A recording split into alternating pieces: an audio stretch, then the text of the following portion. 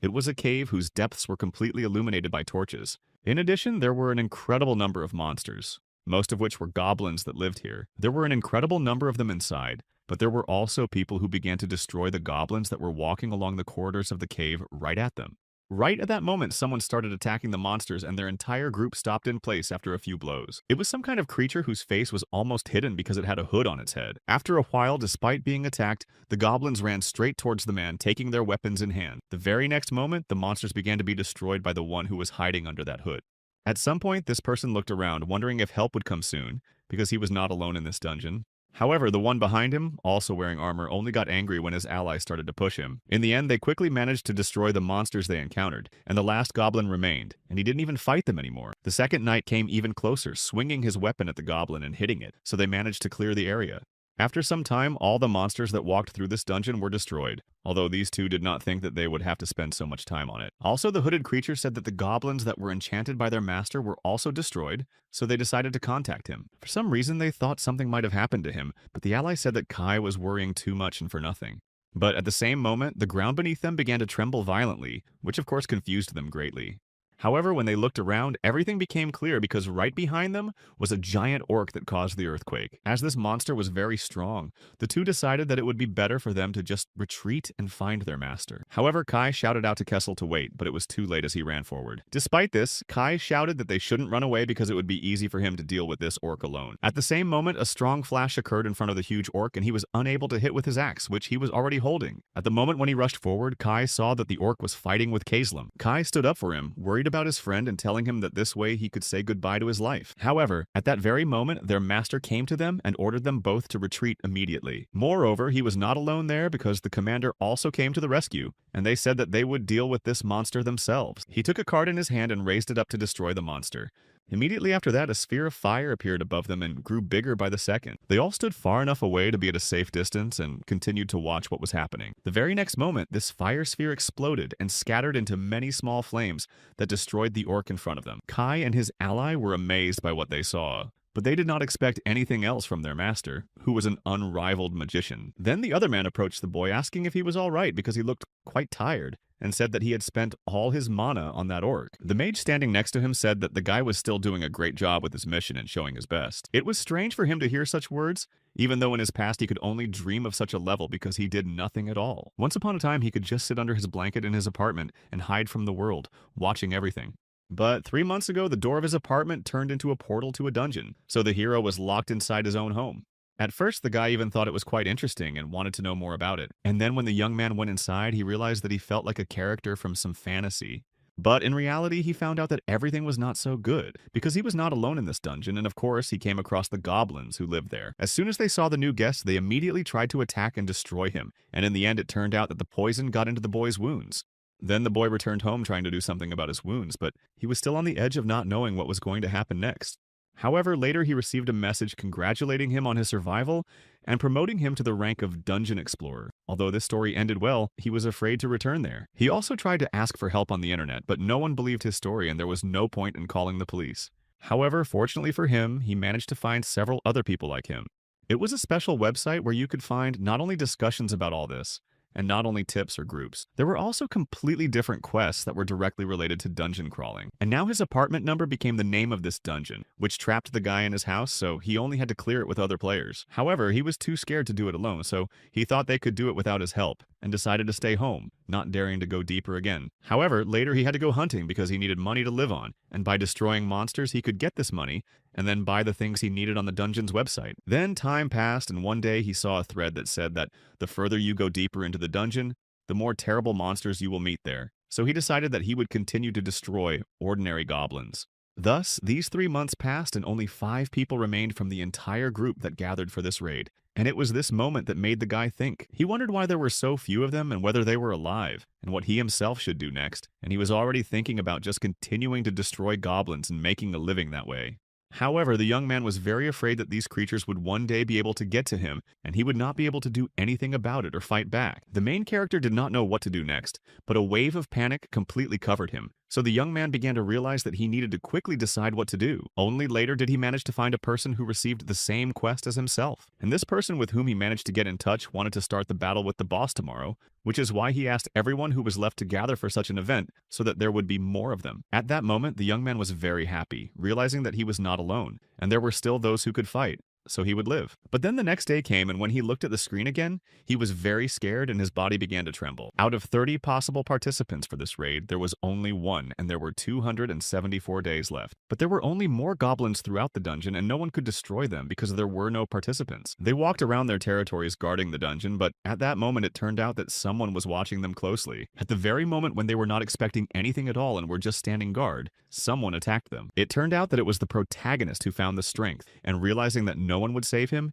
he went inside to destroy those creatures. In the end, he did quite well, and the guy destroyed everyone except the last one, so he rushed right at him. He quickly moved to the last one to finish them all off and began to hit him. After this blow, everything was finally over, and the guy breathed out a sigh of relief seeing that it was over. Then he took the knife in his hands and ran it along his finger, hoping only that this time he would get it right. On one of the goblins he had killed, the boy put a letter with some kind of sign on it, and then he poured some of his blood into it. Then he walked away for a while, thinking that his Arzu's Archwell would work, and he would be able to end it all. Something began to happen around him, and it seemed that this magic began to connect him with the goblin he had destroyed. But then the young man began to feel something strange, and he wondered what was happening to his body. His head started to spin, and the goblins that had just been lying on the ground came to their senses and looked at the boy in front of them in amazement. In the end, he managed to somehow get back home and stay alive, but despite all this, he was left completely alone without any help. He really tried not to pay attention to what was happening around him, and searched for at least something on the dungeon site that could help him. But no matter how long he searched and how many products he looked through, he still couldn't find anything, so he simply had no choice. Now that he can't clear this dungeon alone and there's no help around, he'll just have to stay with it forever. However, before doing so, the guy decided that he needed to at least evaluate his own skills. Sitting in front of the screen and looking at his phone, he tried to do something and finally succeeded. It was written there about mana and concentration, which means that he turned out to be a magician, and using a special application from the site, he managed to read information about himself. And thanks to the skills he developed, i.e. this mana and concentration, he learned what helped him to subdue these goblins. At first, this fraud worked only with one of them, but then when he tried it a few more times, he managed to do it with several other monsters. However, there seemed to be a limit because he could not do anything else, and the young man noticed that his mana was completely exhausted. After a while, Kim Hyunbo came closer to the goblin he had already managed to charm with his own skills. And after he started to feel it, he decided that the best option now would be to just go back. When Hyunbo could no longer even stand on his feet, he shouted to his subordinates to help him right now. Since the goblins were completely obedient to their master's orders, they rushed to help him get to his home. After some time, Hyunbo, though incredibly tired, made it to his house and went inside almost falling over. He realized that he had done it literally at the last moment, because if he had stayed there for at least a few more minutes, he might not have seen his own home again. Already exhausted, the young man started to get to his room and also realized that he had managed to learn something thanks to this site. These magical skills were quite rare, and they are especially in demand in group raids on dungeons. This could be useful to him, but despite all this, he could not create a group raid because there was still only one person. Henbo realized that if he hadn't been afraid a long time ago, they would have had a chance if they had gotten together. Right now, he realized that they would have been able to do much more if he had decided to go ahead instead of being afraid, and he began to cry. The goblin standing behind him did not understand what was happening to his master, but Henbo realized that in that case he would not be left alone now. At this point, 3 days had passed since he decided to start clearing the dungeon, and although it was of the lowest class, Henbo could not cope with it alone, and there were 272 days left before failure. Right now, he just fell off his feet and fell asleep on the floor in the middle of his room. Suddenly, he heard a knocking sound, and Henbo sat up and immediately grabbed the bat that was lying right next to him. He also thought that he heard something else, but now he was not sure if it was true. The goblins also remained by his side, but the moment their master was frightened, they also ran back. After Henbo slowly and very carefully walked to his door and opened it, he saw only a parcel behind it. The people who had sent it realized that it seemed that the guy had received the parcel and taken it to his home. The head of this organization believed that it was necessary to invest in their future because most of them would not survive in a year, but those who would survive would be very strong. The assistant said that this was just a guess, but the head did not think that anything bad would happen because it was only $3,000. However, the problem was that he had already spent $900,000 after all. He was helping other people and just spending a lot of money just for that. The man sat at his computer and sighed, saying that he was right and he was really spending a lot of money to help someone. But he still believed that it was best to invest all his savings in people because if you come to their aid in the most difficult moment, They will always remember this act. And even if only 1% of them survive, it will still be a very worthwhile investment for the future. Of course, the employee understood everything, but he still didn't think it was the best idea, and then he added that he wouldn't have been able to do it himself. The manager said that the main thing was that he just understood him and helped him further, and he did not dare to refuse. The man himself also did not know exactly what would come of it, and whether he was doing the right thing by investing so much money. Henbo took the parcel home and began to read who it was from, and it turned out that the box was sent by the head of all magicians. The man wrote that he had seen Henbo's messages and realized that he was not in the best situation right now, which is why he sent these two books. Also, the head of the wizards hoped that what was written there could at least help the guy somehow. Hyunbo looked on the website that each of these books cost 200,000 won, and the first thing he thought was that it could be a simple fake. He was going to see what it was anyway and thought that perhaps many people were deceived by this book. Then, after reading some comments, Henbo opened the book and the wrapper was burned, which meant that this thing was not a fake. The young man could not even guess who the head of the wizards was, but he was already thanking him for this gift because it was exactly what he needed. He realized that the use of magic was very similar to knitting, because in order to start using it, you need a clear scheme of work. It is also worth imagining an image in your head of what you want to get. But Hyunbo only now began to regret that he had no time to study at school. It took him as long as 30 minutes to make one magic circle, but it seemed that in 4 days he had gotten the hang of it and understood how to do it. So the young man decided that he would not give up and would eventually be able to get used to using these spells. He also decided to start with today's tasks first, because if he refused to clear the dungeon too often, his level and skills would begin to decline. At this point, Hyunbo released his goblins with whom he was in the apartment, and then ordered them to go forward and went to the dungeon with them. After a while, they were already there, and then the guy and his assistants began to examine the area around them to figure out how to proceed. At the same moment, their master ordered the goblins to continue attacking and destroying those who were now standing in front of them. The monsters obeyed his order and immediately began to attack, which led to a fight between them all. Later, everything calmed down because the assistants coped with the situation, and the boy realized that now it was much easier for him to control his mana. After that, the young man hid behind the dungeon wall looking at the monsters and thought that he would need to tame another one. But as soon as he looked out, he saw not just any goblins, but skeletons. At that moment, Hyunbo was a little scared, not knowing whether to try such an experiment with them, but then he thought that he could do it. He was going to do it anyway, and calming himself down, he thought that it was just a pile of bones anyway. Meanwhile, the other goblins had been fighting with each other for some time, but it seems that Henbo didn't care about that and was only thinking about how to use his mana better on the new monsters. It would be a little harder for him to repeat this trick with skeletons because they have no blood, only bone. In addition, Hyunbo thought that it would be quite uninteresting to destroy them and compete with them, unlike goblins. He decided to look at their characteristics and saw that their sword skills or dexterity with magic and concentration were at the E level. However, this actually surprised him a bit because of course these are bad and low skills, but they were still present. Despite this, Henbo ordered his goblins to rush at the skeletons, thinking that it would be better to catch them first. After a while, everything was ready and he sat down next to the monsters trying to figure out how to tame them. The protagonist tried to remember some information about it from the site, but he couldn't remember anything similar. That's why he forgot about this idea and put a letter with a drawing on the skeleton's face, and then said that he would trust his intuition and emotions.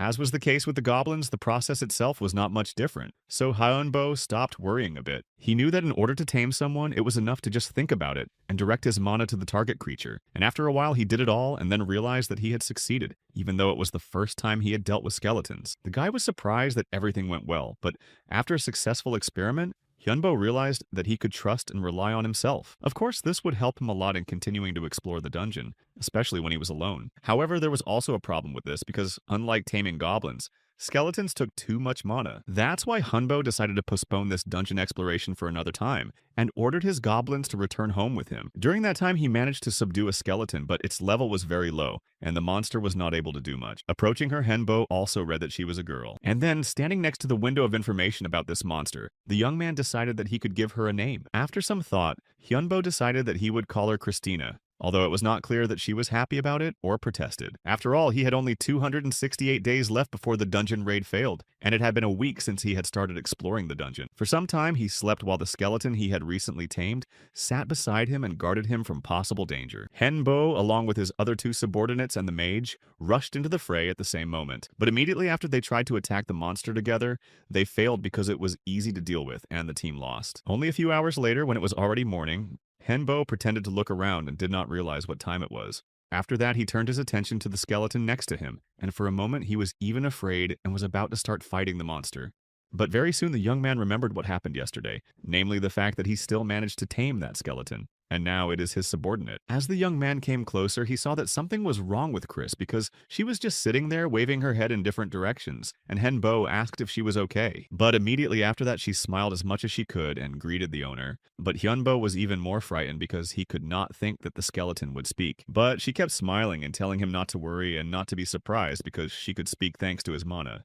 For a while, the young man did not understand, but Chris told him that it was because Hyunbo had cast mana on her that she could speak, and because she had a name, she could remember her past life. Since Hyunbo still didn't understand much of what she was saying, he tried to ask her more about it, saying that he wanted to know more details. He still couldn't accept that he was looking at not just a skeleton, but a creature that could speak and also had some feelings. Chris repeated that it was because he had given it a name, although Hyunbo admitted that he had just said something that came to mind first. The goblins also did not understand what was happening and sat behind their master, but Chris added that nothing in this life happens for nothing. She began to talk about how a name is given for a reason, because it is something that distinguishes you as a person. And then Hyunbo began to apologize, saying that he was wrong. Chris herself admitted that she reacted sharply to this, but explained that it was really a very important topic for such beings without a name, like herself. The girl began to talk about how those who lose their identity and souls end up in the dungeon, and that's exactly what happened to her. After that, Hyunbo tried to find out if she knew who had taken her name, but Chris said that she did not remember when it happened and who did it. Even though Hyunbo's mana helped restore her memory, she could not remember why she was like this. However, she also said that she managed to remember some things from that moment. Chris said that the creature that did this to her was incredibly scary, and when she saw it in front of her, she was not comfortable. At this moment, when Chris was telling everything she remembered, Hyunbo realized that through his magic, he was also able to feel her emotions and sensations. His hands also began to tremble, and this made him realize how scared Chris was at the time. The goblins tried to reassure her that everything was fine, but at that moment, Hyunbo began to doubt whether he could defeat that monster at all. After that, the young man decided to ask her himself what he would have to do next, and whether he would have to compete with a terrible and strong creature. He also began to worry that if he didn't survive the battle with the creature, he might lose his soul and end up in that dungeon like a skeleton, so Hyunbo was scared. However, Chris immediately came to him and told him that she would not let her master end his life like that. She added that he shouldn't be afraid because she would protect him, and would always be there to inform him of any possible danger. Eventually, this helped a little, and the young man asked if she remembered anything else, because any little thing would be useful now. At that moment, Chris said that she remembered something, but then abruptly stopped talking as if she did not understand what she was talking about. Hyunbo could see that he was a little scared again, so she calmed him down, saying that she just needed to maintain her ability to speak with mana, and that he shouldn't worry. Her words made it clear that the mana Hyunbo had now was not enough for her. The young man apologized, saying that now he would have to wait until he recovered, but he did not know what to do next. Then Chris sat down at her laptop and put on her headphones and started to do something. And Hyunbo, who was watching, didn't even know how to comment on the picture because it looked so strange. He decided to look at the window with her characteristics and noticed that there was absolutely nothing about how and how much she could talk. However, despite this, the young man noticed that other indicators had improved and something new had appeared, which was called her gift. He also noticed that she had sea-level magic, so he decided that someday he would take some lessons from Chris. So if they develop magic, Paul will be able to just stand behind and make other skeletons fight. While she was trying to learn all this, Hyunbo already realized that they had a great plan to execute. Chris continued to try to learn at least something, and the young man decided that she would need to buy a computer to study. After Chris took off her headphones, the young man said that he would need help, and of course she agreed to listen to him. The girl had previously spoken about her past life, and the fact is that she was a sorceress then. Knowing this, Hyunbo asked Chris to teach him magic and everything she knew, and she gladly agreed. Eventually, they started studying at the same hour, and Chris explained everything in order, and her knowledge was truly incredible. Thanks to her, studying the book was much easier for him, and Chris told him how to use mana and accumulate it. She also explained why he couldn't use magic circles, saying that Hyunbo should grow up morally and physically, and then he would succeed. In just 1 week, the boy managed to learn a lot thanks to her being his teacher.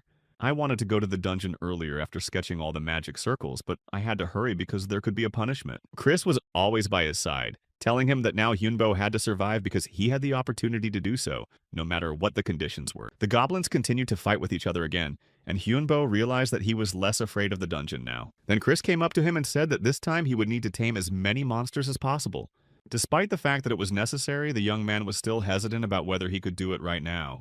Now Chris said that the goblins they had would be enough for now, but he didn't know what to do next. Then she added that they would have to check something, though she didn't say what it was yet. Chris then went up to one of the goblins and said that where they would go next would be connected to her. She also reminded them that they had gathered their mana before going inside. In addition, no matter how hard they tried, the amount of mana could not increase. Hyunbo asked if it had something to do with her, and Chris said that it did. After that, something started to happen to one of the goblins standing next to them, and he flew into the air. The guy looked at it all for a while, not understanding anything at first, but then everything became clear to him. He just didn't know it before, but it turned out that Chris was an evil monster that was already dead. She started talking, saying that it was after she said goodbye to her life that she wanted to really live on. In addition, she could not accumulate mana because she was no longer a living being. Her voice sounded tragic but confident. So Chris said that Hyunbo knew what was needed to make an evil person like her stronger. Namely, she said that she had to take other people's lives and feed on them. At this point, Hyunbo started to get a little scared again because it was unexpected and different from the way people live. It also scared him a little that he had to take the lives of others to survive, and all this only proved that she was a monster. It was hard for the young man to accept this, but he realized that Chris was well aware of who she really was. But then the protagonist came closer to her, reminding her that she had said earlier that she was ready to do anything for him. Chris said that she was, and that's why Hyunbo gave her the order to destroy others in order to make herself stronger. He explained that otherwise she wouldn't be able to protect him, and in order to be strong, she would have to do it, saying that the blame was all on him. After all, he gave this order, not her own decision to act this way.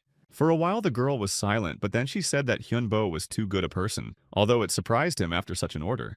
She simply explained that she had to survive at any cost, so she no longer wanted to look for other excuses as she had before. Chris wanted to continue, but Hyunbo said that they would deal with this later because there were more important things to do now. Then she added that at least he was not a zombie, but the young man did not understand the difference between them. Chris explained that although they were closer to the living than she was, they had to eat the undead in order to become stronger. Hyunbo imagined what it would look like and how these zombies would bite a living or already dead body to gain strength. Chris noticed that he was very scared, saying that Hyunbo shouldn't worry so much, but he realized that it was really good that there was a skeleton here. She also asked what about his skills and whether they were better, and Hyunbo said that they had indeed changed. But it would hardly be enough because destroying only one goblin would not make her as strong as she needed to be. Realizing this, the guy said that they should look for someone else if they want the skill to improve. Also, behind his back, the guy heard something that made him look around, and a frightened goblin pointed somewhere. But before he could understand anything, Chris immediately went forward, saying that he had left the matter to her. Henbo stood behind, but he wasn't entirely sure that Chris would be able to handle it alone.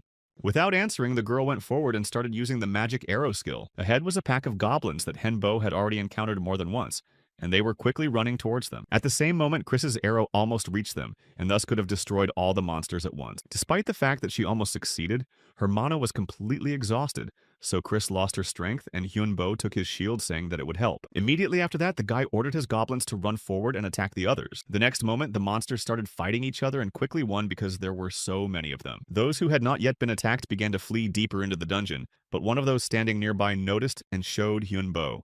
He ordered his goblins to immediately rush after them to catch those trying to escape. They immediately obeyed the order, and after a few minutes, all the goblins in the dungeon were lying defeated on the ground. Henbo also helped them, but he himself got a little bit of damage from them, and the clothes he was wearing were already torn by their claws. He stood there not understanding why he did it, and only then he took up his head, seeing that all his goblins were destroyed. At first, the young man thought that the enemies were running away, but there was their lair and more goblins.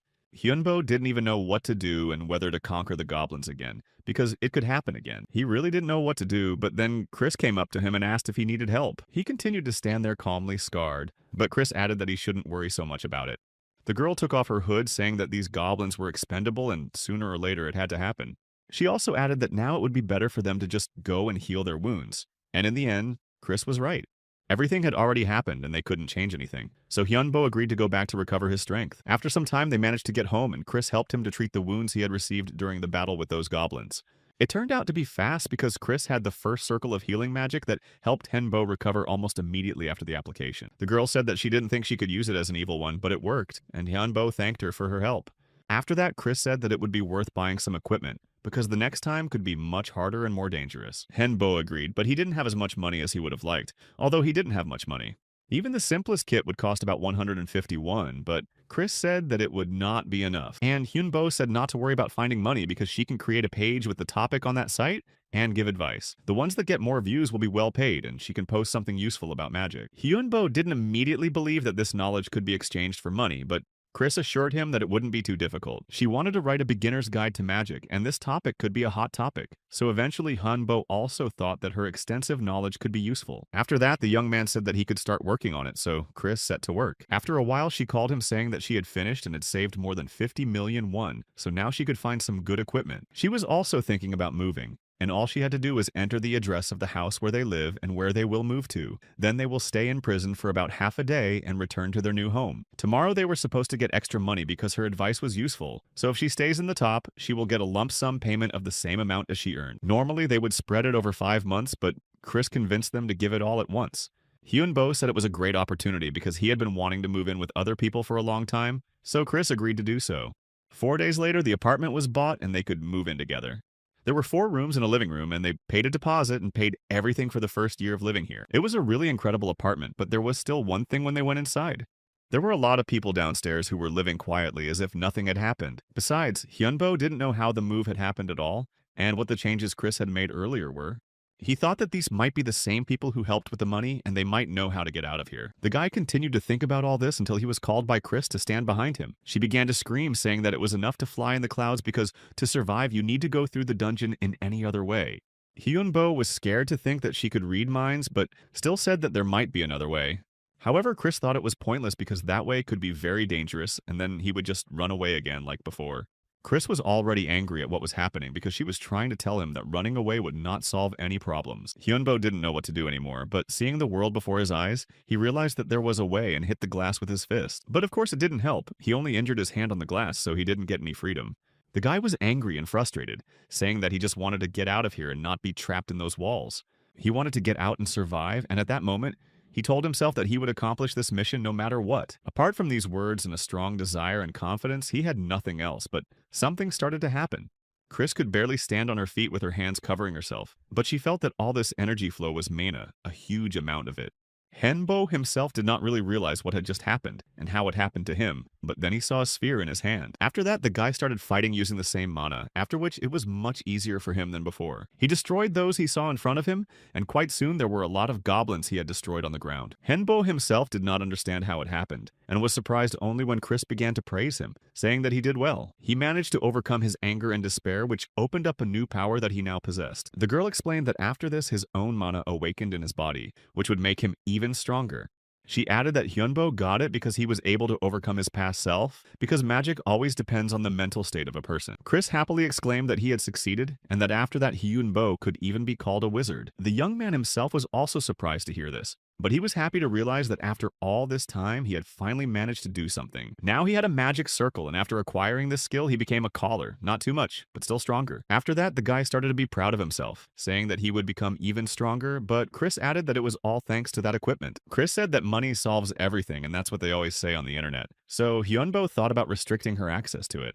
After that, the young man said it was time to go back, and they had worked very hard today. They managed to tame 2 more skeletons, both of which had fencing skills and had defense and coordination skill. After they came home with them, Hyunbo tried to use his magic on these skeletons again and put a pattern on them. After that, he was successful, and 2 more skeletons became his subordinates, thanks to this magic. It was then that the boy decided to name Kai and Kiesel and told them right after the skeletons came to. Hyunbo asked Chris if he had succeeded, but she said that it would be better to just wait a bit. He asked what could go wrong, and Chris said that they might not be as obedient as they were in her case. The memories of the end of her life and then becoming evil could have a strong impact on them, so for now they could only wait for her memory to return. Eventually they decided that they would wait for now, so they locked them inside the closet and moved away.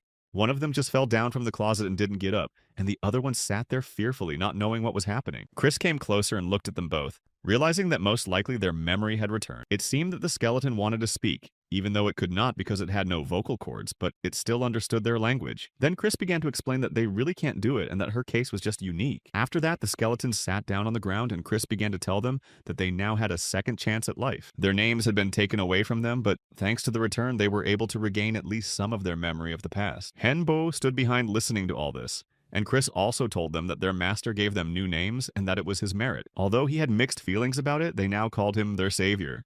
But then Chris also told them that their master was in danger as well as the whole world, which could be destroyed very soon. That's why they have to protect him and help him survive and do what they failed to do in their past lives. She said that they need to swear that they are ready to do anything for their master and even give their lives for him, and thank him for everything he does for them. The fact that Hyunbo gave Chris a name allowed her to live for magic again, so she said that she would continue to protect him until the end of her life. They seemed to have something of a bond after that vow, but Chris said that Kai and Kazel should do the same. She also turned to them and threatened that if they refused, she would destroy them right then and there. After that, the 2 of them agreed to do it and said that they swore their loyalty to their master, as did Chris. They thanked Hyunbo for giving them the opportunity to come back to life and take revenge by achieving the goals they had not achieved in their past lives. When the skeletons said this oath, Hyunbo's strength seemed to start growing again, and he felt it very well. After all, they were now a team of 4, so he said he could rely on them. Of course, they were not given any choice to refuse, but the skeletons asked their master and Chris to take care of them now. After that, they were all connected to each other so they could talk without using mana. Then Hyunbo decided to ask why these two wanted revenge so badly, because it would have been good for him to know in advance. One of them said that he wanted to take revenge for something, but he still couldn't remember who and what it was. However, he also promised that in any case he would find the person who destroyed him and would be able to take revenge for such actions. The other one also started to tell us that his family used to have a very important relic, but when his terrible brother went to the dungeon to find it, they lost contact with him and lost the relic. That's why Kai, who used to be a knight, said that he wants to take revenge on the person who did this and find the thing that belongs to the family. In her past life, as well as now, Chris was a magician and all she wanted was to continue studying magic and become even stronger. Since everyone had already told everything and started looking at Hyunbo, he realized that they were probably waiting for him to tell his story as well. The boy was visibly nervous, but he said his name and then hesitantly said that his goal was to survive in the dungeon. He also began to talk about how he had once almost said goodbye to his life, and it had changed him quite a bit. After all, now Hyunbo no longer wanted to feel the fear he had already experienced, nor to feel more fear that was inflicted then. That's why the young man turned to his skeletons and asked them to help him survive here. All 3 of them listened to the boy to the end, and then said that they were very impressed by the honesty of their host. Of course, no one wanted to say goodbye to their lives, so they gladly agreed to help and asked the boy what they should do next. After that, they went back to the dungeon to gain some experience in fighting. Hyunbo praised them, saying that they did a good job and that he could now spend more time on his studies. Kessel was always running ahead of them, intending to kill everyone, and he had to be stopped all the time, so they were moving forward quite quickly. They also got to the boss pretty quickly, although they didn't really expect it to happen so quickly.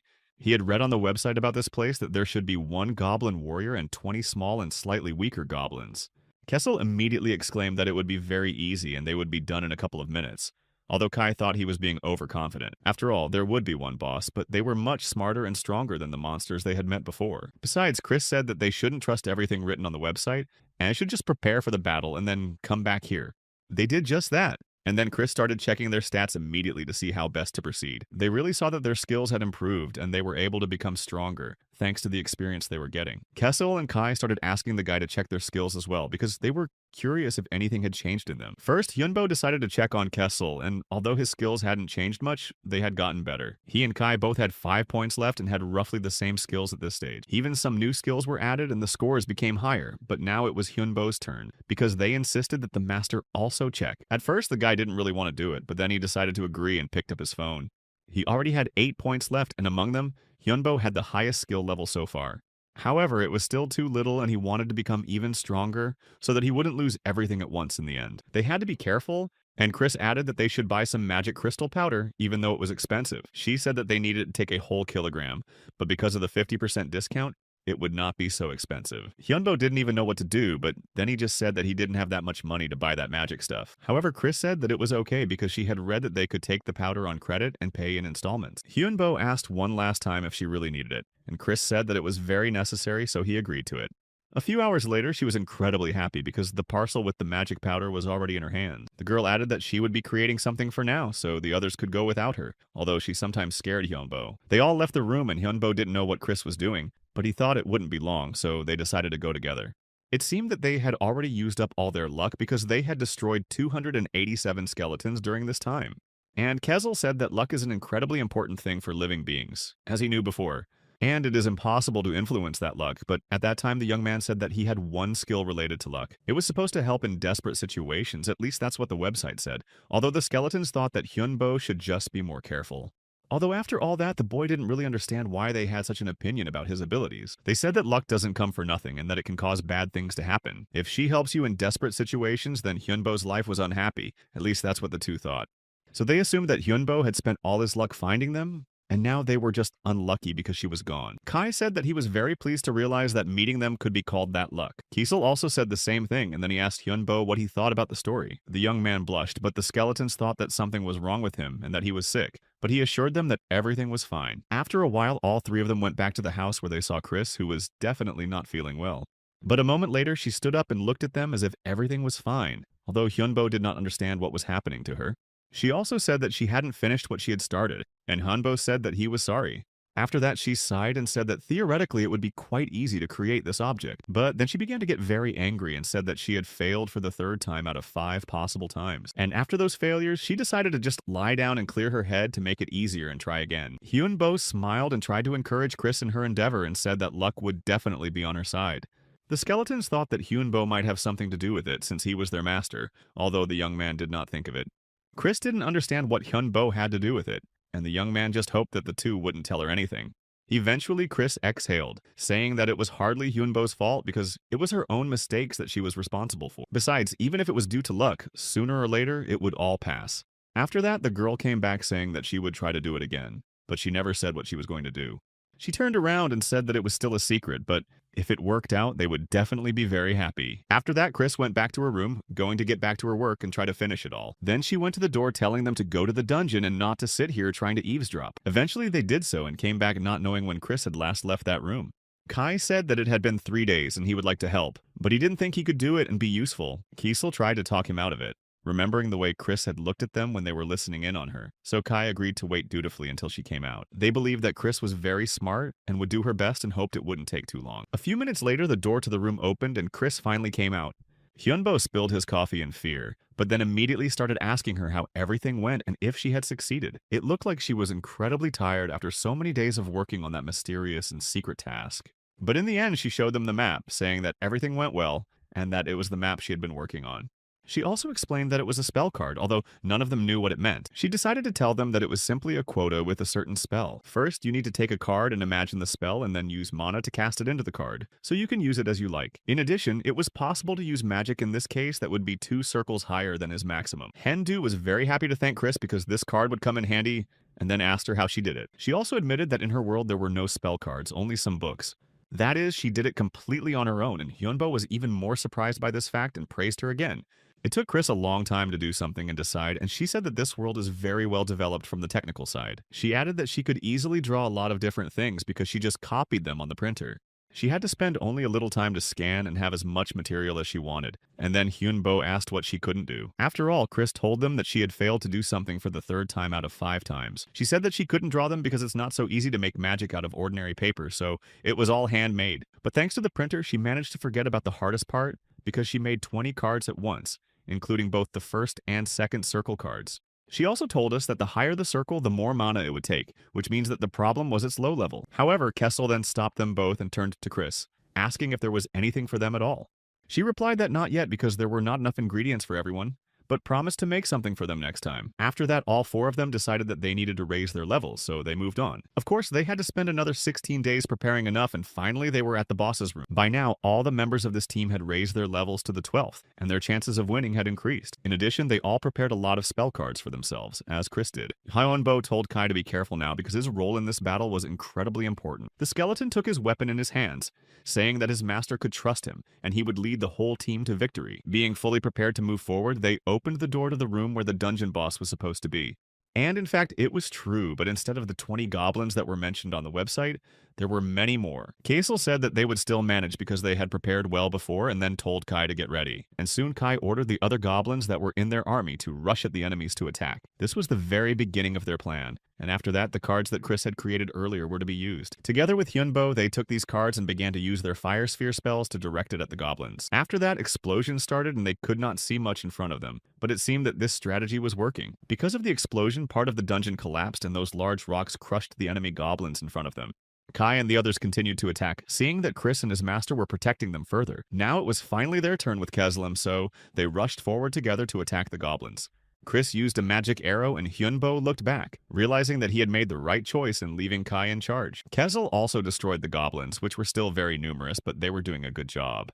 Anyway, these goblins were nothing more than ordinary and rather weak monsters that just prevented them from moving on. But later, when they destroyed them, it was time to deal with the boss of this place, so the team rushed forward.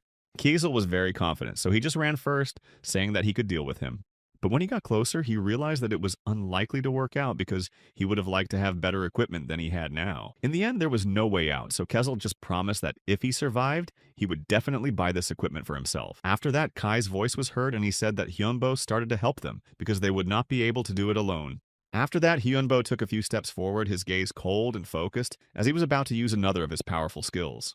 Kessel felt relieved. Not because fear or pain had left his soul, but because he hadn't been a living being for a long time, and didn't feel it all. The skeleton moved forward confidently, his bones creaking with every movement, but he did not stop because he knew he had to finally destroy this horrible monster. Finally, he gathered all his strength, swung and struck a crushing blow, after which the huge goblin froze in place, staggered, and fell to the ground with a heavy thud. Kezel stood in a pool of hot blood that had been flowing through his enemy's veins a minute ago, but instead of fear he felt only joy, because he had won. Kai said that it was time to finish off the monster's survivors because they shouldn't be left with any chance of retreat or revenge. In the end, there was not much time left to hold out, and everyone realized that victory was close, if only they could make the last push. After these words, the team rushed back into battle, determined to bring this battle to an end and destroy all the enemies. After a while, Henbo lay satisfied because they had won, and he could finally afford to relax for a moment. After that, they returned home exhausted, hoping to get some rest before facing new challenges. The young man lay down on the ground, realizing that he was very tired because the battle had taken almost all his strength, and it was hard to even think. It turned out that these bosses were really very strong for their circles of magic, and it made them all reconsider their strategy before the upcoming battles. After that, Hyunbo decided to take a break because he felt that if he didn't regain his strength, he simply wouldn't be able to move on. But suddenly he shuddered because he heard something from the goblin that was not alive, and it made his heart skip a beat. The others came up to the owner asking what happened, because they were also alarmed by this unexpected sound in complete silence. The hero realized that he was already very tired, because he decided to rest in such a place even though he knew it could be dangerous. This house was just an imagination, but now Hyunbo said that it was really time to go home because he felt exhausted. Then the boy saw a button on the tablet called Quick Return, and was surprised because he had never seen anything like it before. It was the first time they had ever seen such a button, and it made them both curious and somewhat cautious because no one knew what would happen. Thinking that everything would be fine, the team decided to press it because they believed that it would quickly send them home without unpleasant surprises. After that, a portal opened before them, shining with a strange light and leading into the unknown, causing both surprise and slight excitement. It was a door, and it seemed to be a very convenient feature because it allowed them to quickly return home without any extra effort or danger. Chris was incredibly surprised herself because she did not expect the portal to activate so easily and without any consequences. There was a connection of worlds and materialization all at once, which looked so strange. The other skeletons told Hyunbo to leave her alone because they did not understand wizards and did not want to interfere in magical matters. However, they all wanted to go home as soon as possible because they were tired after the battle and wanted only peace and rest. The hero only thought that Chris sometimes scares him with her unpredictability and how calmly she reacts to strange events. But they had no choice but to wait until she calmed down, because any objections would only complicate the situation. Then they heard the voices of others who asked if Chris had bought anything on the dungeon's website because it could explain the strange appearance of the parcel. But the girl said that she hadn't, and that she hadn't even visited the site recently because she didn't need to. Kai decided to check it out anyway because he didn't like the idea of unknown purchases that could be dangerous. It turned out that someone had sent them another package, and it looked too big to be just a random gift. It was worth being careful because it was unknown who sent it, and it was too big, which caused anxiety among everyone present. But Hyunbo knew not to worry because he saw that it was from the head of the magicians, and he would hardly do anything suspicious. After that, they all looked inside and saw that the package contained something very valuable and unexpected. The team saw some things in a letter praising Hyunbo for his success and saying that he was happy about his progress. The head also saw that Hyunbo was successfully moving forward and wanted to support him on this difficult path. The magician was also sure that the young man could not have done it alone, so he sent some gifts to the others to help them all.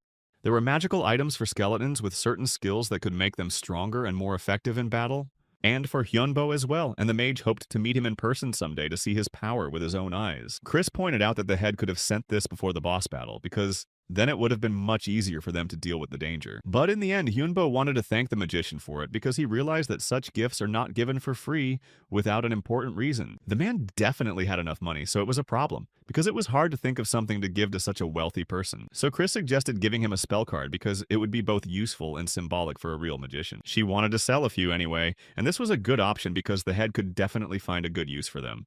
Hyunbo agreed that such a gift would be great because it contained not only power, but also the symbolic meaning of their gratitude. She also added that it would benefit the master himself, because he could use it for his own development. After all, it was time to learn the magic of the first circle and take the first step towards real mastery of magic. That's why Chris said that Henbo created the card himself and gave it to the magician, because it would be much more important than just handing over a finished item. The young man was angry because he wanted to take a break after the battle and instead had to do something difficult again. But for a magician, rest is training because it is the only way to become stronger and ready for new challenges. So Chris ordered Hyunbo to follow her because she knew that without her, he would simply ignore this opportunity and not practice magic. Meanwhile, the assistant entered the office of the head of magicians and immediately sensed that something was wrong. He apologized when he noticed that something was wrong, and the tense atmosphere in the room only confirmed his guess.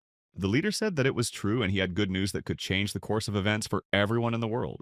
He mentioned Hyunbo and said that he was making good progress in the dungeon, so he sent a gift as a sign of support. The head believed that happiness is not in money and that true strength lies in the support of those who are close to you. Hyunbo was the owner of the #1 topic on the site, which proved once again that his actions were of great interest. The man said that the head had a great feeling if this happened, because he was rarely wrong in his predictions. And the old man added that he expects a lot from Hyunbo because he has the potential to change the history of the entire dungeon. After that, the guy said that they needed to go to the second floor because that's where the key to the next level of the dungeon was. As a team, they went there even though everyone realized that they would face even more dangerous challenges. In the end, it didn't even differ from the first one because the structure of the corridors and rooms was almost identical.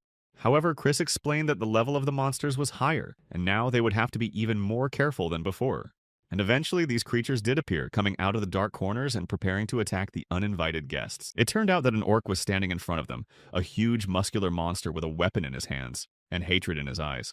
Kai and Kezel immediately rushed to the attack, realizing that speed and the first blow could give them an advantage. But it turned out that the monsters were stronger than them, and their brute strength easily repelled even the strongest attacks. Kessel then got to the main one, realizing that he needed to try to deal a decisive blow. In addition, there was another orc behind him who came out of the darkness and prepared to attack from the back. The young man told them to retreat when he gave the signal because they had almost no chance in a frontal attack. But Chris pulled out her card and focused on using magic against the enemies. She said that she would borrow some of her host's mana because she needed more power for her spell. But then she took too much from him and he felt a sudden drop in energy.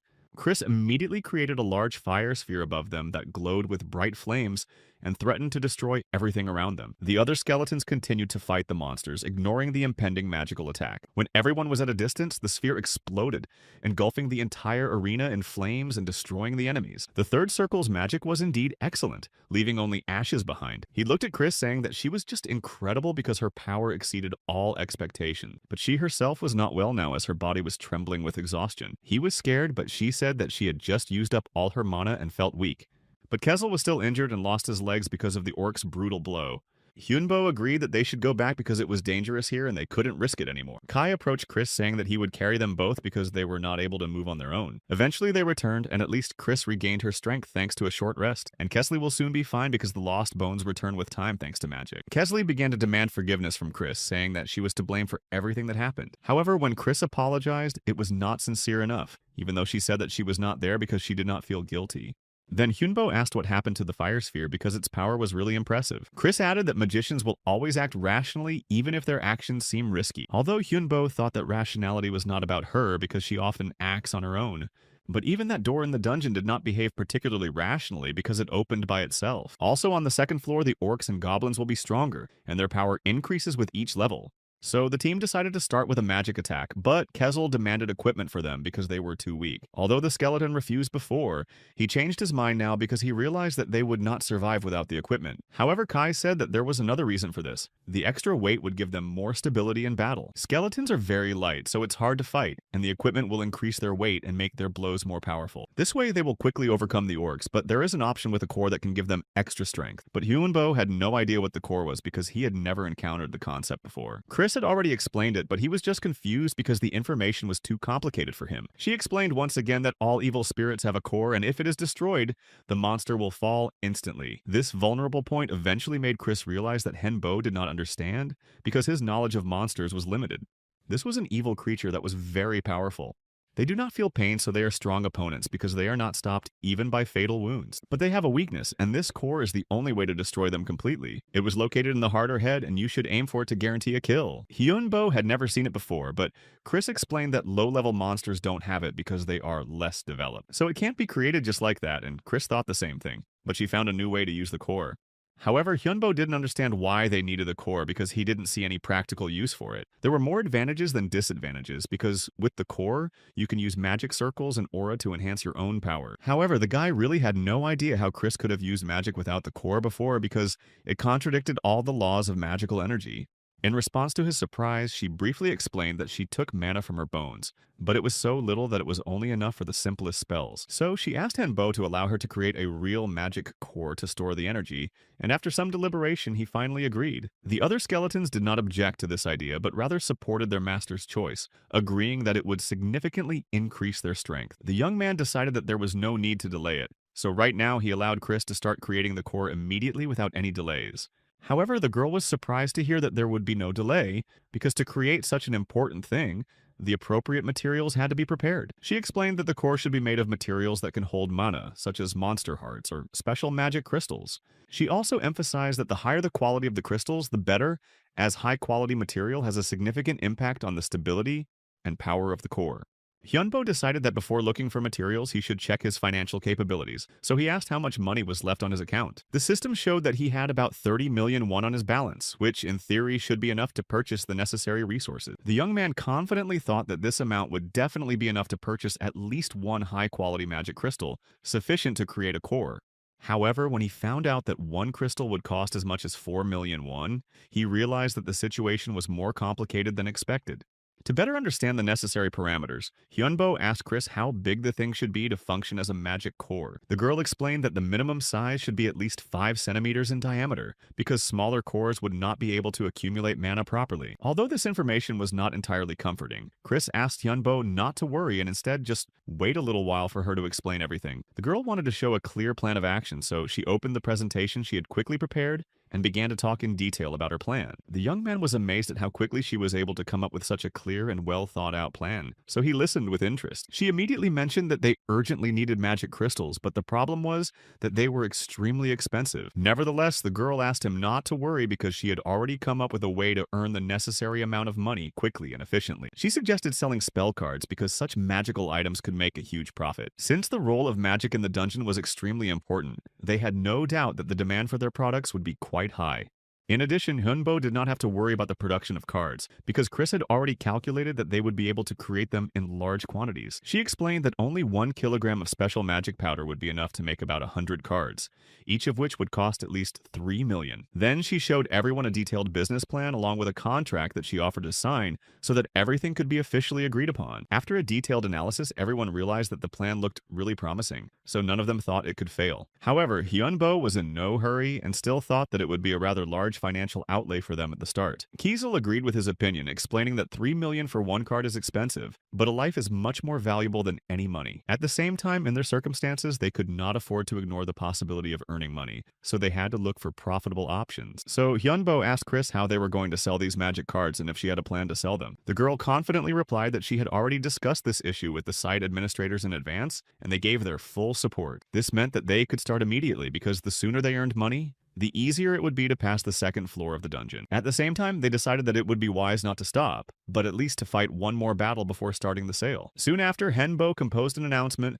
and prepared a post to officially announce the sale of magic cards. After all this, he literally fell to the floor completely exhausted because working on this whole plan was extremely stressful. Seeing how tired he was, Kai decided to support his host and brought him a cup of hot coffee as a token of appreciation for his efforts. Meanwhile, Kessel, whose legs had finally fully recovered from the injury, was surprised to see how quickly everything was progressing. Within 5 minutes after the publication, they sold out of all the cards because the demand for them was so huge. As a result, they managed to raise almost 450 million won, which was much higher than their initial expectations. This meant that they now had all the resources they needed to start producing the magic core without any problems. Chris was fully prepared to start creating the core, but Hyunbo wanted to rest for a while, so she reminded him of what else needed to be cleaned up. And finally, after a while, the core was fully created, completing this important stage in their development. Kai and Kazel agreed that they felt as if they were born again, feeling the power fill their bones, allowing them to finally feel like full-fledged combat units that could not only survive but fight with dignity. Now they could use the magic of the third circle, feeling the streams of mana permeate their new core, making their bodies glow with the energy that was raging inside each of them. Everything changed dramatically as their team became much stronger, and they no longer had to rely solely on their physical strength or Hyunbo's support to survive in battle. But in the end, they lost 16 million, which was a significant amount of money. But on the other hand, the strength and capabilities they gained were clearly worth it, because now they could act much more efficiently than before.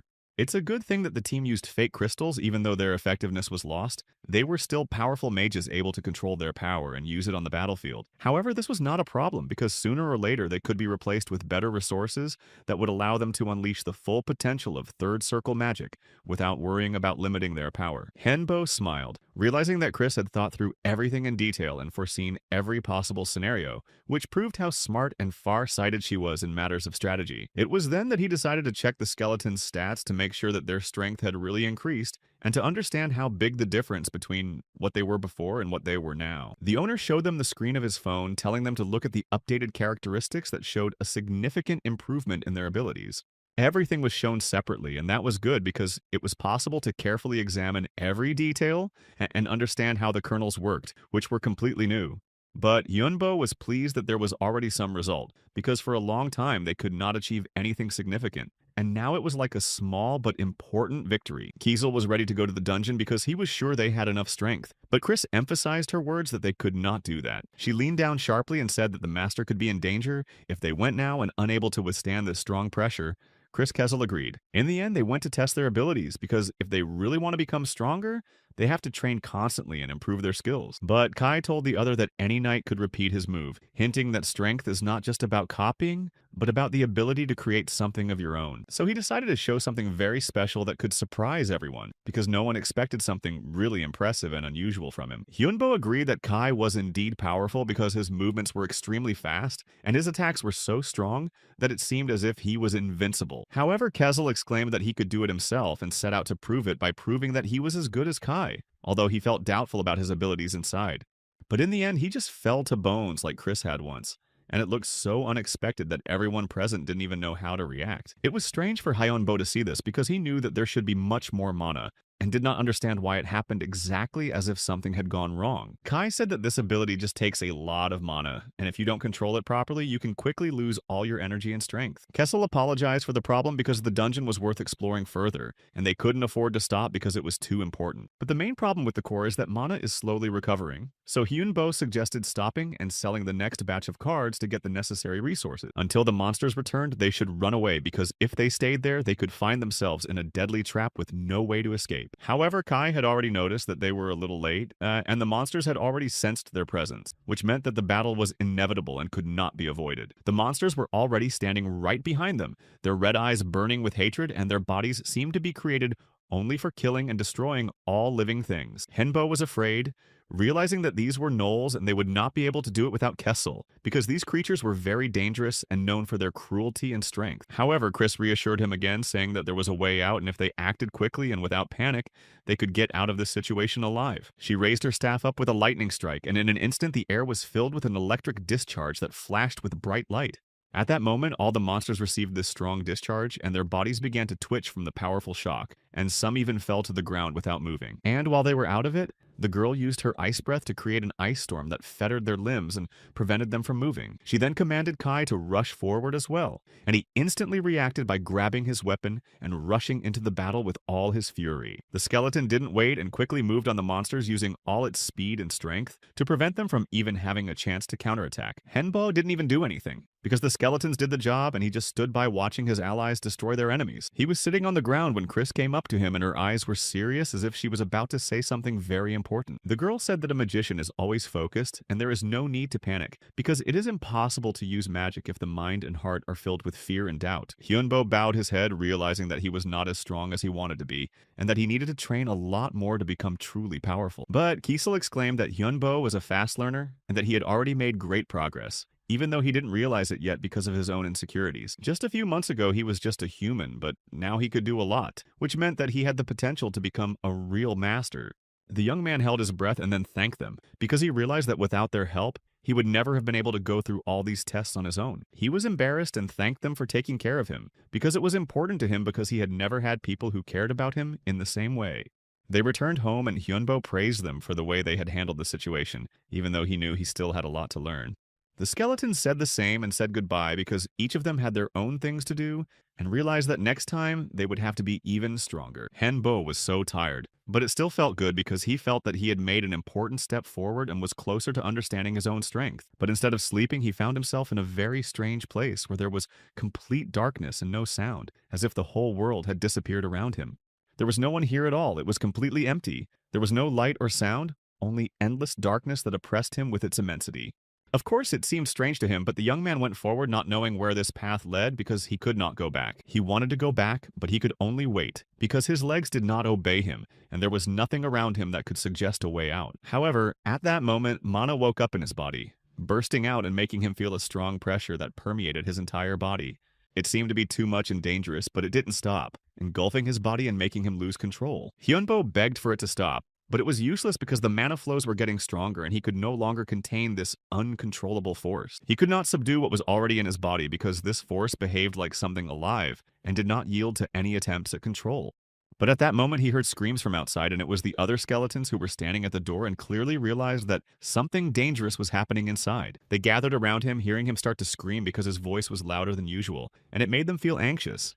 The skeletons were worried, realizing that something terrible could happen because the mana began to escape, creating a sense of instability in the space. Mana suddenly began to come out of his room, filling everything around him and making the air tremble from its powerful energy influence. It turned out that the entire room was filled with it, and it was dangerous for Hyunbo because his body could no longer withstand this enormous pressure. The young man did not know what it was, but he felt that this power was beyond his understanding, and he was no longer able to control it. But then he remembered that the same thing had happened in his dream, and this thought made him even more frightened, because now the dream was becoming a reality. Chris added that she did not help and everything went on by itself, which meant that Hyunbo was completely independent in this process without her interference. Hyunbo was surprised because it meant that he had done it on his own, and no external force was controlling the awakening of his magical abilities. Then he looked at his hands, not believing it to be true, because he still considered himself weak and incapable of such large-scale changes. He looked at his left and right, seeing light in both, and realizing that his body was now filled with magical energy that he could control. Now it is clear that somehow he managed to master the magic in his body, and this opened up new opportunities for further development. It turns out that the protagonist is able to control it himself, and this proves that his magical potential is higher than he thought before. The skeleton said that Henbo has really become a great wizard, and now he can fully use his powers without fear of them. Henbo skipped the second circle and went to the third in magic, proving that his level is growing faster than ordinary magicians. Then the skeletons began to congratulate him on his skills, because they realized that he had made a significant step forward and was now stronger than many. The young man thought he was still dreaming and did not believe it because it seemed too unreal for him after everything he had experienced. Chris explained that magic always relies on the inner state of a person, so this happened because of his own experiences and emotions. Although Hyunbo's results still surprised them because even among strong magicians, not everyone could reach such a level in such a short time. However, everything is different for everyone, so what became a catalyst in his case will not help others and they will have to find their own way. However, this information is still important for magicians, and something can be learned if we study its nature and interaction with mana more deeply. Chris suggested that he talk about this awakening because other magicians might find something useful in it. Using his skills, he could control his mana if he learned how to properly direct its flow inside his body. He just needed to understand the essence of the spell. Although realizing that skeletons are slower to develop, this could be a problem in learning. Nevertheless, Hyunbo was already happy that he was not as miserable as before, and now had a real chance to become really strong. But Chris told him that they would start intensive training because without proper control, his power could become dangerous. He is now a full-fledged magician, so he needs to train more to consolidate his skills and learn how to use them effectively. And she was going to start right away, not giving him time to rest because training was more important than anything else. Chris pulled Hyunbo along, and the others realized that this was going to be a long time coming because they knew she was taking her training very seriously. However, the training really paid off because afterwards he was able to control his magic better and use it without risk. Hyunbo himself was glad that he was doing well, because until recently he could not even imagine that he would be capable of such a thing. The young man sighed as if he had been born again because he felt that he was now a completely different person and his capabilities had expanded significantly. The skeletons again praised the master, but Kai said that it was important to know the measure because overconfidence could lead to problems in the future. So they went back home and then wanted to look at their stats to see how much their powers had changed after all this. Hyunbo pulled out his phone and was about to show them their own performance. Now it showed their classes, i.e. Mage, Knight, and Warrior, which confirmed their further development in the chosen directions. Many stats had improved, but there were no new talents, which meant that additional conditions were required to obtain special abilities. In the end, the skeletons thought so because they felt changes in themselves, even if they did not yet have a clear form or special skills. Kessel said that they could tell because their movements were faster and their reactions sharper than before. He moved closer to Hyunbo, saying that he should be able to see the changes in them too if he looked at the details more closely. It turned out that after all those trials, they really did become stronger, even without an obvious leveling up or gaining new talents. Chris was also changing, but almost all of the changes were inside her, so they couldn't be seen with the naked eye or through her characteristics. So at least she wouldn't become taller than him, but Hyunbo still didn't know what the reason for such internal changes was in this case.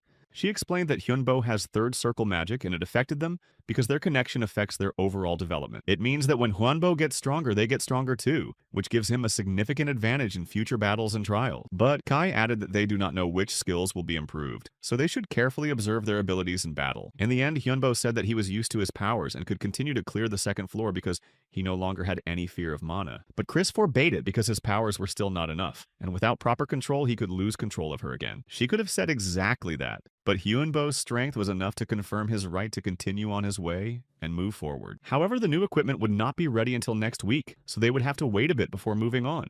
Chris added that she would improve it with magic, using an enhancement spell to increase its performance.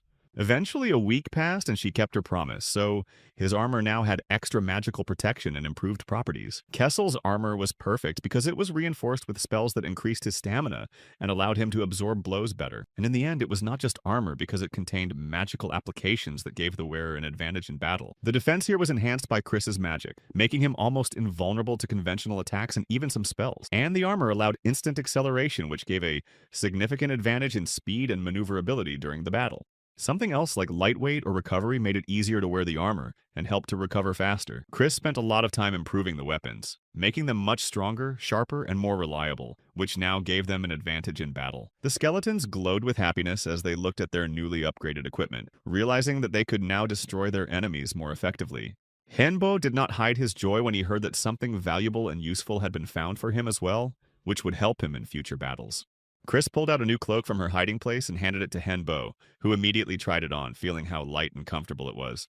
Despite its light weight, this cloak provided excellent protection against attacks and had a gradual recovery feature that was very useful. Thanks to the new equipment, it became possible to carry a large number of things without feeling their weight, which made traveling much easier. It cost a considerable amount of money, but every coin spent was justified because high-quality equipment could save lives in battle. The skeletons believed that the costs were justified because they were now stronger, and their equipment would last a long time, even in difficult battles. Despite their high quality, their gear remained a consumable item. As the stronger the monsters, the faster it wore out and became unusable. Chris hoped that the updated equipment would last a long time, allowing their team to pass more difficult tests without unnecessary losses. Kessel approached the group, making it clear that time spent talking should be stopped and focused on the journey ahead. He was eager to try out the new equipment in real combat to test its durability and effectiveness against strong opponents. Kai couldn't wait any longer either, as he wanted to test his improved abilities in a real battle as soon as possible. Now that the equipment was ready and everyone was ready to fight, they could go further into the depths of the dungeon. Hyunbo suggested that they start by restoring their mana reserves, as without it, the effectiveness of their attacks would be much lower. After a while, they finally entered the dungeon, plunging into pitch blackness where dangerous enemies were waiting for them. After walking a little further, they came across a group of monsters who immediately noticed the newcomers and prepared to attack. Seeing this, Kessel just smiled because it was a great opportunity for him to try out his new equipment in a real fight. However, Chris acted faster than everyone else, immediately releasing a sphere of fire right into the middle of the crowd of monsters in front of her. The spell hit the target and exploded in a huge wave of flames, instantly destroying some of the creatures that were closer to the epicenter. Kessel couldn't contain his excitement because the last time this technique almost cost him his limbs and he still remembered that moment. Chris assured him that this time she had taken into account all the mistakes and was in full control of the situation, avoiding dangerous miscalculations. Even though she assured him that everything was under control, Kessel still thought it was too risky and could have been done without such methods.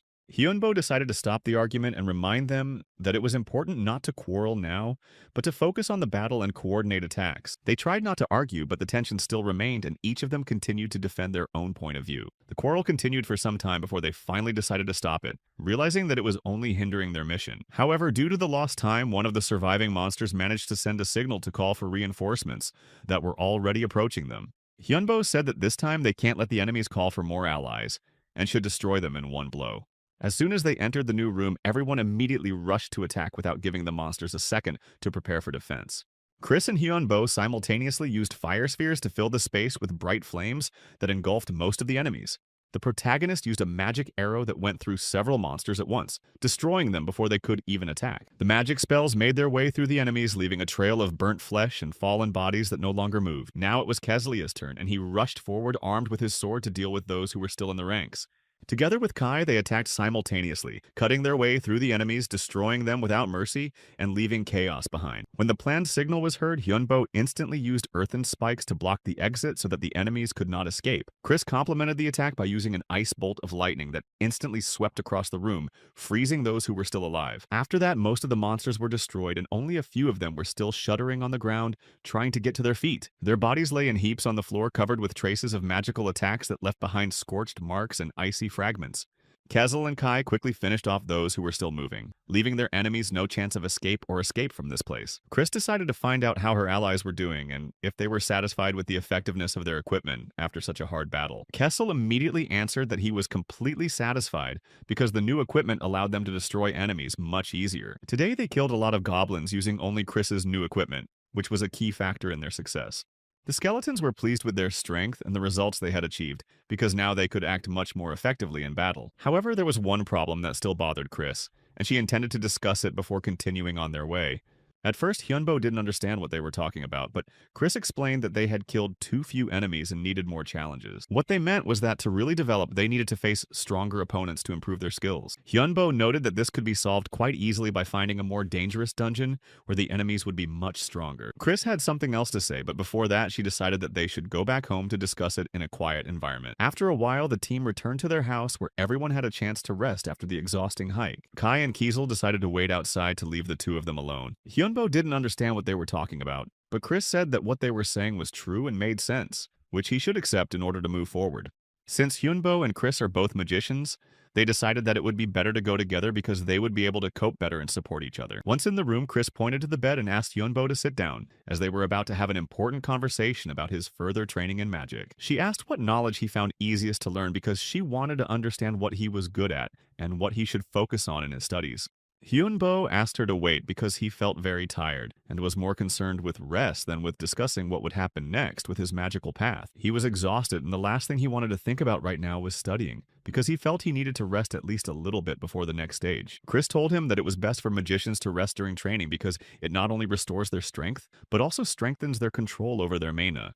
She tried to cheer him up by emphasizing that he shouldn't postpone the lesson, because the sooner he continues, the easier it will be for him to learn new knowledge. Hyunbo realized that it was time to make a decision because he could no longer put off choosing the path he wanted to take in studying magic. Students usually chose a specialization according to the direction of their teacher, but in his case, Chris was not an official mentor, so the choice was up to him. Given his skills, it seemed that Hyunbo had already decided on a direction long ago because he was instinctively drawn to one particular magic. He hesitated for a long time, but finally weighed all the possible options and made a final decision that would determine his magical path in the future. Hyunbo decided that he wanted to study necromancy because he felt that this direction suited him best and would allow him to unleash his true potential. In order to cement his choice, he was ready to take the Mana Oath, as it was a necessary step to officially become a necromancer and begin serious training. The magic of necromancy was very complex and required not only knowledge but also absolute control over mana, because any mistake could have serious consequences. The basis of this magic was the summoning of evil spirits and the creation of various chimeras, but it also included many other dangerous aspects. Necromancy included not only spells to control the dead, but also work with poisons and curses that could significantly strengthen the magician. Although this school of magic was only the fifth most powerful of all the schools, it was considered very dangerous because it disturbed the natural balance of life and death. Chris believed that it was too early for Hyunbo to choose such a specific magic because it required great responsibility and a deep understanding of its principles. If he took an oath of mana, his magic level would immediately increase, but it would also mean that he would no longer be able to deviate from his chosen path. His magical power will increase and spells will be much easier to cast, but at the same time, other areas of magic will become almost inaccessible to him. If he becomes a necromancer, it will be difficult to learn spells of other directions, because it will be impossible to change specialization after taking the oath. Despite all the risks, Hyunbo did not doubt his choice because he realized that this path would allow him to make the most progress. He had two important reasons for choosing necromancy, because he believed that it was his true calling, and that it would help those he valued. Firstly, he felt that this magic was a perfect fit for him, because every training he had had suggested that he had a natural aptitude for it. Secondly, he wanted to develop the skills to be useful to Chris, Kai, and Kessel because they were an important part of his life, and he wanted to help them. If he learned necromancy, he would be able to contribute to their cause and support them in their struggle, because this magic would give him new opportunities. In return, they would be able to help him fulfill his potential and become stronger, because the support of friends has always been a key factor in the development of a magician. However, his way of thinking and belief in premonitions differed from typical magicians because most of them relied on knowledge rather than intuition. However, even the most powerful magicians sometimes acted irrationally because magic has always been closely connected with emotions and sensations that cannot be fully controlled. Chris emphasized that necromancy is an extremely difficult field and requires great willpower because even experienced magicians often could not withstand its pressure. Despite this, Hyunbo reiterated that he was confident in his decision because he understood all the risks but was still ready to go this way. He also asked Chris to intervene if he failed because he trusted her and knew that she would not let him make a fatal mistake. Kai and Kessel fully supported Hyunbo, saying that they believed in his strength and were ready to help him in everything to achieve his goal. Chris also did not dissuade him from this choice because she realized that he was really serious and had already made the final choice. After all the thinking and discussions, Henbo decided that it was time to start the process of taking the mana oath and take the first step in necromancy.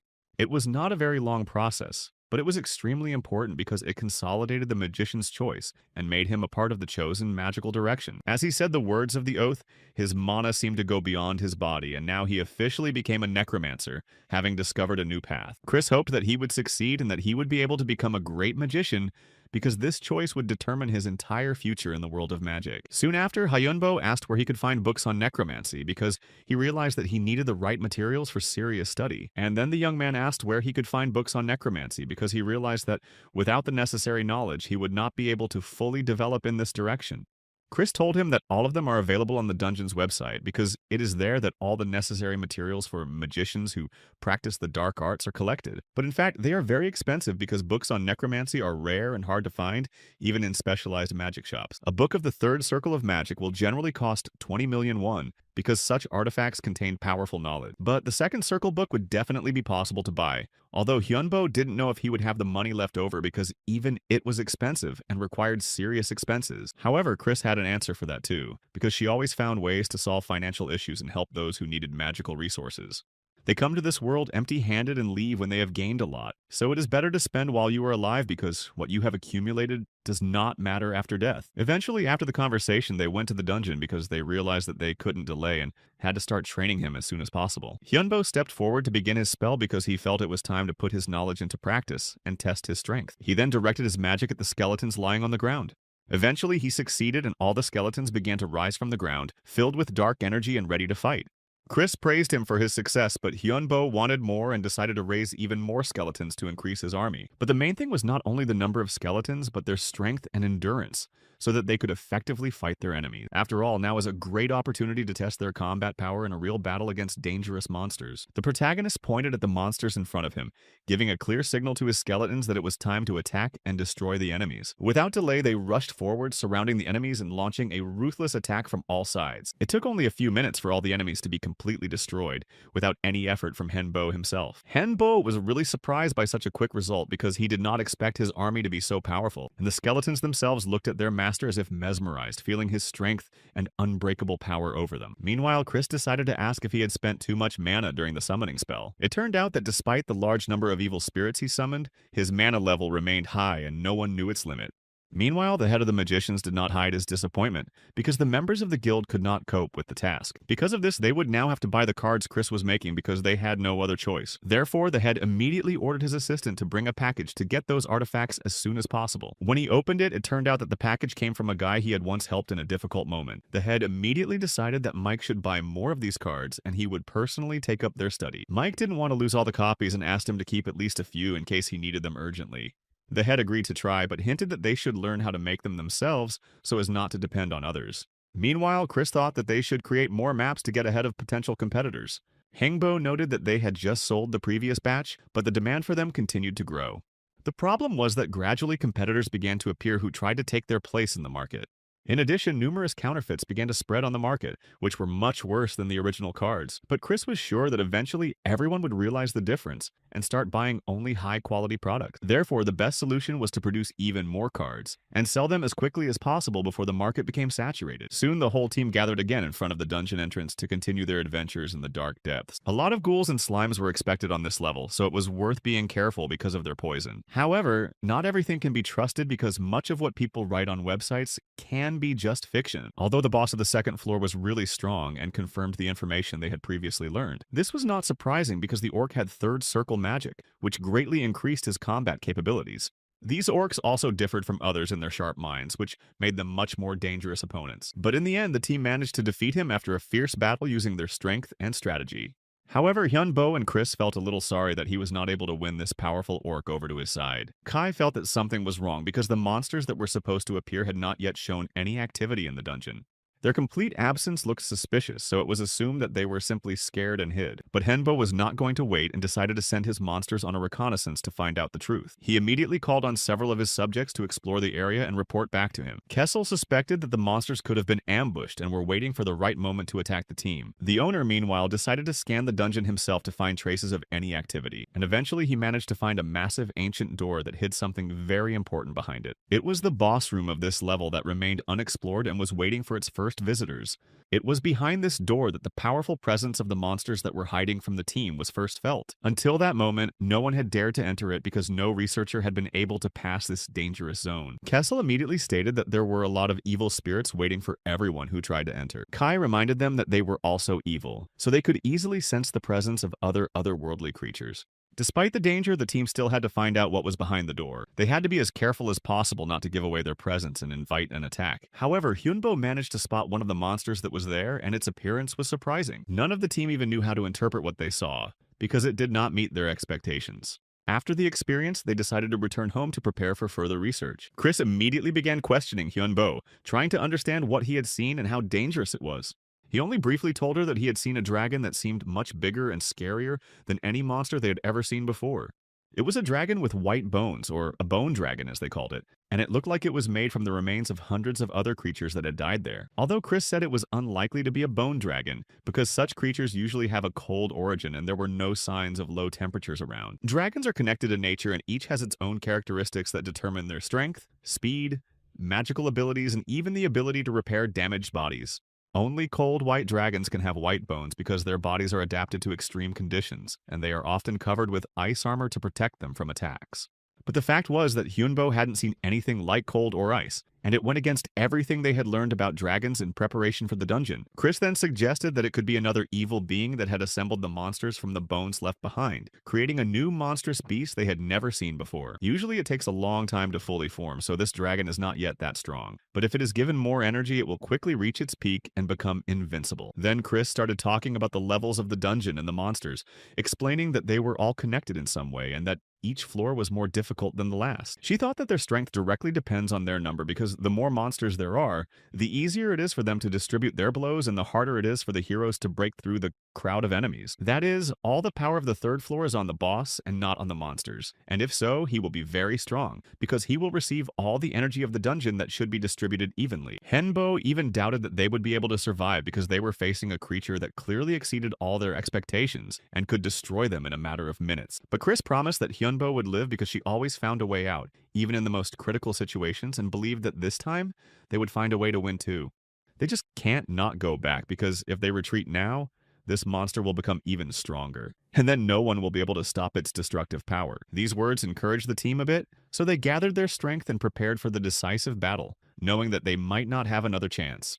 He also added that he relied on all the skeletons because they were not just servants, but a real army that could change the course of the battle if their capabilities were used correctly. From that day on, everything changed and the team began to train more because they realized that they needed to not just survive, but become much stronger to cope with the new threat.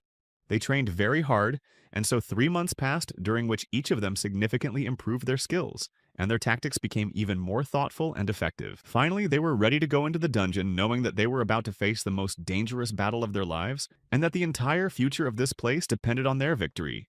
Now they all knew that they had only one chance, and if they lost it, They would never be able to come back here and finish what they had started. And it will be harder than any previous battle because this time, their opponent is not only strong but also has an unknown power that can get out of control at any moment. Therefore, they simply must win because if they fail, this monster can escape from the dungeon, and then there will be no place that can resist its power. Hyunbo left the other smaller monsters to Kai because he knew that his friend would handle them well and be able to hold them back while they fought the main threat. And in front of the team were other conquered skeletons that were supposed to help them hold off the boss's onslaught and create the perfect conditions for the final blow.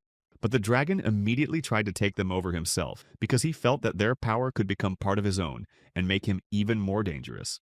So Hyunbo intervened to stop him from doing so, knowing that if this monster gained control of their allies, their defeat would be inevitable. After that, Hyunbo ordered Kessler to prepare for the attack because they had to act quickly before the dragon regained its strength and became even more formidable. He and Kai threw the bombs they had been preparing for a long time at the monster because they knew that these explosive devices could cause serious damage and create the moment for a decisive blow. Kai added that they needed more skeletons to make a bigger impact, because their combined attack could be the force that would equalize their chances against the powerful enemy. It was only a short time before they would win because the dragon was losing strength, but at the same time it meant that it would become even more unpredictable and dangerous. Now the team's mana defense was too weak, and if they didn't find a solution, they might not survive the battle. But Kai just said that complaining won't help, and if his friend doesn't want to die, he should try to do something useful. Despite their fatigue, the skeletons continued to attack the dragon without giving it a second to recover or counterattack. Then Henbo summoned the clay golems because they could withstand strong blows and protect the team, at least for a while. Others used explosions, and Chris created a huge fire sphere that rotated around her, gaining even more power. Finally, after continuous attacks, this mighty dragon was brought down to the ground. It seems they managed to destroy the core in its head. It seemed that victory was already in their hands, but at that moment Kessel abruptly moved away and was very far away. At that moment, something went wrong and the skeletons quickly rushed to Hyunbo to bring him back to life after a strong blow. When he finally opened his eyes, he saw a huge dark figure radiating incredible power. A real monster stood before him, not even close to resembling an F-class dragon, because its strength was simply incredible. According to all the rules, the boss of the third floor was supposed to be an orc necromancer, but this monster clearly had nothing to do with him. The fact is that the orc was almost destroyed by other players and therefore had no chance of survival. And feeling that his end was near, he desperately used all his strength to create this dragon. However, due to the loss of his strength, he was unable to control his creation, and the dragon got out of his hands. Immediately after that, this monster became even stronger and began to consume everything it could find around it. Having freed himself, he instinctively tried to survive, so he took energy from both his creator and other creatures. But even so, it failed to reach its final form because it had no core of its own. That's why even after their strongest attack, this monster kept moving and rushed at them again. Hyunbo quickly said that they should buy some time, and in the meantime, Chris should prepare to attack. But Hyunbo and Chris's strength was almost zero, so they could barely move and had no way to strike or even defend themselves against the attack. Kessel said that Hyunbo could take his mana because he couldn't fight now anyway, and any attempt to resist the enemy would be a waste of energy.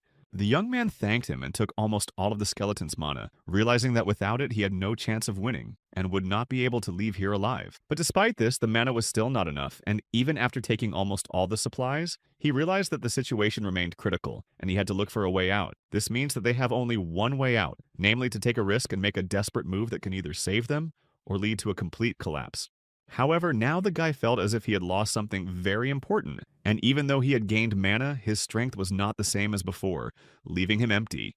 His life had been shortened, but he still had enough mana to try to fulfill his plans and take the last step towards survival, even if it cost him everything. Chris began to worry about him, but Hyunbo assured him that everything was fine, even though he knew that his condition left much to be desired and that time was running out.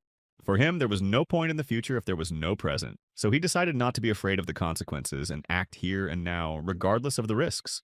Now, the main thing for them was just to survive and get out of here, because staying in this place meant certain death, and every second could be their last. It also turned out that they still had bombs that they could use as a last chance to change the situation and give themselves the opportunity to get out of here.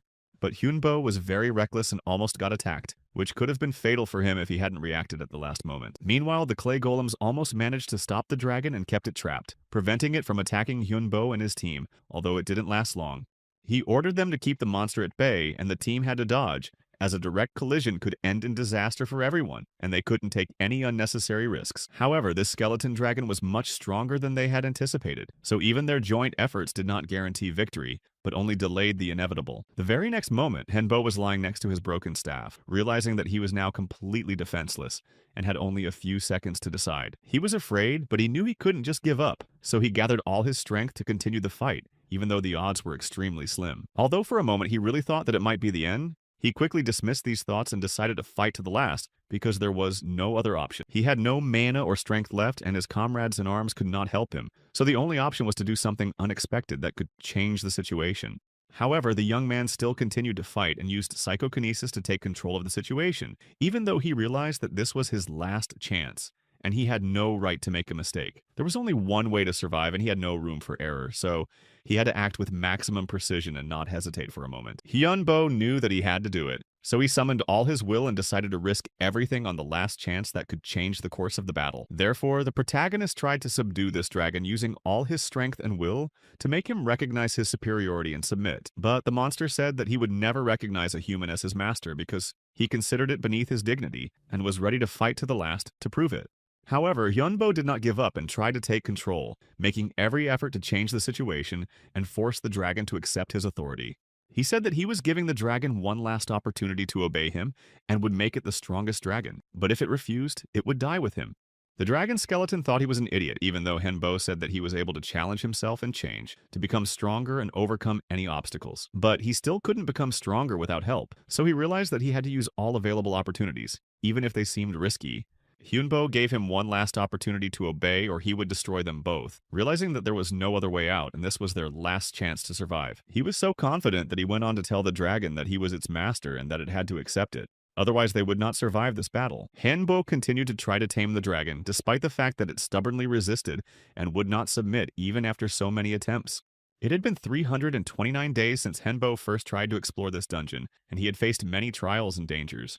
Eventually, the dragon surrendered, realizing that if he agreed to cooperate, he could gain much more power than he had before, and use it for his own purposes. One of the high-rise buildings in Cannes looked quite ordinary, but in fact it hid something important that could change the course of events and influence the dungeon explorers. That building housed a company that supported dungeon explorers, and it was its employee who brought important news about the successful completion of one of them. Despite the fact that the dungeon was Class F, this time its passage turned out to be unusual because an event occurred there that attracted the attention of the company's management. Because of this, the employee insisted that the manager personally familiarize himself with the reports received because he believed that such information could not be ignored. The manager's desk was filled with a large number of emails, which indicated that something really important had happened that could affect the entire organization. However, after reviewing one of the papers, he threw it on the table because he considered the information to be absurd and simply impossible for a dungeon of this level. He had heard of similar situations, but he could not believe that a skeleton dragon appeared in a Class F dungeon, which by all rights should not exist in such a place. What was even more impressive was that the same guy who sold the maps with the skeleton squad had gone through this dungeon, which was unusual in itself. The head of the organization was furious that his subordinate had only just told him about it, as he had intended to support this player even earlier. He was worried that the player might feel disappointed to learn that they knew about his achievements, but did not provide him with any help when he needed it. Despite everything, Hyunbo survived the battle, although he lost it. But the fact that he survived such a difficult battle was already a significant achievement. He felt very disappointed in himself because he realized again that he was still too weak to cope with such threats, even after all his efforts. Against all odds, Chris Kai and Kessel also survived, which meant that they were able to cope with the danger and save their lives, even though they were seriously injured. Despite their severe injuries, Chris and Kai did everything possible to save their owner, even if it required them to make great sacrifices and take risks. The girl explained that they managed to survive only because they moved their cores, which allowed them to avoid death and withstand the consequences of a difficult battle. She also added that although it is necessary to work on mistakes, constantly thinking about them and dwelling on failures will only hinder further development. As a result, they not only survived but also managed to conquer the dragon Nidhogg, who, although he did not recognize it, had already become part of their team. The dragon himself claimed that no one had tamed him, and that he had decided to join because he considered it beneficial for himself and his future. Chris pointed out that whether he would admit it or not, it was Hyunbo who gave him his power and name, which already made him indebted to his new master. Despite all of Nidhogg's denials, his soul still belonged to Hyunbo, and that was an indisputable fact that even the dragon himself could not deny. Of course, he didn't like it, but he couldn't deny the obvious. because he realized that his fate was now tied to someone he had recently considered weak. He also warned that if Hyunbo did not fulfill his promise of great power, he would not hesitate to destroy him, even if it required betrayal. When the dragon disappeared, Hyunbo thought only about how much he wanted to go outside after the long sweep and finally feel the freedom outside the dungeon. Chris said he could go, but warned him that he would need at least another half a month to fully recover before he could return to training. Kai and Kezel were glad that their master was on the mend, because if he wanted to walk, it meant that his condition had improved significantly and was no longer a cause for concern. Kiesel decided to go with Kai because he was to replace Chris and take over all her duties so that she could do other things. She was going to go to work on creating cards for sale, as this was her main task, which required concentration and a lot of stamina. Kiesel also got ready to go help her, and Kai asked if Hyunbo was okay, who looked pensive as if something important was bothering him. Soon, the young man decided to go outside to get some air and maybe find answers to the questions that were bothering him. Since the skeletons could also see the street, they also wanted to go there to learn more about this world and expand their understanding of human life. Hyunbo decided not to object and let them go with him because he realized that they were also curious to see everything with their own eyes. They had fun observing city life and interacting with people, but it was time to go back home and continue their work. Of course, Henbo also thought about staying here forever because it was calmer here than in the dungeons filled with danger, but everyone has a place to go back to, and he wanted to go home after his walk. In addition, Hyunbo was thinking about finding a new home for them, because the old one no longer met their needs and was not spacious enough. The taxi driver noticed that Hyunbo seemed to be in Seoul for a short time, and he nodded, confirming that he was not used to this city and its many features. There were many interesting things to see here, but the man said that it was better to be at home after sunset because there have been many disturbing events recently. Recently, people often disappear, and in Korea alone there are 50 missing persons, and it may be because of monsters that could enter the city unnoticed. But Chris said that it can't be monsters for sure because people can destroy their own kind without any magic or supernatural intervention. They can't know for sure what's behind the disappearance, and Hyunbo is an ordinary person who can't help because he has no influence on such events. Besides, it is beyond his power, so Hyunbo did not want to interfere because he had enough of his own worries that required his attention and efforts. People always disappear, but the main thing is that it's not Hyunbo, so he decided not to delve into this problem and continue to do his own thing. He should just focus on his promise and not get involved in other people's business that has nothing to do with him and can only cause trouble. The skeletons also said that despite all this, they would support any decision he made, so he shouldn't hesitate in choosing his own path. Also, free time is running out very quickly, so he needs to get back to business as soon as possible and not waste precious hours on useless thoughts. Chris told him that he should get down to business because it would take a lot of time and require maximum concentration and endurance. They also managed to move to a new house, which was much more spacious and comfortable than their previous place of residence. It is quiet and spacious, and even Nidhogg can fit in, which was a great advantage for them because they don't have to worry about lack of space.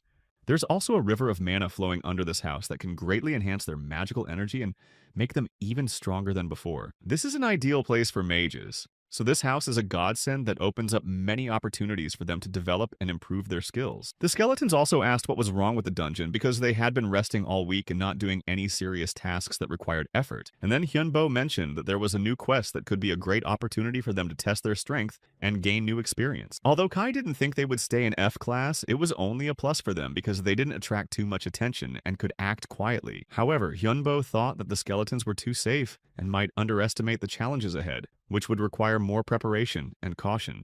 The bosses will only get more powerful and they don't know what to expect, so it's better to stay alert and always be ready for any surprises. They may be confident in their own abilities, but they should always be cautious because overconfidence can be the cause of their defeat. Chris agreed, saying that it is indeed worth acting carefully and not underestimating possible opponents who may be stronger than they seem. Kai and Kezel started apologizing for saying such a stupid thing because they realized that their overconfidence could turn into big problems for them. But in the end, they realized what they had said, and Hyunbo breathed a sigh of relief as his allies finally realized the importance of caution in future battles. Once upon a time, it all started when the door of the boy's apartment became the entrance to a dungeon, and he was scared because he did not know what was waiting for him.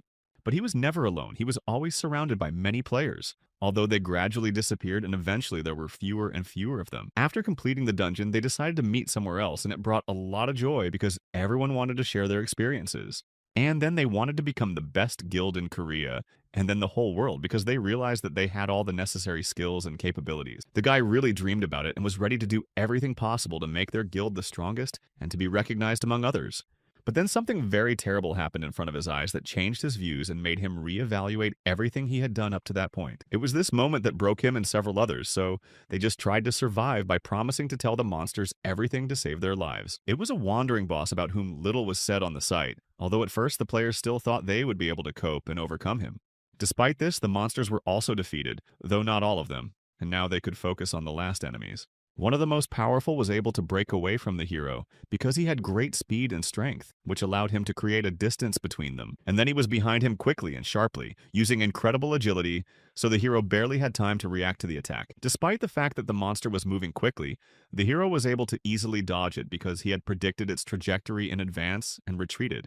In addition, they saw a bone dragon in front of them that seemed extremely threatening, even though it had not yet gained its full strength. But this character objected, saying that it was only a skeleton because it was still too weak and unable to show its full power in battle. Then he added that later this dragon would become stronger, and then no one would be able to defeat it, even under the most favorable conditions. After that, Nidhogg began to enjoy his meal, not paying attention to the events around him, because they did not matter to him. The young man sat down next to the victim, seeing that he needed help, and decided not to leave him alone in such a difficult situation. The hero also needed it, so he asked if he was ready to help as well because together they had a better chance of success.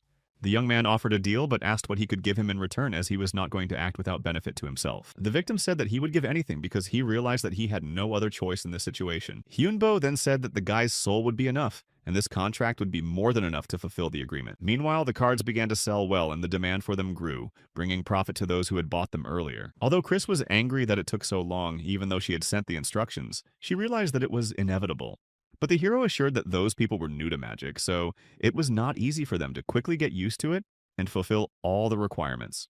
In the dungeon, the masked guy said that he would return the victim's hand if he signed a contract and agreed to the terms. But another participant thought that it was impossible to return the limb at all because he considered such magic to be something too complicated and unattainable. The guy agreed, saying it was really hard to believe, but he was willing to take the risk because he had no other choice. That's why he decided to do things a little differently and find a way to realize his plan without excessive losses and risks. Applying his skills, the young man used the magic of restoration to begin the process of regenerating the lost body parts. And a miracle happened, because the guy's lost arm returned, which was an indisputable proof of the power of his magical abilities. They didn't know who he was, but the masked young man called himself Wonyo and introduced himself to them as a new ally or potential enemy. Then he asked about the contract because he needed to know if the boy was ready to fulfill his promise. After that, all the survivors raised their hands, saying that they agreed to the terms offered because they realized that there was no other choice. That day, Wonyo signed 21 soul contracts, and the first condition was not to tell anyone about it to avoid problems. The second was to give him all the mana crystals during the raid, which was to provide him with a constant source of magical energy.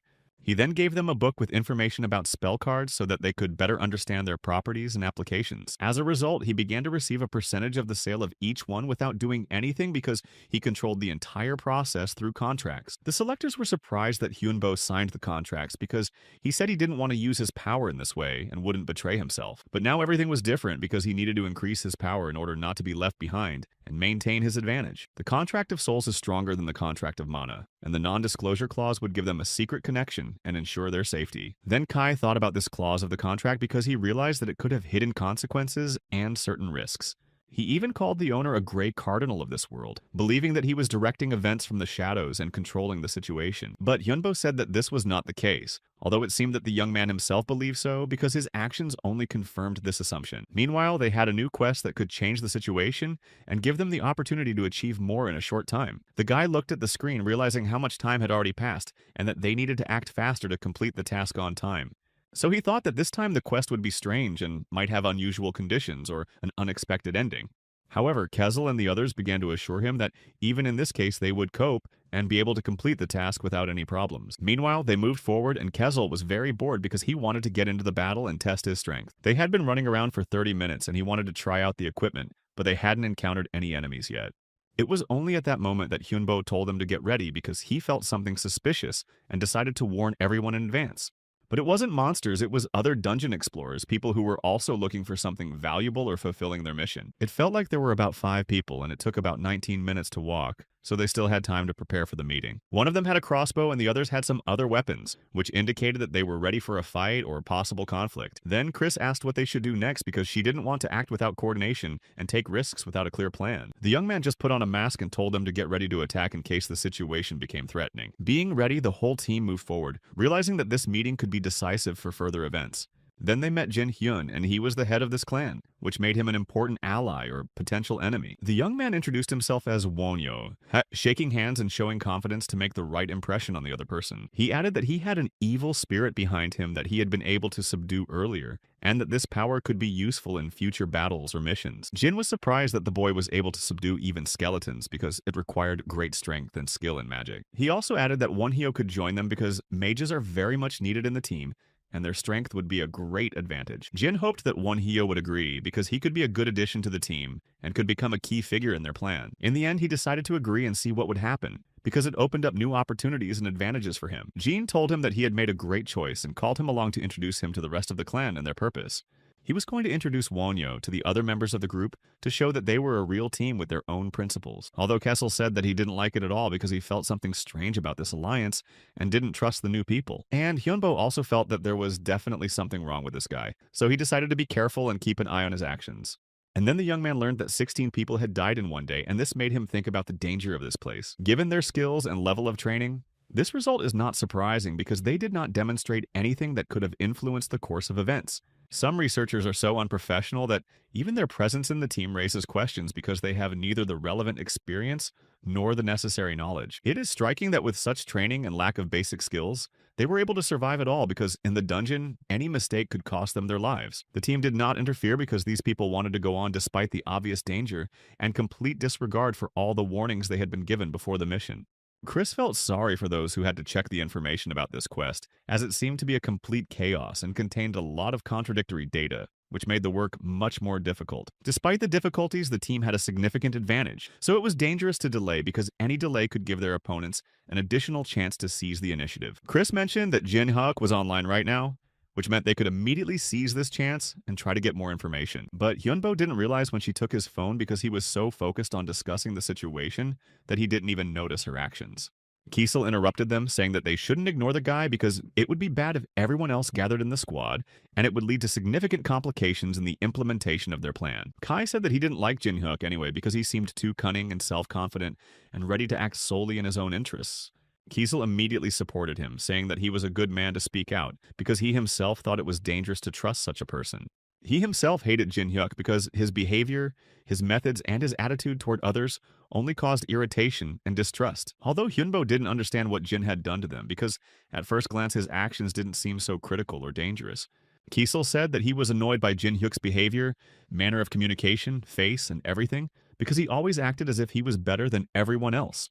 And Kai added that his clan also didn't seem responsible because their decisions seemed too impulsive and their actions chaotic. Although it's strange that Hyunbo, who talked to him so much, didn't suspect anything because he usually had a pretty sharp intuition and knew how to read people. But if you also ask the clan what they think of the leader, they all unanimously say that they are happy with him, although it seems that this is not the case, and they only pretend to support him. There is hatred in their eyes, at least he thought so, because their facial expressions and tense atmosphere indicated hidden anger and frustration. But Chris added that this was just Kai's guess, as they had no concrete evidence against Jin Hyuk, although he himself could not ignore his intuition because every time he talked to this guy, he had a feeling of danger.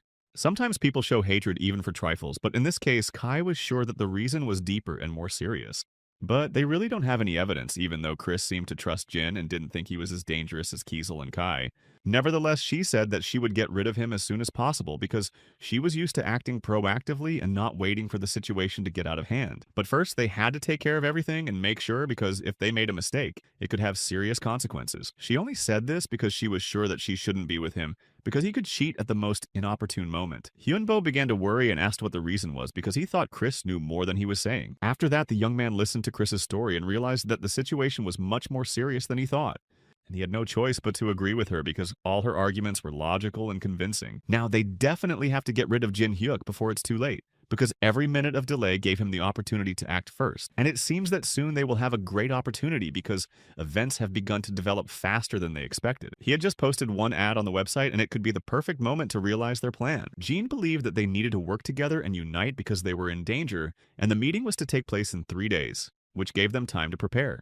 So they still had time to prepare, but they couldn't afford to waste a second. Chris stood up and said that they needed to think this through very carefully because any mistake could cost them too much. In the end, she acted as she usually does in a focused, cool manner and without any hesitation. Hyunbo could even sense her wild desire to deal with the problem, because she could not tolerate situations in which she did not have full control. Eventually, 3 days passed and they all gathered in the dungeon together, each ready for the decisive moment. At that moment, Jin started to speak and asked if anyone could hear him, because he wanted to make sure that everyone was listening. It seemed that everyone was there, so he was ready to start and not waste time on unnecessary formalities. He first thanked them for coming and then got to the point because he realized that everyone wanted to hear the main thing as soon as possible. Jin began to tell us that even his clan, which had been preparing for the battle for a long time, was now in a state of shock because of the unexpectedly high level of monsters. This place is extremely dangerous because if you let your guard down for a few seconds, you can say goodbye to your life without any chance of escape. However, even in such a dungeon, there were those who were able to pass it and left comments on the site with tips and impressions. Therefore, Jean decided to encourage others by saying that they were no worse and could also pass this test despite the difference in skills. However, he emphasized that they should be sober about the situation because sooner or later they would face serious financial problems. They will be able to destroy a huge number of monsters, but due to the large number of participants, profit distribution will become a difficult task. This will certainly lead to conflicts between the group members, and the situation will gradually begin to spiral out of control and put them in danger. To avoid such problems, Jean thought of an effective way to maintain order in the team. He suggested creating an official guild right away to organize their group and set clear rules. The site has already posted some fresh information about the guild that may influence their decision and further actions in the dungeon. It states that the profit in the guild automatically increases by 30% compared to the individual passage. That's why Jean insisted on forming a guild, as it would give them a significant advantage over other hunters. In addition, he immediately nominated himself for the role of master and head of this new organization. At first, no one said anything and the room was silent as everyone pondered his words. But then Jin explained that he should become the head because of his unique superpower and natural talent for leadership. Despite his confidence, many people were incredulous because they had no proof of his exceptional abilities. Jin decided to explain that he possesses a B-class skill called Dominance, which allows him to lead those weaker than him. However, the skill does not affect those with a much higher level than him, which is its main limitation. However, the guy promised that he would constantly develop this skill to gradually expand its capabilities. If he succeeds, he will be able to create a powerful clan that will have a huge impact and become the strongest among others. After hearing his arguments, many people were still hesitant, even though this prospect looked extremely attractive and promising. Jean assured that all those who signed the guild membership agreement would receive power from him that would help them survive. To demonstrate this, he decided to show the effect of his ability by calling someone from the crowd to him. Genie explained that all he had to do was say the words of consent, and the person would officially become his subordinate. As soon as the guy agreed, the system instantly recognized him as a member of the guild, and he began to feel changes in himself. After checking his skills, it became obvious that after joining the guild, he really became much stronger. It was incredible because in just a few seconds, his skills improved, and he became much more effective. With this rate of development, they will be able to easily overcome all difficulties in the dungeon, and not be afraid of enemies. The further they advance, the stronger they will become, which will open up new opportunities for growth. Thanks to his ability, all participants could be sure that they would be able to pass this test without fatal losses. And everyone who signs a contract with Jean will become stronger and receive a significant increase in abilities, which will make them more dangerous in battle and give them an advantage over their enemies. That's why the boy was ready to take an oath of mana to prove his commitment to his ideals, and show that his intentions are sincere and unwavering. This is an oath that cannot be broken because it will end very badly for this person, and will have terrible consequences that could lead to his death, or even worse. So he vowed that he would not give his trainees meaningless tasks and would not force them to do something that was contrary to logic or put their lives at unnecessary risk. This won over the others, and they thought that Jean was truly worthy of the title of leader because he had shown himself to be a leader who was not only strong, but also fair in his decisions. So Jean thanked them for trusting him and assured them that he would do his best to meet their expectations and lead them to a common goal. Eventually, Wonhyo himself spoke up, having been silent until then, but carefully observing and analyzing the situation. He said that he had known before that Jin would want to create a guild, because from the first meeting he saw in him leadership qualities and ambitions that exceeded the limits of an ordinary magician. But he was really surprised by Jin's skills because even among experienced mages, few could gather people around them so quickly and win their trust. He was glad to hear compliments from a magician like Wonhyo because it meant that he was recognized not only by his subordinates, but also by those who were equal or even stronger. However, the boy wanted to ask him one question that was bothering him and could change his mind about everything that was happening around him. Jin's skills strengthen his wards, but this also applies to his own abilities if they are at a high level or he is able to control a huge amount of energy. And at that moment, Wonhyo said that because of this resistance, those 16 people disappeared, unable to withstand the load that Jin had imposed on them with his orders. Jin didn't seem to understand what he was talking about, but he was worried because if it was true, his powers were not only powerful but could have terrible consequences. Wonhyo said that all these people simply could not stand his orders, which is why this happened, because not everyone can cope with what is imposed on the level of mana. Then the boy asked if there was anyone else here with the same power as him, and if this could mean that the other wards were also in danger if they obeyed his orders. Jin screamed, saying that he was innocent, and finally said that he would swear if necessary to prove that he had done nothing wrong and had nothing to do with it. This he did, only to panic more and say that he had nothing to do with it, and that Wonhyo was just trying to accuse him without any evidence. People thought that oaths can't lie, so the magician was wrong, because if Jin was really guilty, she would have punished him for lying. Kiesel wanted to kill Jin, but he had to hold on because he couldn't act rashly until he found out all the details and got confirmation of what he had said. Then Wonhyo said that he would be a little more precise so that no one would have any doubt about what exactly happened to those 16 people. He said that Jin had ordered those 16 people to kill each other, and they could not disobey because they were bound to him through the Oath of Mana. That was his entire order, which he gave without hesitation, and then just watched them do his bidding and kill each other. In the previous dungeon, Jin was one of 28 explorers who went there in search of artifacts and knowledge that could change their lives. He did not stand out in any way, although he tried very hard to do so because he wanted to prove that he was not just an ordinary magician, but deserved something more than others. And in the end, he managed to get superpowers and fulfill his dream, which was to become so powerful that no one could challenge him. But he was actually a terrible person who would stop at nothing for his own power and had no pity for those who stood in his way. And the Mana Oath made people obey him, and Jin showed his true face only at the end of the raid when he was already sure of his victory. People were ordered to destroy each other and had no choice because they were bound to him through the power they had received and could not resist his will. In the end, he did not destroy anyone himself, but gave the order and watched everything from the outside as if it were just an experiment that did not concern him personally. However, Jin himself denied everything, saying that Wonhyo had no evidence, and that he was just trying to destroy his reputation out of envy or distrust. He also added that the magician was even afraid to show his face, because he knew he was wrong and his accusations were just unfounded speculation. Then the young man said that he had evidence, although it would be hard for Jin to believe it because it would change everything he thought about himself and his power. The researcher thought it was nonsense because all the bodies disappeared in the dungeon and there was nothing left that could confirm his guilt or expose his true intentions. And he still successfully controlled the survivors, not even giving them a chance to escape from his influence and tell anyone the truth about what happened. That's why his wards began to say that Jin was innocent and was being accused unfairly because he had done nothing wrong, and it was all just slander. Wonhyo felt sorry for them, so he decided to help them right away so that they would not suffer and understand the truth that would be revealed to them after his intervention in this situation. It was then that the young man used a skill that brought back to life the undead that everyone thought were lost, and now stood before them, alive again thanks to magic. After that, those 16 people appeared right in front of them, causing everyone around them to freeze in shock, as no one expected to see them alive. He introduced himself again as Wonhyo and said that he was a necromancer who knew the art of controlling the dead and was able to bring them back to the world of the living. This made people afraid because they didn't really know what it was and what necromancers could do, because their magic had always been a source of fear. But they understood everything correctly because such magicians have the ability to raise the bodies of those who did not survive and control them, forcing them to obey their orders. Although most of all he specialized in evil spirits, which was the best weapon in his hands, allowing him to easily deal with enemies. Therefore, he is able to summon those who are not so easy to see because they are in the world of shadows and only a true necromancer can control them. Wonhyo also added that these people were always wandering in front of his eyes, so he intervened to give them the opportunity to speak and find peace. Jin continued to shout, saying that it was all nonsense and an illusion created to deceive everyone around him and make them doubt his words. And his wards continued to say that the genie was innocent and could not have done anything wrong, so they did not believe in all these magical tricks. And those who did not survive screamed for him to release their relatives from his power because they did not want their loved ones to remain under Genie's control. Jin said that no one should believe the MKG in this illusion because he was just lying and trying to use people to achieve his goal. The wards were afraid but continued to say that Jin Hyuk did nothing, and all the accusations against him were just an attempt to destroy his reputation. They even started to cry, saying and begging to believe Jin because only he could lead them to success and save them from all threats.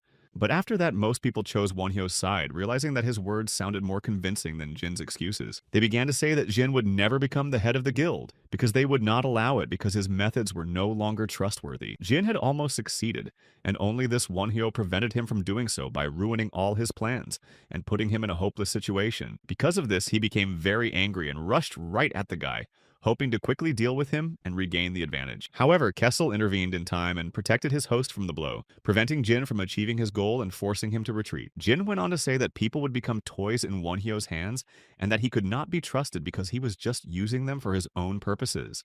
Therefore, he continued to fight for his title, saying that he was right and that only he was capable of leading the guild to victory. After that, an even more intense battle began between him and Kislam to determine which of them was actually stronger and worthy of power. Jin realized that he couldn't do it without a fight, so he called for help from his subordinates and ordered them to attack and destroy the enemies. But Wonhyo ordered Kesla not to harm ordinary people because they are innocent, and should not suffer because of other people's ambitions and struggles. Therefore, the skeleton simply defended itself and protected its master, not hitting people but not allowing them to get close to Wonhyo.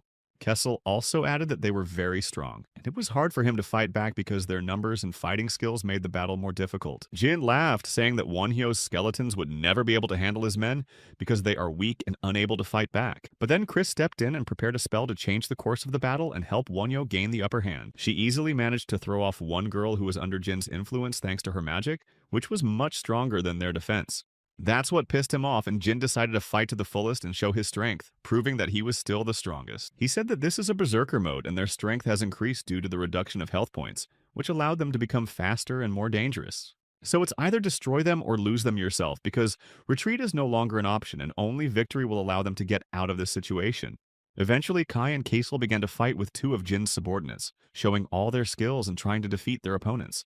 But at that moment, Chris used the ice arrow skill which flew forward and hit her target, making her shiver from the cold. She hit the girl in front of her, but she immediately reacted by activating her abilities to fight back. Henbo realized that these people had incredible strength, and their endurance far exceeded his expectations, making him tense.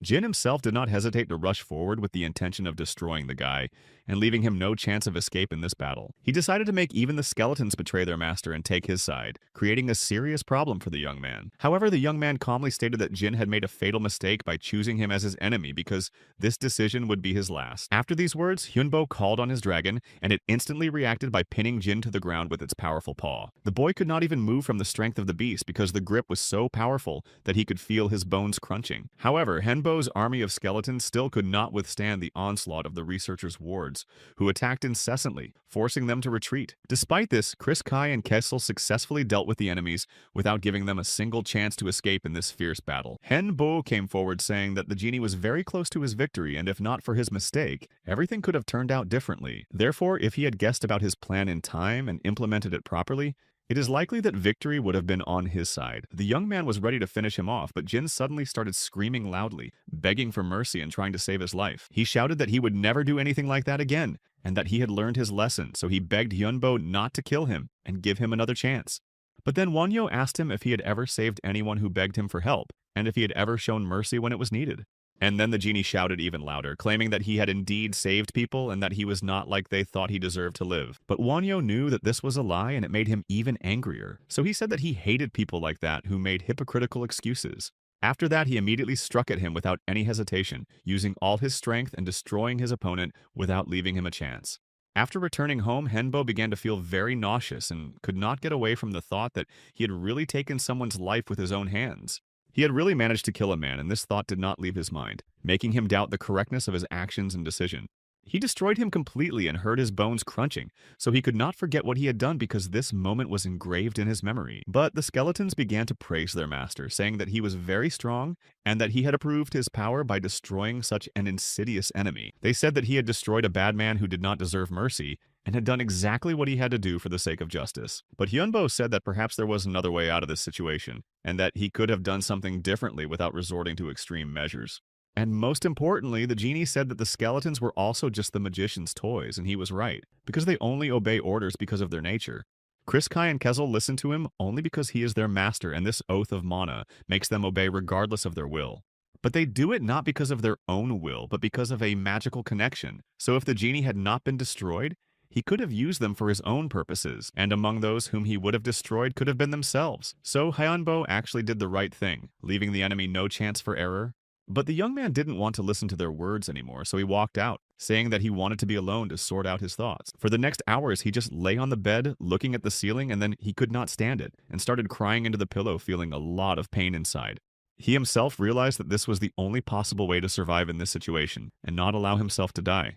But even so, the hero could not forget that he had taken a man's life, and this burden did not leave his mind. Hyunbo firmly promised himself that he would not forget any crime, even if it had to be committed for his own survival. He was convinced that in this way he could at least partially atone for his sins that he had already accumulated. Suddenly, however, skeletons entered the room and congratulated Hyunbo on reaching the 4th circle of magic. The young man was instantly worried and began to ask the skeletons what they meant and why it was important. The skeletons did not explain anything new, only repeated that Hyunbo had successfully reached the 4th circle of magic. He didn't seem to understand how it had happened, although the skeletons could immediately sense this significant magical change in him. Yesterday, his determination had strengthened his magical skills, giving him a new power he could use. He didn't like this way of developing, but he was glad that he was much stronger than before.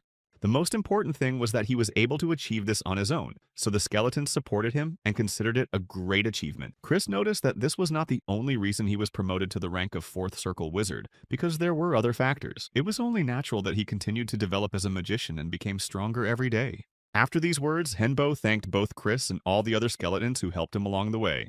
Obviously, they will not have fewer problems, but now they should rest to recuperate before new challenges. Although it seemed strange to Chris, she explained that there were too many people in the dungeon now. After they left, the players decided to form their own guild to protect them. However, they couldn't find a decent leader, and because of Jin, they began to suspect each other of almost everything. Some of the people even tried to find him on a message board, hoping to get more information. Mike and the head of the mages had also read reports of a necromancer and a skeleton dragon, though they didn't believe it at first. Such dragons are very powerful, so their presence in an E-class dungeon was really strange and unusual. However, Mike argued that only a necromancer with exceptional magical powers could tame such a dragon. The head of the guild had a different opinion, as he believed that the existence of such a strong player was quite possible in this world. There were too many reports about him online, and many people had personally witnessed his appearance. In addition, necromancers of this level must also exist somewhere, because magic of this level could not disappear. The man noticed that strange things fill not only the dungeons, but also the whole world around them. After these words, the head only laughed and thanked Mike for understanding his point of view so well. After a short conversation, Mike said that he should get back to his main business and tasks. At the same time, Kiesel was actively training with Hyunbo, honing his skills in joint combat. The skeleton emphasized that the young man could not just dodge blows all the time, because it would not make him stronger. However, after he became a 4th Circle mage, his memory and speed improved significantly. Now he could even predict Kessel's movements, which gave him a great advantage during training. He felt as if he had become a completely different person with new abilities. Kazel was also surprised that Hyunbo had become so strong in just a few days, even though Chris had said that muscles were not the most important thing for a magician. She believed that muscles and physical strength alone were not enough to defeat a really strong opponent. Kazel once again asked Kai if he had a brain, but he did not change his mind and replied that a skeleton has only bones and nothing else. The skeleton took these words very sharply and challenged Kai to a battle, even though he told the truth and did not intend to offend or provoke him.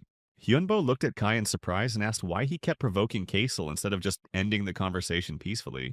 Kai did not pay attention to his words and only calmly replied that 13 more people who were not strong enough said goodbye to their lives in the dungeon. The survivors decided not to take any more risks and created their own guild, calling it the Normal Guild, but they were unable to choose a leader. The young man coldly stated that he was not going to waste his time on these people because they did not matter, and Kezel fully supported him. However, Hyunbo had a different opinion and admitted that he would like to get through this dungeon as soon as possible and not come back here in the future. But at that moment, Chris suddenly approached him and coldly said that this would not happen, so they would have to change their plans. She reminded them that she had already told them that it was much more important to focus on developing their own skills than on trying to complete the dungeon. Hyunbo didn't want to go there right now, but he still didn't know what to do with his training and how to properly distribute his energy. Then Chris smiled and said that now was the time to create a new plan that would help them develop properly and become stronger. Meanwhile, the girl under Jean's influence fell asleep again, but this time her dreams were nightmarish and filled with fear. She could not forget the terrible battle that took place in the dungeon a few days ago and left a terrible mark on her memory. The girl woke up abruptly and realized, breathing heavily, that she had once again dreamed a nightmare from which she could not escape even in her dreams. But she didn't understand why she was still having these nightmares, because Jin Hyuk had died long ago and didn't exist in this world. Then suddenly she heard the voice of a magician apologizing to her for what he had done to Jin Hyuk and ruined his life.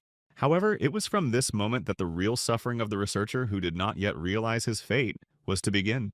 Those who had died in the dungeon began to abuse Jin Hyuk's body as if to take revenge on him for their lost lives. Hyunbo did not forbid them anything and only indifferently allowed them to do whatever they wanted with him without interfering in the process. Jin Hyuk could not find peace because all these people whom he had underestimated were now taking revenge on him for losing their lives. The girl stood silently, not understanding what was happening and whether what she was seeing in front of her was real. She also realized that she was in the same dungeon and felt that she could move again as before. She looked frightened but gradually came to her senses, realizing that it was all over and the past would not return. Another girl came up to Hana with tears in her eyes and was happy to see that Hana was free. Hana also could not hold back her tears when she saw her sister whom she thought was dead. She rushed to her begging for forgiveness because she was convinced that she was the reason her sister could not survive. But the girl denied it and said that Hana was not to blame because she was strong and did everything she could. Her sister only asked her to live and survive for the sake of both of them, as this was her last and most important wish. After these words, the girl simply disappeared into thin air, leaving Hana alone in the dark with her own thoughts. It was then that Hana realized that she could not just sit at home and cry because she had to move on. She decided that she would become stronger to prevent such a tragedy from happening again, and not to lose anyone else. So she went back to the dungeon and started training to fight goblins to improve her skills. Meanwhile, Hyunbo was thinking and trying to understand why Chris needed this base and what role it played. The girl calmly explained that there are many dungeons in this world, but it is almost impossible to explore each of them. She emphasized that if you make even one mistake, other researchers will turn into an evil person with no name, and all the other monsters will be able to enter their homes through the gates, so they need to immediately strengthen the defense to avoid a disaster. In the end, Chris was right because there was no hurry and every step should be carefully thought out so as not to make a fatal mistake. And those people the taxi driver was talking about could also have become victims of monsters, so their fate remained unknown and caused concern. These bases are needed to increase the number of survivors because they will become a safe place where people can hide and recuperate. Therefore, Hangbo asked when they would start construction because the sooner it happens, the more people can be saved. But Chris mentioned another problem that needs to be addressed because without it, everything else may be useless. The construction requires money, but the cards are not selling well now, so we need to find an alternative way to get funding. The number of fakes is starting to grow, so Hyunbo thought that they need to increase the quantity of goods to reduce the demand for fakes. But Chris suggested selling magic artifacts because it could become a stable source of income and solve financial problems. Of course, Hyunbo was surprised because others might learn how to make them, but Chris assured him that it would not be a threat to them. But Chris added that she was doing it to make money and her talent was hardly needed, so the losses would be minimal. And in this situation, she wanted to do her best because no one could compare to her, and she would be able to create unique artifacts. Then Hyunbo agreed, saying that they could start their business and if everything went according to plan, they would quickly make a profit. Although when Chris said that Hyunbo would also be busy with her, he was not particularly happy because he did not expect such a development. But the sooner they start, the sooner they will finish, so there is no point in delaying because time is playing against them and the situation is getting more complicated. So the next day they began lessons on creating artifacts and Chris taught him very carefully so that he could learn the basics faster. Thanks to her, he managed to learn quickly because Chris pointed out the slightest mistakes and explained how to avoid them in the future. The punishment was a magic body potion and it tasted terrible, but it made him be more careful about his actions. It tasted sweet, bitter, salty, and sharp at the same time, but he drank it because he didn't want to fall behind and wanted to finish his studies as soon as possible. This went on for 3 months, but eventually the young man did it and was able to create a full-fledged artifact on his own without any help. But Chris came to him and told him that the master had forgotten something, and without it, his work would not be considered complete. Because of this, tears came out of Hyunbo's eyes and he begged to take it away from him because he could not bear another punishment. But then he met Kai, who said that the time had finally come, and now they had an important task to complete that required full concentration. Now the boss of the E-Class dungeon appeared, and it became a great threat to everyone inside because he was extremely strong. Many people had already gathered in the dungeon to defeat him together because they realized that they had no chance of winning alone. Hana was also one of those who arrived there, and she was ready to do everything possible to help her comrades in the battle. She said that they would handle everything themselves because they were not going to rely on anyone else and wanted to prove their strength. She became a master and the head of the guild and told everyone to get ready to enter, because the outcome of the battle would depend on their preparation. The guild was large, and Hana encouraged them before they went forward so that they would not lose confidence and act as a unit. However, suddenly someone else came into the dungeon, and it was surprising because no one expected outsiders to appear at that moment. Won Hyo stood before them, along with a crowd of skeletons that obediently followed him as if he were his personal army waiting for a command. There were 392 days left before complete failure, and he had also come to help them in this important battle that lay ahead. Walking a little further forward, the young man finally greeted everyone, as he hadn't had the opportunity to see them and talk to them as before. The people next to him were somewhat surprised that Wonhyo was the owner of the skeletons standing behind him. But then Hana calmly spoke up and said that they were all very happy to see him, because it had been a long time since they had last seen each other. Last time, she hadn't had time to introduce herself properly, so as the head of the group, she decided to do it now. The girl thanked him for helping to free her sister and admitted that she had long wanted to find a way to repay him. But the young man just calmly replied that she shouldn't worry about it because he just wanted to teach Jin Hyuk a lesson and nothing more. After that, Hana decided to ask him directly if he would like to join them for mutual benefit in the future. She said that his team was undoubtedly very strong, but even for them, this dungeon was too difficult and could be a problem. However, Wonhyo interrupted her and assured her that in this situation, it was not him who needed help, but someone else, and he understood that. Then Hana decided to offer him a special reward for his cooperation to convince him that it was a really good deal. She took out a huge amount of cash from her bag and also showed him some mana crystals that could be very useful. The total amount was a whole $1,000,000 as well as 5 valuable mana crystals, and she promised something else after the victory. Of course, the crystals were necessary for all of them, but $1,000,000 was not enough to convince Wonhyo to accept without hesitation. So he asked her directly how she was going to divide the reward among everyone to see if it made sense for the team.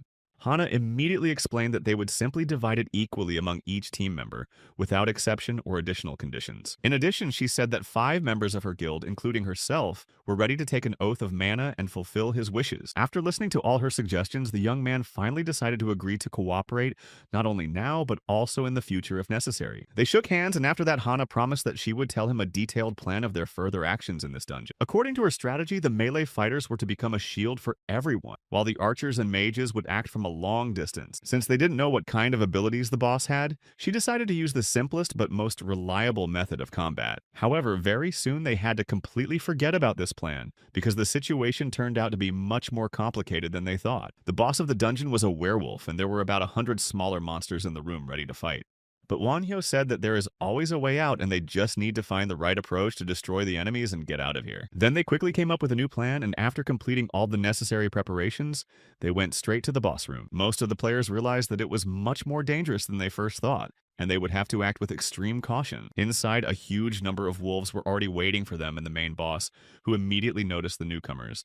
The monsters instantly began to attack, so Hana loudly ordered the shield bearers to come forward to protect the others from the first attack. She also commanded the first and second squads to immediately start attacking to prevent the enemies from taking the initiative. She also ordered the third and fourth squads to throw fireballs in the direction of the monsters to inflict maximum damage. After that, the team began to follow orders without hesitation because their survival in the battle depended on it, and none of them wanted to be defeated. But despite all the players' efforts, many monsters were still alive and kept moving forward, destroying barricades and breaking through the defense. Hana loudly exclaimed that she was leaving the bull to Wonhyo because she believed that only he could deal with this threat using his unique abilities. Hearing her words, Wonhyo immediately used the skeleton army and the bone spear to strike the enemies with a powerful blow without giving them a chance. In just a moment, he gave the order to fire to hold back the monsters and prevent them from advancing deeper into the defense, threatening the safety of his team. People were already excited, thinking that the victory would be easy because the enemies started to fall one by one, and it seemed that the battle was coming to an end. But suddenly the situation changed when the bulls went on the attack again, punching through the weaknesses in the defense and forcing the players to retreat under the pressure. Hana sharply shouted that they could not retreat and ordered everyone to shoot at the enemies because if they ran away, they could lose the battle. Immediately after that, dozens of arrows and fire spheres flew into the sky at high speed, flying straight into the crowd of monsters, tearing through their ranks.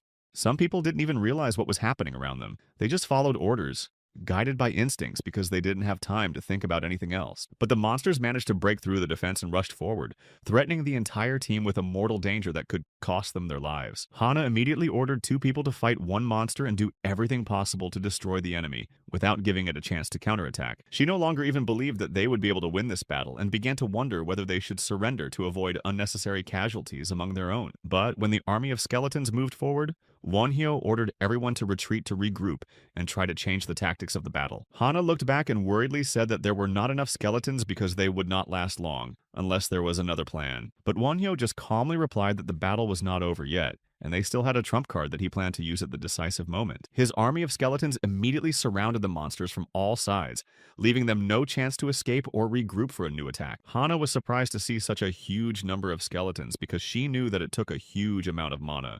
But what impressed everyone the most was that a giant bone dragon appeared behind them, looking both majestic and terrifying.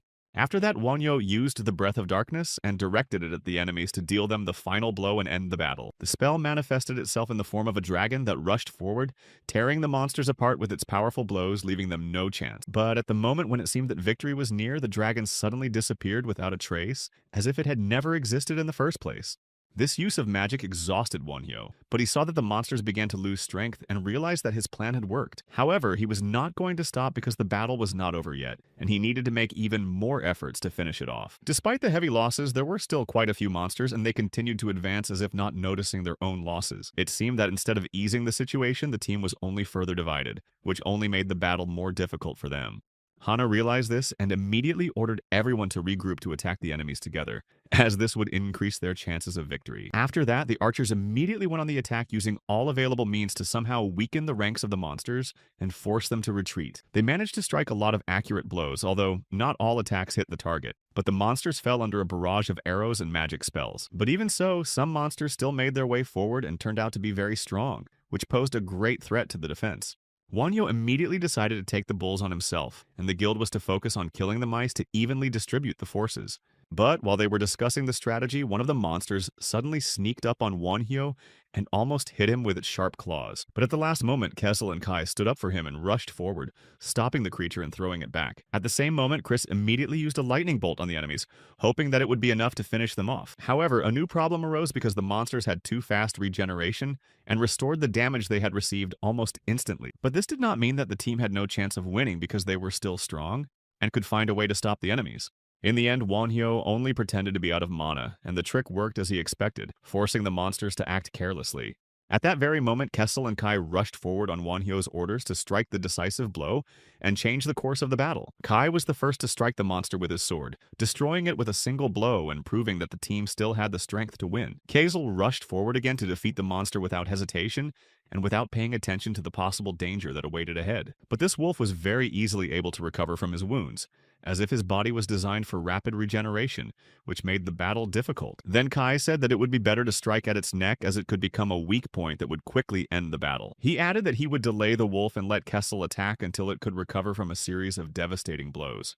But Kessel wanted to do everything himself and told Kai to stand back because he didn't want to rely on anyone even in the most difficult situation. Meanwhile, Chris also told them to leave the wolf to her because she had her own plan for dealing with the creature. Eventually, she managed to capture it and tie it up to immobilize it, which allowed the others to act without risking their lives. After that, Kessel immediately rushed at it to finish it off, not wanting to give the monster any chance to escape or counterattack. In the end, he succeeded, proving that his strength and determination can overcome even such dangerous opponents.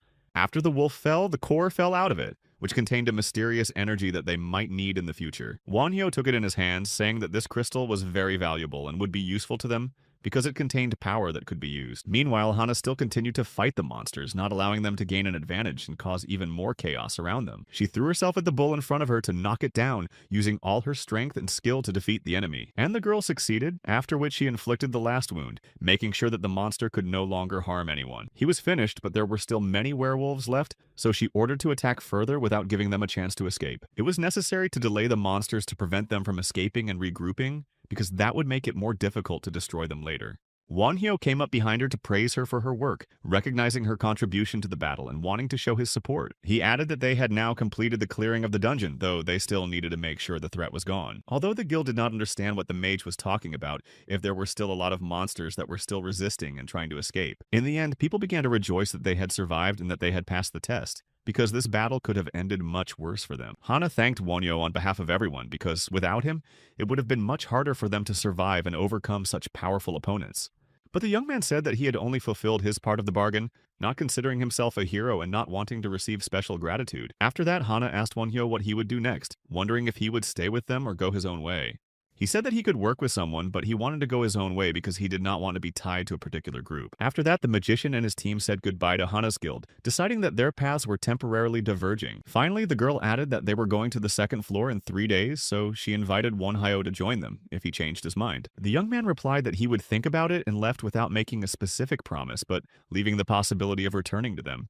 Then one of the guild members approached Hana and said that Wonhyo was a really strong magician because he had proved himself in battle as a real warrior. He even had a dragon skeleton and an evil spirit that was really strong and could turn the tide of any battle in favor of his team. All of them dreamed of continuing to go through the dungeon with him because with such an ally, their chances of success increased significantly. And if Jin Hyuk were alive, they would all become Wonhyo's enemies, and they didn't even want to think about the consequences of such a feud. At that moment, Hana shouted out to gather the guild around her because she wanted to address everyone and inform them about further actions. The head happily said that they could now return home because the main goal of their journey to the dungeon had been achieved. Meanwhile, Chris was carrying the crystal they had gotten, which was very valuable to them because it could be useful in the upcoming trials. She also told us that in her world the moon was called the eye that lightens the darkness because it was a symbol of hope in the darkest of times. When the moon turned red, all the monsters of the continent turned into evil creatures that attacked everyone who came across them. If the moon was blue, all these terrible creatures behaved surprisingly calmly, as if they had completely lost their aggressiveness. Due to this, the moon crystal could be used for various purposes, changing its properties depending on the conditions around. For example, with the help of this crystal, it was possible to obtain accelerated regeneration, similar to that of the legendary wolf. This meant that the chance of survival increased significantly, and when Kezel approached Hyundo, he immediately praised him for his work. However, even after that, the young man did not understand how Chris was going to use this mysterious crystal. The girl then calmly replied that the best solution would be to use this artifact as a core for one of them. Hearing this, Hyundo wondered which of the three of them would be the best choice to get the most out of it. But unlike him, Kezel already had a clear understanding of the situation, so he decided to act without delay. Together with Kai, they unanimously stated that the right choice would be to give the crystal to Chris. She didn't even hide her surprise when her two friends expressed their opinion so confidently. Kai and Kiesel sincerely believed that Chris would be able to handle the core better than anyone else in their group. Thus, the decision was finally made, and now this crystal was to become a new core for Chris. The girl just thanked them for their trust because it was important for her to know that they believed in her. She also assured them that she would do her best to live up to their expectations. After that, Chris quickly headed to her room as she was going to start installing the kernel immediately. This meant that they would not see her for quite some time, as the process required considerable time and effort. Meanwhile, Hana's guild went to explore the second floor of the dungeon 3 days later. They immediately noticed that they could not see the end of this mysterious place even from the corner of their eyes. It was already clear to everyone that the second floor of the dungeon was much more dangerous than the previous one. So Hana ordered her people to stay alert and focused to protect each other. She emphasized that their main goal was to survive in these harsh conditions and return home safely. Following the order, they began to move on, moving into the very depths of this dangerous floor. Although there was very little left, they still had no idea what could be waiting for them ahead. However, after what they saw, they even doubted for a moment whether it was still reality or just a dream. Their group found themselves in a dense forest with a suddenly clear blue sky. Hana immediately decided to report this strange phenomenon because there could not be a sky in the dungeon. She knew that open spaces could only happen in dungeons above E-class. The only person who could explain it to them was Chris, but they were hesitant to bother her. However, the three of them finally decided to go to her, and Hyundo showed her all the messages. The girl replied that it was not something special because it does happen sometimes. She explained that monsters in such places are usually twice as strong as in standard dungeons. In addition, such dungeons have a complete ecosystem and are characterized by their open structure. This meant that the entire dungeon consisted of just one giant horizontal floor. Kiesel concluded that now they must adapt to the new structure because the floors are arranged differently. Kessel was right, and this area really unites the entire dungeon. There are no separate boss rooms, and they wander aimlessly around the area waiting for players to appear to summon them. It's an unknown area surrounded by bosses, which makes it very difficult for any player to move and survive. Immediately after that, they all decided to go to the specified location to check the situation. Chris added that nothing has changed because their task is still to simply destroy all the bosses. And eventually, when they arrived there, it became obvious that there was nothing too special or dangerous. Chris just said that she was going back to her room because the situation was still the same for her. And Kiesel decided to contact the owner to clarify the details of their plan and determine the next steps. And he should have acted as usual because Chris clearly stated that there had been no change in the situation. Hyunbo was going to start training to be ready for new challenges at any time.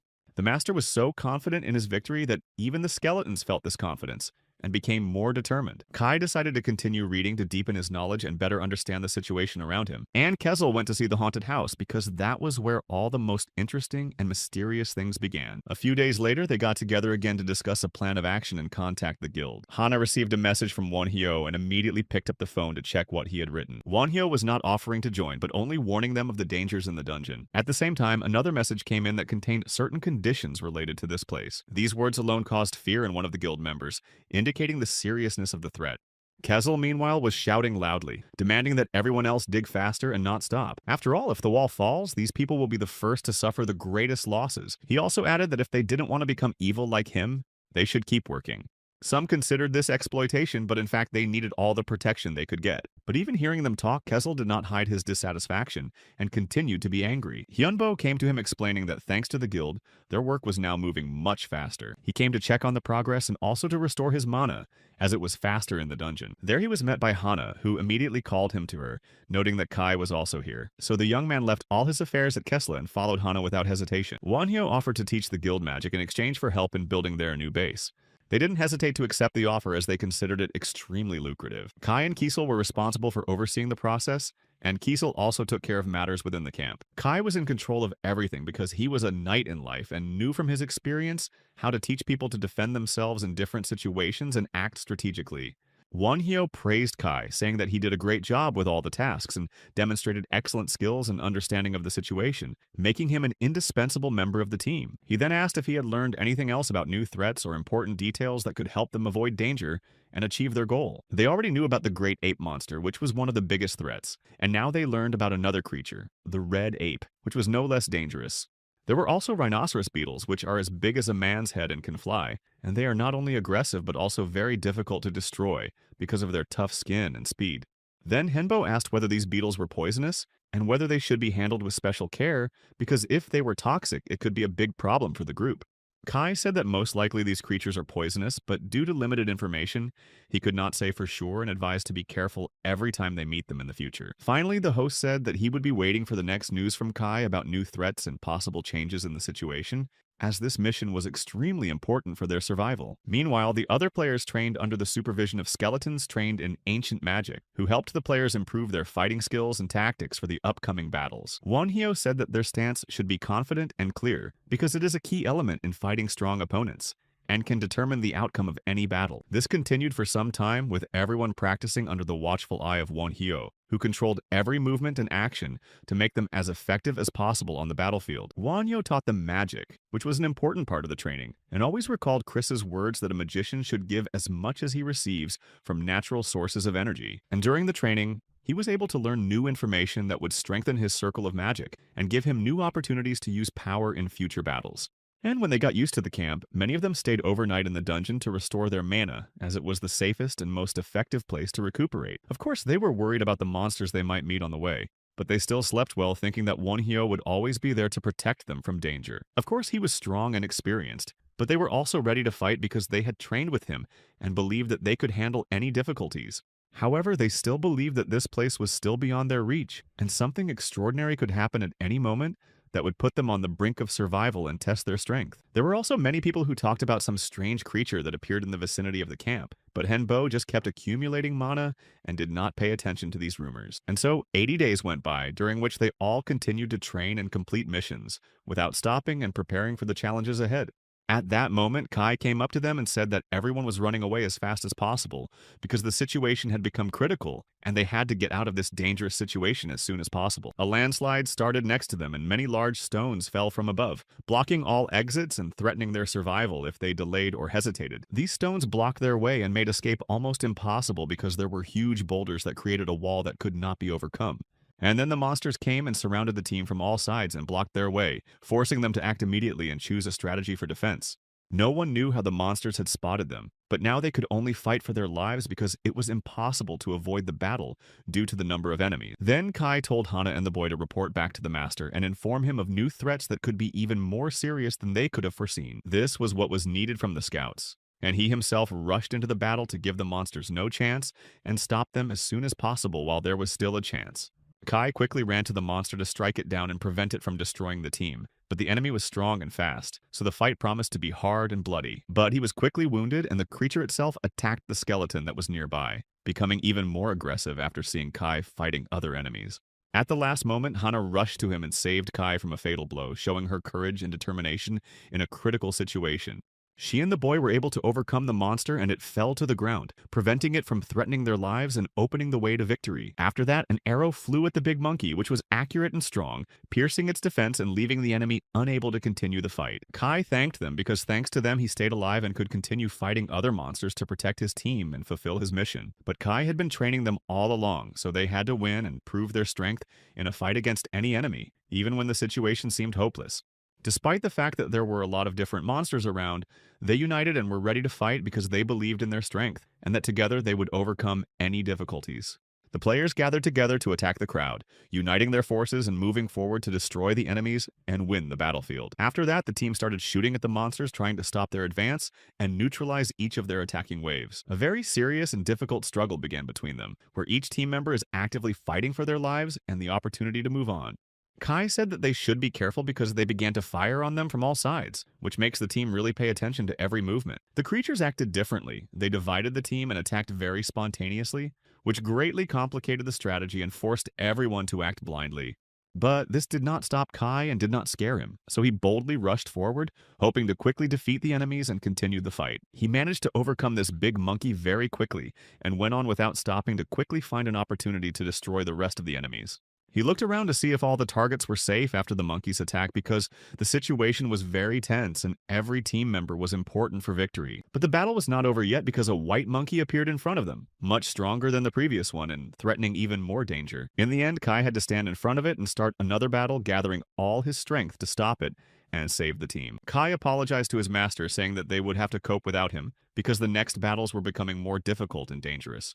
And after that, a fourth round stone golem appeared behind them, which became a new threat to the team and required immediate attention to neutralize. Henbo reminded them that they never give up and always go to the end, even when the situation becomes hopeless and it seems that there will be no victory. After that, the two monsters fought each other, which allowed the team to gather for a while and regain strength for further struggle. Kessel rushed to defend him because no one knew how this monster would behave, and his strength could affect the outcome of the battle and threaten the whole team. And the next moment, the monkey that was standing still began to scream loudly, which was a signal for a new, even more powerful attack on the team. Chris said that the host had to focus on the battle because that was the only way they could have any hope of winning and avoiding defeat. But it was not the end because many more monsters appeared behind them, increasing the number of enemies and becoming an even bigger problem for the team.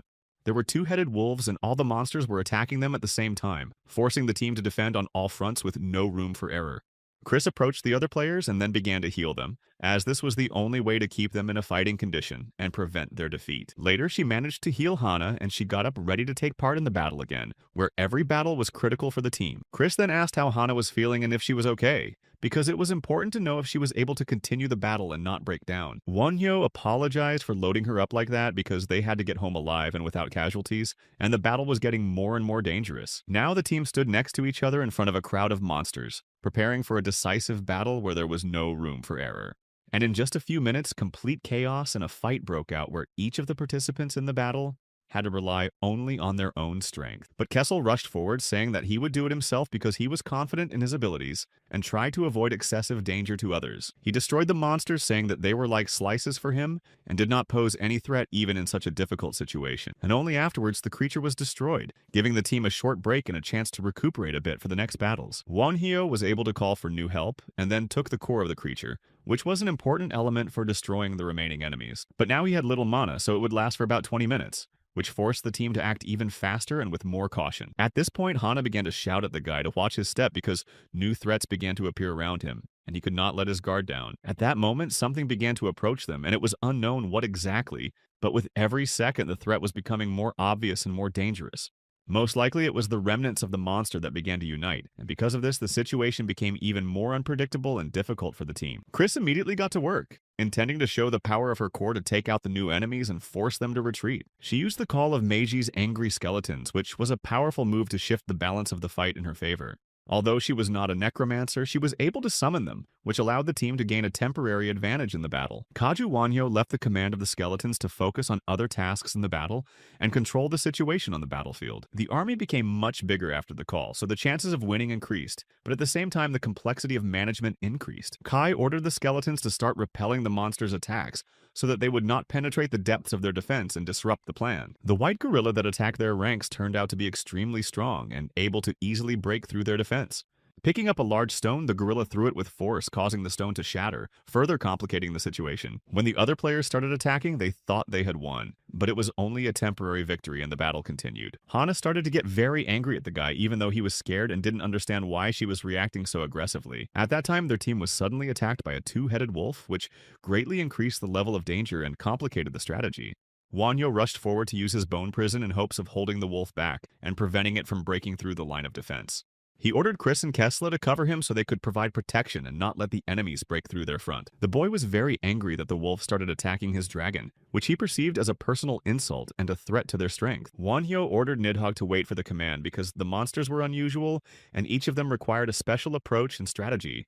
They were being pushed back, but Hyunbo's mana was running low, which put them in a difficult position and increased the likelihood of defeat. Nidhogg got angry, saying that he was a dragon and never lost, and then tried to regain control of the situation. Hyunbo felt the same way, not believing that his opponent was able to push Nidhogg away, and this caused him great shock and disappointment. However, now he had to accept the situation and continued the battle because victory was still possible with the right approach. Wanyo decided to take a risky move and transfer all his mana to the dragon, hoping that it would give him the strength he needed. After receiving the power, Nidhogg instantly used his breath to direct it at the enemy, which became a powerful counterattack. After that, they continued the battle, but it quickly ended as Nidhogg's power proved too much for the enemies. Hungbo was lying on the ground exhausted next to his staff, indicating that he was completely exhausted after the fierce battle. Other skeletons stood near him trying to bring him back to life because they were very concerned about his condition and health. They were very worried about Henbo and were very happy when he regained consciousness and was able to start acting again after a hard battle. The young man himself did not understand what had happened and asked the skeletons what had happened because he did not remember the events during the battle. The skeletons replied that he had lost all his mana and needed to rest to regain strength for the next battle. Then the boy asked what happened to Hana's guild and if they were safe because the battle was too intense for everyone. Kai said that Hana's guild was safe and had already gone home, which meant that the main threats were over.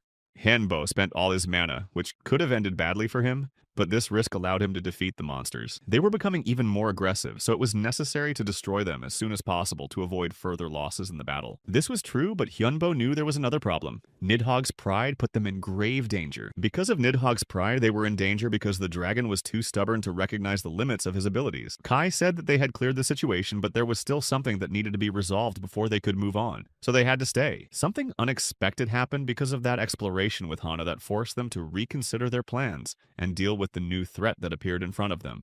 They managed to find a new giant monster that was different from the ones they had met before and could create serious problems during the battle. Henbo was surprised when he heard that there was another giant walking in the forest because he did not expect to see another creature of this magnitude after the previous battles. But this low-class monster shouldn't be a problem. Even though it's big, its size can prevent a quick end to the battle. However, do not think that the battle with him will be very easy because his physical strength and endurance can exceed all their expectations during the battle. He is stronger than trolls, but he will not be dangerous for Chris and Hyunbo because they are mages and will be able to keep him at a distance using spells. Therefore, Kai believed that it would be the most dangerous monster of all because its physical strength could be a serious threat even to them.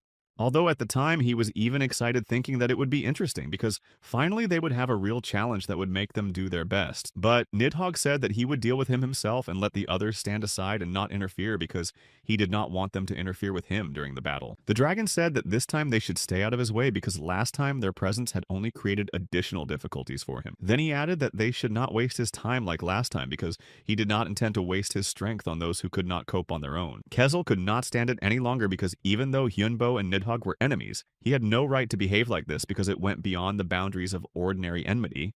Chris also said that the dragon's behavior could not be allowed to go on because if he continued to treat them like this, it could lead to conflict. She added that Hyunbo should take charge of his education, because only he can put him in his place and make him reckon with the other team members. However, resting now seemed a much better option, because after the exhausting battles, they needed time to recuperate before the next fight. Meanwhile, a girl was dissatisfied, realizing that she had wasted her time on a two-headed wolf that was easily defeated because she expected more difficulty. But she realized that there were many worthy opponents, so she decided to stay because she wanted to find someone who could be a worthy opponent. It was then that she decided it was time to start, and started the roulette because she didn't want to wait any longer and wanted to know who would be her next target.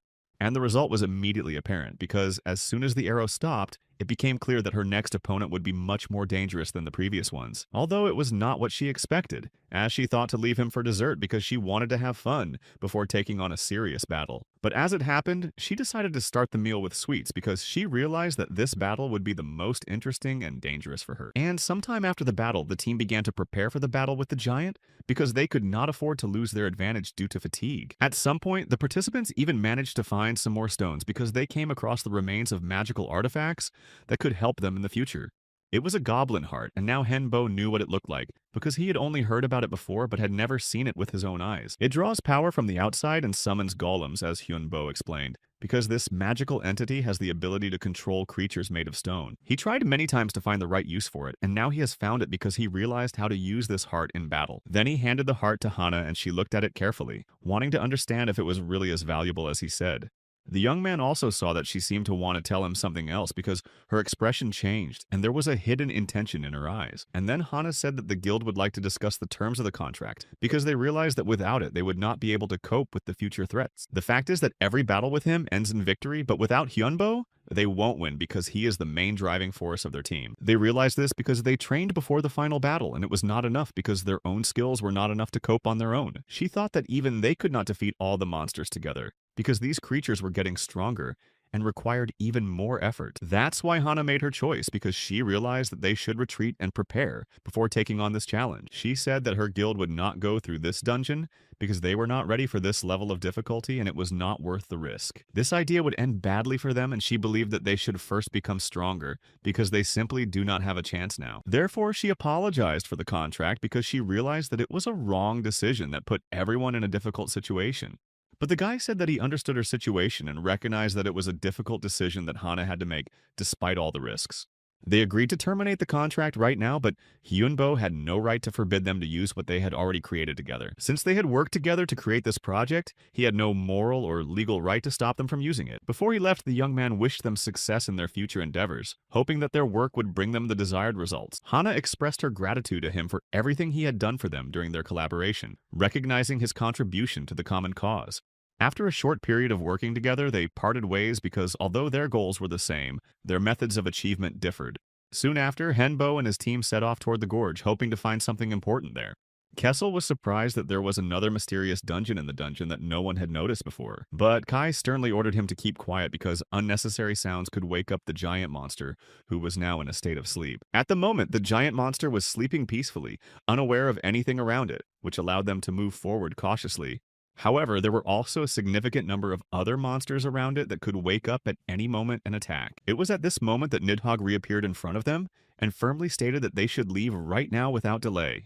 He was absolutely confident in his own abilities and intended to fight all the monsters lurking ahead by himself. However, Nidhogg's words only angered Kessel, who did not share his self-confidence and was not going to stand by. In the end, Hyunbo decided not to argue and simply agreed with his decision, ordering everyone to prepare for a possible battle. Immediately after that, Nidhogg rushed forward at the monsters without waiting for help from others and without planning to retreat. The monsters immediately reacted and attacked him en masse, trying to overwhelm him with their superior numbers. However, the dragon also fought well from the very beginning, trying to break through the crowd and get closer to his main goal. In the course of the battle, he managed to throw one of the monsters a considerable distance, giving him a slight advantage for a few seconds. Kessel angrily shouted that the dragon's actions had gone too far, and he was acting too recklessly in such a dangerous situation. However, Nidhogg did not pay attention to his words, and repeated that they should not interfere in his fight and not prevent him from finishing the job. He even thought that Kessel was allowing himself to look down on him, as if doubting his strength and abilities. But their conflict was interrupted by a sudden attack of the monster, which again rushed at Nidhogg and struck him with a powerful blow. This time, the huge giant managed to hit him so hard that Nidhogg lost his balance and fell to the ground. Seeing this, the other team members realized that if they did not intervene right away, the situation would become critical for everyone. Kiesel did not wait and was the first to attack the monsters to change the course of the battle and prevent the dragon from losing. But Nidhogg stood up again and said that he would be the one to defeat the main monster and end the battle with victory. They continued to fight fiercely, but in the end it was all decided by one crushing blow for Nidhogg. The giant laughed out loud and scornfully called him a weakling, despising him for his defeat and underestimation of his opponent. The dragon was furious because he believed that his race had no right to lose and that he should not have been defeated. But then Hyunbo spoke up, who had been patiently waiting for Nidhogg to finally realize his mistake and recognize reality. He emphasized that Nidhogg was in fact only a fake and not a real dragon, and had no right to consider himself superior to others. But the monster did not stop and continued to attack him, humiliating his weakness and calling him powerless again. Hyunbo continued to shout that Nidhogg would not become a real dragon unless he destroyed his pride and admitted his own weakness in front of him. However, Nidhogg reminded him that he had promised to make him the strongest and must keep his word no matter what. But now the boy had lost because he could not keep his promise, and proved that he could indeed make Nidhogg the strongest among the dragons. The boy said that Nidhogg himself had not kept his end of the bargain because he was always thinking about pride and not about true strength. Nidhogg used to be his strongest card, but now everything has changed and he can't rely on him as he used to. With these words, Nidhogg felt even more disappointed, realizing that it was his own fault that his power remained in place. Only now he realized that all this time he had been doing nothing while others were training and becoming better than him. Realizing this, the dragon fell to the ground begging Hyunbo to teach him and give him the opportunity to correct his mistakes in battles. He begged him for training and strength because he realized that without it, he would not be able to become a real dragon and overcome his weaknesses. Hyunbo was just waiting for this because now he could finally begin his real training and turn Nidhogg into a warrior. Then the dragon stood up with determination and stood in front of the monster again, ready for a new battle for his future. The boy ordered him to destroy the enemy that stood before them and prove that he could really become stronger than before. They joined forces using all their energy together with the phantom armor to gain additional protection. After that, they rushed back into the battle using their weapons and demonstrating a new level of skill in their attacks. Hyunbo said that the dragon itself should use his magic to increase its chances of winning this battle. Nidhogg agreed with him, saying that he would take this advice into consideration and start working on using magic. Now they became a real team, and Hyunbo said that together they would definitely be able to destroy this giant enemy. The dragon flew into the air with him and dealt a crushing blow to the giant, using all its strength to attack. At this point, they used the bone spear to release a powerful energy punch right into the center of the monster's body. Eventually, the monster was unable to withstand the blow and fell to the ground, crushing it with its weight and generating a massive explosion. The other skeletons stood back and watched the debris flying around them and the dust rising. Kessel didn't even know what to say because he hadn't expected such a force and was amazed at what had just happened before his eyes. But now Nidhogg had finally become a real dragon who had overcome his fears and was able to surpass his own limitations. However, at that moment, a new danger reappeared and made them realize that the battle was not yet completely over. It was only after Kessel's words that Hyunbo looked back, realizing that they might be in even greater danger. They could not stay in the air because of the powerful explosion, and fell to the ground while the team rushed to their aid. The entire space was filled with dust and debris, but the skeletons were still able to see something among the chaos. It was the same monster, but now it had a strange aura around it that radiated powerful energy. The skeletons could not understand what was happening because they had already destroyed the giant, but now it was standing in front of them again. Hyunbo himself was fine, but he warned them to be careful because he did not like this atmosphere at all. But he had a feeling that someone was watching them, and this presence seemed to be something otherworldly that caused anxiety. Then he heard a voice saying that she recognized Hyunbo's victory and that she no longer intended to continue the previous battle. But the girl also said that this battle disappointed her because she expected something much more from the enemy. Therefore, she wanted to start it anew because she did not feel satisfied enough with the previous fight. Hyunbo told all the telepaths not to move so as not to provoke her and create a new threat. But she was just waiting for Hyunbo to at least talk to her because it was more important to her than the fight itself. Only then did he ask if she would answer his questions and if she could explain the reasons for her actions. But the girl immediately said no because she did not consider it necessary to explain her motives to him. Then Hyunbo said that there was no point in it for him because he would not benefit himself and did not want to waste his energy. Now the girl smiled, saying that she realized who Hyunbo really was and what his true nature was. Earlier, she was going to destroy him, but now she changed her mind because she was interested in his attitude to the situation. And she liked Hyunbo's confidence, even though he didn't yet understand what was happening and the danger he was in. She also didn't like people who had insight because they could predict her next steps, and she was talking about Nidhogg. And then the young man began to guess that her target might be connected to him. The girl added that it would be boring for her to just leave if she had already come here and wanted to finish the job. and the guy's body seemed to recover from the flow of mana again, as if his strength was returning to its pre-battle state. She did this so that she could start fighting again and see if Hyunbo could stand up to her once more. She wanted the two of them to fight each other because she felt that Hyunbo was worthy. She said she would restrain herself and stop if he survived for 5 minutes because it was her test, and it seemed to Chris that the girl's words and actions were at odds, although Hyunbo decided to do as she said in order not to take any risks.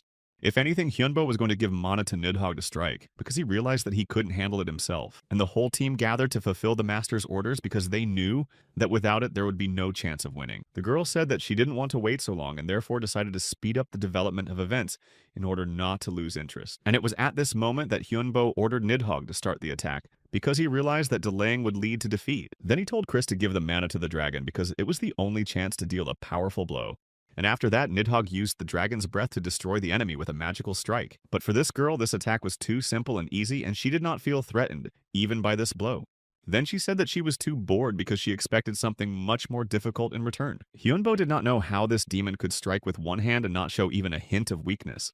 And the girl was already thinking of destroying Hyunbo, since he had not lived up to her expectations and had not become a worthy opponent. Kiesel was afraid himself, and it seemed to him that the girl was from another world because her strength was beyond comprehension. And recalling her words, Hyunbo realized that it could be true because she had something unnatural and superhuman about her. Therefore, he handed over the power to Nidhogg and told him to attack because he understood that it would be more effective. And by his master's order, the dragon grabbed the giant who was wearing the shield. Then Hyunbo asked Chris to make a magical explosion that would be the final blow in this battle. Although she gave up all her mana, her strength was enough to fulfill her plan without any difficulties and delays, which was decisive in this situation. The very next moment, there was a powerful explosion that made everyone around feel the power of their actions and retreat to a safe distance. The fire filled the space, and it seemed that everything was going according to plan, but something made them wary and cautious.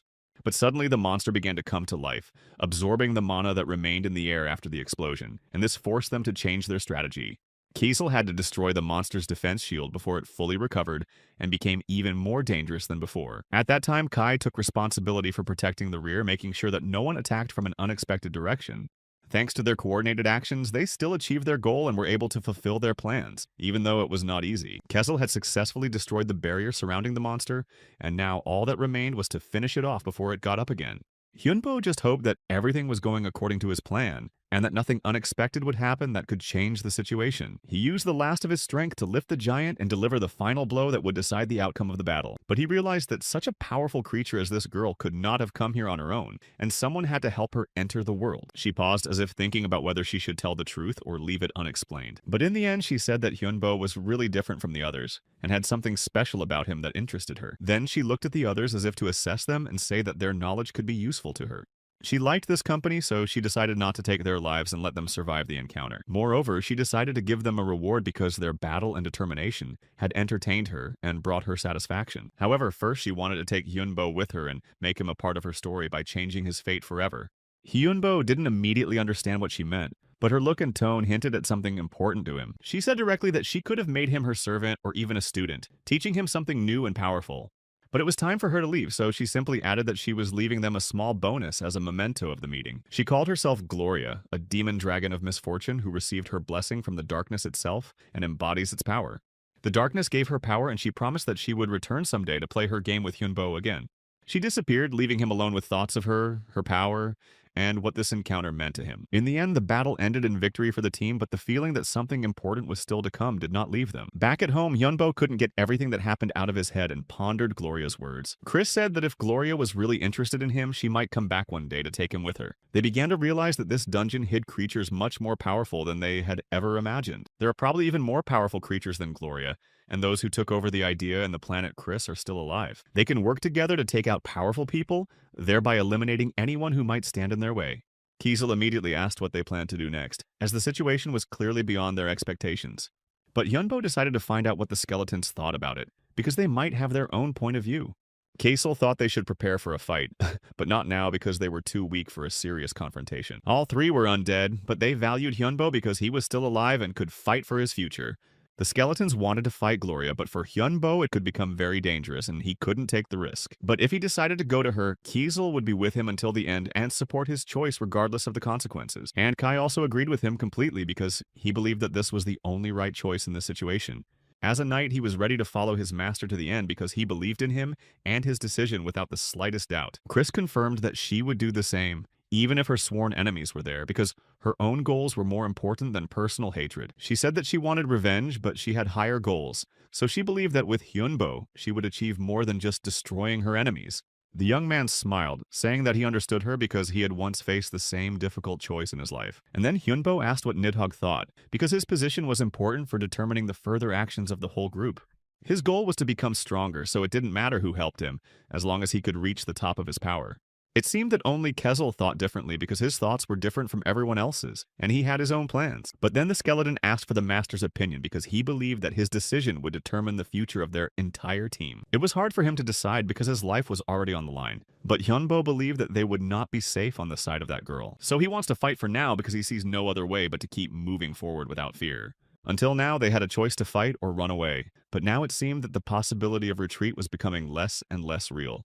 Therefore, it was necessary to become stronger to be on her level, because without it, they would have no chance of survival in the future. Kiesel was happy to say that he would help Hyunbo, because he saw it as an opportunity not only to support him, but also to become stronger. But the thing is that Gloria is not like other opponents, because her power and influence go far beyond ordinary opponents. Chris added that if their lives are threatened by their escape, she could betray him because she values her own safety. In other words, Chris will also become an enemy if he realizes that their strengths are unequal and that fighting her will become pointless.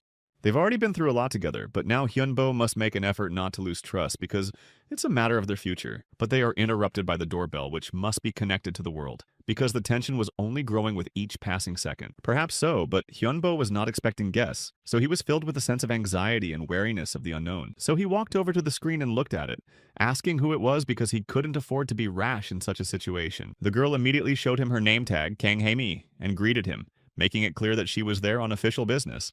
She said she managed the dungeon's website and asked to talk because she had important information that could affect everyone. Hyunbo calmed the skeletons down, saying that it was someone from the site, because he realized that panic would only prevent them from thinking soberly. But they were only surprised that some company was behind it because they did not expect that the dungeon could be under someone's control. In addition, Hyunbo did not understand why they needed him at all, because he did not consider himself to be someone important to such influential people. The young man really did not know how it was possible and why that girl was here, but he felt that all this mattered for his future fate, and the head of the company did not know how it was possible that such strong monsters were in such a low dungeon, because it was contrary to logic. But there was someone who survived there, a guy with a good talent who attracted the attention of the powers that be with his endurance, and they were going to send their people to the place where the people disappeared because they wanted to find answers and understand what happened there. The chief suggested contacting a promising researcher who might have useful information for their organization. He ordered to immediately contact Hyunbo to get the necessary data and discuss possible cooperation. Hae-mi entered the room and emphasized that she ran a website and organization called the Operations Bureau. Hyungbo was surprised to hear that he hadn't realized that there was an influential organization behind the website. Himai explained that they are engaged in sending parcels and money transfers using the support of higher beings. Chris asked with interest who exactly these mysterious higher beings were that helped the organization. She also asked if they could contact these beings anytime they needed to. Hae-mi replied that they had no exact information, but they assumed that there were demons and gods among them. Chris mumbled something inaudible, obviously thinking about what she had heard. Hyunbo couldn't resist asking Hae-mi why she had come to see him personally this time. She explained that they track high-performing researchers and monitor their activities. She also said that according to their data, 16 people had disappeared without a trace in the dungeon. She found it because she wanted to get detailed information about this situation. She also intended to offer Hyunbo cooperation with their organization. Hangbo asked what exactly they could offer him and how he would benefit from it. He said that he did not need money because he had enough. In response, Hae-mi offered him rare mana crystals of great value. She added that they even had extremely rare crystals that were scarce on the market. Hungbo realized that this was a good deal because mana crystals are always needed in his business. Chris suggested that Hae-mi might have things that are not even available on specialized websites. Therefore, Hyunbo replied that the crystals alone would not be enough for him to make a deal. This meant that he was confident in the high value of his information and demanded more. He firmly stated that he was even willing to bet his own life on it if necessary. However, after he said that, Hae-mi just stood up silently and looked at her phone. She started a conversation with someone on the phone saying that there was a serious problem. It turned out that there was a director on the other end of the line who wanted to talk to Hyunbo personally. When he got in touch, they politely greeted each other and started a dialogue. The director said he was ready to offer him crystals along with rare metals and medicinal herbs. Hengbo agreed to the deal on the condition that the price would be cut in half. However, the manager said that he could not lower the price below 90% of the original price. The maximum concession he could make was to reduce the price to 85, but Hyunbo did not agree. Eventually, they settled on 75, but Hyunbo still demanded a 3-year contract. The boss exclaimed irritably that this was too much, and his demands were excessive. But Hembo promised that he would not leave the country during these 3 years. When the researchers finished exploring all the dungeons, they could finally join the organization. Therefore, they needed information about these people to make the right decision and prepare appropriate measures. Henbo was not worried because he knew that he could always find better working conditions elsewhere without any problems. The boss eventually agreed, but insisted that Hyunbo work on behalf of the board without violating his instructions. However, Hyunbo refused because he did not want to be tied to their terms and conditions and to act on his own convictions. He realized that this meant certain limitations, and he was used to making decisions on his own without external pressure. Then the boss relented and offered a discount of up to 70% and a 2-year contract with no strings attached. Hengbo asked if all the conditions for mercenaries would be met, and the boss assured him that all requirements would be met. After that, the young man asked for a more detailed explanation of all aspects of cooperation to avoid possible misunderstandings in the future. The boss was not sure how long he could withstand a contract with such a person because of his character and demands. But in the end, he decided to sign the contract and had all the documents sent through Heimi to speed up the process. Kai immediately expressed his opinion, saying that the owner was on top of his game and knew how to negotiate in his own interests. Kessel added that they would support Hyunbo and help him in all situations that may arise in the future. Nidhogg was also satisfied with the terms of the contract as they met all his expectations and requirements. But the boss emphasized that they would have to pass a test to prove their competence to other companies. Even though they were an independent company, other organizations might not be happy if the contract was signed without testing. The boss recognized Hyunbo's skills but believed that the team had to prove their strength so as not to look weak. After all, if they show weakness, other companies may try to take the boss's place and change the balance of power. He tried to explain that even ordinary people can control researchers if they use the right resources. Therefore, the boss ordered them to go to a closed dungeon that no other participants had ever been through before. Such dungeons are connected to the world and are closed to avoid the risk of monsters coming to the surface. Hyunbo realized that monsters could be here, and that's why companies are looking for people with his abilities. The dungeon was officially rated F, but in reality it was much more dangerous than usual places of this level. After that, Hyunbo decided to consult with his allies and asked their opinion on the contract. Kai said that quarrels were inappropriate now because, in case of conflict, the situation would only get more complicated for all participants. Kiesel agreed that they should establish ties with the board because it could bring them additional benefits. Chris added that they need to become stronger because without it, they will not be able to achieve their main goals. Besides, they have bigger problems than this and should focus on solving the most important issues. Gloria was their main goal right now, so they had to deal with her first before taking on other tasks. Eventually, the whole team came to an agreement and decided that they would agree to take the test in this dungeon. Hyunbo immediately started asking questions about the place to get as much information as possible and prepare for the test. Soon after, they arrived by helicopter and began preparing to go down into the dungeon to take the test. They were accompanied by Heimi, who helped them organize all the necessary formalities before the test. She explained that this young man was the same researcher with whom they had previously contacted and arranged for the test. She mentioned his name to convince Jun to let them through and give them access to the trial site. But the man doubted that this young man would be able to handle the test because he seemed too inexperienced for it. Jaime said that even though he looked like an ordinary person, he had actually been through many dungeons and had a lot of experience. However, it was Jun who had the right to choose who was responsible for the whole operation and determine the strategy. Jaime added that this order was given by the boss and he had no right to refuse or ignore it. Jun just said that he had no intention of taking responsibility for the failure of Hyunbo and his team. Kiesel was already getting angry that this idiot couldn't even do such a simple task as letting them into the dungeon. But Kai, being too kind, decided that it would be just a welcome ceremony and they had to be prepared. Eventually, after these words, the team could not be denied entry, and they entered the dungeon without any problems. Looking at them with curiosity, people laughed, saying that they looked more like cosplayers than real dungeon explorers. However, people couldn't stop laughing and continued to do so even after the team went inside. Jun led his team through several corridors and stopped in front of a large, heavy door that led to the dungeon. He then gave a clear order to open this huge gate and let the team continue on their way. And after a few moments, the dungeon door opened, giving the team access to a dark and dangerous world. Jun told his team that they could begin the mission and not to hesitate but to act quickly and decisively. Henbo walked further into the dungeon and saw a dark door with a cold wind coming out of it. Goblins in heavy armor immediately began to come out of the door, ready to attack and resist. They did not wait and rushed into battle first, trying to destroy any threat. However, there was a serious problem as the doors would not close, and the entire dungeon was open to monster attacks. Jun quickly gave the order to spring into action and ensure that no monster could escape and get into the outside world. The squad opened fire on the approaching goblins. Their weapons were powerful, and they quickly destroyed the enemies in their path. Their weapons were extremely strong, so they could easily destroy any monsters that approached. However, due to the intense fire and struggle, the team itself was in danger and could be the next target. June ordered to immediately call the medics because there were already wounded among the team and they needed to be helped. But Hyunbo was not confused in this situation and immediately called Nidhogg to destroy all the goblins in the dungeon. He gave a clear order to his dragon Nidhogg to destroy the goblins so that the team could move forward without any obstacles. Meanwhile, the young man said that he himself was going deeper into the dungeon and intended to complete his mission. Eventually, the team completed the entire dungeon, and after 30 hours of testing, the mission was successfully completed. After that, Hyunbo began to realize how much they had grown from the past trials and become stronger. After successfully completing the test, they went to the center that manages all the dungeons to find out the next steps. The guy signed a contract and passed on important information about Gloria that could affect further actions. However, the boss did not even know how to solve this problem and did not have a clear strategy for the next steps. The boss said that the whole world should join forces and keep the information secret to avoid a global catastrophe.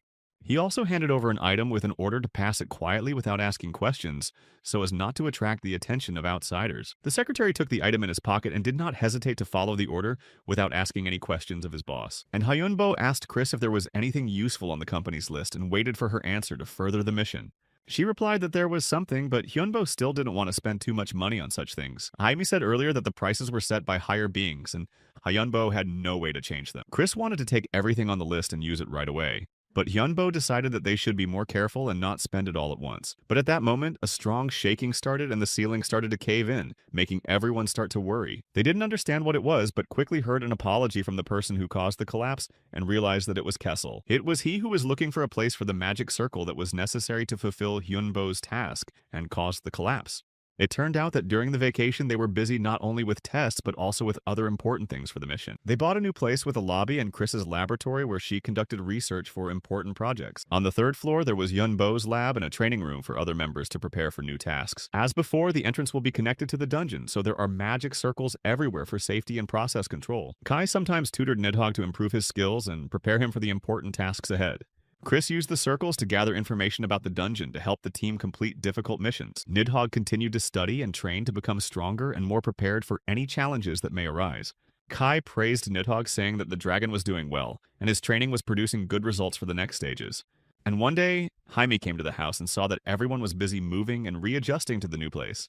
Hime noticed that everyone was busy moving and working, but Hyunbo was not happy that she did not warn him about the visit. Hyunbo didn't like that she didn't tell him about her visit on his last free day, and that it disrupted his plans. However, Jaime immediately started talking about the door that would be connected to the dungeon and explained the importance of this step. The girl could already tell which dungeon they would get, and how it would affect their further plans and the development of the mission. They will be joined by 35 researchers from the company to help them work with the dungeon and solve the tasks. This Class D dungeon is called the Cave of Doubt and is one of the most dangerous and difficult to explore. The girl told us a few details about the dungeon, its structure, and the specifics of working with it to prepare the group. Hyunbo apologized to Jaime, explaining that he had to refuse to participate due to his own limitations and lack of strength. Hyunbo was not strong enough to lead so many people and did not want to create conflicts in the team because of this.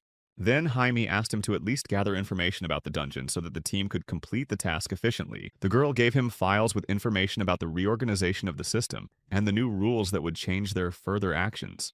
Now there will be additional quests to get points, which will help the team get new resources to complete the tasks. Hyunbo only said that he could have sent the files by mail instead of coming and wasting time in person. Jaime liked to meet people in person and decided to send the information in this way to make it more convenient. Then she wished him luck and said goodbye, leaving everything in the hands of Hyunbo, who had to decide on the next steps. Finally, Hyunbo said that they would see each other again if he survived all the difficulties and dangers that lay ahead.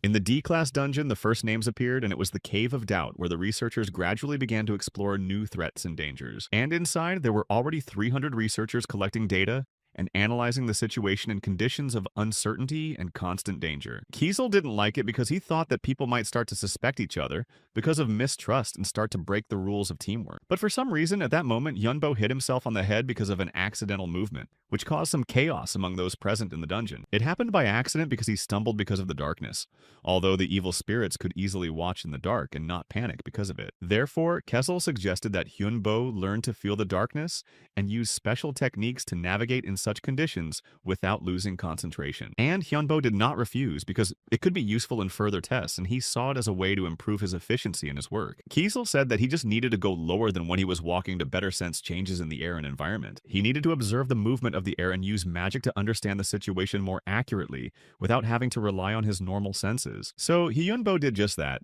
using magic to help him navigate in the dark and detect even the slightest changes around him.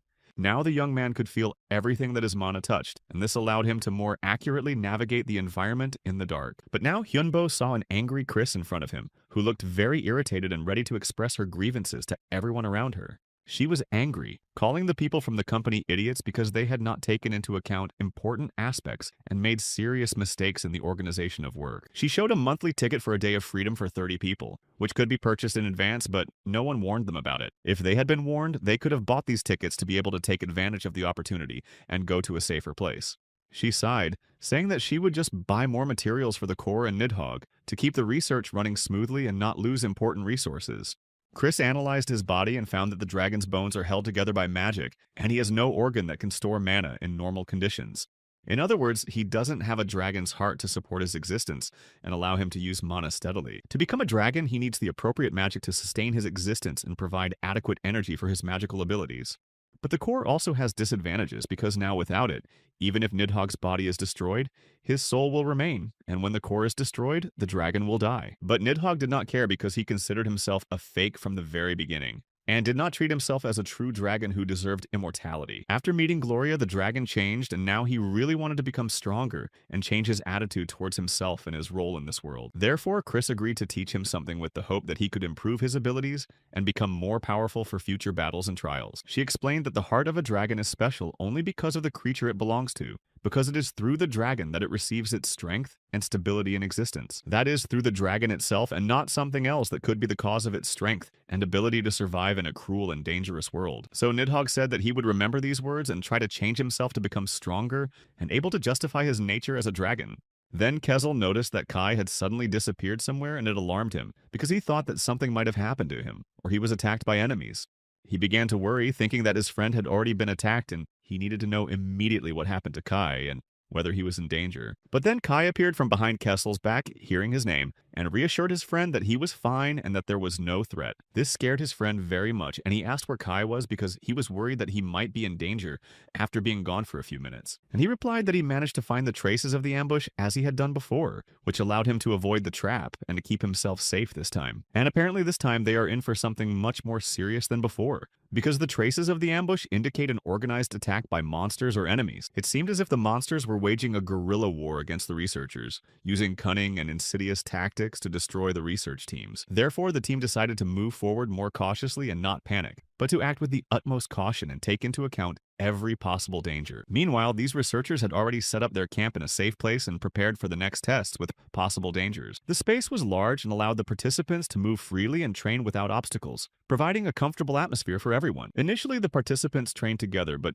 later a fight broke out between them due to a misunderstanding that arose during training. Taehan was a guildmaster and engaged in a fight with the one who started attacking them, which caused a misunderstanding among the other participants.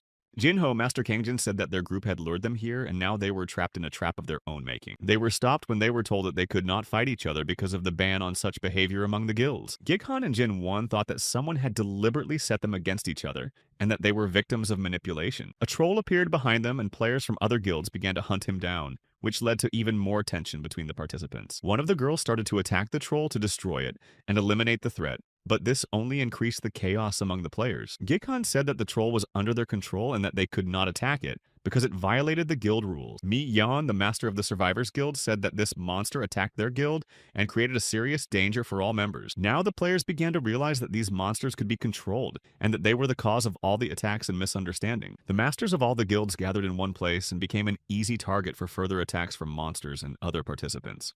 Suddenly, a strong earthquake began, forcing everyone to act quickly to avoid danger and save lives. One of the players called out to Lee So-ri to act and quickly resolve the situation to avoid even more casualties. Lee So-ri quickly moved to the place where the problem occurred and prepared to attack to protect her allies. Lee So-ri was the deputy master of the Taehan Guild and had extensive experience in combat situations, so she was ready for any challenge. She quickly ordered everyone to prepare for the attack as the situation was becoming increasingly difficult and required immediate action. It turned out that a whole flock of monsters was coming at them, which became an even greater challenge for all participants in this battle. Each of the players took up arms and began to actively attack the enemies in an attempt to stop the monsters and save their guild. They noticed that the swords melted on contact with the monsters' bodies due to the acid, which made their attacks much more difficult. Because of this, several players were seriously injured and needed urgent help to avoid dying during the battle. The blood of the slimes turned out to be acid and it was dangerous to cut it, so the players realized that it should only be burned. The guild quickly decided how to deal with the enemies and developed a strategy to fight the monsters. The guild leader ordered everyone to quickly flee the battlefield, as the situation was becoming more and more dangerous for all participants.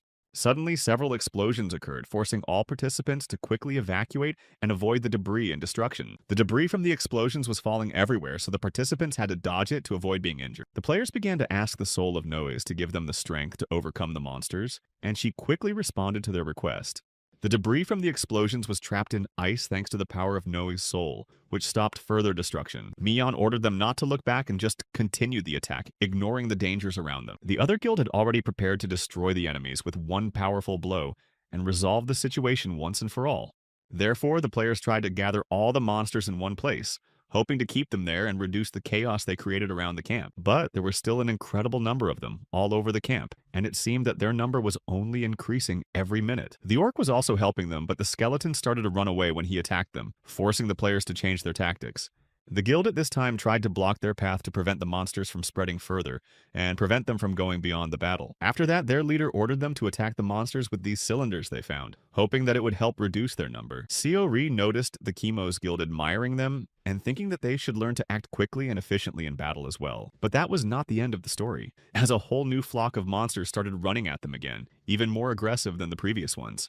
In the first wave, the monsters tried to deprive the players of their weapons, and now they were not giving them the opportunity to fight, because the team had nothing to defend themselves. At that time, Mion ordered all the members of her guild to give mana to Noes so that she could use a powerful magic attack. After receiving so much power, Noes used the ice arrow again, which shattered into pieces and damaged all the monsters nearby. But the guilds were still not going to give up because they had already come a long way, and did not want to give the victory to their enemies like that. There was no way the guild was going to give up and give the victory to the monsters, because this was their most important battle ever. But the problem was that there were too many of them, and without weapons, the players simply couldn't cope and had to dodge attacks.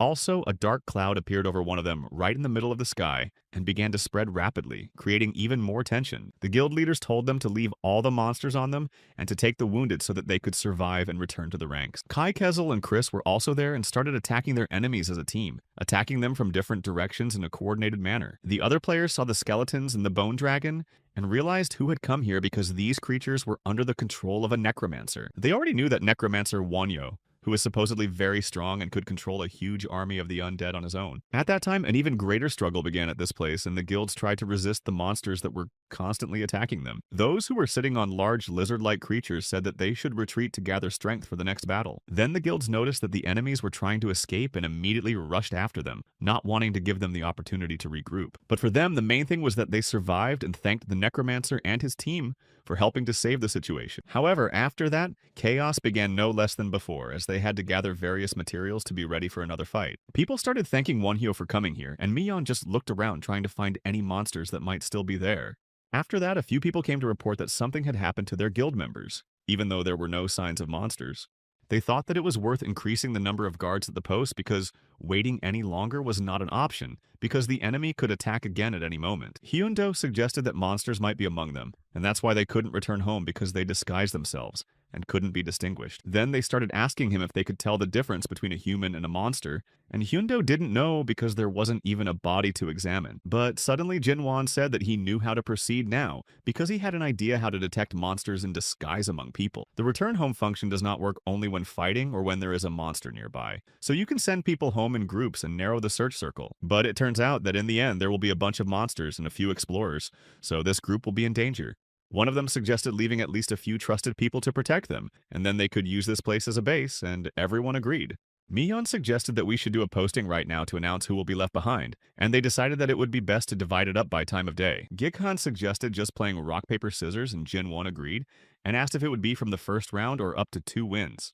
He said that he would decide everything in one round, but the boys started asking a lot of questions and asked if they would be divided into pairs first or if they would start doing everything at once. However, Kiesel started to get angry because he noticed that for the other researchers, everything that was happening was just a game. Then Taihan turned to Wonhyo and asked him what he wanted to say about this situation, but the skeleton said that it wasn't Wonhyo's idea to say that, but his own, and added that if the researchers kept waking up to the fact that they were in a game, they would all die. Jin started to get angry with him, saying that he was talking nonsense and calling the researchers weak, but Gi Khan said that they actually got here on their own. Kessel wasn't going to say that they were weak, but they shouldn't rely on that strength alone. They all lacked the concentration of observation and cruelty, and they themselves know that the owner of this dungeon is a very intelligent being, so if it wasn't for Wonhyo, they wouldn't be here today. Mion was already screaming, asking what they should do in this case because Kiesel allegedly told them to hide in their homes and cry in fear. After that, the skeleton only confirmed her words, which surprised the girl and everyone else. Kessel told them to go home and rest, and that their team would deal with everything. Hyunbo just didn't understand why this skeleton was so stubborn, and why it was treating the other researchers so horribly. But Chris took it to mean that the owner simply didn't trust them, because Kessel didn't just say those words. The skeleton says that he and the host will cope without any victims. Even if they do, they will definitely not be the victims, so this option is ideal for researchers. In addition, none of them demanded any payment for this case. Jin only asked again if they were really ready to fight with just this team without help. Wonhyo just said that he had no choice because he would either make it or die with his team at this place. Only after that did Kessel apologize to his master for acting on his own, and the young man asked why he hadn't asked him for advice. The skeleton replied that the master was always looking for a better way, but the world would not always conform to his own wishes, and Kessel was not ready to waste time for some meaningless attack, so the guild member could go against his masters. In the end, it was better than working for free because with more money comes more opportunities. But after he became a mage, he spent too much time on strategy and planning. Kessel said that sometimes the best choice is to get out of an unpleasant situation by acting spontaneously. And even if his intentions are good, many people may not understand him if his actions are too thought out in advance. Chris added that it was a great opportunity for the guy because they all agreed with their friend. But the girl also apologized for not asking their master for advice. Kai said the same thing and also apologized. Hyunbo just sighed and forgave them because he realized that they were all doing it for him.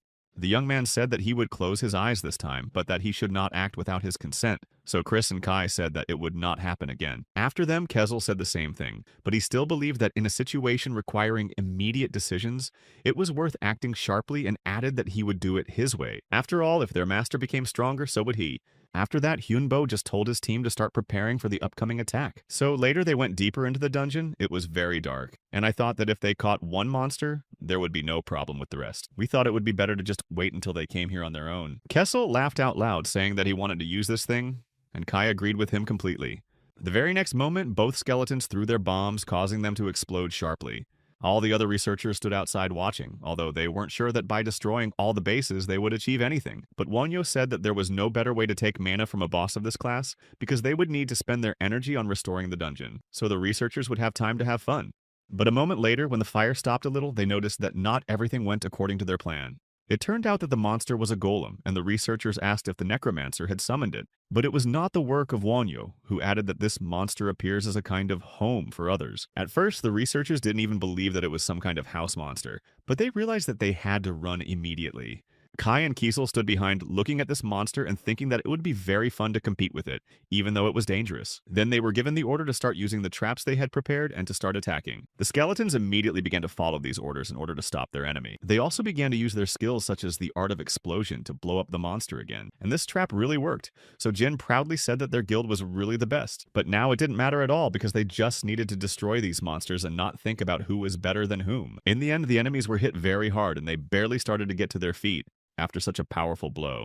After that, Wonhyo came out to the battle with his bone dragon and began to accumulate mana for the next attack. Nidhogg once again used his most powerful spell, directing it at his opponents.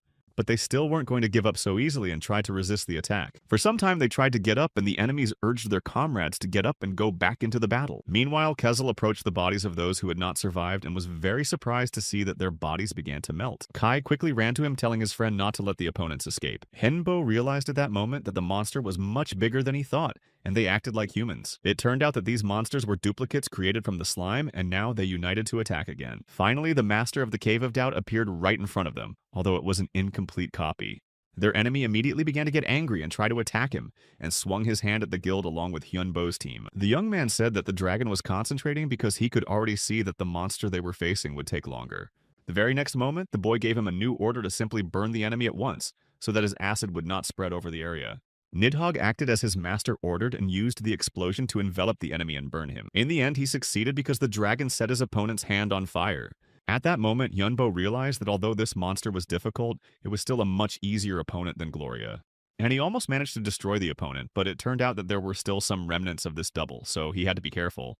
After the dragon and the boy flew into the air, he ordered Nidhogg to immediately destroy those remnants, and told Kai and Kesla to attack the monster. Everything was going just as their master had envisioned, so the skeletons prepared to fulfill their role in this mission.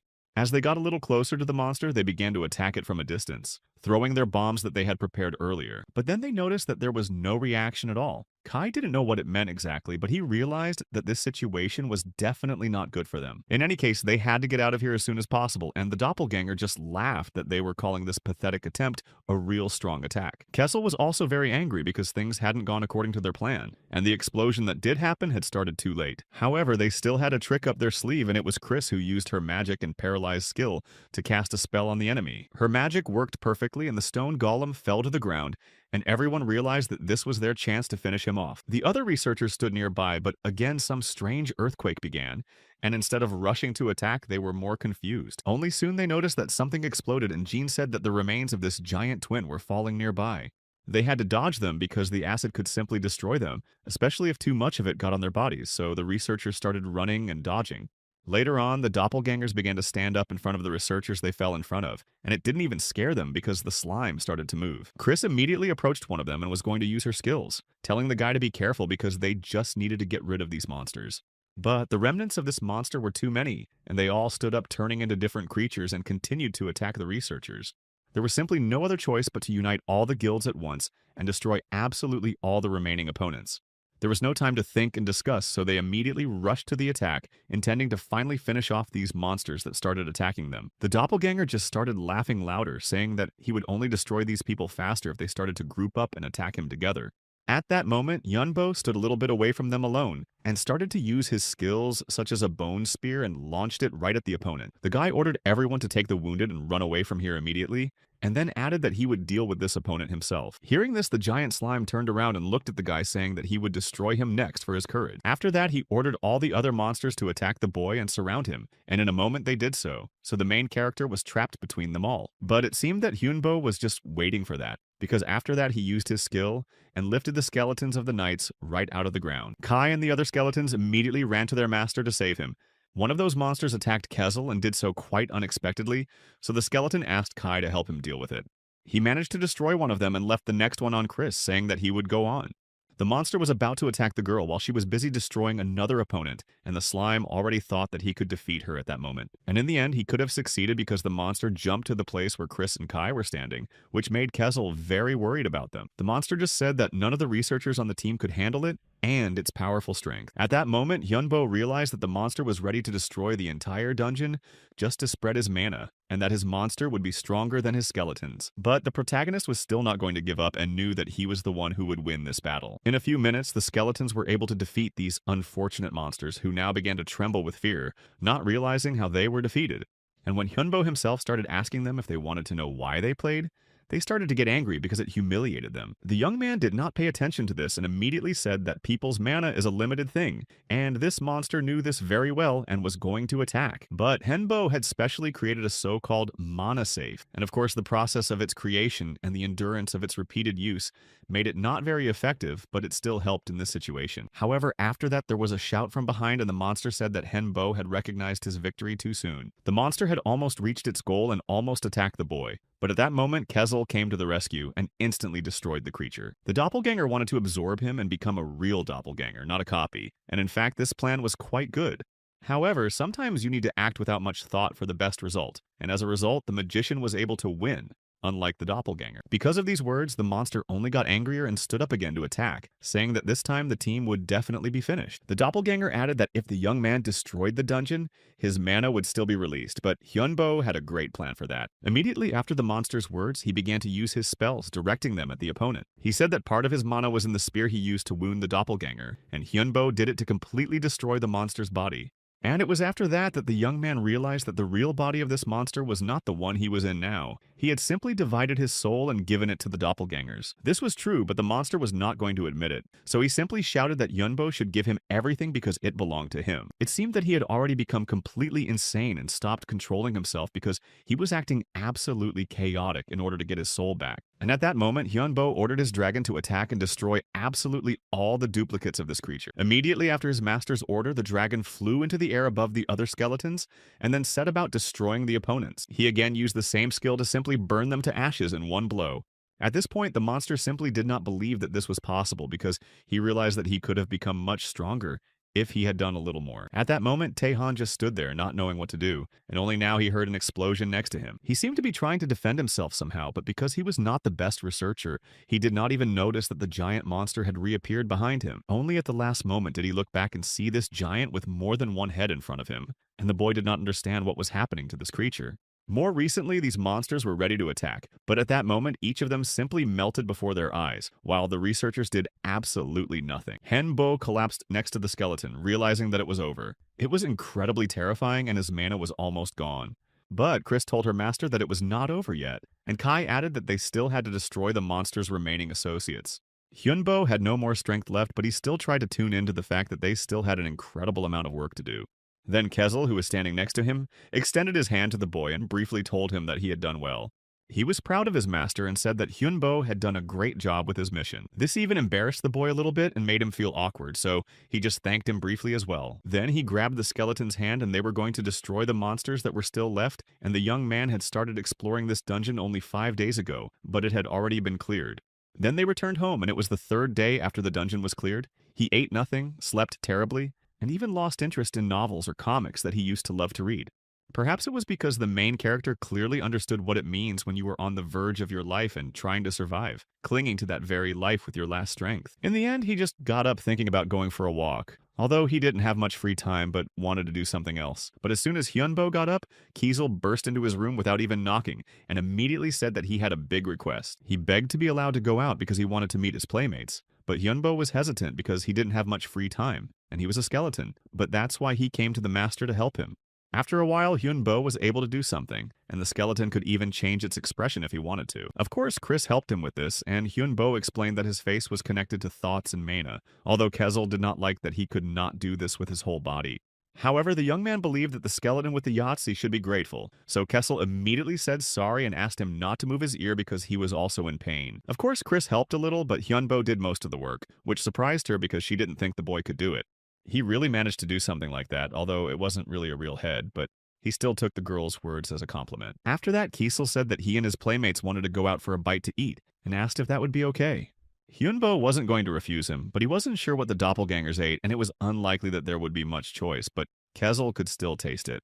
These words struck a chord with all the skeletons, and the first thing Kezel thought was that he would finally be able to taste alcohol. And at that moment, Chris had a great idea. She said that they could start mass production of lookalikes and she would help him. It seemed to him that Chris just smelled money because such things would definitely be incredibly expensive and could be profitable.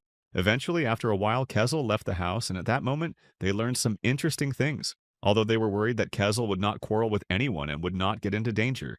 However, only after some time he returned, although he looked quite terrible, but she was happy with what they learned, namely that when Hyunbo himself did not leave the house, their free time did not decrease and his friends could safely leave the house. So he came up with an idea, because until they run out of free time, they won't be able to get to the next dungeon, which means they won't have to clear it. And using the image of the doppelgangers, they can dump all the remaining work on the agents. And while they're doing all this, a new patch has been released on the dungeon website, namely the mercenary system. Apparently, this service was introduced because it's all connected with dungeon clearing, so there are big problems there. And Kessel added that he had never heard the word mercenaries. Kai, in turn, said that clearing dungeons as mercenaries was a good idea, and the owner agreed. The mercenary system is an innovation on the dungeon site and can be applied for by those explorers whose dungeon clearing time reaches 2/3 of the average time. And this method is great for those explorers who want to help others and earn money in their free time. There is even a payment from the client who submits this application and a reward that is given when exploring the dungeon. And after clearing the dungeon, free time also remains. But such a system is suitable for large guilds or very skilled explorers, but Henbo did not understand why the site added such an option. Chris assumed that it was because mana from the dungeon was starting to leak into the outside world, but Hen didn't know that there was a difference between mana in real life and in the dungeon, to which the girl replied that it was still unknown.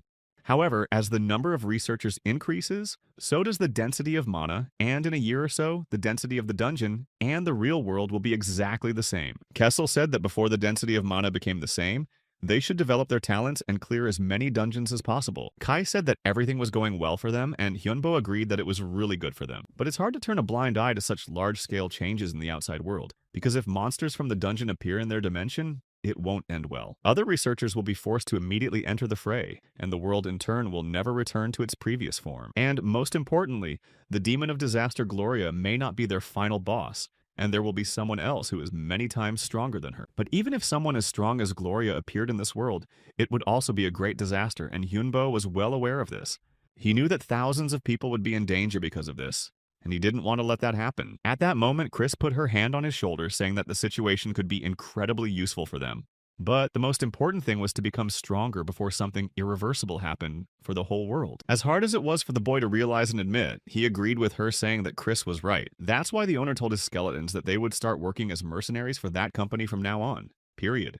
Kazel added that they'd better be prepared for situations like the one with Jin Hyuk recently, but Hyunbo didn't understand what the skeleton was getting at. Then Kezel added that most likely with this system, someone would want to destroy those players who are weaker. And in the end, Hyunbo made a decision. He said that they themselves would destroy such unnecessary enemies among their own people. And he was supported by those who said that wolves in sheep's clothing are the most dangerous, and there is no need to feel sorry for traitors. So they decided to start on such a happy note. The protagonist decided to find a suitable query to start with, so he went to the site and clicked on the screen. Although they realized that there would be an incredible number of these queries, they did not think that it would be so much. America, England, and China were also there, and it turned out that they could respond to requests from all over the world. But Hyunbo was afraid that they wouldn't find good offers from Korea because he didn't know any foreign languages. But Chris said they could use the magic of translation, even though it was the first time Hyunbo had heard of it. She explained that it was telepathy, which allows you to understand each other regardless of language, and although it's hard to get used to, it's cool. That's why she decided to make items for translation magic, and after that, Hyunbo thanked her for it. Kessel then said that since it happened, they could take as many requests and offers from others as possible because it wouldn't hurt to earn more. And Kai offered one of the requests that he had found, although the reward was not particularly large, but they were really needed there. And Hyunbo agreed that those people really needed the help of professionals. Chris added that they needed slime liquid, so she would accept the request from the F-ranked dungeon, and it turned out that she and Kesla had the same opinion on the matter. That's why Hyunbo decided that in this case they would accept the request that Kai offered. All the skeletons agreed with the master to do some good deed. But he said that there was another reason for this task, although it surprised the skeletons who heard it. This customer said that he would do anything if they helped, and Hyunbo was only too happy to increase the number of allies of the team. He also wrote that most likely people had heard of the necromancer Wonhyo, who had already completed more than one dungeon and was equal in strength to the entire guild, and that he might even be stronger, which is why this player wondered how this person could be so strong, and believed that Hyunbo had signed a contract with the devil to gain this power after that, and the person wrote many more different assumptions about this necromancer. The head of the magicians said that he didn't care what rank this guy had, whether he was a thief or a hero. They needed to meet immediately before he became too strong to be lured to his side. That's why the man called the administrator to him, but after waiting for a while he didn't hear any response, so he called him again. Realizing that it was too quiet, the man began to worry a little, realizing that there was usually a lot of noise here. But soon the head of the magicians looked at the open door, and behind it was as dark as it could be, so it also confused him. He was very alarmed when Wonhyo, whom he wanted to meet so badly, came out of the same dark door and began to ask him how he got here. The boy only said that he had come to warn him about something, although the chairman had no idea what he was talking about. Wonhyo only said briefly that the man himself should realize that the time had finally come. At first, the head of the magicians did not understand what the boy was talking about, but in the meantime, incredibly fierce battles continued in the dungeons. All these disasters were terrible, and despite the fact that they wanted so badly to prevent what was happening, many people have already suffered. These catastrophes are incredibly global and require the intervention of many hunters who have a higher rank.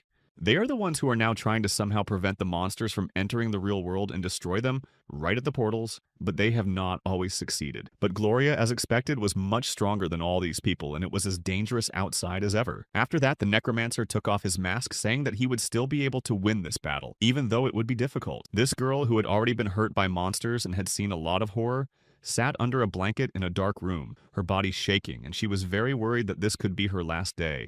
From the very beginning, everything went according to plan, but only until the explorers met the monsters on the third floor. Because of the goblin commander, most of his squad did not survive, and everyone else just started hiding in their homes out of fear, afraid that they might suffer the same fate as their allies. Eventually, they reached the point where there was only 1 month left to clear this difficult dungeon, and there was still a lot to do, but they were scared. The girl continued to sit in the empty room under the blanket, but at that moment her phone vibrated and gave a signal because she received a new notification. She immediately grabbed it and opened the message to read that the dungeon had been cleared thanks to the mercenary system, although at first she didn't even believe it. Then she opened the door and looked behind it and saw a skeleton dragon and a mage standing right in front of it. These people knew Wanyo and his dragons and the skeleton army he owned, though they were still shocked that they had just almost lost their lives. It was hard for them to believe that this guy had cleared the dungeon by himself, but people began to consider him their protector and hero who saved their lives. This girl immediately went up to him and began to thank him sincerely for being alive because of his intervention. But the young man said that there was no need to thank him for that because he admitted that he did it for a reason. The fact is that in their request it was written that they were ready to do anything if someone agreed to help and save them. The girl immediately confirmed these words, saying that it was true, and then asked what they could do for him. After these words, the young man handed her a paper with a contract and told her to sign it right away. Without even reading what was written there, because it was a condition of the contract anyway, Kim Mi-jin immediately signed the contract that the young man handed her. Won Hyo noticed that she hadn't even looked at what she was signing and immediately said that it was very stupid to do so because it could say anything. However, Mi-jin briefly replied that she had already read his contract. She added that her soul became his property and that it could not be spread, that it could not be transmitted to anyone by voice or text, and that 5% of her monthly income would be transferred to him, and that it was a completely unfavorable contract for her. But in the end, this girl signed the paper anyway, and to some extent, it even surprised him. Mi-jin only replied that she had said, like everyone else, that she would do anything, so she was not going to go back on her word. Hyunbo liked this approach because he appreciated that in people, so he smiled, glad that everything went smoothly. But then the girl immediately exclaimed, coming even closer to him so that Wonhyo would give her power in exchange for signing the contract. She wanted to become even stronger so that she would be able to do no more, and this would be done for her sake and for his sake as well. This is the only chance in her life that she will never pass up again. To get this crazy power is literally a chance to change her own life forever, to improve it and not to be afraid anymore like she was recently. Wonhyo just said that he likes it because this girl has a talent for magic, so she can become stronger with his help. Wonhyo also said that he treats those who belong to him very well, and she has already become one of his army. After a while, the boy sat at his desk in complete silence in front of a piece of paper and thought about something for a long time. He was already well aware of the fact that apart from this girl, all the others in the dungeon were useless to him, because they were nothing. But Hyunbo thought he was lucky anyway, because Mi-jin's skills were really good, and she had a great potential to become strong, as he wanted. She could master the curse magic that is related to his field of necromancy, and she is the leader of her squad, so, in any case, these people will follow her. Later, Kai and Kezel came into the room and said that they had finally completed their training.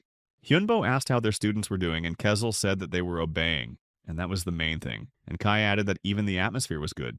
A dungeon doesn't disappear even after it's been cleared if there's at least one person in it, and it turned out to be a great place to train. Then Kezel approached the guy, seeing that he was learning Mi-jin's skills, and Hyunbo said that it would be something of an investment. After that, he met with the girl herself, who once again thanked him for saving her and for agreeing to train her. On the last day of training, the young man gave her books about necromancy and magic, and also gave her a way to create spell cards that Chris made. The girl and her troops continued to stay in the dungeon, and it finally said that it would definitely survive, of course, and Henbo hoped so, and then said goodbye. Those in whom he had invested so much trusted him completely, and eventually these people became his followers. And if they are his followers, they must support him in any decisions. Kessel said that it was time to move on to the next dungeon because he was bored with the low-ranked dungeons and wanted something bigger and more interesting. Kai also completely agreed with him, and Hyunbo also supported this idea of skeletons, so he asked what Chris thought about it. The girl showed him the letter saying that she had already chosen several of their targets, but she liked the last option the most. They needed mages above the third circle, and they were looking for 5, and the reward for help was also high. They wouldn't give away lower-class magic crystals, but they would give 5 of them and 5% of all the items that would fall from the monsters, and they were willing to pay for all the damage, but Hyunbo thought that was too generous. But Chris could only conclude that those people really needed an experienced magician and were in trouble. It is even possible that they want to find such a magician and then invite him to their clan, because this option was quite popular. That's why the main character agreed to accept this request, but they should have been well prepared. Only then did the guy notice that this was a request sent by a guild and asked Chris what it was called. The girl replied that the name of this guild is Golden Black Hole, and they are among the top 10 guilds in America. Having chosen this offer, they continued to train and prepare for their next mission. Kiesel asked if the master was happy to work with this slime, because it seemed strange to him to make this slime his assistant. But Hyunbo said that she was warm and quite pleasant, and added that her name was Tia, which made the skeleton laugh even more. Only later did Kai come up to them and say that they all needed to hurry, so the team was going to move on. But soon after, right in front of them, they saw an incredibly strong light as if it were explosions. Wonyo was not confused and started to speak, saying his name and their request, so in turn he asked to take away this bright light. After that, the group of people immediately apologized to him and said that they always do this, and it is for their own safety. When they finally took away the bright light, the team saw many people in front of them who were fully prepared to attack, and several tanks were standing in front of them to protect them. It was the same head of the Magi, and there were many people standing next to him, and the man only briefly said that he was very happy to meet him. He introduced himself as Richard Leon Hurd, and said that he was the master of the Golden Black Hole Guild, and that he had hired Won Hyo. Richard also said that he was called the Director of All Magicians, and it was at this moment that the guy remembered what had happened to him before. He remembered the same parcel back when he was in a terrible state and in a difficult situation, and Richard was the one who helped him in this difficult moment. Hyunbo seemed to remember the entire text that this man wrote to him about reading the guy's ad, and he sent him those books with magic moments in order to help him in some way. And that's how their first meeting happened. When the young man was unpacking the parcel a while ago, Richard hoped that someday they would meet, and Henbo realized that now he was standing in front of the person who helped him survive that moment. Although now they would have a relationship as employer and employee. And then Richard introduced his deputy Hamilton, and added that he wanted to work with the boy. Wonhyo only added that the man's Korean was very good, and in his mind he realized that it was good that he was wearing this mask because he didn't want to show who he was yet. Although I was very grateful to Richard. But the man immediately objected, saying that he was not speaking English, so Hyunbo decided that the dungeon system immediately translated his words into the right language. Richard smiled and said that even if they didn't know each other, they could still get along well because even problems with their languages were not an obstacle. After that, the man thanked everyone for the day and decided that now was the perfect time to start the briefing after a short break. After a while, they all went to a room where a table was already set up, and then they all sat down to discuss all the issues. While already there, Hyunbo realized that he would have to take off his mask because he could not eat or drink with it on, so he did so immediately. Richard immediately said that he thought that this mask had another purpose besides hiding his face, but the young man only replied that he should respect the food on the table. Since everyone was already there, he said that the briefing could begin and then introduced himself again, saying that he was their employer at the moment. Richard said that he wanted to clarify a point right away and said that Wonhyo would be his subordinate for the duration of the assignment. Hyunbo just said that it was already clear before he hired them. But the other researchers were actually surprised and disappointed when they heard these words, but reluctantly accepted these conditions. Then Richard said that their guild was engaged in a very thorough and complete clearing of the dungeon, which meant they also needed to stay. The other explorers and Hyunbo did not understand what Richard was talking about and how long they would have to stay.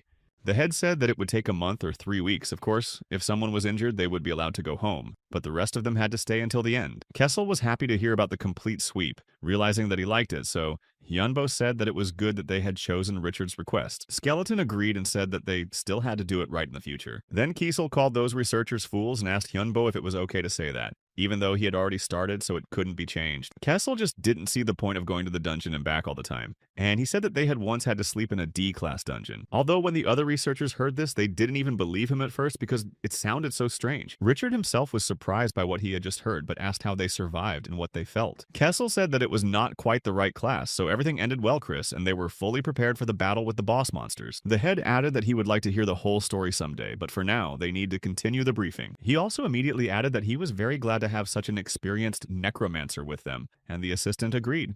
Of course, it was only 2 circles of difference, but in fact, Wonhyo seemed much more powerful than the others. Hamilton even said that he would like this guy to join their guild because it would be very profitable for them and safer and easier. However, Richard actually thought that Wonhyo was not the kind of person who would want to join any guild, regardless of their prestige and power. The man also thought that it was better not to even talk about it with him, because it would only spoil the relationship with the necromancer. Hamilton agreed and said he wouldn't do that, but then he thought about Wonhyo's dragon and wanted to see him. Of course, he didn't want to have to summon him, but he still wanted to see Nidhogg's powers with his own eyes. and Richard agreed that it would be cool. Eventually, they found themselves in the right place with a lot of sand, and although it was strange for a dungeon of this class, they thought that there would not be many dangerous moments. Of course, everyone knew what could happen, but they hoped for the best, realizing that the priority was to protect the master. Hyunbo himself hated something like this because he knew there could be danger, but he didn't know exactly what it was, what it sounded like, or when it would appear. At that moment, Kai suggested that he gather as much information as possible because that way they would have at least more advantages over the monsters. Kiesel agreed completely, saying that if they meet someone like Gloria again, this time it could end badly, so they need to be prepared. Chris said that they all need to join forces to survive and it will be much safer. Richard then asked if the team had finished their conversation and if they had anything to tell them. Henbo, who had put his mask back on, said they were ready. The young man said that he had encountered dungeons of this type before, and that there are usually many monsters in such areas. Richard had already realized that the location was terrible and that they would have to fight bosses. He didn't even know what to do because there were no traces, although the battle should be completed as soon as possible. But then Wonhyo reappeared and said he had some more bad news. Richard thought that he didn't want to be heard, but the young man immediately told him that he had encountered a creature in a dungeon. Gloria then said that she was a demon dragon of disaster, and Richard said that it was an interesting name. The young man added that it was definitely higher than E-class and also fed on the power of other bosses to survive and gain more power. And although he did not know exactly how many there were, he believed that there were at least 3. Richard was really surprised that Gloria had absorbed 3 monsters in order to survive, and Hyunbo confirmed it. The head believed that it was a miracle that Hyunbo survived, but the young man said that it was just luck because Gloria did not want to take his life. She was just testing him. That is, she just wanted to compete with him and check how strong the opponent was. Richard was surprised by Gloria's conditions, and Hyunbo said that she only gave him 5 minutes to hold out against her and gave him 3 more opportunities to attack her, promising not to hurt him. The head was curious to hear what Gloria was doing during those 5 minutes, and he already thought that she was absorbing monsters. And Hyunbo answered that it was hard for him to hold out even for a minute, not to mention 5, so they decided to attack her bosses. And as a result, the girl recognized his strength and regretted not destroying him, saying that he passed that test. Richard assumed that Gloria was just traveling through different dungeons and entering them to find someone strong to make servants, or just associates. So the man realized that in the worst case, she would just appear again, and asked how many people Hyunbo needed. But the young man replied that it would be easier for him alone. Eventually, Richard handed him a bracelet that was a magical way of communication, and there were only 8 of them, so he asked him to return it later. The young man took the bracelet in his hands and examined it, and he was really surprised that such an object for communication existed. Hyunbo finally promised to contact them, and Richard just hoped they would survive. Kessel was waiting for this moment to finally launch an attack in this dungeon. Immediately after they said goodbye to the guild, Henbo threw the crystal somewhere in front of him. A car immediately appeared in front of them, and Hyunbo said that Kessel was driving, and he was only too happy to say that he would do a great job. Earlier, when they were thinking about how to improve their team, Kiesel had mentioned that they definitely needed some kind of transportation. He meant that they were spending too much time just getting to the dungeon. Chris also completely agreed with him and suggested that they summon a dragon and move faster to the dungeon with it. Hyunbo also added that this was a good option, but there was also a problem because the mana cost for Nidhogg would be too high and would only make the situation worse. After that, Chris asked why they were talking about the machine and not something else. Hyunbo replied that it would be the most familiar option for him, and that their entire group would be much more comfortable in a car. Eventually, they got into their new vehicle, and Kiesel was going to show them that he would make a great driver. Richard started discussing it with Mike because neither of them thought they would see a car in the dungeon while on a mission, but he believed that the principle of operation was similar to golems, and the main thing was to simply set up the engine and then drive it. At that moment, the man decided that he could learn a lot from Hyunbo, and told Mike that they should get into position themselves. Soon after, they took their places, waiting to see what would happen next and waiting for the moment when the monsters might appear. Somewhere in the back, there was a girl hugging her teddy bear and sighed heavily when she realized that people had reached the second floor. She seemed to start looking for someone among the crowd of people, and then realized that this fool was not with the group of people, and realized that this was her chance. Meanwhile, the team continued to drive forward, and everyone agreed that it was strange for them to drive this car here, especially with Kessel at the wheel. Then they tried to figure out how many minutes it would take to get there, and it turned out that they would have to drive for about half an hour. Meanwhile, Chris was looking around, but she couldn't see or feel any monsters. Hyundo didn't notice anything either, but it only made him more worried, so he told his team to be careful with these places. Then the young man looked at his magic communication bracelet and realized that for some reason it was not working. It was after this moment, when the bracelet began to glitch and make strange noises, that Hyunbo told Kessel to go back. Of course, the skeleton listened to him, but they were no longer sure that he was going in the right direction. But Kessel assured them that everything was fine, and it was definitely the right way, because he had checked it with magic. Hyunbo added that there was definitely something he didn't want to meet, but in the end they didn't know the reason or the solution. Later they arrived somewhere, although they still saw nothing but mountains of sand. But Hyundo got out to check what was outside. Chris came out after him saying that she had good news and bad news and asked him where to start. Hyunbo said that he wanted to hear the bad news first because it was better to solve the problem right away. Chris immediately told him that they were stuck in these mountains, but that he could not solve the problem with his magic. Hyunbo didn't understand how they could get stuck because of magic, but Chris explained that she sent her mana and different sides to understand where the danger would be. And as a result, the mana very spontaneously stopped in one place, as if it had run into a barrier. Of course, it was not easy for Chris to control it before, but it turned out that her mana just moved to a completely different place at that moment. And she was sure that it was no accident and that someone had decided so she said that it could happen to all of them. The lowest circle of magic for teleportation is the 5th for the group, but if you move away from each other, it will be the 8th, which means that they were closed here by a creature of the 8th circle. And as for the good news that Hyunbo also asked about, Chris said that the same creature had trapped himself in this place as well. At first, the guy realized that they were in a terrible situation, but then he added that everything could be much worse. The fact is that if such a creature is nearby and does not destroy anyone, it means that it can even save them. They said that they needed to find a way out of here and get out because no one wanted to miss this chance. But it was at this moment that the guild began to attack the dolls from all sides, although at first people thought that they were not their rivals despite the fact that there were many of them.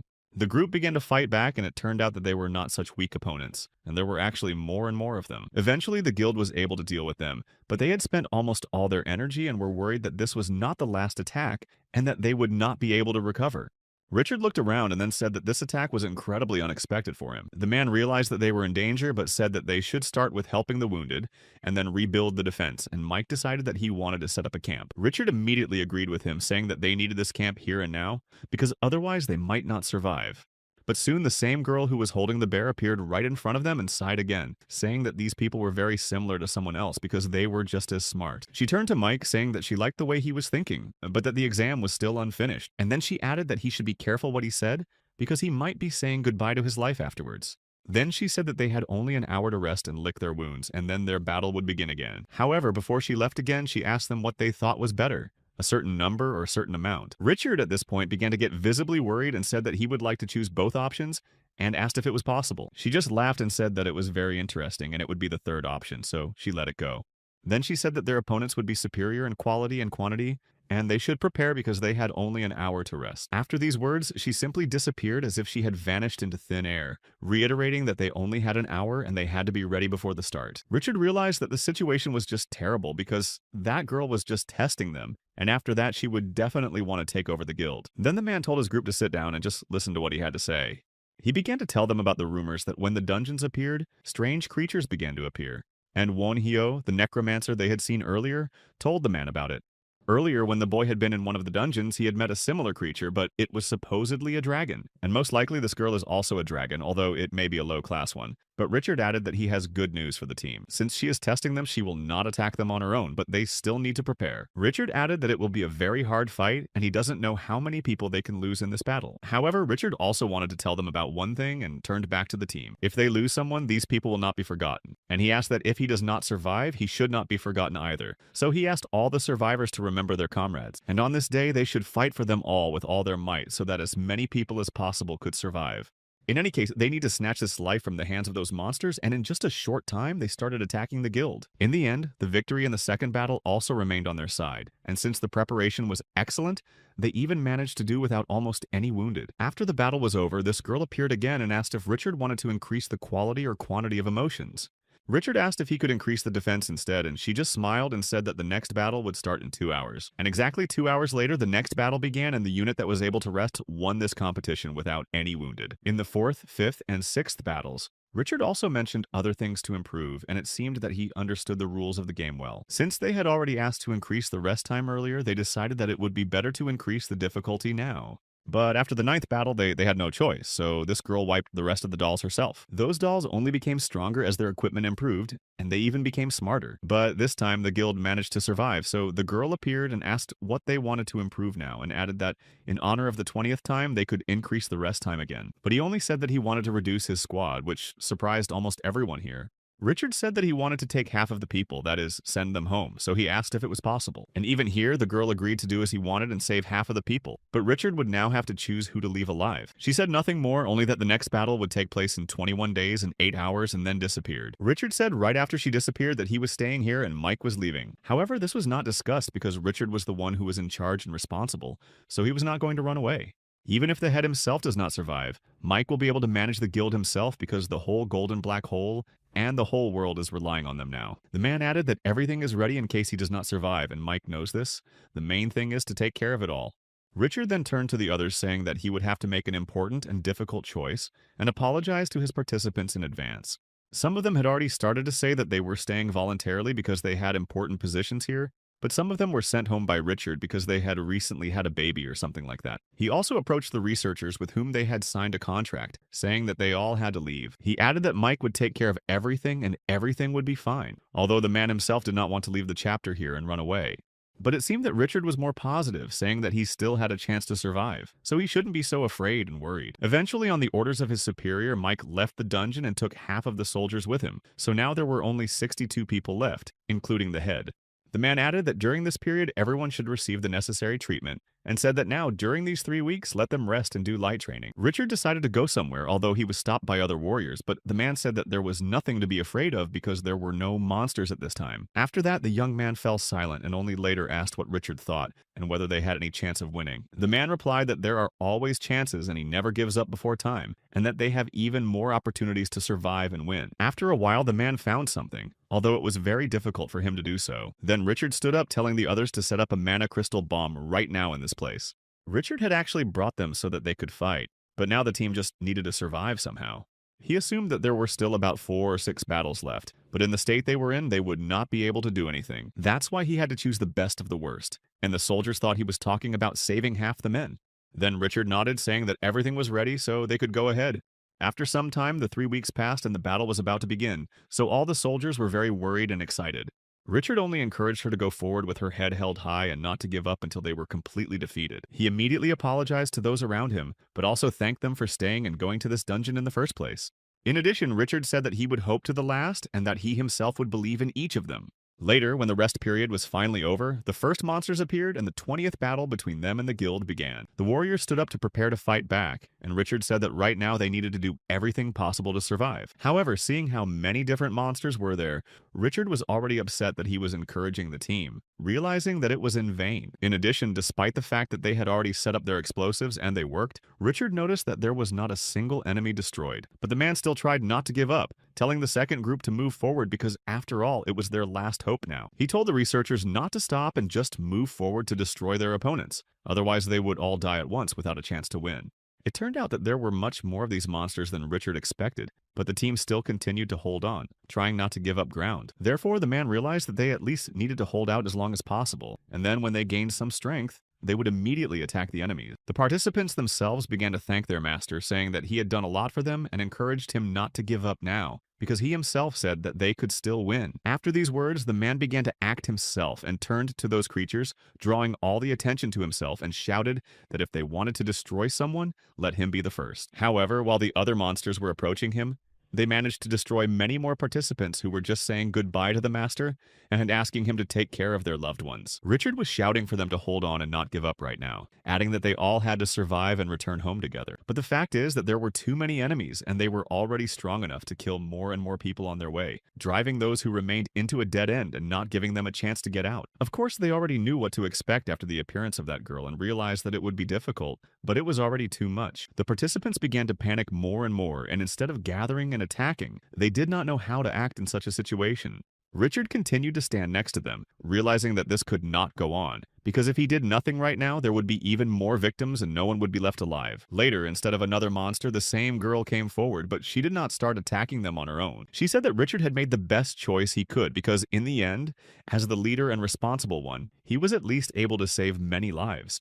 The girl called him a great commander who cares about his men, but Richard is just a good commander, not a commander who leads people to victory. After all, he knew exactly how to win in this situation, and a commander should think soberly instead of relying on feelings and emotions. He needed a lot of soldiers, and only in this way Richard could win, and the man should not have given away his men, because in doing so he simply signed a fatal sentence to the other half. The girl looked him in the eye and told him that it would be impossible to save these people, and only now Richard realized that she was completely right. In the end, he admitted that sending half of the people home was the worst decision he had ever made, because he had simply destroyed his wards because he didn't have enough people.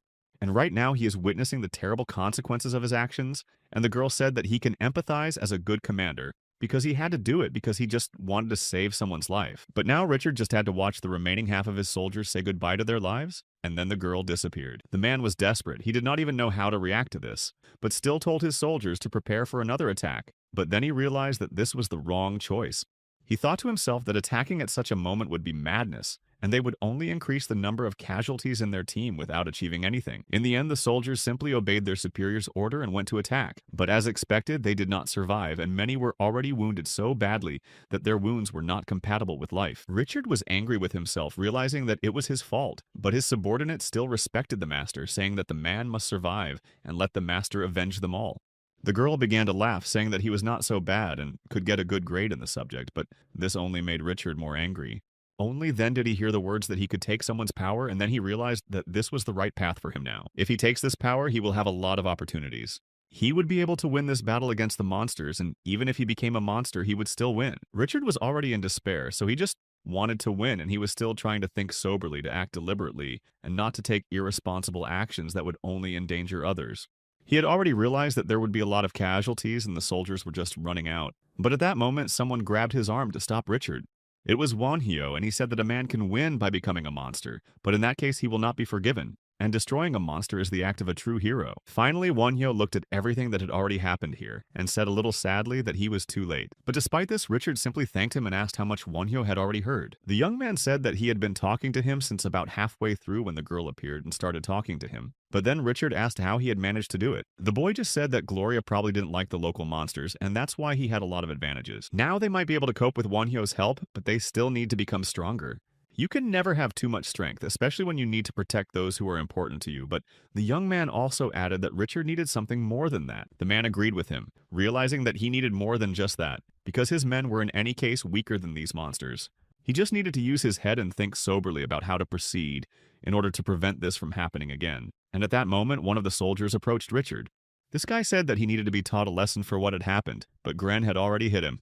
However, it didn't stop there, and they took turns beating Richard, not going to stop. Gren said that they wanted to follow a man who knew what he was doing and would get them out of there even if it was difficult. But now they were following the Monsignor. And then they said that he didn't have to become the same monster because his strength is his army. These words made Richard feel worse, but he thanked each of them and then went forward and apologized one last time. Then Kezel appeared and told his master that they had already finished and managed to quickly deal with everything. The young man just sighed heavily and closed his eyes, saying that he was done here as well.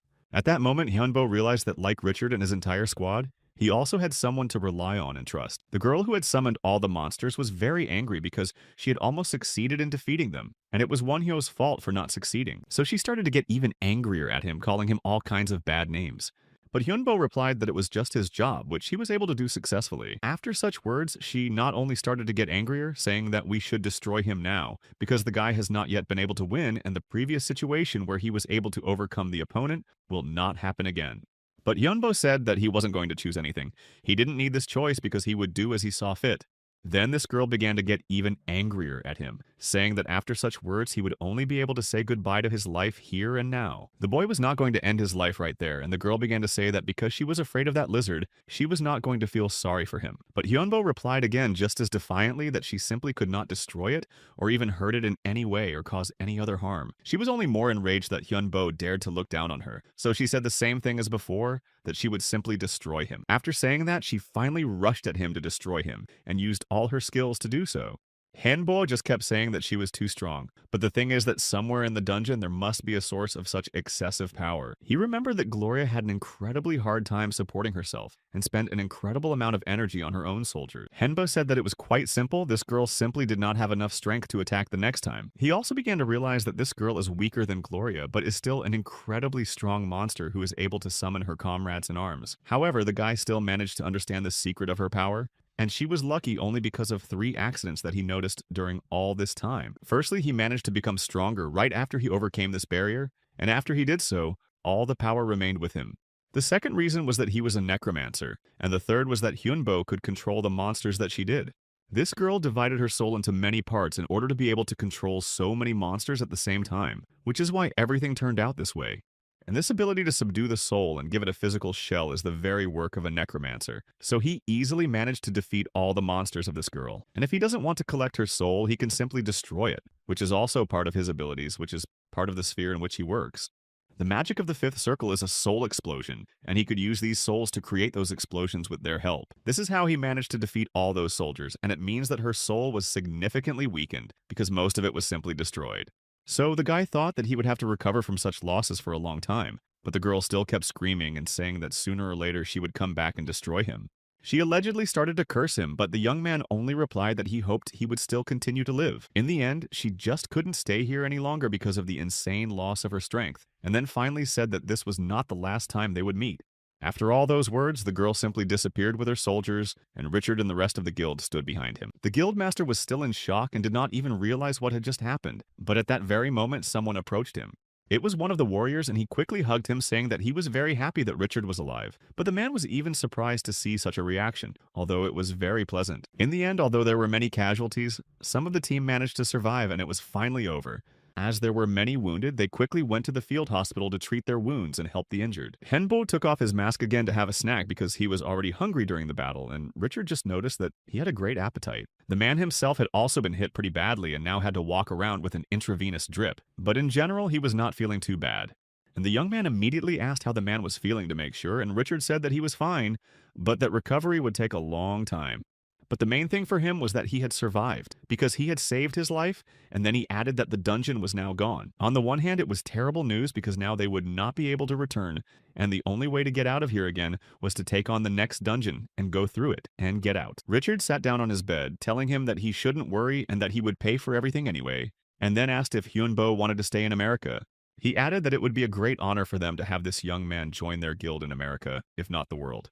Hyunbo smiled and thanked him, but said that he would not accept the offer because he did not want to be part of a guild unless he could start his own business someday. Richard did not insist, and he had already realized that he was likely to receive such an answer, but then he asked if the young man wanted to stay in America and added that they could cooperate in that case. Hyunbo said that this was a good idea, but he did not want to leave Korea in the near future and then asked if it was because he was Korean. But that was not the case. The young man said that he already had everything ready and did not want to part with what he had already achieved. In the end, Richard just agreed and said that they would move on to the next thing, but finally wanted to say it all again. The old man sincerely thanked the boy for surviving thanks to him and added that he would definitely repay him for all of this. And Hyunbo said that he would not forget about it and that he hoped for an additional reward because he had done much more than they had originally agreed. Of course, Richard said that everything would be fine, but now the guy just needs to have a good rest. Meanwhile, the skirmishers realized that the young man was fine, and that if it wasn't for their master, the people in this guild would not have survived, even if they had been late for a minute. And Nidhogg added that these people definitely need to become much stronger. Then Hunbo started talking about that monster, the girl who summoned all the monsters, and he said that she was most likely connected to the Legion in some way. Kai said that he was thinking about the Legion as well, but Kiesel said that he didn't even know what it was. Kai was actually very surprised by this, but he explained that a legion is a top-class monster that is similar in characteristics to a ghost and is almost impossible to destroy. We can say that the legion is a ghost that controls other monsters, although in fact there are many monsters of a similar type. But the legion is different because it has the ability to control its dolls, and it also divided its soul to do so. But that girl didn't look like an evil person, she also had a physical shell. And Hyunbo, although he showed his confidence in front of her, realized that he did not want to see her again. But at that very moment, Nidhogg appeared right next to him, and Hyunbo asked what he wanted to tell him. The dragon said that it would be great to absorb that girl's soul and become stronger. And Hyunbo liked it because he is not a full-fledged dragon, which means he has to do everything to become stronger, and the more strength he has, the better for the whole team. The dragon thanked him for the advice, and Hyunbo decided that while they were in America, they should collect as many souls as possible, thinking that there would be more tasks than they had in Korea. Then the young man turned to Richard and he said that he would solve all the issues with the visa. The man was even excited to hear that Hyunbo wanted to travel to America, and he was actually just waiting for such a question. Richard started to get up, but the doctor said that he should still be careful because his body was weak, and Hyunbo added that the man should have a good rest. And while he was resting, he allowed Hyunbo and his team to use the gym, where it was quiet and spacious, and now in America they also had a great place to train. Hyunbo also began to say that they should get the most out of it. The hero was also able to master the concept of coordinates on the fifth circle of magic, and believed that this skill was directly related to his specialization. But he was not sure that he was developing his self correctly, so he just wanted to go beyond his own capabilities. Hyundo was sure that the path he was following was exactly right, so he began to give his all. Even though he had been on the verge of death several times, he thought that these were logical mistakes, and now he was on the fifth circle, but he still hadn't reached his peak. He began to realize all this at the very moment when Gloria was saying that Hyunbo was just an idiot who could not achieve anything alone. Gloria was the one who helped him escape, and if she had wanted to, she would have never let him go, and they wouldn't be here anymore. She told him that Hyunbo had to improve his ability to use coordinates, and then he had to go beyond his abilities and use the magic of seventh circle teleportation, and Nidhogg also used such skills. As a result, they were able to escape, but the dragon was already on the verge of death and could barely survive due to such strong magic and exhaustion. Gloria praised them, saying that she would help them heal, and it was thanks to her that they were able to regain their strength and continue on.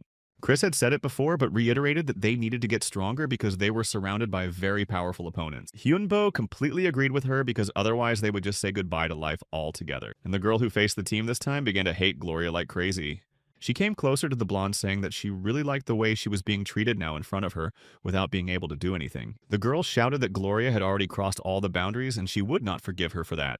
But Gloria said that she was able to do what she wanted to do, but that she was even sorry to destroy the girl now. And then she laughed at her for calling herself a demon after what happened. Although Gloria believed that she had absolutely nothing to do with a demon, because she was not worthy of calling herself that. But she agreed to just save her because she was in a good enough mood. So Gloria said goodbye, doing what she said, and finally threw in that she wanted the girl to remember that she was alive only because of her. But the blonde said that she would not let it go and would destroy both Gloria and that guy and his team. Later, Richard finally left the hospital and joined Yunbo and asked how they were spending their time here. The young man replied that it was actually quite nice here, and Richard was very pleased to hear that. And after all, for Henbo and his skeletons, everything in this place was incredibly new and interesting, even unusual. It even seemed to him that Washington was bottomless and that wherever you went, you would always find something else. Hyunbo was a necromancer, so he saw a little more than the others, and if they went higher, Richard would be able to understand what Hyunbo was talking about. Eventually, they boarded the helicopter, and Hyunbo tried to show Richard what he meant. Then Hanbo gave Richard the dead eye skill so that he could see what he was talking about. And then Richard really began to see incredibly many different skeletons, the souls of those who are flying around here and invisible to humans. Now Richard was able to see what was happening here to those who had already said goodbye to their lives. These are the souls that leave the body after a person passes away, which is why funerals are held. This means that all these souls did not find their peace after leaving the human body. But Richard was more surprised by the fact that they have been living with them all this time, but did not notice them at all. However, later on, the man himself realized everything without explanation, because it was the use of mana. Hyunbo also added that these souls are not simple and it can even develop further. For example, they can absorb some other souls, and the more energy you have, the stronger you are, and this is the law of evil spirits' survival. However, all this only disappointed Richard more, and he did not know what to do. But Hyunbo said that there was one way. Meanwhile, in the White House, in the office of the US president, he read that the ghosts would start attacking people within 1 year. They took it as a joke and just laughed at it, thinking that nothing serious would happen. Continuing to joke, the president told the vice president to call the exorcist when it happened. But while they were laughing, something got into the office and they immediately stopped laughing. The glass immediately broke and the president barely dodged it, and then ordered his aide to deal with it immediately. But despite the fact that they were laughing so hard at the fact that there would be ghosts, these souls entered their office. At the same moment, someone came inside and said that they had to evacuate immediately because it was getting dangerous. But it was too late because more and more ghosts were getting inside, so they couldn't even get to the door. However, they were rescued by Hyun Bo, who came to help them and told them that the president should be more careful and attentive to the problems in the country. The president started to get very angry, saying that this should not have happened, and asked what was going on here. But he said that it was a simple demonstration, and when the president realized that it was all a decree, he got even angrier. And he confirmed this by saying that the same thing would happen in just 1 year in this country if they did nothing. But then he started asking about who the two people were who had infiltrated and made this decree. And the vice president introduced them first by saying that Richard was the head of the Golden Black Hole Guild, and Wonhyo he called the best necromancer he knew who was responsible for this demonstration. While the president didn't know what to say, Wonhyo started talking about how the spirits were just gaining their power and had very little time left. After that, he added that they had already convinced absolutely everyone and that only the two of them and the president were left. Hyunbo said that they had to act immediately if no one wanted to see a kingdom with no living people left in a year.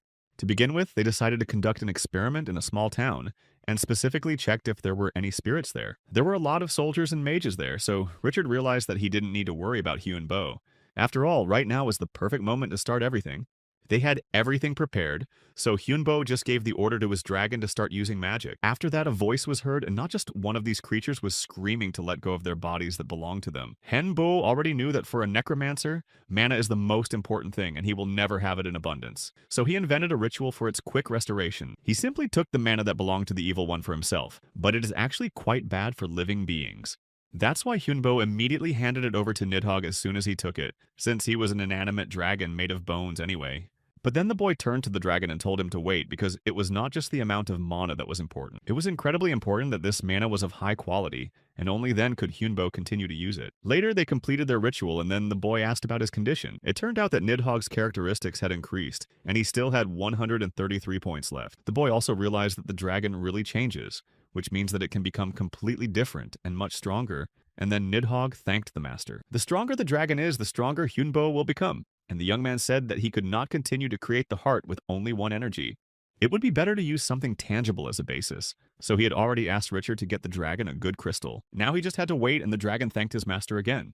Then they asked him how the ritual went and he said that everything was actually successful. But instead of doing his job properly, Richard decided to bring a nun and a priest here and introduce them to Wonhyo.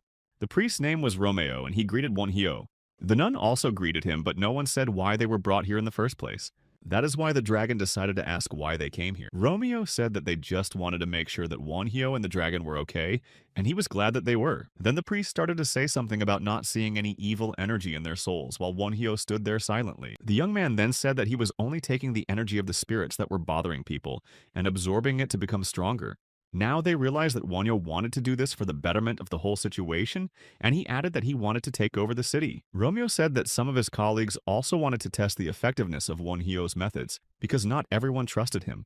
Although Wonhyo was not happy about this, at least he knew why these two had come here. There were much more people on their side, so they were supposedly stronger, and that's why they came first so they wouldn't destroy each other later. But the young man said that if his life was threatened, he would defend himself, and he just agreed and thanked him.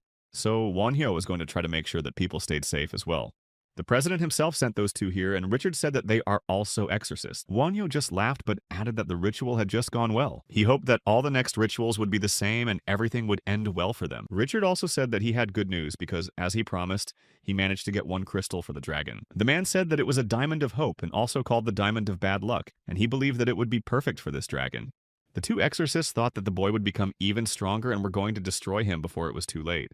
Romeo agreed, but said that they would have to wait for the right moment to do it. They believed that Wonhyo was well-intentioned, but they didn't like the methods he was using, so they decided that they should first observe him and then think about how to proceed. But still, he did not like the fact that they had to have at least some kind of connection with such a person. But then he said that it was their job and they had no choice, so the two of them decided to show how terrifying and dangerous this guy's power was. Meanwhile, Hyunbo had already returned home and was sitting at his desk continuing to write something, but at some point he was distracted. It was Richard, and the boy told him that he needed to create an evil creature that could regenerate its mana and compete for 3 hours and use at least 3 weapons. But the young man said that it was actually quite a difficult task, so the man asked what was so difficult. And Henbo explained to him that he needed to find a skeleton that could throw a spear and was good at fencing, and it had to be one face.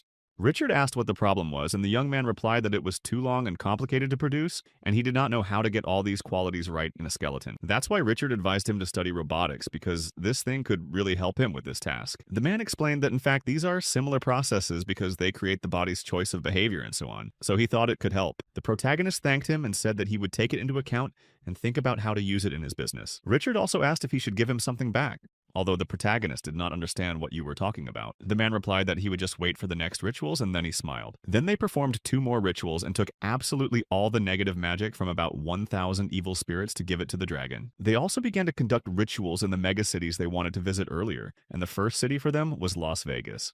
This place always hosts conferences and things like that, so they were able to disguise the ritual as one of them. They called this thing a parade of supposedly evil spirits against humans. It was supposed to be a show that would start at 6:30, and finally the day of the parade itself came. Most of the people gathered here to see what was going to happen, because the parade was supposed to be very big, so they thought it would be something cool. In addition, the award was quite big, but then they noticed something they hadn't expected to see. Parachutes with cargo just started falling from above, and there were a lot of helicopters flying around, and they came down from them. Then one of the soldiers started this parade and drew attention to himself, telling the others to start moving on one side. It turned out that they were supposed to get their weapons in that place, and then they were supposed to kill their opponents. Most of the people who came there were even scared and thought about running away because it did not look like a normal parade. Also, this soldier said that as they could see, these weapons do not pose any threat to the living and can be used for evil spirits to take their power. If their weapon is full and the indicator turns red, they should return to the base and get a new weapon, and the more people catch this evil, the better weapon and reward they will get. After that, a few more soldiers came down from the same helicopters and were ordered to start fighting. Henbu stood on top of the helicopter watching and realizing that this was an incredibly smart move. Richard added that there was no other way to handle such a large city. It would have been incredibly difficult to lock all the people in their homes, so the best way to do it was to do exactly what they did, and then Richard left everything to the necromancer. Later on, people saw a giant red dragon in front of them and realized that a lot of money had been invested in it, and then they wanted to ride this creature themselves. The wizard who was flying on the dragon said that it was time to start destroying the spirits that harmed others, so he asked people to fight with all their might. He said that this should be done for the sake of all of them, because in this way they would even be able to save their lives in the future when a disaster would come. Then one of the spirits said that he was not going to disappear from here, and of course he did not want to be destroyed here. The soldiers noticed another evil spirit, and one of them had already destroyed 15 of them in the meantime. The thing is that this whole situation was also a competition. That is, whoever destroys the most has a chance to take the first place. People started to take their weapons and were actually very surprised by how they would destroy those monsters because some weapons were fired with fire, some with electricity, and some with air. But because they didn't know how to use this thing well, the weapons immediately broke down. Or at least that's what happened to many of them. Hyunbo had already noticed that they liked this test weapon very much, and the young man was glad that he would be able to test it in the real one. The wizard who was standing in the middle of the metropolis watched everything that was happening and thought that it might all end soon. In addition, the people who had already started to fight those creatures looked quite tired, so he thought it was better to finish. Then he flew up again on the dragon and immediately praised everyone for what they had done. But with the energy of the evil spirits, they had only strengthened the power of his dragon and given it more energy. Then the wizard said that all these people had become completely useless, which meant that they had to do something to survive. Then the wizard said that today he was very kind, and they were very lucky because this time he would just turn a blind eye to the situation. However, the next time they will not be able to fight him off so easily, so he added that they just need to wait until he takes over the world. In the end, it was all over now, so he didn't realize that he could move on to the next task. This particular task seemed very boring to him, but one of the knights standing there said that this man would not be able to fly away from here so easily. Then the wizard noticed a real knight in front of him who had silver armor and also noticed crosses and holy signs. Then the wizard realized that it could be a knight from some Catholic church. At that moment, Richard did not understand what was happening, because earlier the church had said that it would support them to the end. The man immediately turned to Romeo, asking why they were not breaking their contract, but he said that he did not even understand what was going on. Romeo replied that he had warned them that they all had their own agreements, and most likely some of them just decided not to listen to his words. Richard did not understand why they decided to do this, because in this way they only create problems, of which there are already many. After that, Richard picked up the radio and said that 4 helicopters and 7 tanks were approaching them right now. The situation was now just terrible, and they decided that one of these soldiers was a religious fanatic and was messing up the whole situation. Then Richard asked if this man could escape, but he didn't even know what to say, because it would be difficult to do so given how many vehicles were approaching them. But then one of the soldiers approached Richard and told him not to worry about it. He also picked up the radio and said that Judas had sold the superstar, and they had to follow the plan and not move the necromancer. It was Captain Hedrick who said that he wanted to apologize because he didn't think his squad could do something so terrible. Only after that Richard realized that they had waited so long on purpose to catch the traitors, and it turned out to be a correct assumption. The captain said that they knew about the existence of those traitors, but they still lacked real evidence, so they had to take such measures. After that, Richard talked to the wizard again on the radio and added that he still had a chance to escape, which was a good idea after all. However, at this very moment, the wizard said that he did not want to escape from here at all. At this point, Richard did not understand what was happening, but the wizard only said that he was going to and hoped to change the course of this scenario. The discontent of the other people was incredibly high, and it was understandable because they had decided to go so far in their endeavors. However, the same fanatic began to lose it and said that today was the last day of this wizard's life. He said that he would do this because his church wanted him to, so he was not going to break the rules. But the wizard said that they could only talk, although he recognized that these people could act according to what they had thought up earlier. He said that they were not gods in their universe, but just fools, weak from the very birth and always trying to become stronger. And even if they do it in different ways, the goal is still the same. They need to be able to take responsibility for their actions and words. But in the case of these people who serve the church, they just hide behind their god, doing terrible things and saying that they are protecting others. Finally, the wizard only added that their actions and words will be taken as the words and deeds of their god. And since deeds are deeds, mistakes will also be taken into account in the same way. At this point, the wizards realized that there was a much greater power there and thought that these were the consequences of his words. Eventually, one of the men came forward to thank the magician for finally resolving the conflict. The man admitted that they still had a lot to learn, but they only wanted to follow certain laws and were now very weak. The wizard said that this sounded very interesting because he thought they had come here to fight in full force, but now they say they are too weak to do so. Then the man said that he did not want those people to say goodbye to their lives after this battle, and if their deity told them to stop, they would follow that order. Since they declared that they were unable to fight, the wizard said that he was coming as their enemy, but the battle that was supposed to take place today would take place on some other day. They just had to wait. At this point, Hyunbo was thinking that there were many more problems than he had expected. After that, he immediately turned to the dragon that had been standing behind him all along. Hyunbo then asked him why he was still under his control, since he had much more wealth than his master. But Nidhogg believed that it was because of the oath he had made to the boy earlier. He didn't remember how he said that the dragon was a fake and would never be real. But if he was with him, he would make him better than the original. The dragon said that if in the past he was a fake, now he felt like a real dragon, and the oath seemed to become an oath between the dragon and his swordsman, although the boy was very surprised. As Henbo had promised him, he made him a dragon that was better than the original, and now he himself can make his master stronger. Chris said that in simple terms, Henbo has now become a dragon master, and it was after this title that he received full power over his dragon, with whom this oath was signed and created. In general, nothing changed at all because the young man was still a master for him. Kaisel was only glad to see this result because in this case, because the dragon itself became stronger, they as a team would also become stronger. He even thought about signing such a contract himself someday because he would like to become a warrior of darkness or a champion of darkness someday. Kai a captain of darkness or a soldier of darkness. But in any case, they were all going to continue to go with their master wherever he went. But Chris told them not to talk about something they were not sure about yet, because the more you wait, the more you will be disappointed if something doesn't work out. However, Hyunbo admitted that he thought they would all only get stronger, which is why they decided to go to the city right now. 45 days later, the next stage of this parade began, and it was also successfully completed in their favor. Also, Kessel, Kai, and Chris had received a lot of negative mana, and by using their core in the form of a moonstone for Chris, a diamond for Kessel, and a sapphire for Kai, they were able to use it properly. After they implemented these cores, the skeletons' fortunes changed, and their stats became much better than before. Kessel was already at the 128th level, and his stats had increased significantly compared to before. Thanks to such a drastic change in the dads, their races also received a new status of being able to change. The protagonist himself was able to raise his own level, although he was still at the lowest among the four. Eventually, they managed to successfully clear the dungeons of rank F and E, after which they managed to complete the third stage. Then they came back to Richard and told him that it was time to go back home, because the man thought that they had gotten used to living in this place. However, Hyunbo smiled and said that Korea was still his home, and that is why he wanted to return home. Richard simply agreed, but finally added that he would always be happy to see him here. So the young man thanked him and said that they would definitely meet again someday. After that, the team just turned around and left the building, realizing how much nicer the air was in their country. Later on, they saw Jaime in front of them, who also decided to come to this meeting. She said that she was very happy to see them alive because she hoped that everything would go well, and Hunbo asked if there were any problems. He also asked about what he had asked about earlier, and Jaime said that everything was ready, but she didn't think it would be enough, although Hyunbo assured her that it was. She said that a copy of the Korean peninsula was created with Young-ho's help, and she sent it all to Hyunbo's house.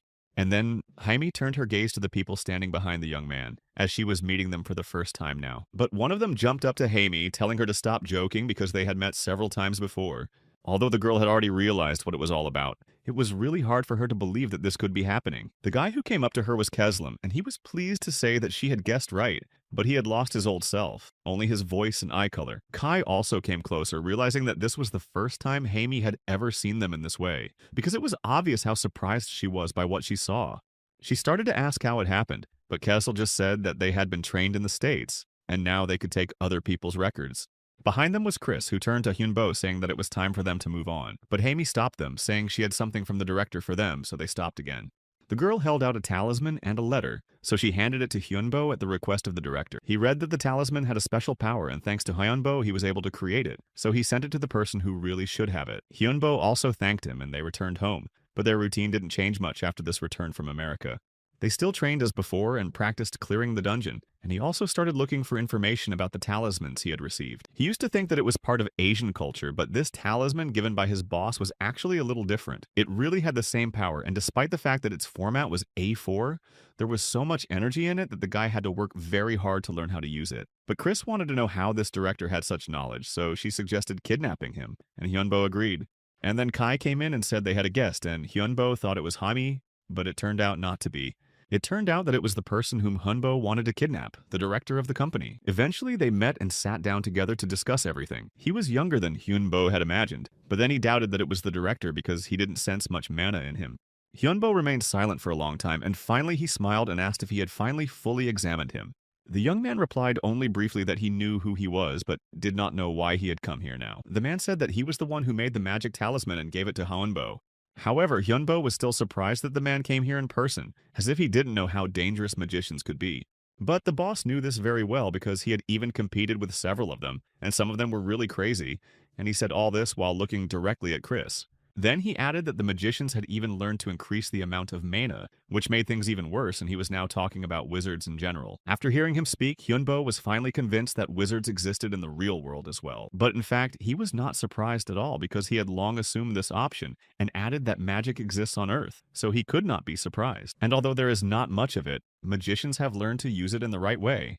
The boss asked if he was interested, and the guy replied that of course he was interested in this topic. Then the man said that he could tell him everything he had learned from the magicians he had personally destroyed if Hyungdo asked him to. But the young man replied that he did not think he needed to ask for anything. There were many of them here, and he was the only one.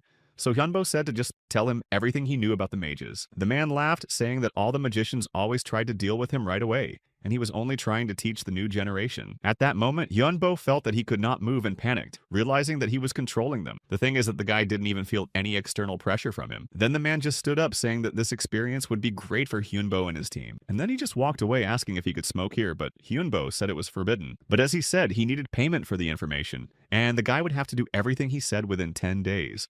And if he did it, the boss was even ready to give him a bonus, and it might even be a better place than this. He also handed him the same talisman and said that with its help, they would be able to communicate with each other because the phones would not necessarily work. After that, the boss just walked to the door and said goodbye to them, saying that they would meet again soon. They were completely defeated, and Chris didn't understand how he was using magic at that level. So Hyunbo said that he and his team would most likely have to prepare, because the tasks could be difficult. Kessel and Kai felt incredibly terrible, and they began to apologize to their master, saying that they had lost in an incredibly terrible way. The protagonist himself did not even understand what it was, whether it was pressure or some kind of paralysis or something worse like time stopping. Chris also couldn't answer the question of what exactly it was, but she agreed with the others that it was definitely just awful. In the end, they tried to forget about what had happened recently, and the next day they met Hami again, who had something to give them. It turned out that it was a payment, and she added that she hoped they would make it, all of which were the director's words. Hyunbo and Chris were now standing in front of the trucks, and Hami continued to show them something and tell them. The young man wondered why there were so many trucks because there were 5 trucks that weighed about 10 tons.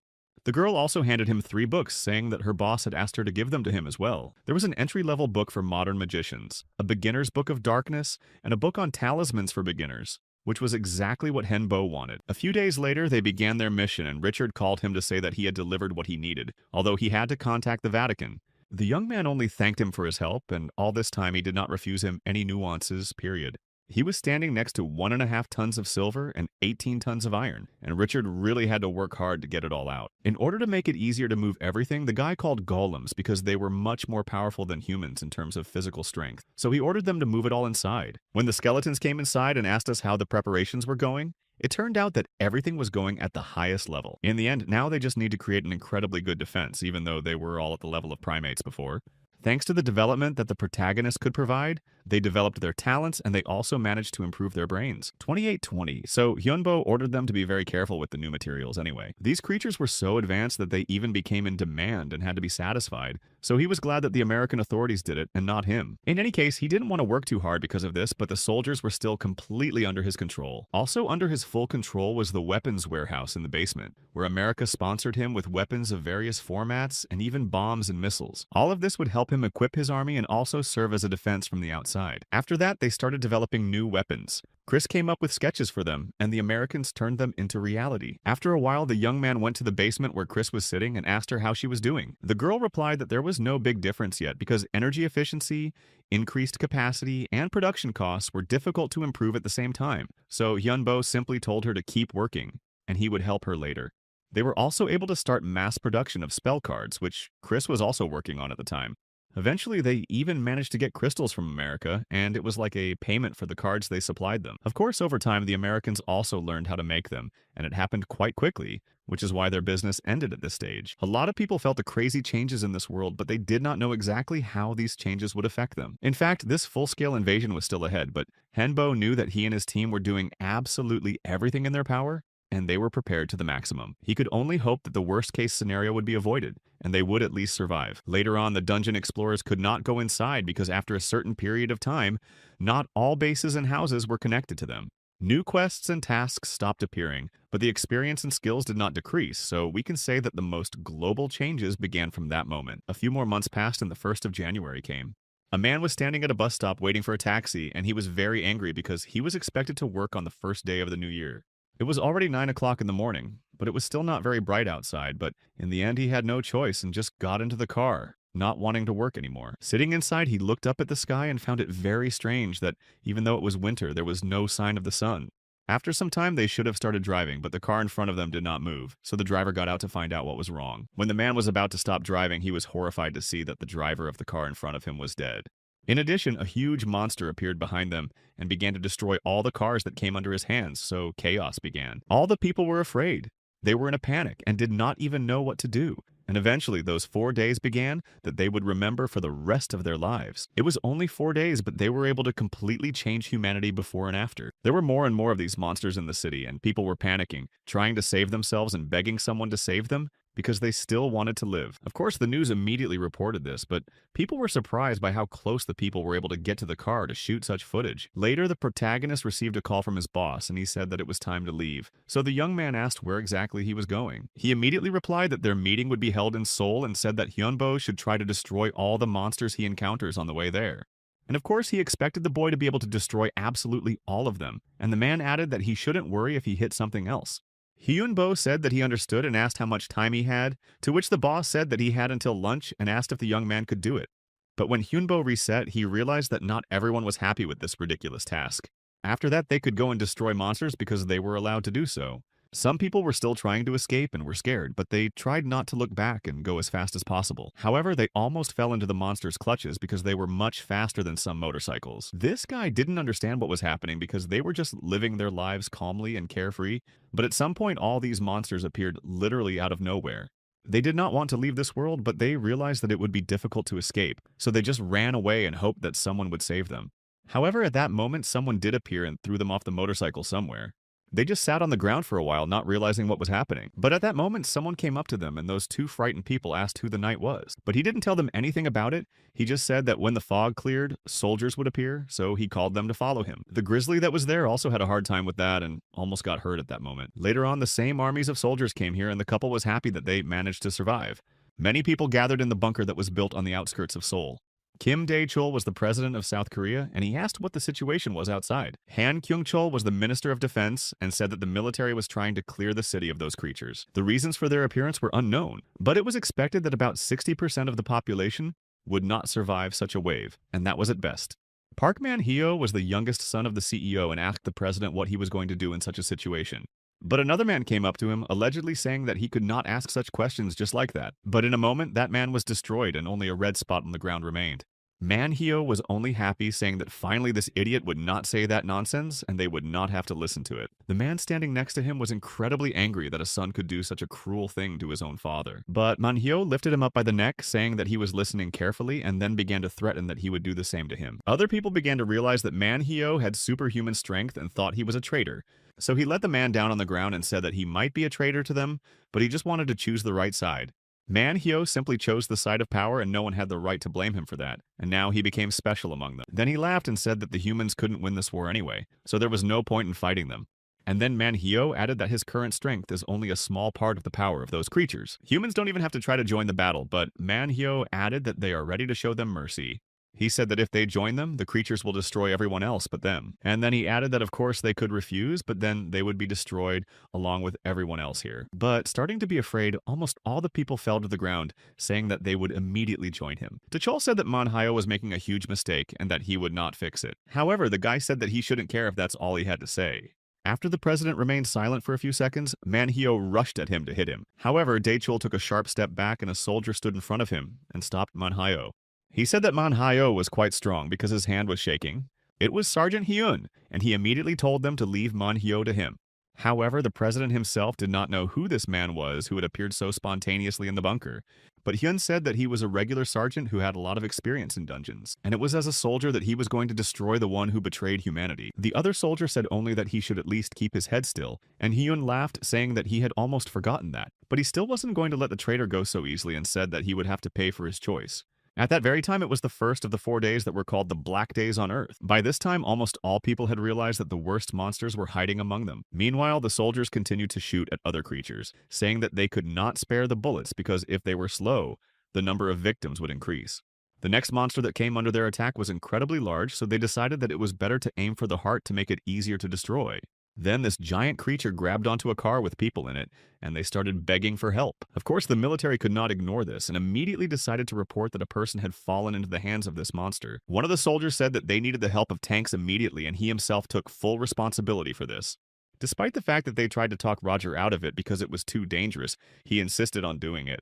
The guy immediately gave the order to shoot and to do it immediately, but at the same moment, a voice stopped him and told him to wait.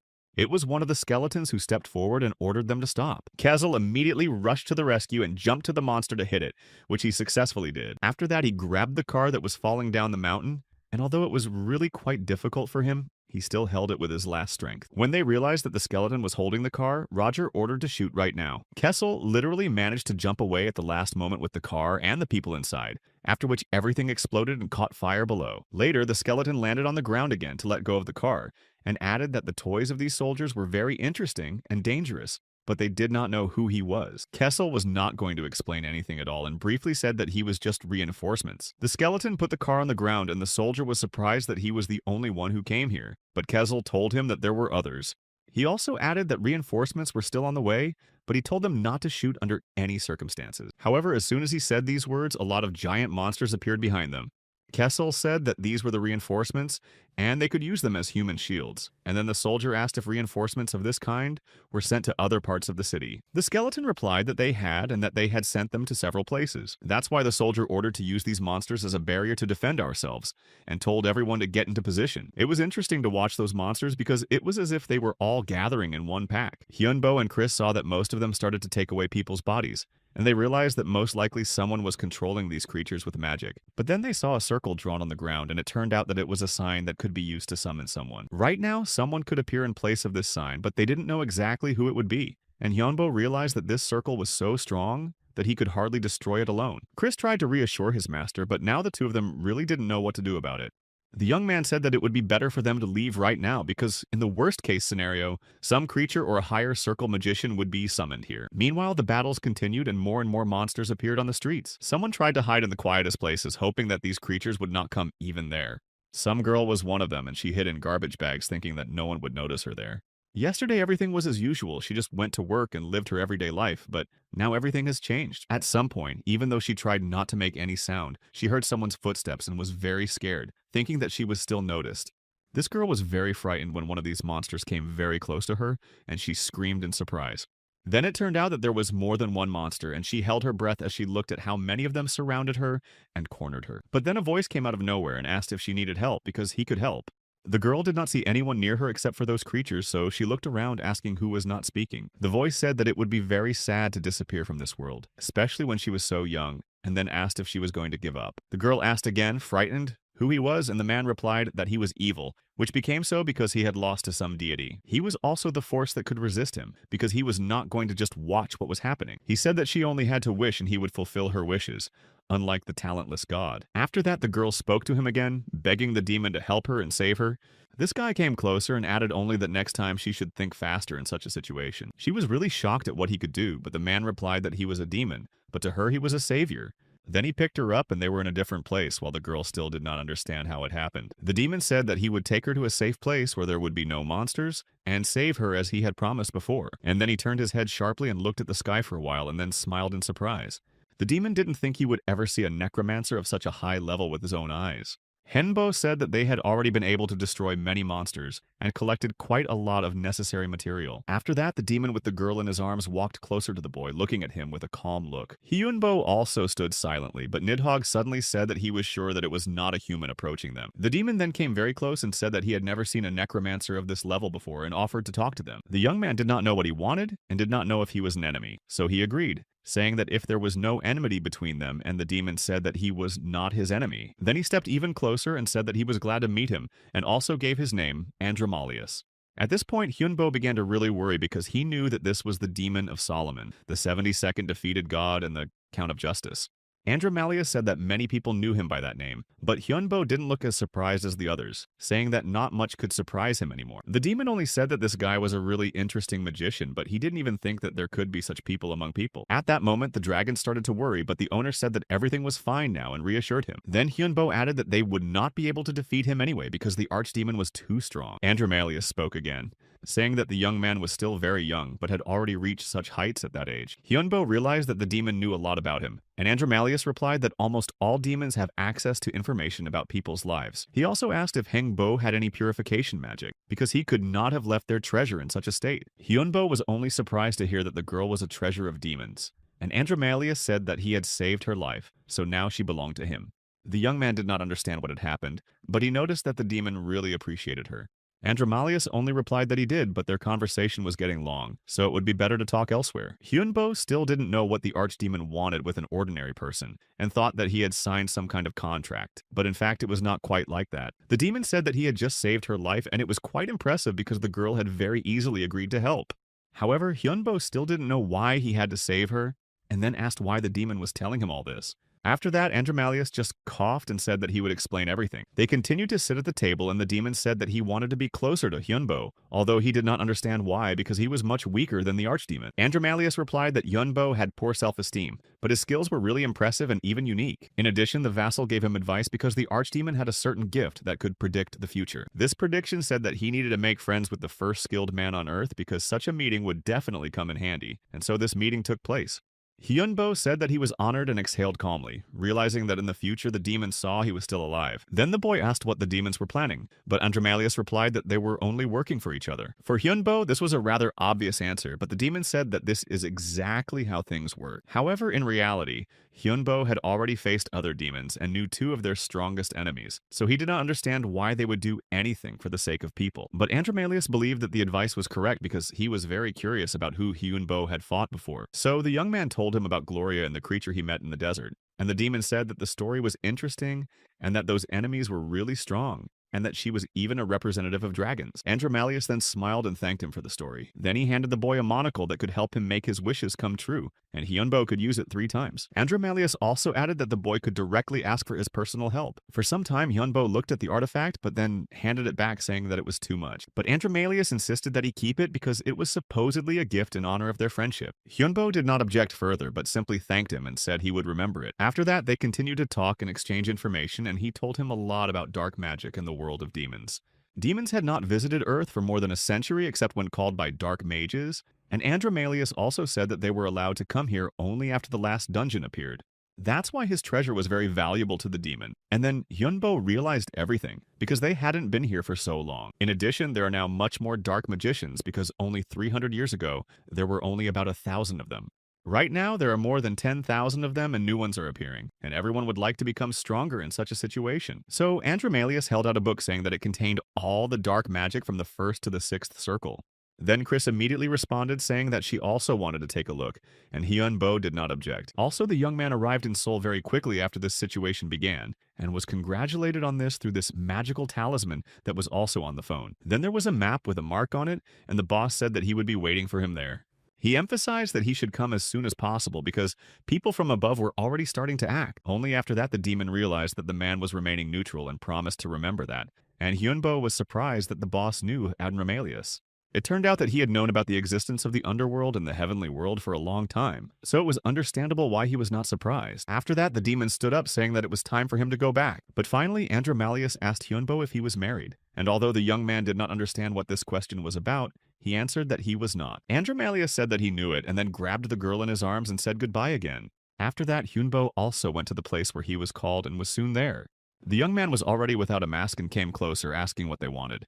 And then he asked what was wrong with the boss's face, although he did not understand what the problem was. The man admitted that he thought Hyunbo would destroy him right away, and the young man said that he had even had that thought. Then the blonde man thanked him for his experience and for saving his life, so he decided to give something in return. They had given Hyunbo a talisman earlier, and this gift would be useful to him as well. The boss said that tomorrow Hyunbo could rest, and the day after tomorrow he would have to go somewhere. Hyunbo only asked why he was resting tomorrow, but the boss did not say, saying that the young man would understand. Then the man coughed and added that he would feel better later. However, Hyunbo began to worry more, not understanding what was happening to the boss. The man only said that Hyunbo shouldn't worry about him because he was selfish and only thought of himself. His family had supported this country for generations, and he was tired of living for others. But he had to do this all the time, and many other people would do anything to save their own skin. And he did not want to let this country fall to its knees, so he did it for his own sake. Hyunbo asked if he would go to Yoido alone, but it turned out that there would be other people there, but they would not form a team. After that, the man left him, saying that he had to go because he had many things to do. Later, Hyunbo and the team were left alone, and they decided that they would go through the magic circle again. And inside, they had to collect all the corpses of the monsters that were left there. The soldiers ran back because they had very little time and acted as quickly as possible. A small camp was set up there, and they were all alert, but sometimes they talked to each other. They were paid quite a lot to sell the corpses, so these soldiers thought about doing it themselves. After all, they were killing these monsters themselves, so they had every right to do so. But at that moment, there were also living monsters nearby. It was the second of the dark days on Earth, and these monsters miraculously came back to life and started attacking people again. The soldiers were surprised and did not know what to do, but then they ran away, realizing that it was better to save their lives than to take the corpses of those creatures. They tried to run away, but it is not surprising that the big monsters were faster than them all. However, to their surprise, there was another monster, but he had already begun to protect them from the creatures. Hen Bao and Chris stood a little further away watching, and it was they who sent those creatures to protect the soldiers. Hyunbo realized that if he intervened himself, they might think that he had done it. So Chris asked him what they should do. The young man answered in a moment that they had to test them because it was a test. The genie is a new race that has emerged as a result of the infection, and it is a new transcendent being, neither demon nor angel.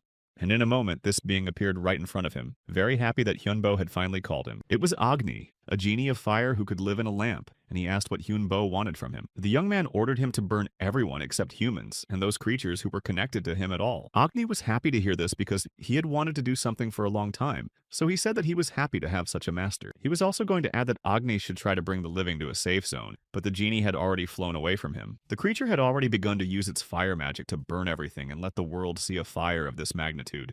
Chris wasn't sure if it was a good idea because Agni could have burned the entire city, but Hyunbo said that Seoul would not have returned to its previous state anyway. However, she thought it was better to tell everyone else about it so that they wouldn't literally get caught in the middle of it. Hyunbo agreed, saying that it was the right thing to do and added that they needed to get people out of there and that tomorrow, as the military said, they would go to Uido. Eventually that day came and the team was in the right place, seeing that all the evil spirits and monsters were united. Hyunbo was waiting for the day when it would all be over, and in such a world he was happy to be a necromancer. And Kim Min-jin was working on her task, so Hyunbo wanted to see what would happen. After a while, Agni found Hyunbo and Nidhogg, and the boy praised the genie for doing such a great job. Agni said that he had succeeded, but he was eager to see the magic circle that Hyunbo had been talking about. He had to wait for a while, but it seemed to the genie that the boy was calling someone to come. Of course, he didn't know who it was, but they could find out in the remaining time. Hyunbo asked how much time was left, but Angie surprised him by saying that there was no time. At the same moment, all the magic circles around the city immediately lit up at the same time.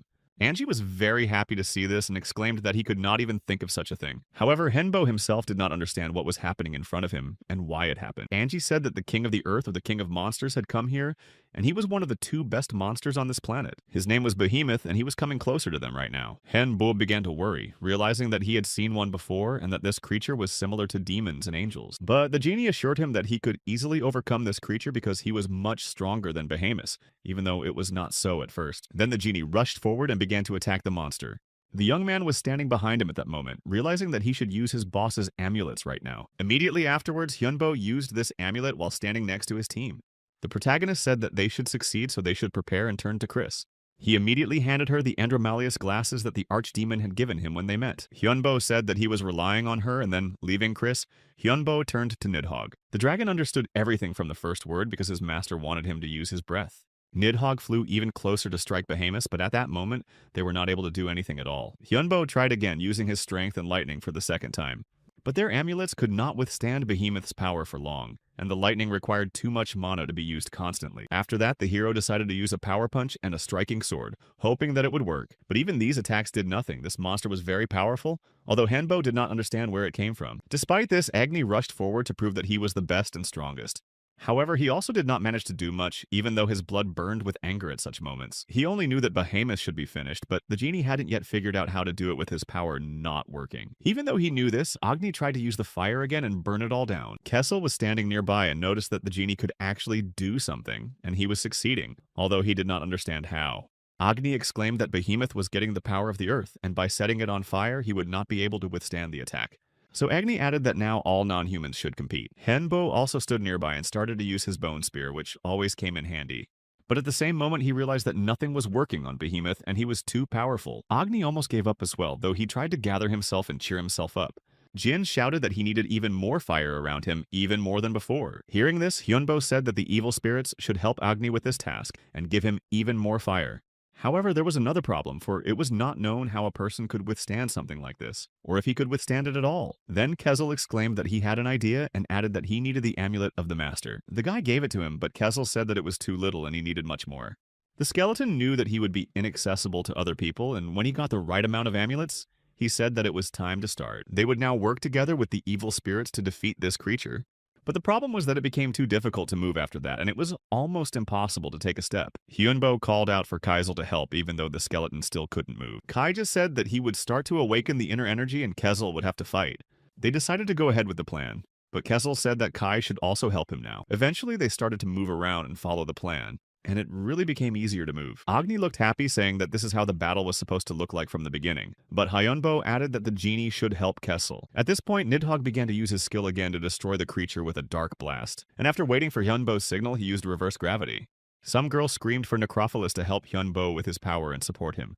Right now, they must use their power and Behemoth together to destroy him. At this moment, Hyunbo thought that his weakness was the lack of strong attacks on his part, so he tried to find out from Chris if it was possible to increase his negative mana to the point where his gifts would be more powerful. The girl only answered that nothing is impossible in magic, and he even had the attribute of darkness and curse. He also had the points he received from Basago and the negative mana that was contained in this amulet. At that time, absolutely everyone who was nearby began to unite their strength to destroy their enemy. Henbo realized at that moment that they could destroy Behemoth even faster than they had expected. Together with Chris, they decided to deliver the last fatal blow, saying that they would now finish this bastard. Agni was surprised to see it all, and then the genie exclaimed that this attack was just incredible. When the attack was over, Chris fell to the ground and Hyunbo noticed it when he looked back at her. All of her limbs disappeared, but Chris calmly replied that she was evil and there was nothing to worry about because they would be restored. And Agni said that it was time to get his prize and looked very happy.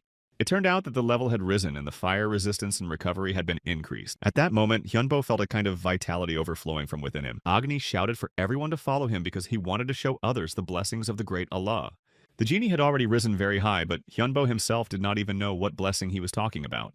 Hyunbo said that they should rest now, but he still hadn't recovered Chris, as if he had forgotten about her. While he was fighting Behemoth, the others were also fighting him and other monsters. But finally, the fourth of the dark days of the earth came, and it was at that moment that something changed. People who had previously thought that all this madness would stop finally realized, even if they manage to overcome these monsters, their enemy will be the sum of nature. And because of the fear of losing their lives, people found angels and demons.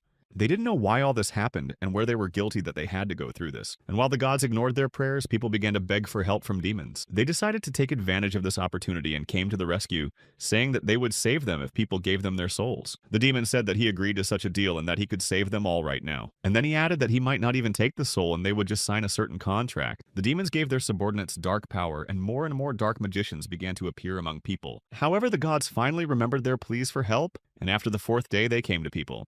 They helped to clean up the chaos and restore the cities to their former appearance. They also said that these nightmares came from other worlds, and that in order to survive, they needed to unite everything around them. And they promised to help them, so that's how the holy people appeared among this crowd. The skills of the dungeon explorers also increased significantly, and thanks to the help from the outside, people were able to avoid nightmarish consequences. And this day was called a miracle as if it could be the beginning of a new world. 6 months have passed since then, and Henbo came to a meeting with someone to talk about his past promise. The young man repeatedly told him that he was not going to become a defender because he was not interested in it at all. This group was called the Protectors, and they were created to protect people from what happened. After that, he was only told to let them know if he changed his mind about it. But Hyun Bo didn't want to participate in such associations at all, but for some reason, this man was asking him to do so right now. And after the head of the department taught him how to use the amulets, he left and the unit was completely disbanded. Instead, the big market was created, a group of beings from another world that existed only for commercial purposes and was neutral. They appeared saying that the war had brought too many bad consequences, but that money and goods could help rebuild. Tia came back to Henbo one day and she was able to get the slime's abilities as well. She said that she saw a lot of serious people and they all said that Henbo was very dangerous and needed to be got rid of. They were military men and politicians and they said that this issue was very sensitive for them, but the guy said that it didn't scare him too much. In the end, he just said that it was time to finally go back to his home again. Later they went back and Kiesel was very happy that they were going back to the best place to play. Kai was going to do his own thing as soon as they got back, and Hyunbo wanted to rest a bit after the trip. Chris asked what they were going to eat today, but Hyunbo didn't care anymore, so he said they could order something. Kessel immediately went to play, and Chris said that Kai had chosen some food for them, and he thought it was more expensive. Hyunbo began to think about the words of the boss, which were still on his mind, because he had already emphasized them before. The man had said that soon there would be complete chaos and insisted that Hyunbo should be ready for it. The young man knew that his boss could see the future, so something could happen, but someone took him away from these thoughts again. It was Tia, and Hyunbo immediately got up asking what was wrong, and was told that they had an important guest. It was Andromalius who entered the room looking around the house and saying that Vonyo was living very well. The young man stood up and greeted the demon he hadn't seen for a long time with a slight smile. The young man replied that he had only now settled down well because everything had become more or less stable only recently. Before it was different. Andromalius then introduced Hyunbo to his friend Sir, who was also a demon and was also called the Duke of the Underworld. Sire greeted him saying that his friend had told him a lot about Henbo and then held out a small gift. It was the horn of Baphomet, and the demon thought that it would definitely come in handy for Hyunbo someday. And Andromalius had prepared the mithril, which was also very useful for mages, so it was also a gift. The young man thanked them, although he felt uncomfortable accepting such valuable and expensive gifts from both of them. Also behind him was Sue, who was silent and standing behind him, but Andromalius said that she was fine. Henba thought that this girl was the demon treasure that Andromalius had saved from the monsters. However, Sue herself was not happy to be here at all and asked why she was brought here. After that, Andromalius began to speak to Hyunbo and said that he would like to ask him for something, although he had stopped talking for a few seconds before. The demon asked him to be Sue's first teacher if he had time and wouldn't mind, although it surprised him. Hyunbo looked at Sue and at first hesitated about whether he should agree to this. Only then did he ask if Hyunbo would agree or if he was against it at all. Andromalius added that they would go with the Asian Union to China, because many people need their help. This is the same alliance that was formed after the collapse of China into several separate states. After that, Hyunbo understood everything because after such a war, many people signed a contract with demons. The demon added that there are still many monsters in Korea, but they should deal with those in Japan as well. That's why Andromalius asked Hyunbo to take care of their treasure while they were gone. In other words, the demons wanted Hyunbo to take care of it, protect it, and teach it. And Andromalius confirmed it. And then the protagonist decided to agree to this, saying that he would have several conditions in this case. At first, the guy said that they should be okay with the fact that she could get injured, because in order to get stronger, you need to use very powerful training. Andromalius smiled and said that he understood that, although the girl had a meeting. But the demon said that she herself wanted to become stronger, but for those who simply have no way, then asked if she would refuse such an opportunity. Sue only made a disgruntled face but still agreed to the training. After that, Hyunbo mentioned his second condition, saying that he needed permission to conduct the research and then added that he also needed it for training. Sue immediately said that she agreed to this because she herself really wanted to learn more about herself. He also had a third condition. He needed her blood and some hair and explained that he needed it to summon the great demon. All of them should know that mages are very resilient creatures and for the sake of survival, they are ready to do absolutely anything. After that, the girl, without even thinking for a long time, simply agreed, saying that she would do anything. However, Hyunbo also asked me to cover absolutely all the costs of her education and added that this was absolutely everything. Andromalius only said that he would send an approximate amount right now, but if it was not enough, let Hyunbo know. He immediately received a notification on his phone and looked at the account, seeing that the amount was much higher than promised, and he thought that he should refuse it. But Hyunbo decided that he would not do that, so he simply thanked the demon and shook his hand. Eventually, they went to the place where they were going, leaving Sue under the supervision of the magician and his skeletons. And 3 days passed.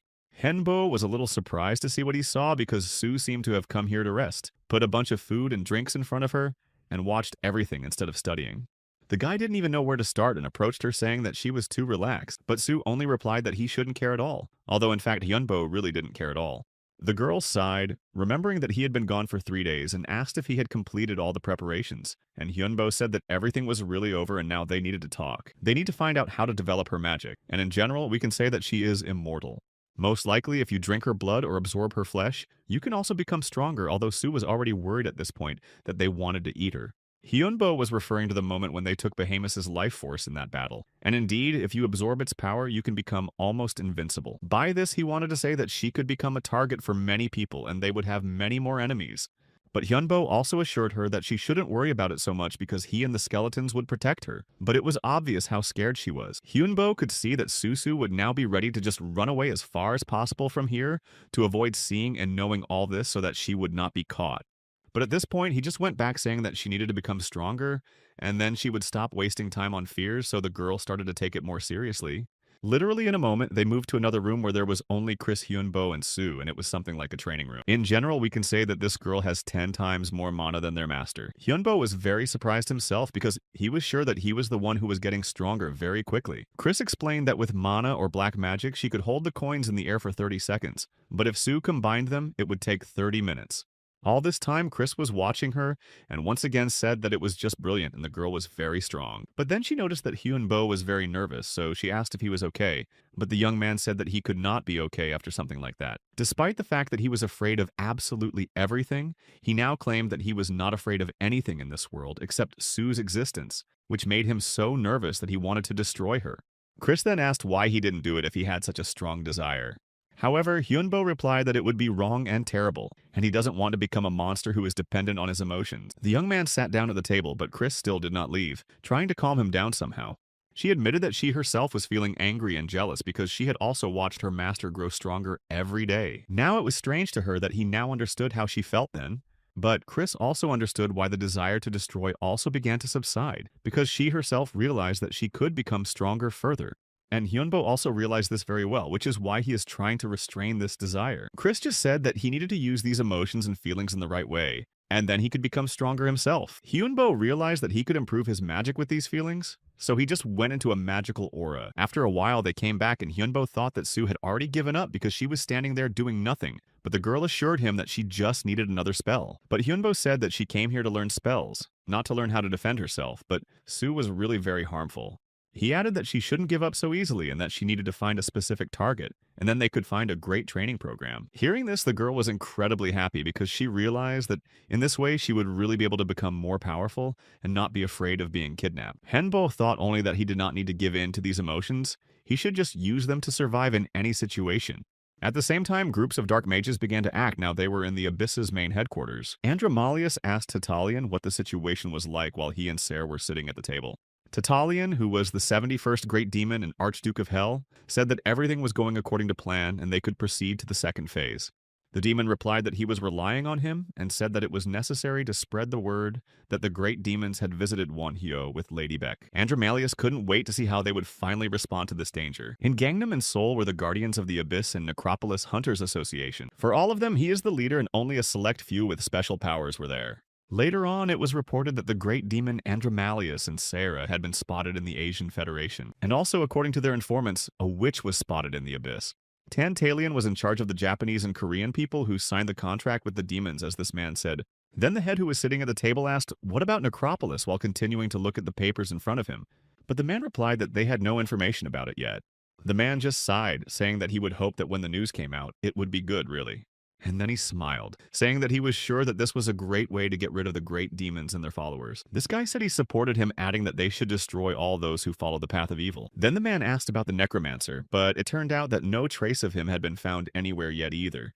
The man added that they also needed to find him, because Wonhyo was not the last one in this game, and they were going to destroy him as well. Meanwhile, the guy continued training with Sue to find the right technique and exercises for her.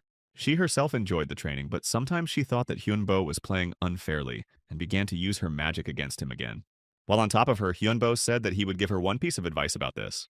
He said that she needed to use the maximum of her magic, and at that moment Sue tried a new spell, directing it at Hyunbo. Although he didn't say it out loud, he realized how strong she was, even though it was only the 9th day of their training. During this time, the girl had become much stronger than she had been, and he realized that she would soon become almost invincible. After a while, she said that she should stop and rest for a while and then continue, and then she would definitely be able to win. But Hyunbo said that he was sorry, but now they would start special training. Sue, who was already very tired, began to feel a little worried about what he said. Although she wanted to rest at first, they created a goblin in front of her that was tied to a piece of wood, and for a while there was silence. Hyunbo only said that now she had to destroy this monster by herself, and the goblin looked very scared. The young man added that Sue shouldn't use black magic and mana only with her own hands, and thus defeat this monster. Kessel added that this monster had already suffered a lot because it had been brought here by them, and the young man echoed his words, saying that the girl needed to finish him off right now, as they had talked about before. After these words, Sue approached the goblin, looking at it and thinking where to start to destroy it. Then she took out a small dagger and stabbed it, saying that she would destroy it right now by herself. Hyunbo then said that they could start their training, although Kessel wasn't sure about that yet. But the master was sure that Sue was definitely ready for it, so he added that they would start in 10 seconds. Without waiting for this time, Sue rushed forward, intending to destroy him. She was already very tired and just wanted to get it over with as soon as possible. The girl didn't know why he was treating her like this and why he didn't even give her a few minutes to rest. Hyunbo only replied that it would be necessary for her to know how horrible it is to take someone else's life. And it is people like him, like her, who will take these lives many more times. She will be the girl who signed a contract with a demon and a necromancer, who will be hated by everyone around her. Baek-sun Sue is a creature that worships great demons, and she will definitely be a target for everyone with a holy attribute. She said that she didn't know that everyone would hunt her down, she just wanted to live. That's why she needed help. Sue said that God didn't respond to her love, so she asked the demons for help, but added that she shouldn't suffer because of it, because it wasn't fair. Hyunbo replied that the world is indeed unfair, which is why she still had two options. She could either continue to destroy and survive or just give up and be destroyed immediately. After that, their grueling training came to an end and the girl fell asleep very quickly because she was incredibly tired after all that. In the end, Hyunbo said that he should let her rest because Sue was just tired. In the meantime, Tia came to him again and addressed Hyunbo. She said that she had noticed people walking around, and although at first she thought they were just ordinary people, she realized that they were not. She thought that their mana was connected to the attribute and they could attack them in 2 or 4 days. That's how she heard that the army was coming, although Hanbo didn't understand what they were doing here. Hyunbo thanked Tia and she said she would go back and keep an eye on the situation. Then Chris came over and asked how Soon-soo was doing, and she said that everything would be completed today. Now Hyunbo was curious to believe her again, but in a real battle that would take place soon. When the young man walked over to her, Sue immediately said that she needed ramen and 3 pieces at once. She also wanted rice with vegetables, a hamburger, spaghetti chicken, and pizza, but Hyunbo thought it was stress. But Sun-soo said that she had finally decided that she wanted to live and would do anything for it, so she was ready to destroy. The young man was glad that the girl had decided so quickly, but said that she should rest for now and that she would have a lot of work to do soon. Then Hyunbo went back to Chris and asked her if everything was over, and she said that everything was ready. She didn't know that by signing a contract with a demon, they would be able to get mana and demonic magic from Sun-soo. Although apparently the magic inside her has not yet been formed, so everything is still mixed like 2 dishes on one plate. Hyunbo also thought about it, although he could compare her to paper, which surprised Chris.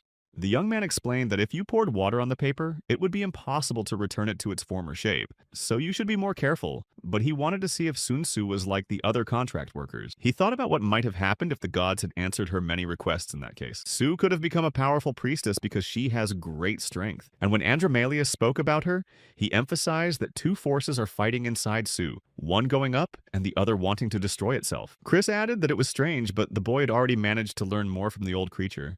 He meant Agni, Chris thought, and then asked what he had asked him. Although Hyunbo wanted to know more about Sun-soo, the genie could not tell him anything about her. He could only tell him that she was very strong and that by receiving her blood and flesh, one could become much more powerful. It was strange that even Agni, a transcendent being, would say such things about Sue, and he wondered why the demons had entrusted her to Hyunbo. At first, Hyunbo was going to do as they said, but something interrupted them. The young man immediately rushed to Sue, thinking that something might happen to her. They didn't know what was happening, but the girl was already lying on the floor with her hands on her head, and Hyunbo told them to go to the basement. The girl was still lying there, not knowing what was happening around her and where the noise was coming from. They didn't know what was around them, but they could tell that they were being attacked right now and needed to get out. Of course, Hyunbo expected such an attack, but not so fast, so they started to run away. Later on, the whole team and Sue found themselves in the basement and started looking at the cameras. They noticed that there were representatives of the Saints and realized that they were against them. Hyunbo realized that they had started targeting the contract workers, which is why they came to this place. The young man asked if Sun Tzu understood what was happening, and she said yes. It was then that Hyunbo said that she should prepare for the battle right now. Then he handed her a staff, saying that this thing could help her control her own power. He added that she needed to deal with each of those people, and everything was ready for that. The protagonist smiled, saying that they could not avoid such an end. The soldiers said that their enemies were a necromancer and a witch, and realizing the danger, they tried to attack together. After that, an order was given to the evil spirits to start preparing for a new defense of this place. There were many more enemies, and now these people could not cope with them all, and were losing control. They began to beg for the gods to give them their strength while the skeletons and other monsters attacked them further. These people stood together and began to repeat those words at the same time as their prayer. After a while it was over and the skeletons fell down, leaving them with almost nothing but their armor. The soldiers then said that they should retreat right now to avoid making things worse and were about to use one more thing. This is a type of ammunition designed to destroy the fortifications of a target deep underground, such as a bunker. It was after this that all the soldiers retreated, and the fighter jets arrived and dropped the missiles down. Others were to stay behind while the main squad moved forward, and they were to make sure that no one escaped from the building. Only then did Hyunbo realize that this was a mistake, because Sun Tzu's physical fitness definitely left something to be desired. He said that they needed to move very carefully because if they attacked him, they would not be able to save her. The girl was already starting to worry, thinking that Hyunbo was not going to keep his promise and leave her. But he was going to stand up to the end to protect her, but he still had only one life left. Then Sun Tzu rushed to him, begging him not to leave her, adding that she also wanted to live on. After that, Hyunbo realized that she was also emotional and told him to pull himself together. He didn't want Sun Tzu to act like a child and added that she shouldn't count on him. Only she can protect herself, so Hyunbo said that she should try to survive in such a situation. Of course, the girl did not know what to say even to such words after Hyunbo made a promise, but he added that otherwise she would not survive. The young man added that they can't go back in time, and all these gods and their archbishops know that Sun Tzu signed a contract with a demon. She only added that she knew all this and realized that she really couldn't just leave this place easily. Chris and Kessel had to keep stalling for time to get out of here, but the target of those people will still be Sun Tzu. And since they know more about her than Hyunbo, they have the advantage, but Sue has 3 options. She can be destroyed, become a test subject, or not survive due to carelessness, or a 4th option if she can't stand it and destroys herself. But the girl gritted her teeth, saying that none of these options suited her at all. She didn't want to accept the rules of such a ward, and she didn't want to have such a horrible life here. Then Hyunbo said that they could make a deal and he would try to protect her, but that Sun Tzu had to make the effort herself. Later, when they stepped forward, they heard shouts that they had found their enemies and were spotted. The men began to approach, so Hyunbo said that they had to move quickly to avoid being caught. Sun Tzu was scared, but Hyunbo said that she did not just stand there, but started to attack. The men in white were approaching and kept repeating that they needed to destroy those who collaborated with the demons. They were already very close and could have caught up with them or attacked them and stopped them, but Sun Tzu ran forward. She was already feeling uneasy because of the strong desire to destroy her that all these people had. As they ran forward, Hyunbo began to use his spells as a bone shield and a wall to create obstacles. But then these people finally caught up with them, saying that Hyunbo and the girl who followed the demons to this place would be destroyed. But suddenly someone else came up to them and told them to stop right now. On the radio, this person said that they needed to burn the enemies and repeated it again. Hyunbo sighed, thinking that this was their way of getting rid of both of them, as if to destroy evil. But then Sun Tzu couldn't stand it and shouted out, asking why they wanted to destroy her so badly. The girl shouted out that she just wanted to live and that she hadn't done anything to them, hadn't hurt anyone. Sun Tzu asked for help, but they were silent, unlike the demons who had saved her. They said that they knew what had happened in the past 4 days and that Sun Tzu was like an innocent sheep in this situation. Therefore, this man said that they would show mercy to her, and to some extent Sun Tzu was happy about this. He said that she had fallen to her knees and surrendered, and in this case, she would not be so hurt and would be forgiven and go to heaven. Their leader added that she shouldn't have lived even then, and now he was just giving her the opportunity to correct her mistake. That was their mercy, and if they had just wanted to talk, there would have been no flock. He said that all the apostles should unite with God to support her in this situation. However, Sun Tzu could not stand it and shouted again that she did not want to accept anything and did not need it. These people continued to wish her all the worst, saying that a witch should not live on in this world. She told them to leave her alone and to stop doing this, to stop hunting for her. Sun Tzu did absolutely nothing to them. She was a human being like them. But thanks to them, she managed to finally resolve everything because they were not people. They were just experiments of their selfish god. Any life has the right to exist, and it is important, Chris, there who treat others like that. She signed a contract with the demon because she did not want to die. And because of this desire, they called her a sinner, called her a witch for wanting to live normally.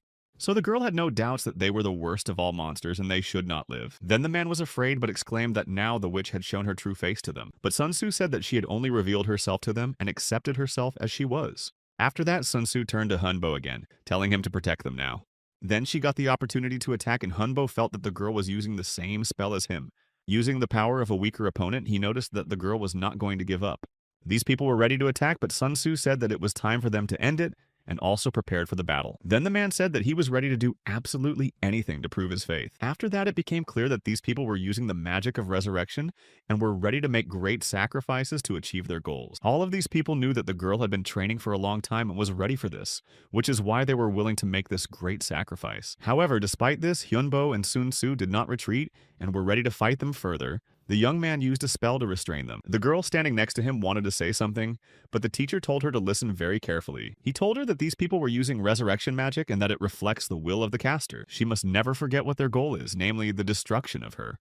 The only way for her to survive is to absorb them, and this power so that it doesn't destroy Sun S when it gets to her. She needs to absorb absolutely all of their holy power. Hyunbo added that only she can do this. That is, only she can save herself, and said that the girl will definitely succeed. Her body is able to contain not only demonic magic and mana, but also all other kinds of magic, so it is quite possible for her. The teacher added that his shield would not last long. We need to prepare for this right now. Separately, now they need to combine their forces to become even more powerful.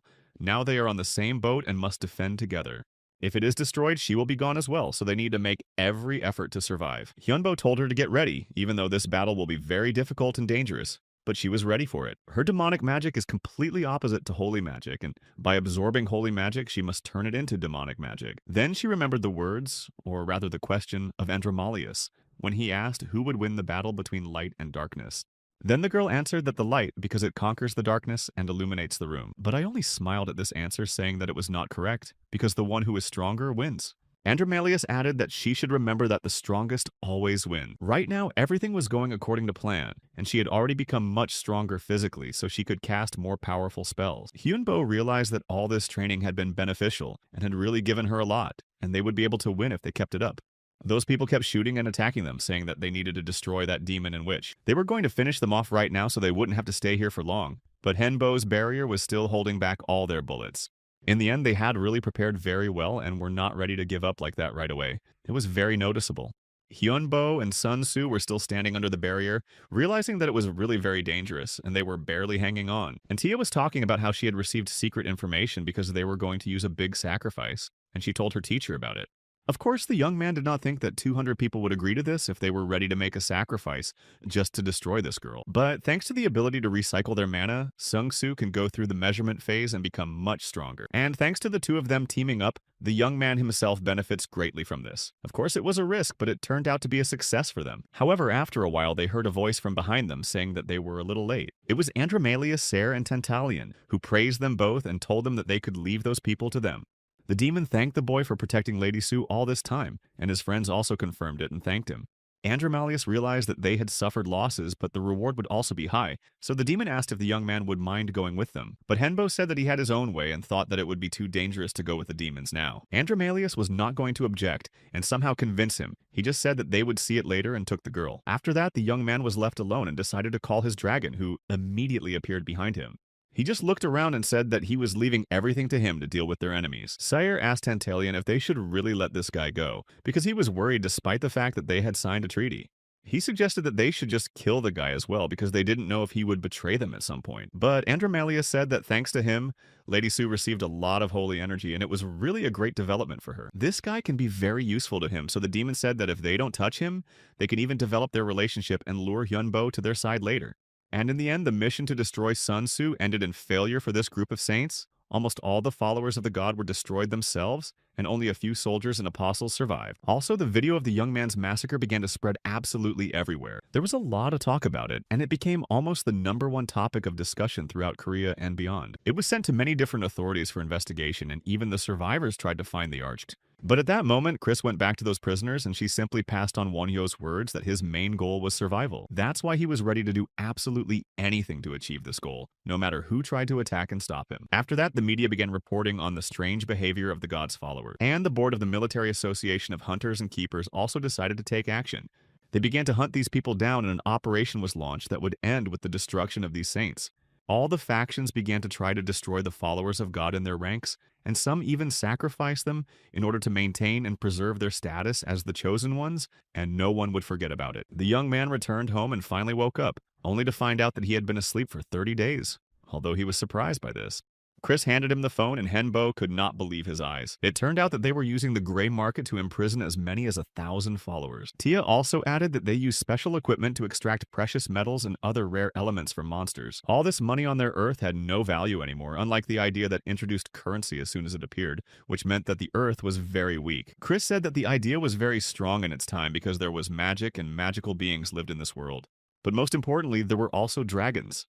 Hyunbo said that this was telling because there had never been any dragons on their planet. The young man asked if there was any way to attract the attention of dragons and bring them to Earth, and Chris replied that Tantalian said that they had long since left the Earth and now existed only in other worlds. When the dragons left, the gods and demons began to share power and the era of myths began, but Chris also began to tell her own story. This world was ultimately dangerous for the humans themselves, but Chris thought for a moment and said that she actually had a pretty good life there. But in the end, their master could check it out for himself, and Tia confirmed it.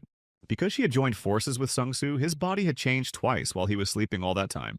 Chris said that it was actually very strange and to some extent unique because both dark and light magic could exist in his body, but she also added that they still had two major and big problems. Hyunbo also knew about them and added that he already knew how to solve them, so he simply said that they should go to the abyss right now. After a while, when Hyunbo came out, he was met by a joyful girl who wanted to hug her teacher, but Kiesel, who was already in the form of a human, asked why she was here because the girl should have been hiding. However, Sung-soo replied that she uses an ectoplasmic mask so she can easily look like another person. It was not the first time Hyunbo had noticed that this girl was very confident, and now she was really not afraid of anything. The young man asked her if she was sure she was okay, and she happily replied that he had saved her life, so she was very grateful. Then Hyunbo said that he would not dissuade her from doing so, but Kezel added that their master needed a lot of money.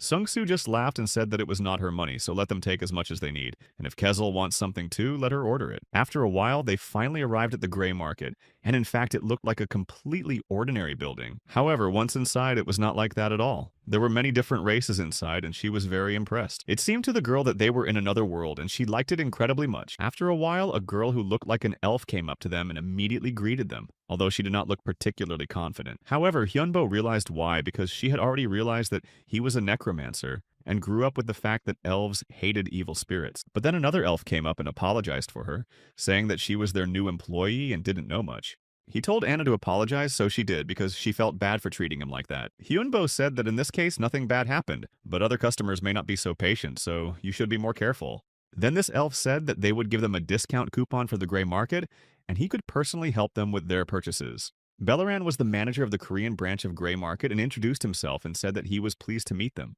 However, the elf insisted that they knew their names after all, especially after the recent events. They had already become very popular. With that, he noticed that the lady standing next to him was also unusual, and Belaran said that they could follow them to tell them their question. After a while, Hyunbo walked over to the mana crystal and said that it was actually quite good for them. Belaran added that as a mage, he had a great taste for mana crystals of this quality, and that there were only 5 of them on Earth, and Henbo asked if there were any other places. The elf replied that the gray market has only 10,000 of these crystals of similar quality.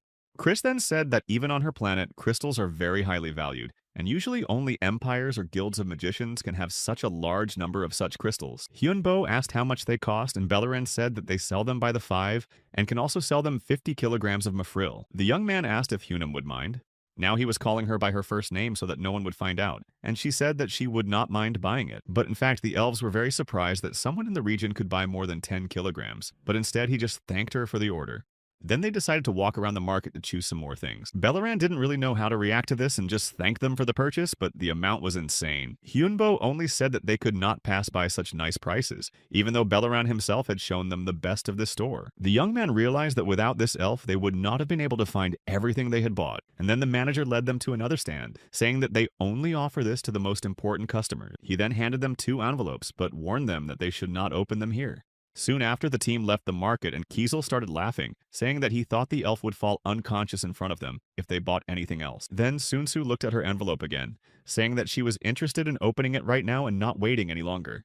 She opened it to read that tomorrow the invasion of the planet would begin, and it would be like those 4 dark days, and they wished them luck. Hyunbo naturally began to worry when he heard that there would be another invasion, and that it would be so powerful. The young man looked around and told his skeletons that they should go back to the base right now. Sung-soo turned to him again, saying that she knew that the teacher would refuse, but she still tried to ask him to join them. And Hyunbo really refused, saying that he didn't trust anyone. But he wasn't going to dissuade Sung-soo, saying that she should do what she thought was right. In the end, she couldn't do anything and just said that they would see it later.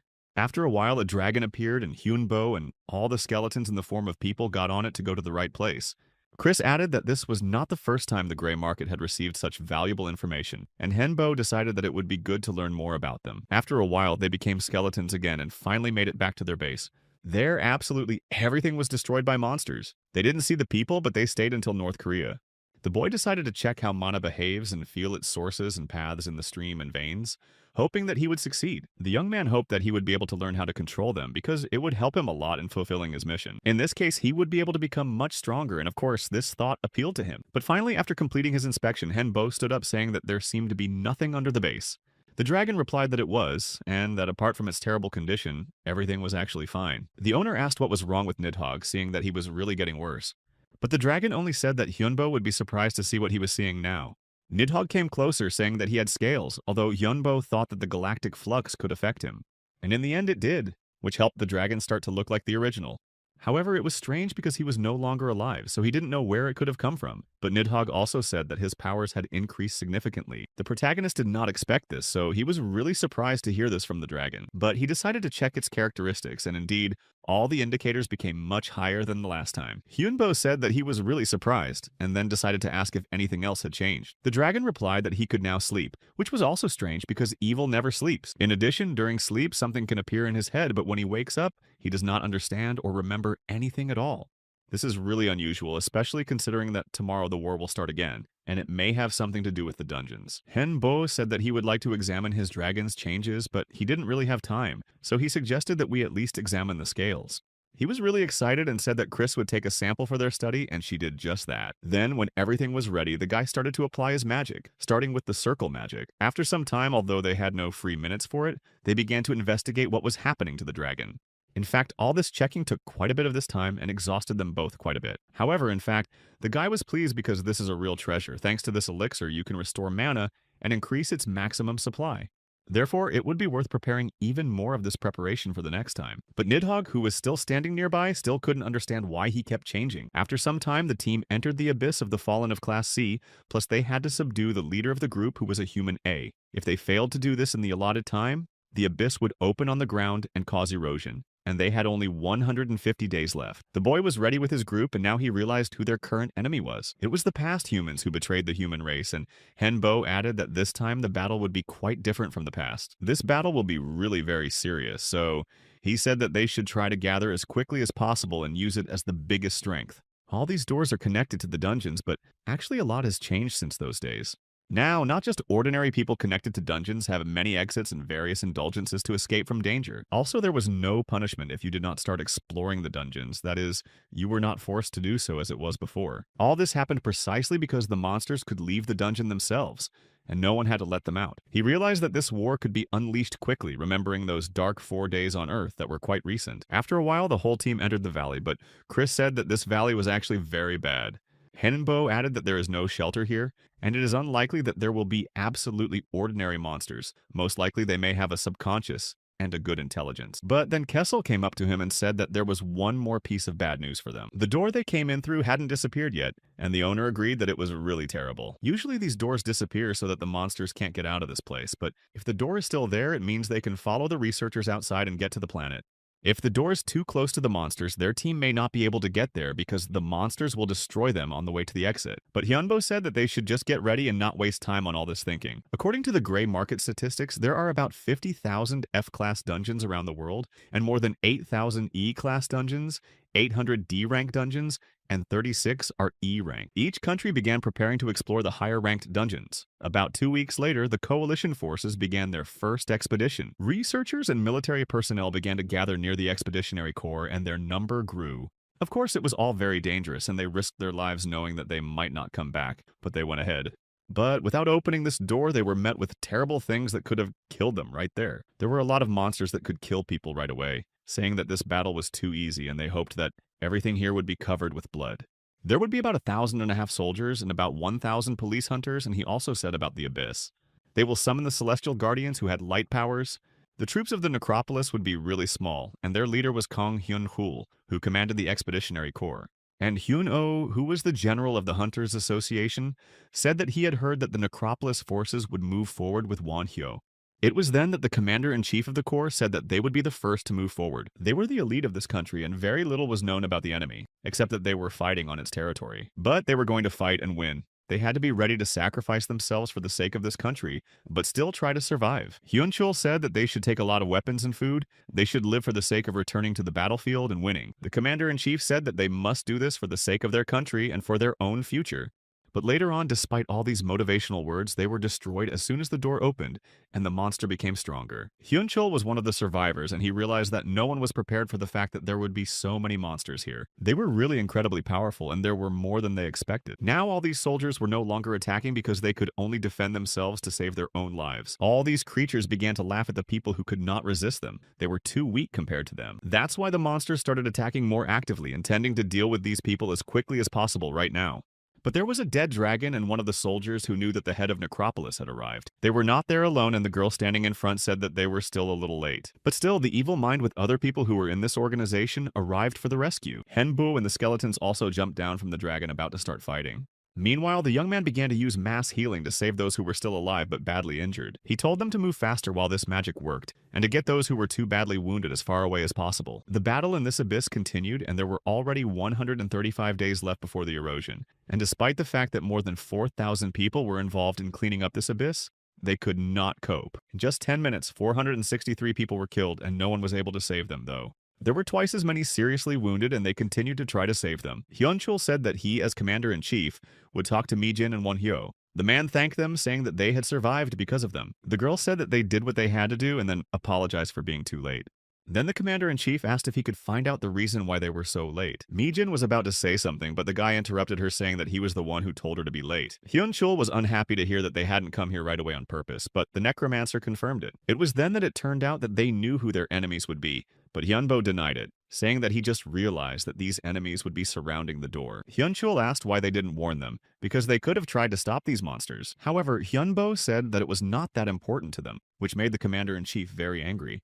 The man was very annoyed that they hid such important information for their own benefit, and began to say that it was too important, and that such an act made Hyunbo a traitor to the whole country.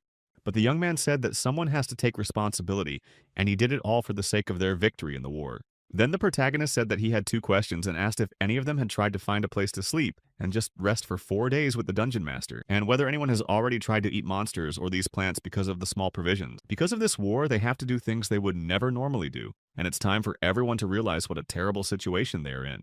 They are going to similar places to stop the invasion of their world, and the sooner people realize this, the better they can use this situation to their advantage. At this point, it seemed that Hyunbo was trying to convince them, but the magician said that it would be pointless because they would probably not understand him.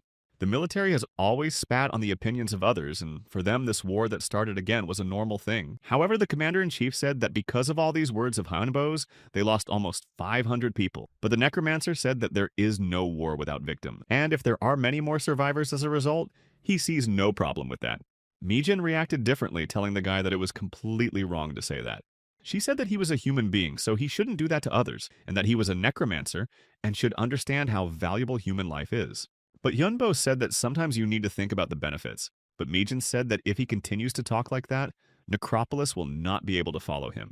Their first rule is that as long as they have the opportunity, they will save every life. But that wasn't his rule. He wasn't a member of Necropolis, and they had named him their leader, so they could refuse. It was at this moment that Mi-jin realized everything, and she didn't even think long to tell him the decision. And then she told him that they would no longer consider him their leader and follow him. Han-chul said at that moment that he was giving Hyunbo his freedom and letting him do as he saw fit. Of course he was sorry, but what they were talking about was still out there, and many people know about their agreement. Therefore, not everyone is now ready to follow Hyunbo, and some have even become his enemy. But he said that he did not need associates and followers from the very beginning, but he was ready to destroy anyone who wanted to take his life. The commander-in-chief said he would remember that, and that tomorrow new soldiers would come, almost all of them from Necropolis.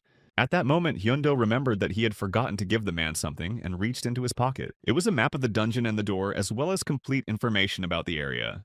Hyun-chul thanked him for his work and praised him, and Hyunbo said he would contact him when he knew more. Later, the young man found himself at the base, surrounded by many dozens of people. The skeletons also noticed that their entire plan was progressing well, and there were almost no problems with it. Thanks to Mijin, information about him spread very quickly, and Hyunbo even gained independence. They were going to start the attack tomorrow, and today they were just going to look around. So the team went ahead to explore these large areas.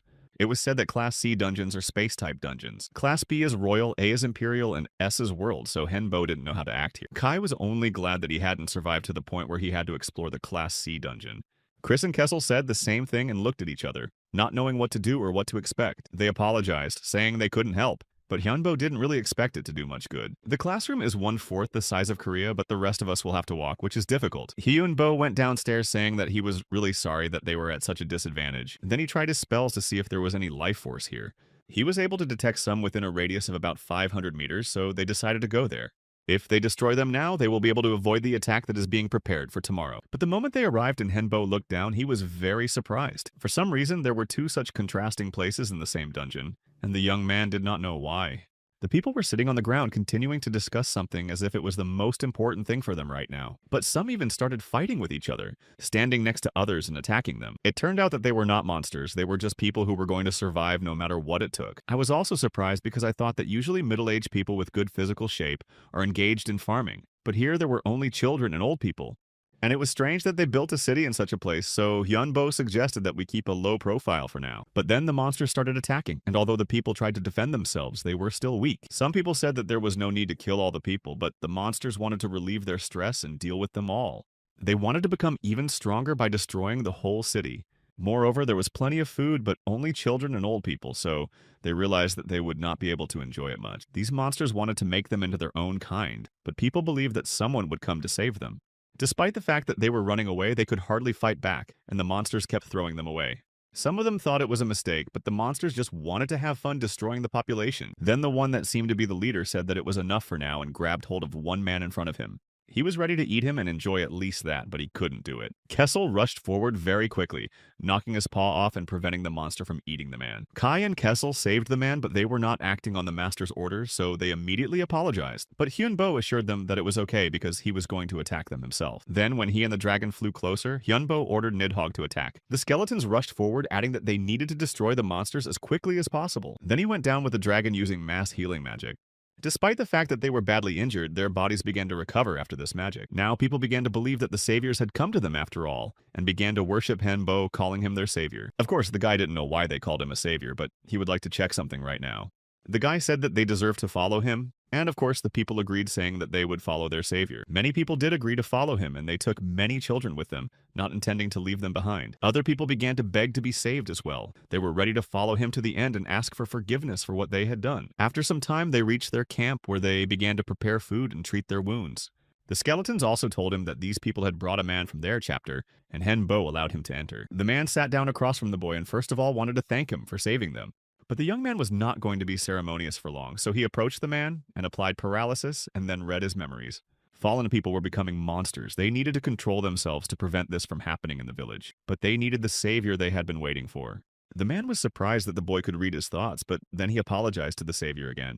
Hyunbo only said that he shouldn't be called that, because after all, it was the same fairy tale they had created themselves. The head realized that the magician realized this most likely thanks to his magic, and the boy confirmed it. But the head didn't understand why he was helping them, because he had heard before that Wonhyo was not interested in peace everywhere. Hyunbo only answered that it was in his interest to save them all right now. Then he gave his name, Kim Hyunboy, and said that he was looking for a deity. To put it simply, he could give power to this man instead of him, and make all the lies that the man had invented true. He could give the power, but the man already realized that it would not be easy, so he immediately asked what the young man wanted to take in return. Hyunbo said that he needed faith, and the man's soul was all he needed. Hyunbo explained that the soul will go to him after he dies. But for now, this man remains an ordinary person, and that can change if he gives his faith and soul to Hyunbo.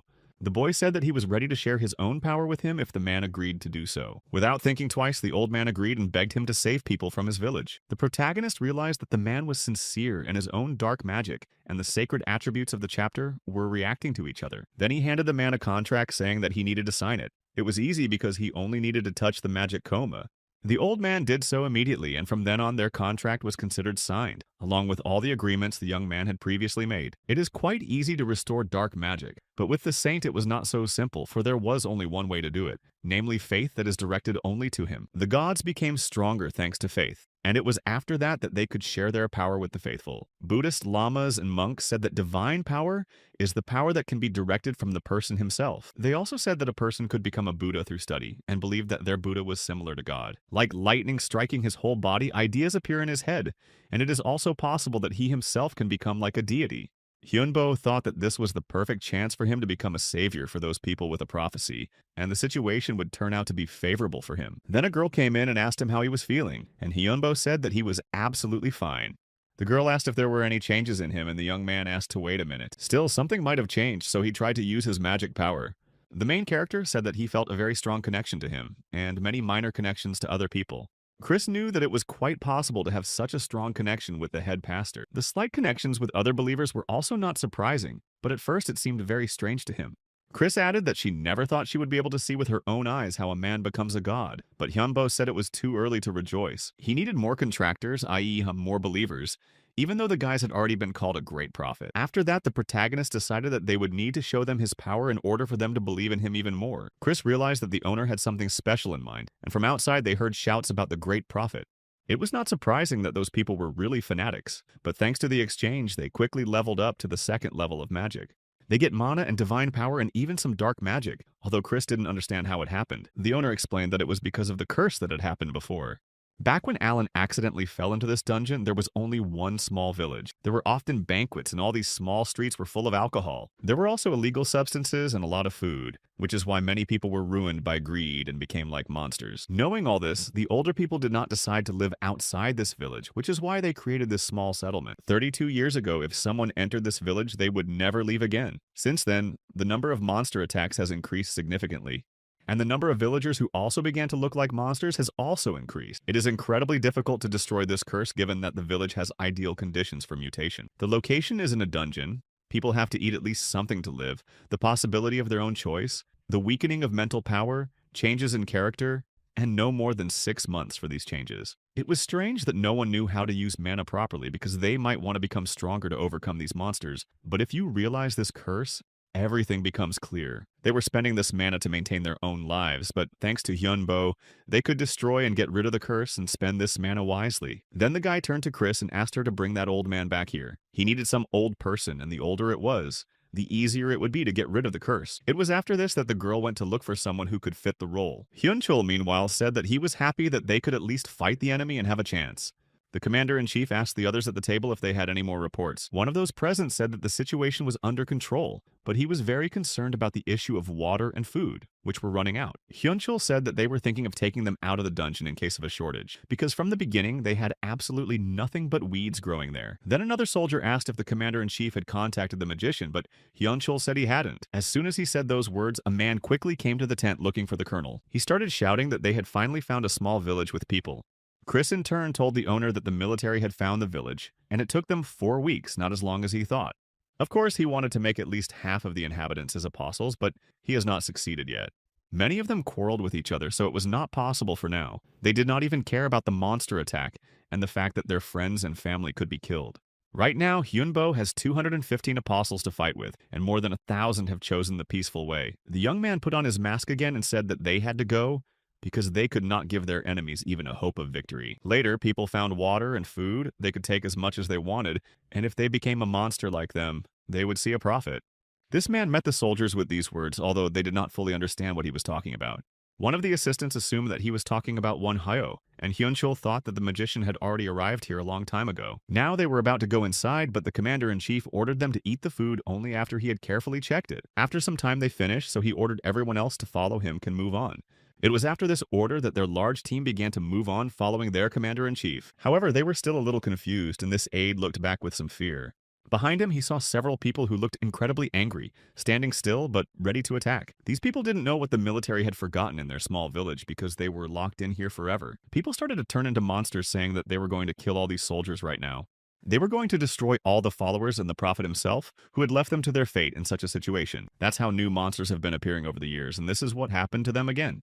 The soldiers noticed this and they were actually a little scared when they saw it with their own eyes, realizing that they were facing the same monsters. But then Yi Won-hai appeared behind them with all his apostles and assistants. Hyun-chul looked back, recognizing his voice, and although he already knew the answer, he decided to make sure that he was the local prophet. Hyunbo said that he was, but that he could explain his words later when the monsters were dealt with. These creatures had already begun to attack them, so the commander-in-chief ordered all his troops to prepare for the attack. Hyun-chul looked around, wondering if the boy himself had made these people fight on his side. But Hyunbo didn't want to say too much about it. He just said that the commander-in-chief and his men could see for themselves now. Looking back and looking at these people, he began to feel the dark magic coming from them. Later on, fire demons appeared next to these people. They were called imps, and they also began to fight. In fact, this is a tremendous power. For a dark magician to obtain such a power is a great merit indeed. However, it could only be obtained with the help of other people's souls, so the commander-in-chief began to understand. The other people standing next to him began to use holy ground and their own spells to fight as well. But Hyun-chul's men were very surprised because these people could use both dark and light magic at the same time, which seemed impossible to them. Then Hyunbo spoke again, saying that he would show them all his new powers. He had the power of the god of death and the god of life. After that, he began to use his own spells to show others his own power. After a while, there was an explosion and then everything was quiet, leaving only traces of this great struggle. Hyun-chul approached the wizard again, thanking him for saving him once again. But he was still curious to know what the young man had just used. Hyunbo just handed him a new map. Of course it was incomplete, but at least it showed the village and its surroundings, and it also marked the monster's lair. The commander-in-chief accepted the map, but asked how the boy managed to use light and dark magic at the same time. He was also very interested in what Wonhyo had said earlier, namely about the god of death and the god of life. He said that this is true because there are deities who control the first and the second, and they chose Hyunbo, who has dark power, and gave him light power as well. As for what happened just now and how the boy got two powers, it was all because of the faith of those people. Hyunbo was sure that they would believe him because they had seen his powers. It means that Hyunbo is a seer, and he had all the qualities to become one. After that, Hyun-chul asked if something like that could happen to him. He did not know what would happen next, but he was glad that at least now he was wearing a mask. Otherwise, they would have all seen his surprised face after hearing such words.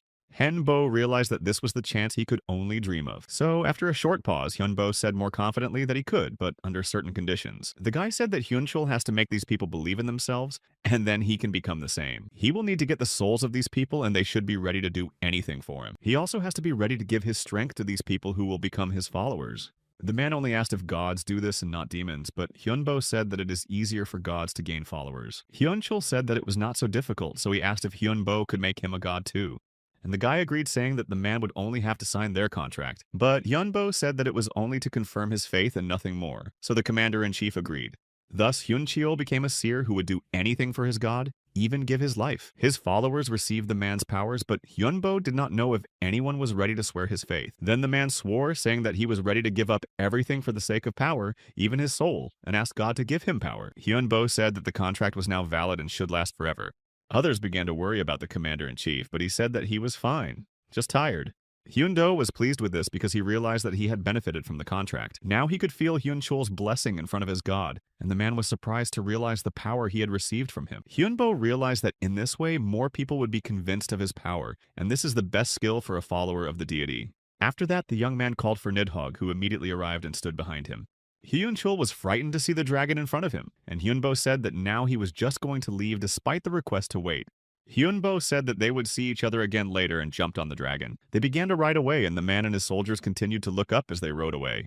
Chris picked up a tired Henbo, saying that he did well but was really exhausted. The skeletons just said that he shouldn't try so hard, and Henbo apologized, saying that he would be more careful. So they continued to fly while the soldiers continued to look up. Meanwhile, a monster appeared from the ground and was surprised to see so many people and realized that it was about a necromancer. In fact, it was a big problem for him, so he just hid back. Meanwhile, Hyunbo and his team had already arrived and descended Nidhogg. The young man said that they could rest for a week or so. He would just hide the team from prying eyes. So, speaking about this, the guy said that they should all have a good rest for a day and then return to training. There were only 105 days left, but the main character still couldn't figure out this dungeon. Then the guy got up to check on Chris, who was back in the basement. She continued to work on the robots and the girl was doing well.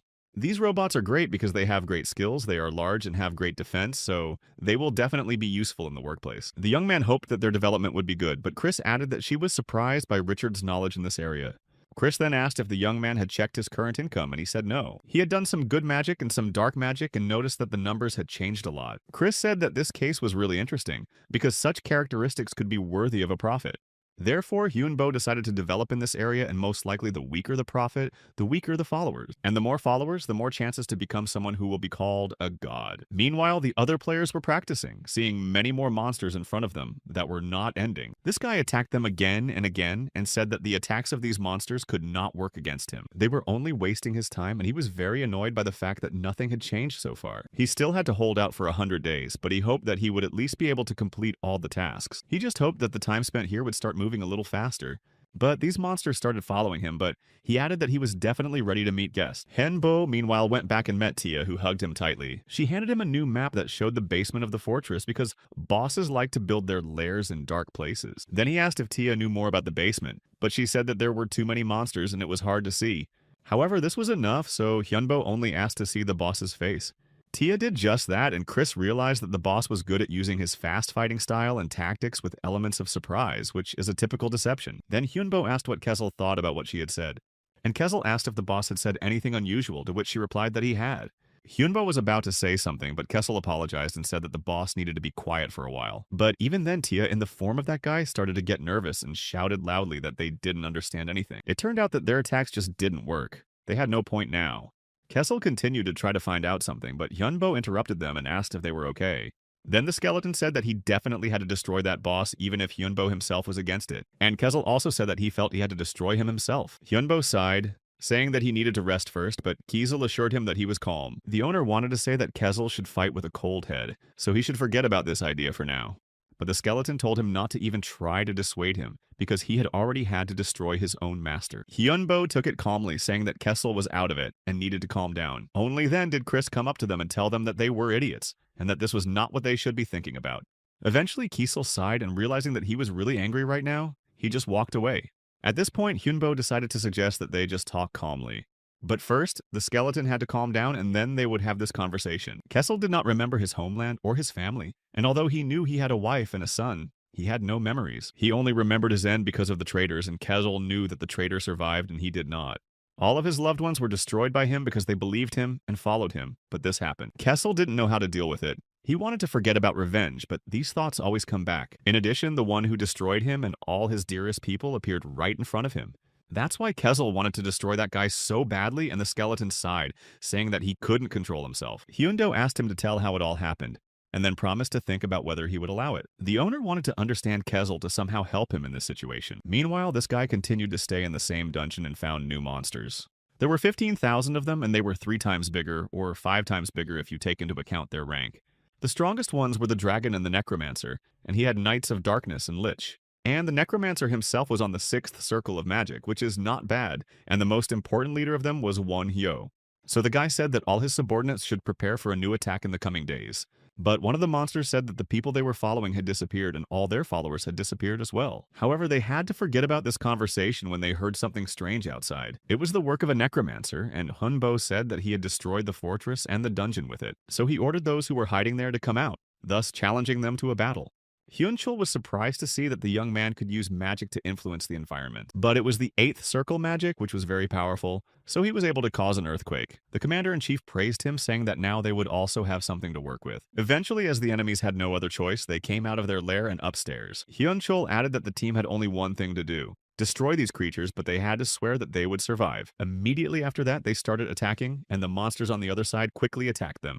This rather calm area immediately turned into chaos and a new war began. There were a lot of monsters, and more creatures were coming out of the lair to attack. Seeing the next one, the team froze, realizing that this monster was the boss of this dungeon. This lizard only said that it would destroy absolutely everyone here without exception. After that, this giant monster began to use its skills to attack.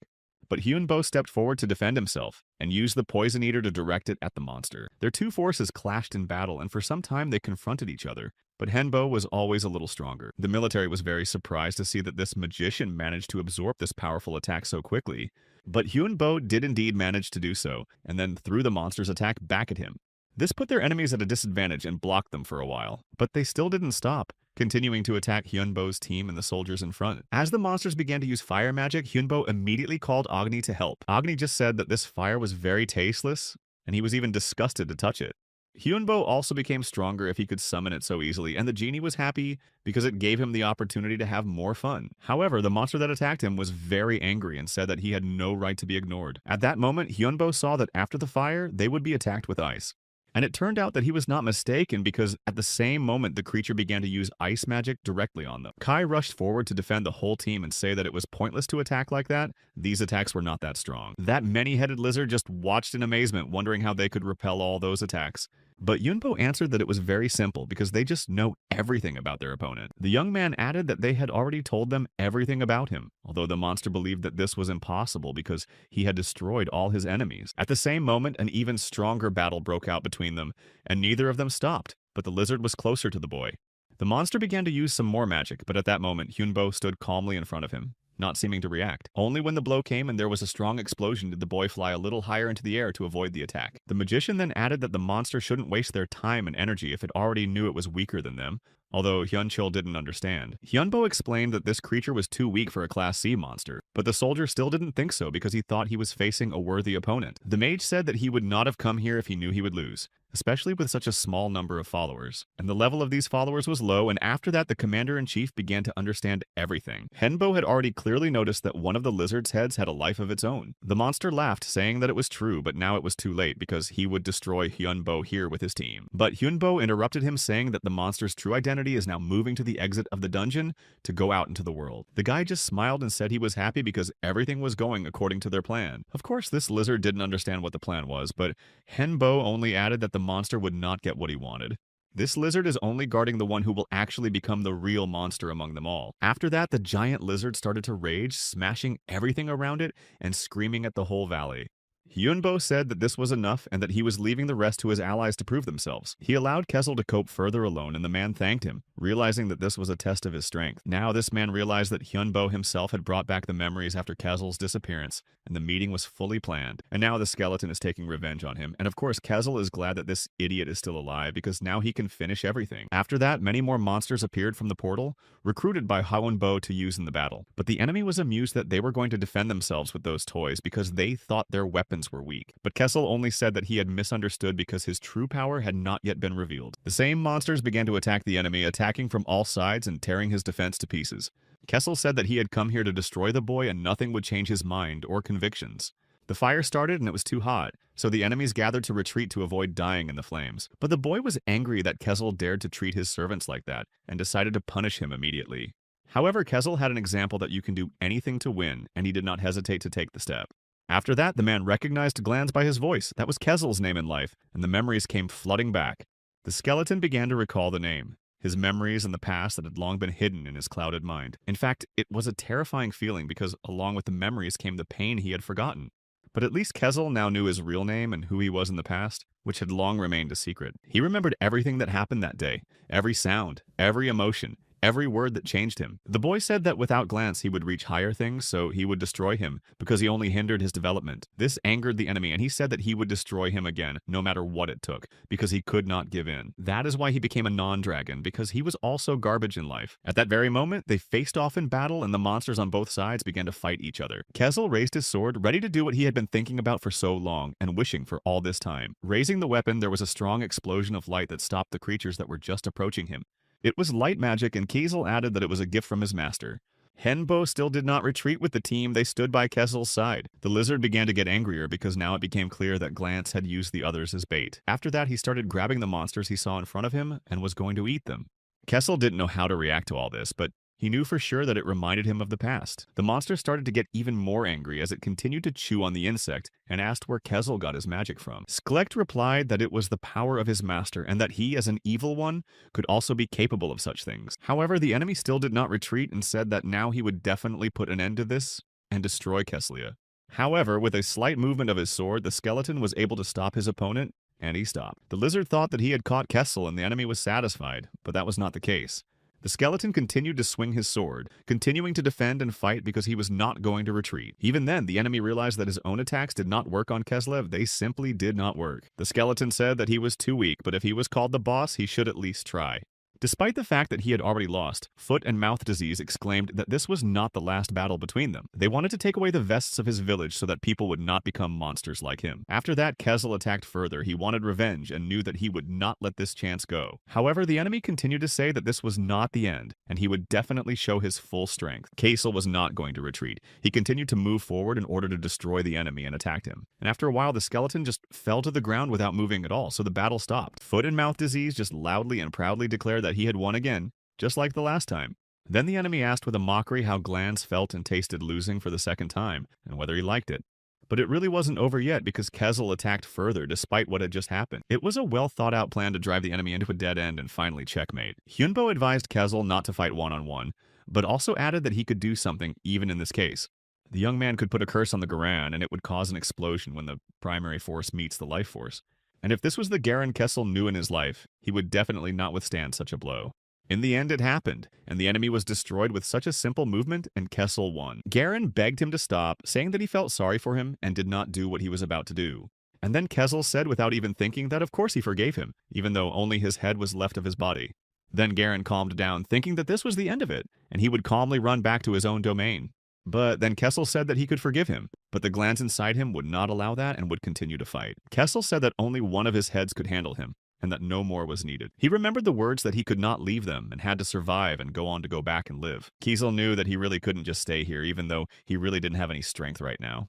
But Hyunbo was still there to support him in this case, so he ordered Nidhogg to move to Kezel as quickly as possible. Chris and Kai were also there, and at one point Chris came up to her master calling him. She said that all this meant was that something was definitely wrong, so they moved on.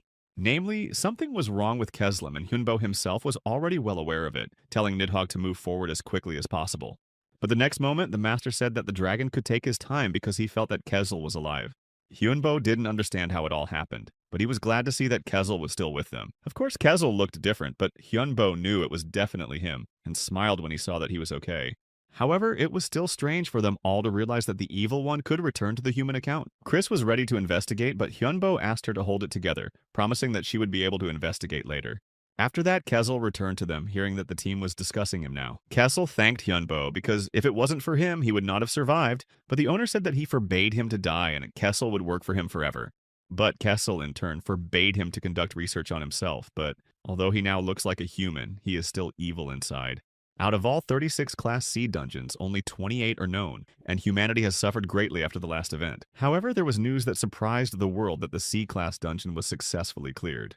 Everyone has already heard that the team successfully managed to deal with the monsters there and defeat them. Hyunchul also decided to make a statement to the whole world against this background. He spoke about the necromancer Wonyo, who received help from the deity, and the commander-in-chief also said that Wonyo can use dark and light magic. He talked about the inhabitants of the dungeon and stories about the limitations on the number of players spread around the world. And in America, news began to appear that Korea had successfully cleared the C-Class dungeon. Then the guy called Richard and congratulated him on what had happened. Hyunbo was even surprised to see the Goliaths, which meant that it was possible to set up production in America.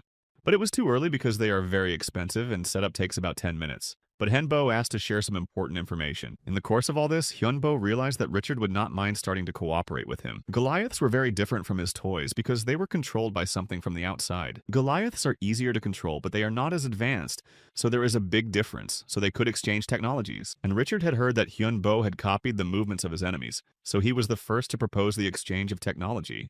The young man did not know whether America would agree to something like that and added that he would have one condition for the exchange. However, Richard was ready to do anything to win such a war, so they would fulfill any request. After that, Hyunbo signed an official agreement with America, and a press conference was held after the contract was signed. The United States was ready to accept refugees from other worlds if they proved that they deserved it. In the end, 15,000 people were rescued from the dungeons, even though they had previously lived in North Korea.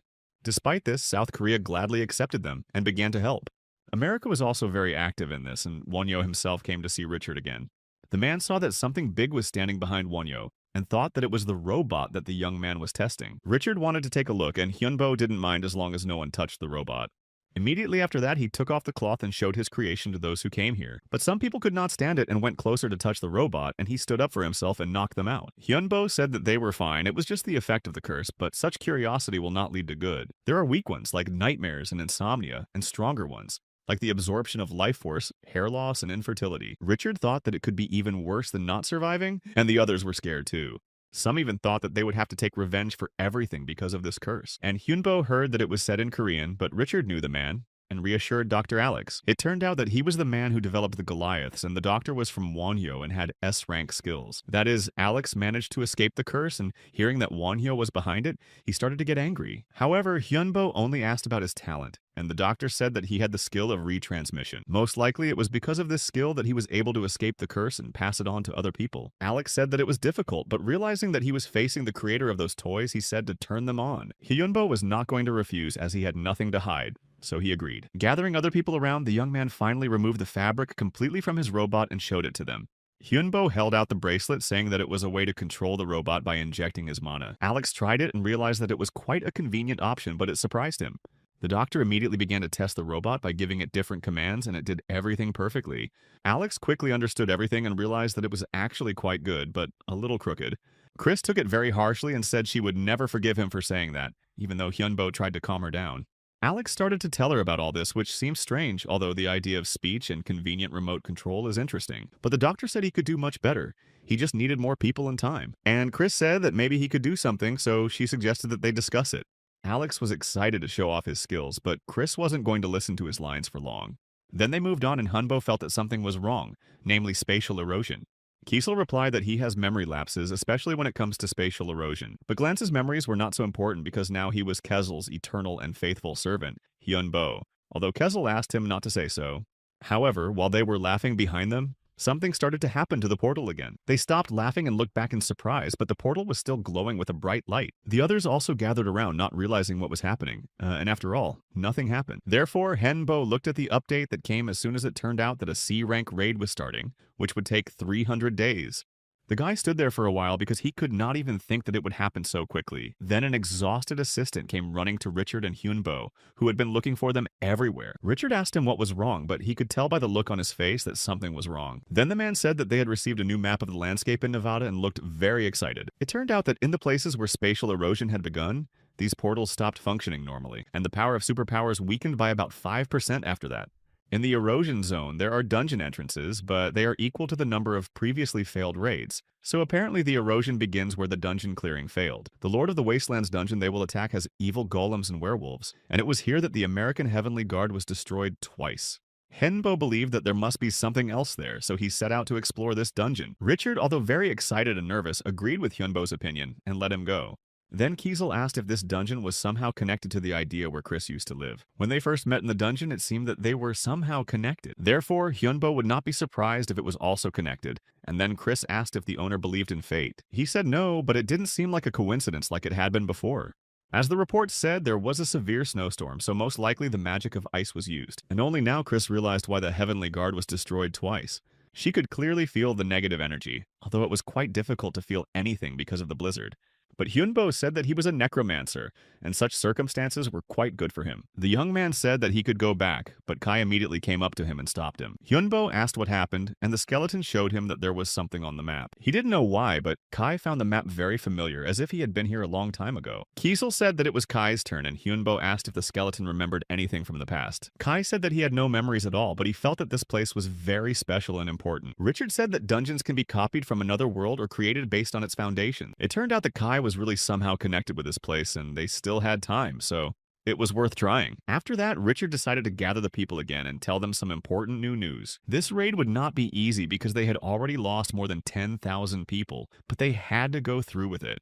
Richard then stopped talking, saying that they must do it because it will only get worse otherwise. Many will have to say goodbye to their lives, so people are going to try to save themselves and their loved ones. Also, Richard received a new psychological power after the last battle. It was called Link. This ability connects Richard and his allies nearby, and on the battlefield it is a great opportunity. But Hyunbo hadn't teamed up yet, so Richard asked him why he wasn't going with them. The young man said that he was closely connected with evil spirits and dark magic, so he should not do it, and Richard did not try to convince him. Then the man said that they were ready to leave, so they shouldn't stay here any longer. Immediately after that, their entire team went forward preparing for battle and raising their weapons. Inside, they were immediately met by monsters, many of them and big. Richard said they had been well greeted and should return the favor. Then he told the others to use their special juggernaut weapons. After that, people started shooting and hit the monsters directly, killing several of them. Richard added that this was a special warm welcome and smiled while the others continued to shoot. After that, Hyunbo also started to act and raised his staff up to use magic. Immediately after, another explosion occurred and more monsters inside were destroyed OTG after such attacks. The soldiers and other helpers stood there shocked, not knowing what to do because they were surprised by this power. This was 7th circle magic, and Henbo was like a weapon by himself and did not need any additional help. Chris then also joined the battle using the devouring storm and wind and directed the spell at the enemies. After that, she also used a tornado to destroy even more monsters. The soldiers were even more surprised to see what the evil spirits were capable of, but Richard said that they should not stand still but attack. They continued their attack and together with the dragon flew closer to the enemies again. It turned out that they were stronger than they thought and the enemies really did not know what to do. This was a necromancer of the 7th circle of magic and he uses dark and light magic. His personality, body, and soul were all completely unique, but Kiesel was glad that finally this incredibly long wait was over. Then they started asking if they recognized the right place and Hyunbo said that Kai was talking about a place he knew. Richard said that this could be Kai's homeland, and Hyunbo agreed with this idea. However, after these words, Hyunbo was very surprised for some reason, which made Richard feel uncomfortable. The young man did not know what to do next because he suddenly stopped feeling connected to Kai. The skeleton finally remembered who he used to be. Kai was a high-ranking nobleman who had his own lands in his own manor. His family had a lot of land, but for some reason, his homeland became a C-class dungeon. Apparently, the boss of this dungeon was a traitor, and Kai began to think about how this could have happened. Kai didn't know if it was true, but he thought it wasn't a member of his family, so he decided to check it out. After some time and complete solitude, Kai got to a certain place, and it was also covered with a layer of snow. He didn't know how anyone could betray a family member and even thought it was impossible, convincing himself that it was simply impossible. But then this gate with snow opened in front of him and Kai saw mountains of gold and precious things. After a while, Hyunbo, Kiesel, and Chris reached the skeleton and he noticed them coming back out. But Hyunbo interrupted him, saying that if he was still Kai's master, he should return. Later, the other creatures began to ask angrily who allowed outsiders to come here in the first place, and they said that Kai was a traitor for daring to go against his own family, so they prepared to attack him. Then Kai rushed forward to destroy his enemies and put his sword forward. At the same moment, they started to fight each other while the other subordinates stood by. The masked guy was very surprised by what he saw because it was their special family technique. Kai couldn't stand it anymore and started shouting why his brother was treating him so horribly. He immediately backed away, not understanding how this was possible and not really believing what he was hearing. He took off his mask and looked forward, remembering his younger brother named Kairos. Kai said it was true and then added that they used to be called the secret sword of the royal family. Kairos was the 3rd son of Count Kiona and then finally took off his mask and showed his face. The older brother was very surprised because he was sure that Kairos could not survive that day. Kai said that it was true, but he was lucky and now he has a new name and some memories. And then he added that he thought about his older brother too, that he was no longer alive. But Kai still could not understand how it happened that the older one became the owner of the whole dungeon.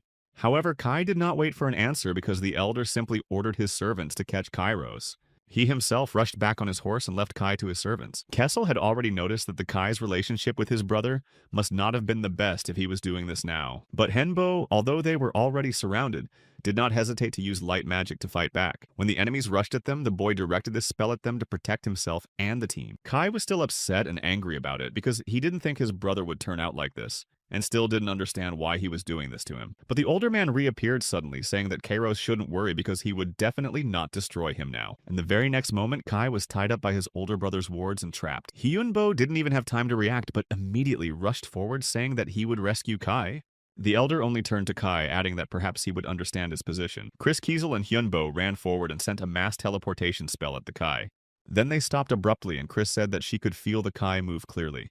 She was sure where her friend was now and said that Kai was at the Lord's manor. They sat down on the ground and then Kessel asked the owner what they should do next and how to save their friend. Hyunbo was not sure of his answer, but he said that he wanted to believe in Kai and that everything was fine.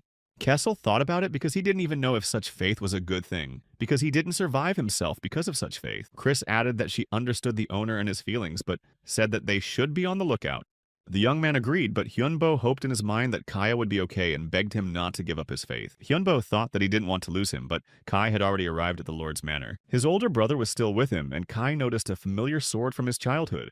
The Lord told him that it was indeed their family's sword and then allowed Kai to take it to his own. Kai still didn't understand what was happening, but the older man told him that he was a criminal who was not worthy of it. So he told him to take it even if he wasn't going to use it, although Kai still didn't understand why.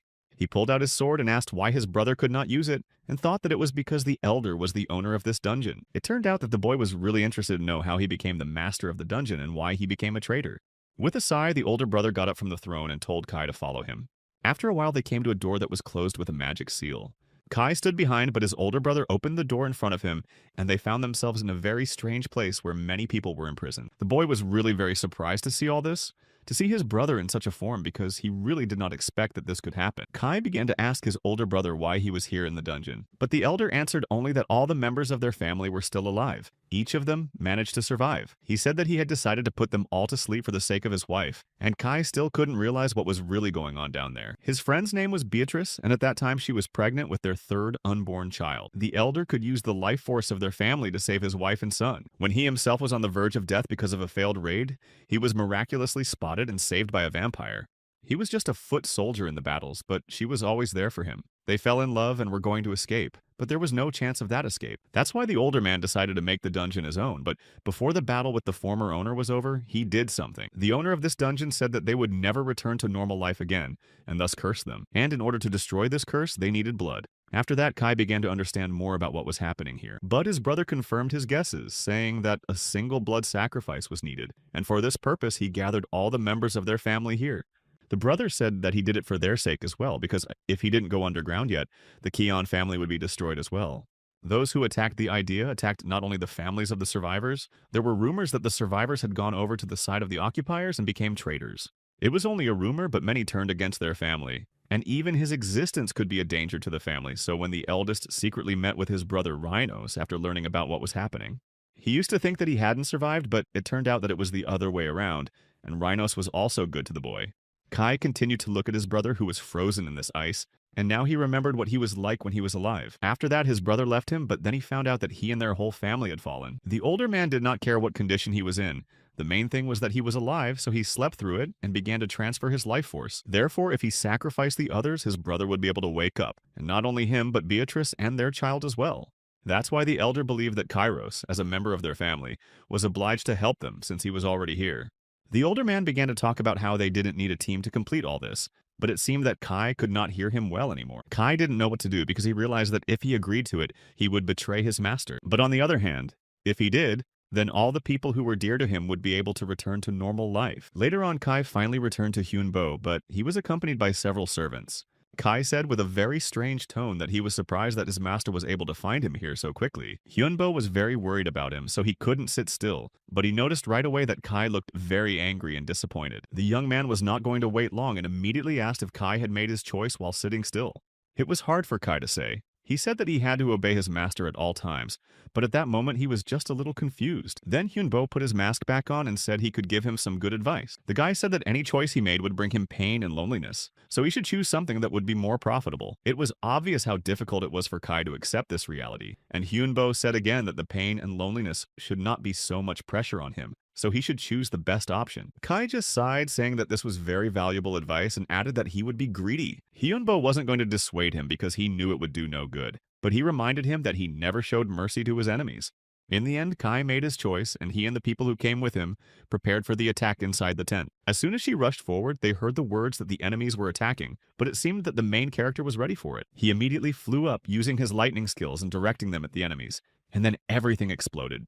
Behind him appeared a dragon and a rather large army that was fully armed. Hanbo asked if Kai had done this on his own, but he replied that his older brother had helped him a lot. The young man sighed, saying that he could imagine how happy he was because their side was really well prepared. However, the boy immediately began to notice many shadows behind him and thought that there was a vampire. At the same moment, Hyunbo couldn't even see where he was running and ran into Kai, who grabbed him and then apologized to his master. The next hour, the boy fell to the ground while the other servants dealt with the monsters he had recruited. But Hyunbo didn't arrive there alone. Kiesel and Chris were there too, and they dispersed the others, ordering everyone to stand back. Kezel walked a little further and saw Kai holding his master's body and about to run away. He was very surprised to see this, and for a moment did not even believe it was true, but Kai just looked back and apologized to him. Kessel approached the dragon being very angry and asking him why he didn't protect their master. But Chris said that Nidhogg does not do what he is not asked to do, so it is better to be angry at their enemies, and it was obvious how worried and angry he was. Against the girl, she said that they should think about what will happen next, how they will save their master. Kessel was incredibly angry, and he said that they all needed to be destroyed as soon as possible, and that was the only right way out. Meanwhile, Kai, carrying his master, went to his brother, who was waiting for him inside this small castle. The elder brother apologized to the younger one, saying that it was a really hard choice, and he was sorry that Kai had to make it. After that, the younger one was surrounded by servants, and the owner owner of the dungeon ordered to take the necromancer from his hands. But as soon as these people came closer, Kai drew his sword and ordered them all to stop where they were. Kai said that he had made this choice, but Henbo was still his master and he was of a higher level, so he should be treated as such. The older brother agreed, but added that the necromancer was still very dangerous to them all. He asked if the younger one understood now, and Kai said that yes, it was clear to him now. The man sighed, saying that now they could drink to their victory, because they had at least managed to capture the mage, and that was almost all the work they needed to do. As soon as they went to drink, the older man got drunk almost immediately and lay down on the table and fell asleep. He drank more than one glass and could not even get up anymore, so Kai got up and told his brother that he was leaving. The older man realized that Kai could have killed him right then and there, but he didn't, because he realized that the younger man was on his side. Richard, meanwhile, was leading all the other people along with Nidhogg and the skeletons. He was very happy because they had all become stronger. And Kessel, who was incredibly angry with him because of what had happened, and because of another betrayal, looked incredibly dangerous. Chris tried to calm the dragon down, saying that the master was fine, so there was no need to worry about him so much. But in fact, he was not all right, because by this time the older brother had finally woken up, and Hyunbo was led into the hall, throwing him on his knees in front of him. The man was now quite friendly and greeted him, asking if he was his younger brother's master, and then introduced himself as Uranos. Hyunbo did not answer his question but asked his own, asking why he had brought him here. The older man replied that it was because of his brother's request and added that he would like to finish everything properly. Hyunbo only replied that he wanted nothing to do with traitors and would not do any business with them. Then Kai stepped forward to ask if the master remembered the oath he had taken, but Hyunbo said that he had even forgotten it a little. Kai just wanted to say that he really thought it was all worthwhile and he had said those words for a reason. Now he believed that their vow to each other could be the thing that would save his entire family. Now Hyunbo clearly realized that he would not be able to convince Kai, so he asked him to do something for him one last time and told him to come over. Kai, of course, agreed, so he walked forward quite calmly and stood in front of his master. But immediately after that, Hyunbo delivered a punch right into his jaw, as if it was the last time he had ever seen him. Kai only responded with an apology, but Hyunbo was already shouting, saying that he would not give in to them and would live on. Then Uranus told the others to take the necromancer to his room and leave him alone for now. The elder brother asked Kai if he wanted a drink, but the younger one only barely got up, saying that he wanted to be alone. Uranos only added that Kai was no longer obliged to follow his master and follow him everywhere. Meanwhile, the whole team led by Chris and Keslim had already arrived at Uranos' property and were there. After that, Richard, who was in charge of his large squad, ordered them to move forward right now and start their attack on the enemies. The soldiers began to strike, launch their spears and arrows, use magic, and then it was Kesla's turn to join the battle. Uranos watched all this through the screen, saying that everything was going according to plan, and they were able to reach the castle walls in just 20 minutes. The Lord only said that he would help the boy to sleep later, but it seemed that the protagonist was completely calm and responding to all the words of this man. Before that, Uranos thanked him for everything, for his soul, body, and magic, because after performing this spell, everything that belongs to Hyunbo will pass into the hands of Uranos. Then the man stood on the sign that was drawn on the ground and glowed, about to start this ritual right now. Meanwhile, the people who came to save Hyunbo suddenly began to feel their mana fading and their strength leaving their bodies. Despite this, Richard ordered them all to stay together and not to give up, because without doing so, they would definitely not be able to survive. Richard said that they had only a little more to go and would be able to break through, so they should not give up at the last steps. Reynos, who continued to watch all this, just laughed, saying that they would not be able to get around his plans. But Hyunbo was not going to give up so easily and said that he still believed they could defeat him. Uranos looked back and was very annoyed and angry to see that this boy still dared to contradict him. The young man only said that he had changed the energy of the living into the energy of the dead, and that is why the incident he was seeing happened. Uranos became even more angry after hearing this and pulled out his sword to attack the boy, adding that he did not dare to do so. However, as soon as the older man raised his weapon, Kai rushed forward and put his sword in front of him, thus protecting his master. Uranos, of course, was not happy about what the younger man did, because he was already sure that Kairos was definitely on his side and would not object. But Kai said at that moment that his master had told him earlier that he needed to look for benefits. And earlier he himself had said that he could be greedy and still felt the same way. Kai lowered his weapon like his brother, but said that Uranos could still abandon this path and take the side of the earth. He began to talk about how his child needed mana and vital energy, and without it, this child simply would not survive. Uranos didn't understand what was happening and how Kai found out about it. But Hyunbo interrupted him, saying that they had managed to find out everything. Tia was the one who helped with this. Hyunbo absorbed a magic artifact and used it to make her recognize Uranos' magic. Kai then added that the life energy is on the earth, but his older brother said that he knew all about it. Uranos also added that he was not going to become a traitor and retreat from what he had decided earlier. He added that neither Kai nor the others understood anything, despite the fact that he was small and part of this planet. And if he betrayed them, everything would turn out terribly. Kai just sighed and added in a quieter voice that they had already met opponents of the same level. He began to talk about Chloe, who they had met earlier, who was a demon dragon. She used souls and had the ability to bury them in the sand, and then take control of them and control them. Uranos was surprised to hear that his brother had met her, and then Kai stepped in closer, saying that such creatures scare them as well. But Kai, along with the others and his master, continued to fight, adding that he had already lost his life once, so he wanted revenge and was not going to give up. Uranos turned away from them, saying that he was just an idiot, and then the boy could not contain his emotions. The older brother really sincerely believed that Kai could really help him and save the whole family from what had already happened. And then Uranos said that Kai would not succeed, so he needed to wake up and finally understand and accept it. However, at the same moment, they were interrupted by other people to break through the giant walls and get through in time. Richard and his squad said that he was glad to meet the local lord, and he offered one last time, saying that the earth would gladly accept him. But for some reason you refused. Uranos thought that this was nonsense and was not going to believe in all these words of the man, adding that it could not be. Richard tried one last time to convince him and explain, but the lord did not agree, so he realized that nothing more would come of it. Their plan was successful, so Hyunbo began to use his power, ordering the others to deal with the guards. Uranos only laughed, saying that the boy would not be able to destroy him alone, but Hyunbo said that Kai would handle him. The necromancer gave him most of his powers and said that Kai could go ahead and fight him freely. Kai did just that, and with his sword out, he ran straight at his older brother, who said that he could not win even with these buffs. However, his master's subordinate was not going to give up, saying that he would test the power he had just received. Henbo, meanwhile, sat down on the ground, leaving them alone. He was not going to interfere, being confident in his servant. The young man only wanted to focus on strengthening Kai and giving him the opportunity to fight to his fullest potential. Inside this small castle, the fight continued as they moved around the hall, the sound of swords clashing against each other. Uranos laughed again, saying that Kai would not be able to defeat him with such skills. And at some point, the younger man did fall to the ground, but he managed to deliver a serious blow to Uranos' shoulder at the last moment. The older man approached him with a blade to Kai's face and said that this would be the last opportunity to go over to his side. But Kai, although he was lying in front of him in a disadvantageous situation, said that he was not going to give up and he had to defeat his opponent. Uranos threw off his armor and moved on, and Kai said that this time he would definitely become a hero and his brother would definitely not interfere. The guy really wasn't going to give up and continued to attack him from all sides. Kai finally managed to stand up to him and said that his older brother had forgotten about the day's nuance. Despite the fact that he looks like a man, he is still evil inside. If Uranos wanted to deal with him, he should have done it earlier and not waited until now. These words only angered the older brother more, and he continued to attack Kai, intending to destroy him now.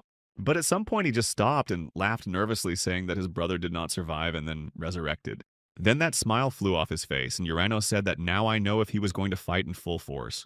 It seemed he was ready for absolutely anything, and did not want to stop at anything, wanting to show his brother his full power. Then he pointed his sword at himself, saying that this was the true power of these monsters, and finally added that he was sorry that he had not been able to destroy his brother earlier. The very next moment, Uranos turned into a giant creature that barely resembled a human being. Kai looked more nervous, realizing that what had happened before was only a part of the power of those monsters, and that it would be many times harder for him to defeat this creature. To his right, the great wave of blood began to mess with Uranos, and he did not retreat. Kai realized that his opponent was stronger and that he would have to try harder to defeat him, but he knew that it couldn't end like this, and he couldn't end his second life like this. The master said that they were dying at this rate, but Kai smiled, saying that things would be different if Hyunbo's words were true. If that's the case, then he'll be able to find the right path, even though it's very difficult now. Hyunbo was surprised that Kai believed him so much, and the boy only confirmed his words. Then Hyunbo said that, in this case, Kai should let Uranos absorb him, become a part of it, and control it. It would be the only way out. Kai realized that perhaps this was indeed the only way out, but he also realized that it would be a difficult test. But then he threw the match away, saying that he was ready to do it if they had no other options. The other people, led by Richard, kept attacking this giant monster, saying that he should not be allowed to go outside his castle. Chris and Kiesel also moved closer to stand in front of their master to protect him, and the monster realized where his main target was at this time, and was going to aim right there. The two of them did not try to keep the shield to protect themselves and their master, but Kessel said that the barrier would not last long, so they needed to move faster. They tried to keep it up and not let the monster break through, but it was hard, and the barrier started to break down, and then it was Chris's turn. She knew it was going to be very difficult, but she was going to use her skills to the fullest to help as much as possible. At the same moment, Kessel finally said that they could not hold on any longer, and the shield would be completely destroyed after the next monster's attack. Hyunbo went forward, saying that there was still a little bit left, they were almost done, and then the owner said that he was glad that Kai had made it. The young man said that he was a master-level darkness knight, and that he was much stronger than his older brother's cursed soul. Thanks to Richard, he managed to get inside and absorb Uranos, and now the master could call Kai back. Eventually, the tired Uranos fell to the ground, and Hyunbo said that this battle had ended in their victory. The master was still standing in front and was about to call Kai back, saying that he had done a really good job. Others said that something should be done with his older brother before he finally passed away. Kai returned and said that Uranos would not be able to stand it and would pass away in just a few seconds, and he began to worry that he was to blame for this outcome. But then Uranos started to speak with his last strength, saying that Kai was absolutely not to blame for what happened. The elder brother said that this was the price of his curse, that it was what made the cursed move. He was moving towards achieving his goal, and then the curse made him stronger, but in the end he lost and the price was very high. It just destroys your soul. In that case, Uranos smiled as if he knew it would happen one day. He only told Junior not to be sad because through Kai he had seen what true loyalty meant, and Kai had to live on. The younger man could not contain his emotions as he watched his brother leave him, but Uranos said that he had one last request. With the last of his strength, he asked Kai to absorb his body and soul and not let him leave. Uranos said that his younger brother should use his power in his future missions as well. Also being almost powerless, Uranos asked his younger brother to watch over his daughter. He really had almost no strength to speak, so he closed his eyes and asked for it again. Uranos had already begun to disappear, but with a smile on his face and saying that his younger brother must be happy. Kai still couldn't realize what was happening, but Chris and the others noticed that the castle was starting to shake violently, as if there was an earthquake. Henbo looked around and he realized that the castle itself was changing very dramatically, inside and out. Kai still couldn't get away from what he saw. He just knelt down watching his brother's ashes scatter in the wind. But then he stood up abruptly when he heard footsteps behind him. It was Beatrice. She rushed to the place where Uranos was lying and fell down, not wanting to accept this reality. Kai was silent for a while, but then he said that he was sorry for what had happened, and he really didn't want it to happen. But the girl interrupted him, saying that she knew that because she saw everything with her own eyes. Then Kai began to ask if she was okay, and Hyunbo offered to examine Beatrice. However, as soon as Hyunbo came closer, the vampire hit him with her hand very sharply and coldly without even looking. Then she looked back and laughed, saying that he was finally caught, and that was what she wanted to do. Beatrice exhaled, saying that she was really relieved and that even her distraction had worked, although Kai didn't understand what she was talking about. Only then did he ask if it was all because of the baby. But Beatrice just laughed, saying that she had never needed a child in her life. The truth was, the girl opened her hands, saying that she would destroy this useless creature and all of them with it. But then she began to feel that her child was moving, although she did not understand why. Beatrice was already beginning to worry, knowing that this child must not be born no matter what it takes. Then Hyunbo came closer to her, but Beatrice was surprised that he had survived the blow. However, the necromancer said that he was not even wounded, so it was not surprising that he survived. The young man praised Tia and then turned to Beatrice again, saying that it was strange that this child had not been born all this time. Now everything became clear to him. Most likely they used their power to raise Beatrice's level and she simply used Uranos. But the girl began to object loudly, saying that he was talking nonsense. Hyunbo reassured her, saying that he could sense people's souls because he was a necromancer, and her baby was about to be born, so he decided to help her. The very next moment, Beatrice felt even worse, and because of what happened to her body, she lost consciousness. A second later, she fell to the ground and blood was visible on her dress, and only then did Hangbo come closer to her.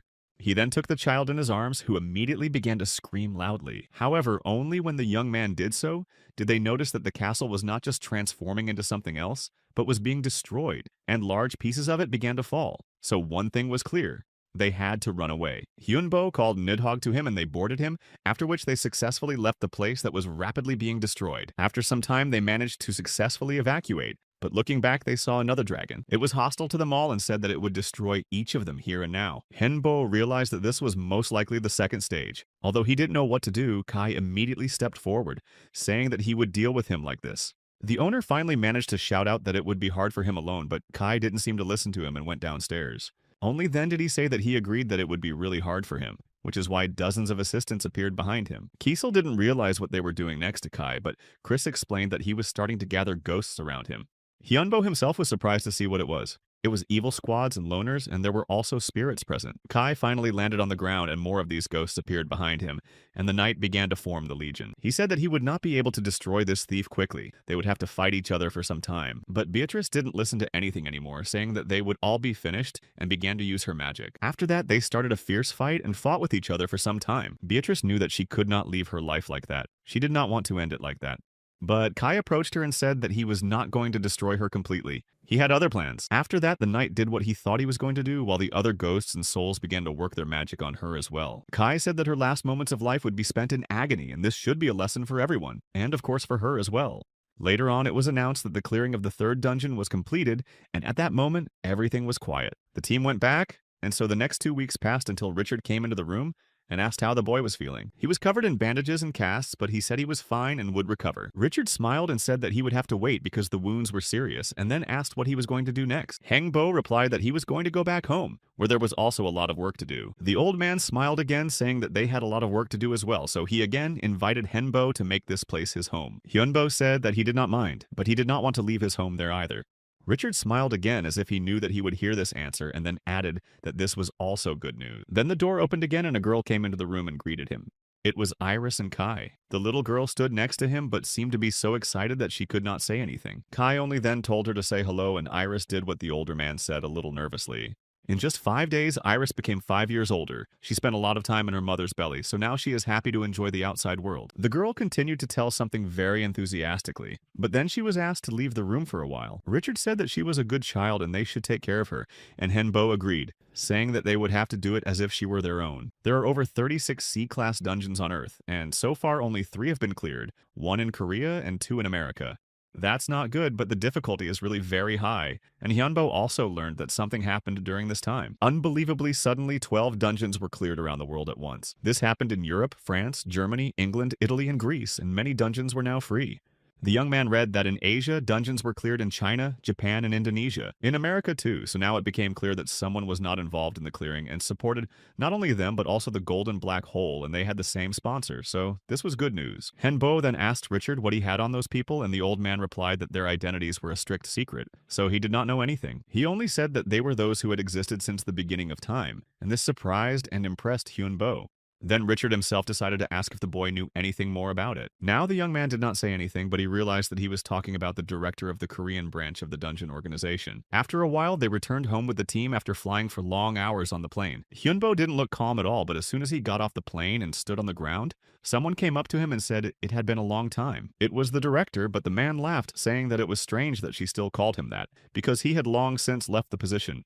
The guy came closer to him and then said that he had never told him his name. So the director decided to introduce himself by calling himself Pak Geek-young, and that was his name. Hyunbo said that he had an interesting name and they shook hands, but the guy asked why he was called right now. The fact is that there was an Aaron John said that some time ago, a rather interesting group of people who cleaned the dungeons began to appear. Hyunbo already thought that they were the same people who cleared the C-class dungeons, but the director surprised him with a request. He said that he would like the boy to teach them. In return for this service, he could give him a book that contains the forces of the underworld and information about the American territories, because he knew that Hyunbo had been interested in America lately.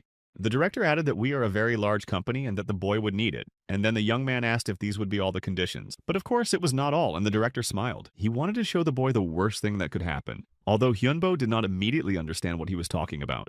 For a while, he felt scared because he was even afraid to imagine what could be hidden behind these words of the worst possible outcome. Yeon sighed, saying that it would certainly shorten his life expectancy, but Hyunbo already knew that he would say it was definitely worth it.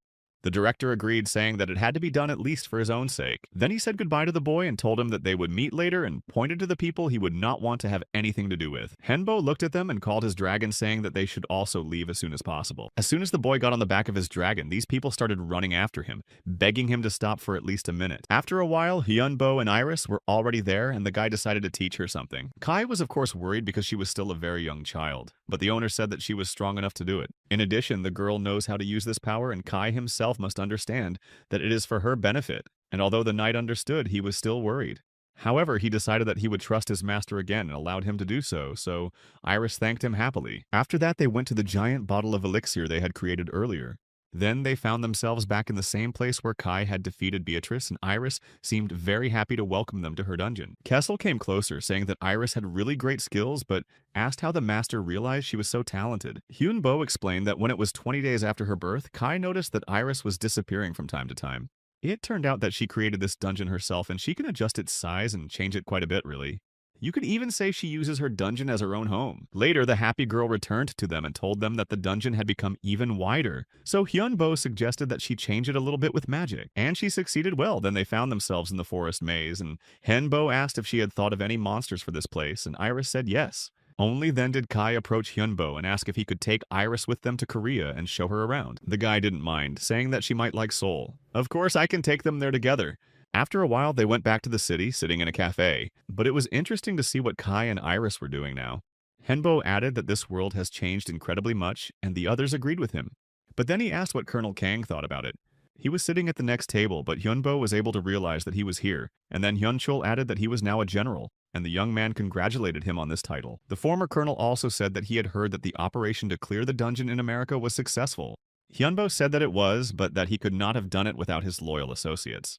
Hearing this, Hyunchul just sighed heavily, saying that he was even jealous after the guy spoke about his loyal allies. Hyunbo had already seen that the generals were in some trouble, but he said that it was not that important. But thanks to the victory over the fanatics and the successful missions in America, he was promoted, and now he was being watched even more closely. One could imagine how difficult it was for him, but the general decided to ask if Hyunbo was going to work for his homeland. Of course, Hyunbo refused, and he just sighed and smiled, saying that he was sure the answer would be yes. Kiesel, in turn, was surprised that the general had accepted it so easily, and it shouldn't have sounded like an order. Hyunchul sighed, saying that it was no big deal because he didn't even like the idea himself. Hyunbo smiled, saying that it must be hard for him, and then added that he hoped they would take pity on him. He then held out a small bag of space expansion magic, saying that if the general learned this magic, he could use it in different ways. Hyunchul thanked him for this and accepted the gift, saying that he hoped it would really help him. But at the same moment, another person approached them and called Wonhyo the apostle of the god of darkness and light. It was some girl who was watching him closely, but Hyunbo calmly said that she was not mistaken. Her name was Helena, and she was under the command of a Red Lord ranked 9th in the Magic Association. Henbo had heard of this magical association many times before, but he didn't think they would ever contact him. But Helena handed him an envelope telling him that it was an invitation to a big banquet from the 6 highest lords of the Magic Association. Everything was to take place in 1 week at Buckingham Palace, where many world heroes were to visit, so he was also expected there. At that moment, Keasley was interested in the words about world heroes, and he became curious about what was happening there. He even wondered if both the top and the bottom had decided to become more active and cooperate, increasing their strength. Hyunbo said that it was a great honor for him, and of course he would not refuse to participate in this event. Kessel was glad to hear that they were also welcome there, and that this woman also seemed to be a very good magician, so it would be interesting to meet other wizards. After that, the host said that they should go back home because they had spent a lot of time here. Soon after, the banquet began in Britain, where the adventurers who had managed to conquer C-rank dungeons around the world, and those who had played an important role in clearing them were invited.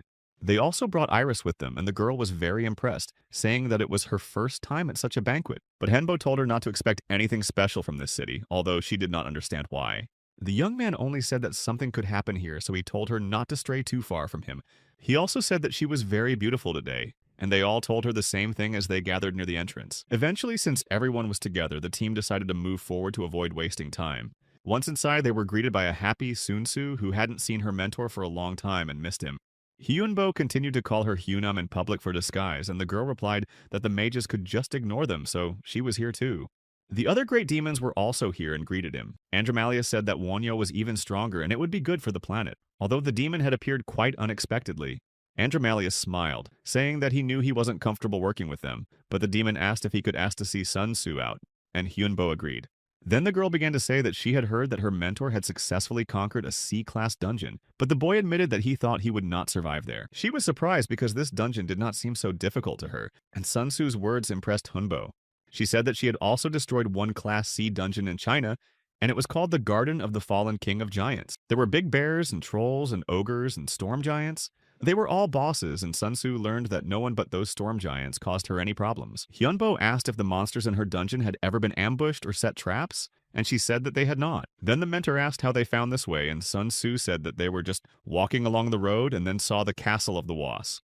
The guys were really surprised that there was such a big difference in the dungeons he and Sun Tzu went through, but they were interrupted again.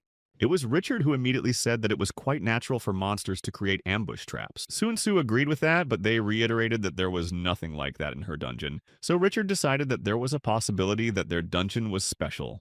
But Hyunbo said that he didn't think so maybe Sun Tzu was just lucky with this dungeon. But quite a while later, the host of the party finally arrived at the event. He was an old man who called himself Ariista Crowley. He said that he was the first god in the Magical Association, and he was called Ariista of Space. Starting tomorrow, there would be other high-ranking magicians attending this reception, so he hoped that the other guests would enjoy the party they had prepared. Hanbo thought at this moment that the association was more like a group of monsters. Meanwhile, Kai was holding Iris in his arms, and for some reason the girl was very afraid of what was happening, and her body started to tremble. Richard said that even for an unusual child, all this can be a big shock. Then Aristo came up to their group and laughed a little, seeing that Iris was a little surprised and reacting like that. Then the old man said that he didn't mean to scare her in any way and apologized and was going to give her something as his apology. After he cut his finger, he put it to her mouth to give Iris some blood.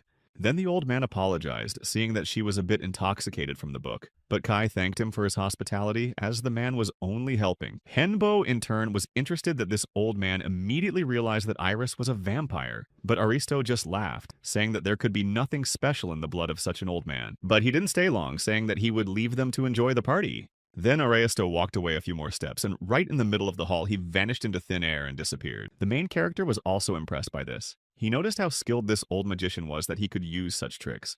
Then Hyunbo smiled and said that today was not the last day of the procession, so they would leave and the group said goodbye to Richard. On each of the 6 days of the grand reception, high-ranking magicians appeared in a ranking from 1 to 6. On the second day, Tesla, who was a lightning magician, came. On the third day, the earth magician Maha, and on the fourth day, a tree magician named Gaia. On the fifth day, a magician who had the power of healing came here and was named Arya. At the end, the host of the party appeared and said that he hoped that the guests liked the organized meetings and added that he was glad if it was so. But then he decided to get to the point, so Aristo said that their magical association has a great influence in Europe, the Middle East, and Africa. But at the moment, Africa is occupied by invaders from other worlds. That's why by the end of this reception, the association made a serious decision that they were not going to hold a big conquest to reclaim Africa. Of course it sounds easy, but in reality it will be more difficult because there are still many dungeons that remain the vanguard of their rival. That's why their association came to the conclusion that they needed to conquer the dungeons that were created for humans before conquering the whole of Africa. And they were ready to work closely with other factions. Aristo said that they were not going to just watch the strongmen flourish in their territories, which is why the associations decided to prepare gifts for the strongest people in the world. They would like to give absolutely everyone the latest magical weapons for free, because such a decision would be good and beneficial for them. Of course, they were all excited to hear this news because it would be just a free high-end weapon, but Aristo said that they would have one condition. He said that these people had to prove that they were worthy of these weapons, worthy of using them.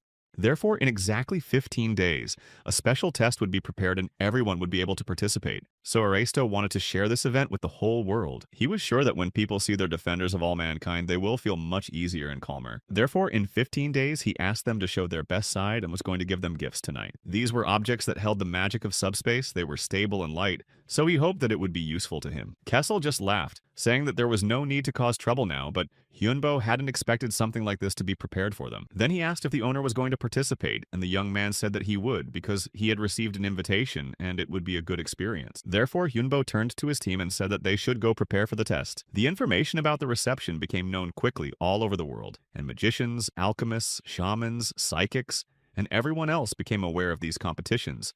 As a result of the existence of beings with superpowers was a shock to everyone. The whole world began to discuss it, and the battle of such people with powers beyond any limits became the #1 news. When it was announced that only 100,000 people could apply, a second wave of panic began. But for people with superpowers, it was a good opportunity to show their strength. So 1 month passed. Transportation to the venue was organized by the Association of Magicians, but if it was possible to arrive separately, they simply gave out the coordinates. Many people were still at sea, the ships were sailing, but they saw absolutely nothing here. However, after going a little further, people began to notice something that impressed them incredibly much. They saw a city in front of them that interested them with its unique beauty. These people could not even imagine that something like this would happen, so they watched with delight as the boats and ships approached. Later, Aristo appeared in front of them and thanked them all for coming to this event. He welcomed them all to Atlantis, this place of magic and science, and proudly continued his speech. Hyunbo also said that it looked like a good place, but it didn't look like a place where they could hold competitions. But Kessel said that it would be too obvious. There would probably be some epic appearance like in the movies. And quite a while later, something similar happened. The city began to move like a curtain, and behind it appeared a real arena where the competition would take place. The arena was really very big, and the main character was breathless when he saw it in front of him. It was a shield controlled by gravity magic that protected the city, so Henbo wanted to go over and have a look if he didn't need to get permission first. Kai made sure that the master calmed down because if he got too excited, it could affect the outcome. Later, they went to the VIP room in the Atlantis Hotel, wondering if they could get permission to explore the building. But while Hyunbo was thinking about it, Kai said that a man from Aristo had just passed by. The young man looked up asking why, and Kai said that he had invited them to dinner tonight. Henbo had already noticed that this old man was being very nice to Iris, so in the worst case scenario, he would just try to kidnap her. A few hours later, the team arrived at the place where Aristo had called them. Henbo said that his room looked more like a huge garden, but the old man's answer was simple. He said that when you get older, you want to be closer to nature, period. But he had to try to create this room, so he told the guests to sit down at the table. The man said he didn't know what they liked to eat, so he prepared his favorite dishes. The team started eating right away, and they all said that it was incredibly tasty and were ready to eat absolutely everything, and additional portions. Aristo then apologized for interrupting them while they were eating, but he wanted to ask them directly about everything. The old man looked at Hyunbo and asked him if he wanted to become his disciple, and that was the question that knocked the boy out of his tracks. Aristo repeated himself, telling Wonhyo to become his disciple, and then told him his real name, Kim Hyunbo. The young man was alarmed that he knew his real name, but it could mean that Aristo was specifically looking for information about him. He only answered that it was not difficult to find this information, but apologized if it was uncomfortable, and then added that Hyunbo could only be considered a confirmation of how much he was interested in him. Hyunbo wondered why his old man chose him because he was sure that there were definitely more talented candidates. But Aristo's answer was again short and simple, saying that it was because of the boy's talent for magic. With each answer, Hyunbo was only more surprised and at some points didn't even know how to react or what to say. When the conversation finally returned to him, Hyunbo asked if Aristo was talking about his luck, and the old man confirmed the protagonist's words. Then he decided to ask his guests at the table what this luck meant to them. Although it's really hard to define it because luck is a great and terrible force, so Aristo smiled and said that the guy was most likely just lucky all this time. Henbo did not answer him directly, but in his mind he knew that this old man was telling the truth, period. Thanks to a chance meeting, he managed to meet Chris Kiesel and Kai, and now he's sitting here. And then he remembered what happened to Nidhogg and realized that if things had gone differently, he would have definitely not survived. It was his luck that helped him come here and saved him in desperate situations. Aristo said that this is why he managed to survive, and now Henbo is sitting here with him. The old magician called him a real lucky man, and then asked if Henbo knew how many people have talents related to luck. Aristo didn't wait for an answer, just said that there were about 1,000 of them. The association had tested 3 billion people and found that only 1,000 of them were luck-related, or 1,021 people to be exact. Then, while Hyunbo was still shocked, Aristo said that there were only 4 people with A-ranked luck talent, including Hyunbo. He was really surprised by this number, and then the magician added that the other 3 were already associated with certain deities. The A-ranked bad luck was Surya, the sun god in India, and the luck of the same rank was chosen by the god. That became a religion for a large number of people, and he became a saint. Valkyrie, the daughter of Odin in Norse mythology, was chosen by the evil eye of the A rank. But as the old man said earlier, it's just an offer, not a threat or coercion. If the boy doesn't want to go, he can't refuse, but they can swear on their souls and mana. In any case, if Henbo wants to get someone, he can't force them to talk about it. Aristo really wanted to make him his disciple because of his talent and the boy's personality, and he wanted to create a worthy follower for himself, so he asked Hyunbo to think about it and give him an answer.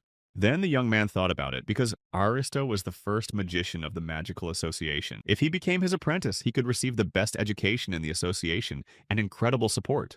Henbo sat in his room and sighed heavily, saying that he was sorry but would have to decline. By becoming a student of such a magician, the main character really gets a lot of advantages. He will have access to all the knowledge of the magic association. He will be able to improve his abilities and learn more about his enemies. But there are reasons for his refusal, and the first of them is that Hyunbo is completely confident in the path he is on. Uranos himself said that Hyunbo's power is only a small part of their power, which means that it is really incredibly powerful. And as Kai said, his brother also recognized and saw their power, tested it on himself, and was able to achieve such power after long training. But he managed to go through the easy way, but Uranos could still describe this power. He called it the power that changes the world, that rules and controls it. So when he heard these words of the Hongbo, he immediately realized that in order to become stronger, he needed to follow this path. And since he now knows his path for sure, he considers it more necessary and important to stick to it rather than become a disciple of such a powerful magician. The second reason was also quite simple. He just felt sorry to give all his achievements to the magical association. Therefore, after some time, the protagonist returned to Aristo and told him that he was refusing,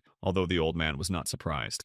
He sighed, saying that he doubted that the young man would agree, but Hyunbo in turn only thanked him for his understanding.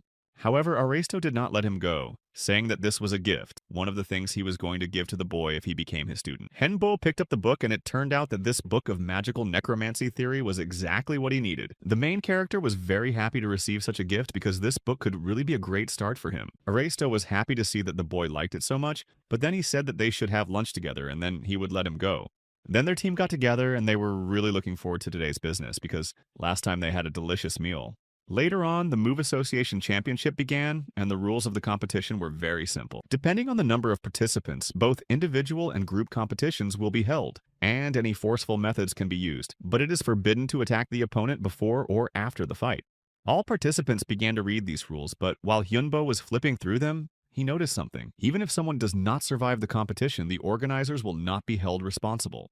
There is also a system of damage absorption, which is a system that takes a certain amount of damage instead of those who should have received it. Therefore, thanks to this system, if you get too much damage, you are automatically eliminated, but you will survive. Henbo is happy after reading all these rules because they could win all the competitions and the team picked up on his enthusiasm. Kai said he would try his best and Kiesel laughed, saying that he would not cut them any slack if they suddenly crossed paths in the arena. Later, the first individual competition was to begin and all the participants were asked to gather at the stadium. So Kessel went out saying that he would go first. Hyunbo only asked him to be careful in the fights not to be alone because many factors influence the melee. But Kessel assured me that melee combat is incredibly easy for a mercenary, so I shouldn't worry. Right now, the first round of individual competitions was about to start, and the people in the stands were impressed and were already waiting for the first fights. Kiesel was also incredibly pleased, and he entered the arena saying that he would destroy them all right now and win against everyone. Kiesel was called the servant of the apostle of the god of darkness and light. He was a follower of Wonhyo and a top-class paladin. He literally flies, which is not even similar to paladin techniques. The whole team watched what was happening through the screen, although Hyunbo didn't know when Kiesel became a paladin. Chris said that he was called that after his master became an apostle, and he was quite popular on the internet and often posted there. Therefore, one could say that Kessel was just obsessed with all this, and that's why he was given this title. After some time, Kessel stood alone among the bodies of other players, some of whom could no longer get up because of numerous injuries, some of whom tried to leave the battlefield. Kiesel returned to the room as the winner and the host praised him, but he said it was too easy. The second group was about to start, so the team decided to watch it as well. Some of the participants were also confident that they would be able to kill everyone and attack several at once. It seemed that this guy's name was Hercules, and he was quite confident on the battlefield. At that moment, Chris said that she could see that he had a blessing, although Hyunbo was not sure what it was. But Chris said that the deity's blessing stays with the player even when attacked, and it could even be considered cheating. However, despite all this, Hercules did not manage to pass this round faster than Kessel, although he only laughed, being confident in himself. Time passed quickly and the 9th round of individual competitions was about to begin, so the participants were asked to enter the battlefield again. Hyunbo stood up saying that it was not his turn, and his students said that they would be waiting for him. Kai added that they would be rooting for the boy, and a little girl said, "Don't get hurt." Then Hyunbo, a very famous necromancer and master of the skeletal dragon, apostle of the god of darkness and light, came out and greeted Wonhyo in the arena. Soon after, all the participants of this round gathered in the arena, and the battle was announced as begun. Most of the participants began to attack the enemy, intending to destroy each other at once, but the protagonist stood still for a while. He was waiting for the right moment to use his skill and used bone freeze. The other participants were surprised to realize how strong my opponent was, and even he thought it was very unfair. Despite the fact that it was very difficult for them to run, they tried to do so because Hyunbo was going to use a bone explosion. After a while, an army of skeletons appeared behind him and he called this spectacle a parade of corpses, saying to destroy his rivals. Behind these skeletons began to appear groups of demons. There were incredibly many of them, and they were very strong. People were really surprised at his strength because the guy managed to summon an army of the undead from the nadir of thousands of people in an instant. The host began to talk about how only one person on this planet can do this, and after a while, Hyunbo was ready for battle. Despite the fact that people realized that it would be almost impossible to win, they were going to try because they would still be alive, and they thought that the guy had spent too much energy, so he would not be able to hold out for long. But the outcome was obvious. It was a clear outcome with a similar army. There was also an additional round that consisted of 30 individual competitions that took place throughout the day. After 6 hours, all these competitions became open to the public and every corner of the world began to watch the video from the arena. Of course, it was good that their videos were over, but now the enemy can learn more about their crapping techniques. Hyunbok asked Chris what they thought the enemies would do, but she said they had to wait and find out. Melee and ranged combat are independent of each other, and their ranged style is also in danger, but they can't do anything about it now. At that moment, a girl entered their room. It was Gloria, and she smilingly sat down at the table, saying that they hadn't seen each other for a long time. The others didn't even know what to say. They remembered who she was and what happened the last time they met her, but they couldn't say anything. The girl's appearance had changed a bit, but they would never be able to forget it in their lives. Hyunbo clearly remembered who this girl was, but to some extent she was surprised that the young man remembered her. At the same time, Lord Changot lost the battle and was very angry with him that he had been treated like that in the arena. However, for his opponent, it was just a challenge, and he said that Changot could try to take revenge on him right here and now while he had time. But then someone added that the Lord need not worry and he would help him get revenge and glory. It was Hyunbo and he appeared on the screen addressing the Lord while with his army. Then Yongat was very happy, saying that he was glad that he finally managed to find this man. Meanwhile, Gloria was sitting at the table with them, but she was still silent and there was complete silence between them. The girl looked at Iris saying that she was unusual, but she looked like a bag of blood and had the same skills. However, Hanbo didn't understand what kind of blood bag she was referring to, so he asked about it. Gloria was referring to the vampire emperor. For some reason, she didn't like him and said that she had once visited his dungeon. Then the girl said or realized that it was most likely his child and Kai, who could no longer stand it, stood up saying that he would destroy her. But Hyunbo calmed his subordinate down, telling him to calm down and sit back down. He asked Kai to trust him and said that everything would be fine, and that if anything happened, he would solve it himself. Kai didn't want to go against his master, so he just sat back down, saying that he understood everything and really trusted Hyunbo. At the same time, the boy decided to ask Gloria what she was doing here and why she came to them. The girl said that she was too bored and missed him because she still considered Hyunbo special to her. Then she honestly said that she thought after their meeting that the young man would not survive in a few days or weeks, but he managed to grow up well. Gloria told him to keep growing and that maybe one day he would be on the same level as her, as an enemy, of course. The girl sighed, saying that she had few worthy rivals because she was too strong for them. And being strong is not so easy because there are no good opponents, no room to grow. And even though Hyunbo said she was too confident, Gloria said she was special. He still wondered how she managed to get out, because usually dungeon masters of the highest level cannot leave their homes. But Gloria said that it was incredibly easy to do and showed him. The protagonist saw the golem in its true form. She could not leave, but in the form of some other creature, no problem. By now, Hyunbo had already realized that there was no point in fighting it now, because in any case, the fight would only be a waste of time and energy for him. Soon, a waitress came up to them and greeted them and asked if she could help them order. Gloria looked at the menu and ran her finger over everything, saying she would have it all, and the waitress was surprised to ask if she really wanted each item. But Gloria told her not to ask her twice. She really liked how different and interesting the food was in this world, so she wanted to try as much as possible. But as she continued to eat, she said that Hyunbo would pay for the food because she could not do it in this body. And to make it more fair, she said she would tell him why something important would be given in return. Gloria continued to eat, saying that not only she got out, but also Chloe, with whom the guy had met earlier, got out. The demoness also said that Chloe was very angry with Hyunbo after what happened between them last time, so the young man thanked her and said he would remember. Eventually, Gloria stood up and said that she would be watching the championship fights and told him not to disappoint her. Hyunbo sighed and Kai said to Iris that they were going to the aquarium later, but a little later. After a while, the boy decided to go to Aristo's office to tell him something important. They told the old man that Gloria had gotten out and was their new enemy. She was the demon dragon of disaster, and Hyunbo said that they had already met her before, and now they met again today.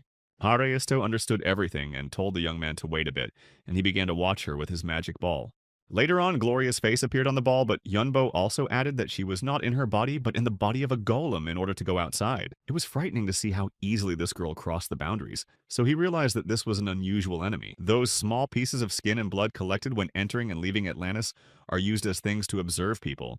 But they were unable to sense how this girl got inside, which is difficult considering how many guards are there. Then the old magician asked if the young man could tell him anything else about this girl, or if that was all he knew about her. Hanpiao told him that according to her, she was not the only one who had entered this championship, and Aristo was surprised and confused by these words. The guy exhaled, saying that in fact they had two enemies here at once, so there was no luck, and then jokingly said that he seemed to have a talent for such difficult things. The old man said that he needed a little more information about them in order to prepare a guard, so Hyunbo sent Chris to prepare for the battle and said that he would be back soon. Later, she went out to fight with an Indian warrior without divine protection and strength named Mutra.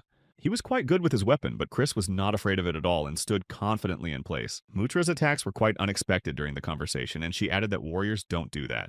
Nevertheless, she began to attack back and easily hit her target. Kessel said that he liked that Mutra was going to fight to the end, and Henbo added that he was the same style as Kessel. Then he asked his master if he could have fun with him, and Hyunbo said yes, saying that Kessel could do whatever he wanted, but he shouldn't forget that he came first. Kessel quickly got to the door and said that Hyunbo and the whole team always came first, and Kai got up at the same time, saying that he was going for a walk with Iris. But as soon as he got up, someone abruptly informed the owners that they had a big trouble. Of course, there was no way they could go for a walk, so they got up and went to get Keslam. They quickly came to Keslam, who was standing next to Mutra, as if everything was supposed to be. Hyunbo asked him what had happened, but Kesel himself looked quite nervous and did not understand what the COVID was. He began to tell them that he was just walking towards this warrior, but Mutra was attacked by two mages standing nearby. Hyunbo doubted at first and wanted to know if his ward was telling the truth, but Kesel immediately handed him a proof that he was The master now realized that Kezel was indeed telling the truth, but he still did not understand why the magicians would attack him. But after that, the same two magicians who had attacked the soldiers began to walk toward them, and Kezel immediately pointed his finger at them, saying that they had attacked Mutra. Later, they went to the office and each new news surprised the protagonist more and more. It turned out that they were accused of having destroyed the magicians belonging to the association. Aristo himself did not understand what was happening, but then he entered the room saying that he had acted as a guarantor and won the guy some time. However, the situation was really as horrible as possible, and he did not even know how to proceed and how to get them out of this situation.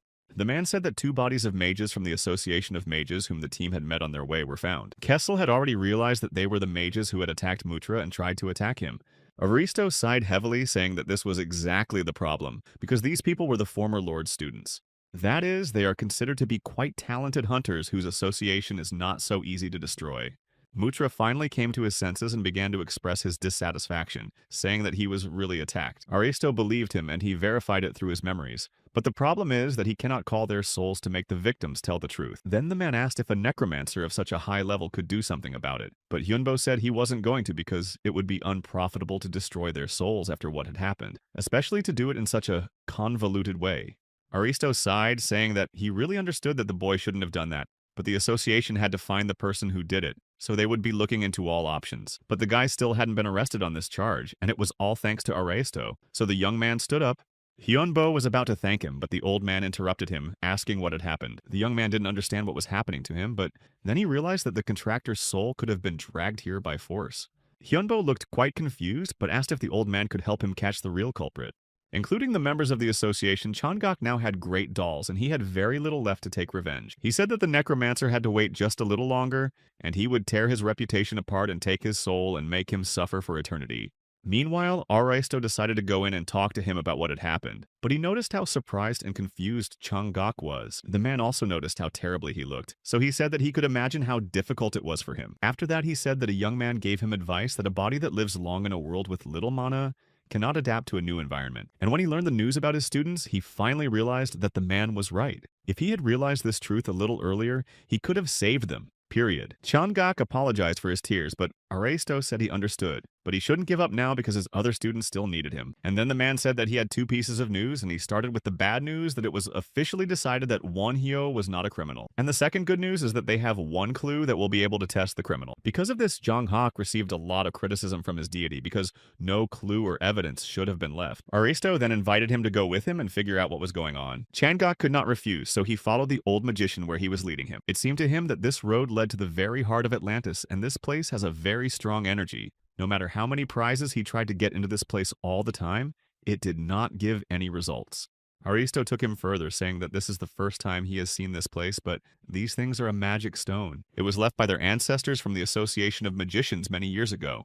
This magic stone could absorb various powers and process them into mana, releasing them at regular intervals to increase the concentration of mana in the entire city. And in their time, this place is the heart of Atlantis.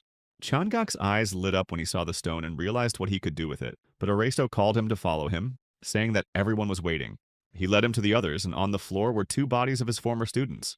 Aristo came forward, deciding to first thank all the people who had come here and were not indifferent to this situation. As they already knew, someone would penetrate the territory of Atlantis, and they were sure that it was the followers of their enemy. They were able to guess everything, but Changok didn't care about it anymore because he was only thinking about his stone that he had just seen. Then Aristo introduced the former Lord Changok and added that he would act as an interested party in the case. Luckily, they were able to find out that the students' souls had been sealed or that the perpetrator had made them part of himself. Although he continued to think about the stone, Jong-hak was confused by what he heard because he did not think they would be able to find out.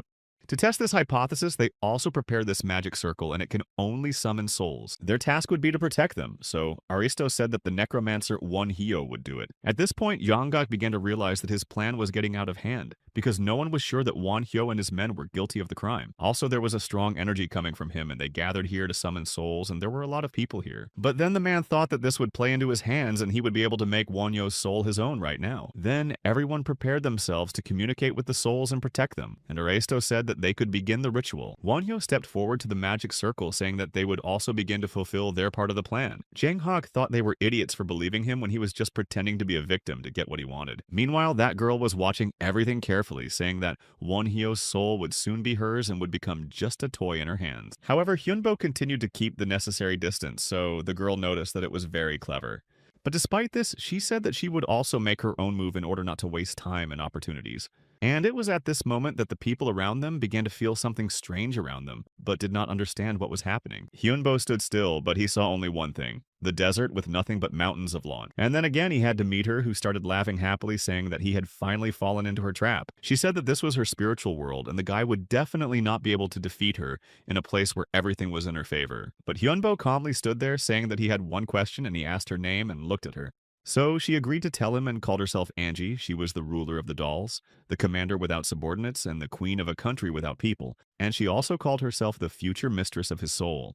Then the guy said that he didn't know if she would become his mistress, but he told her that she had to remember something. He wasn't going to give up and submit to her. He was going to fight to the last as long as he had the chance. The very next moment, a war broke out between his army of demons and evil spirits and the dolls with Angie's alien souls. These souls began to shout that they would destroy all the opponents and did not allow them to break through. Hyunbo said that his troops use only force, but they use the very soul that Angie controls, and that was their difference.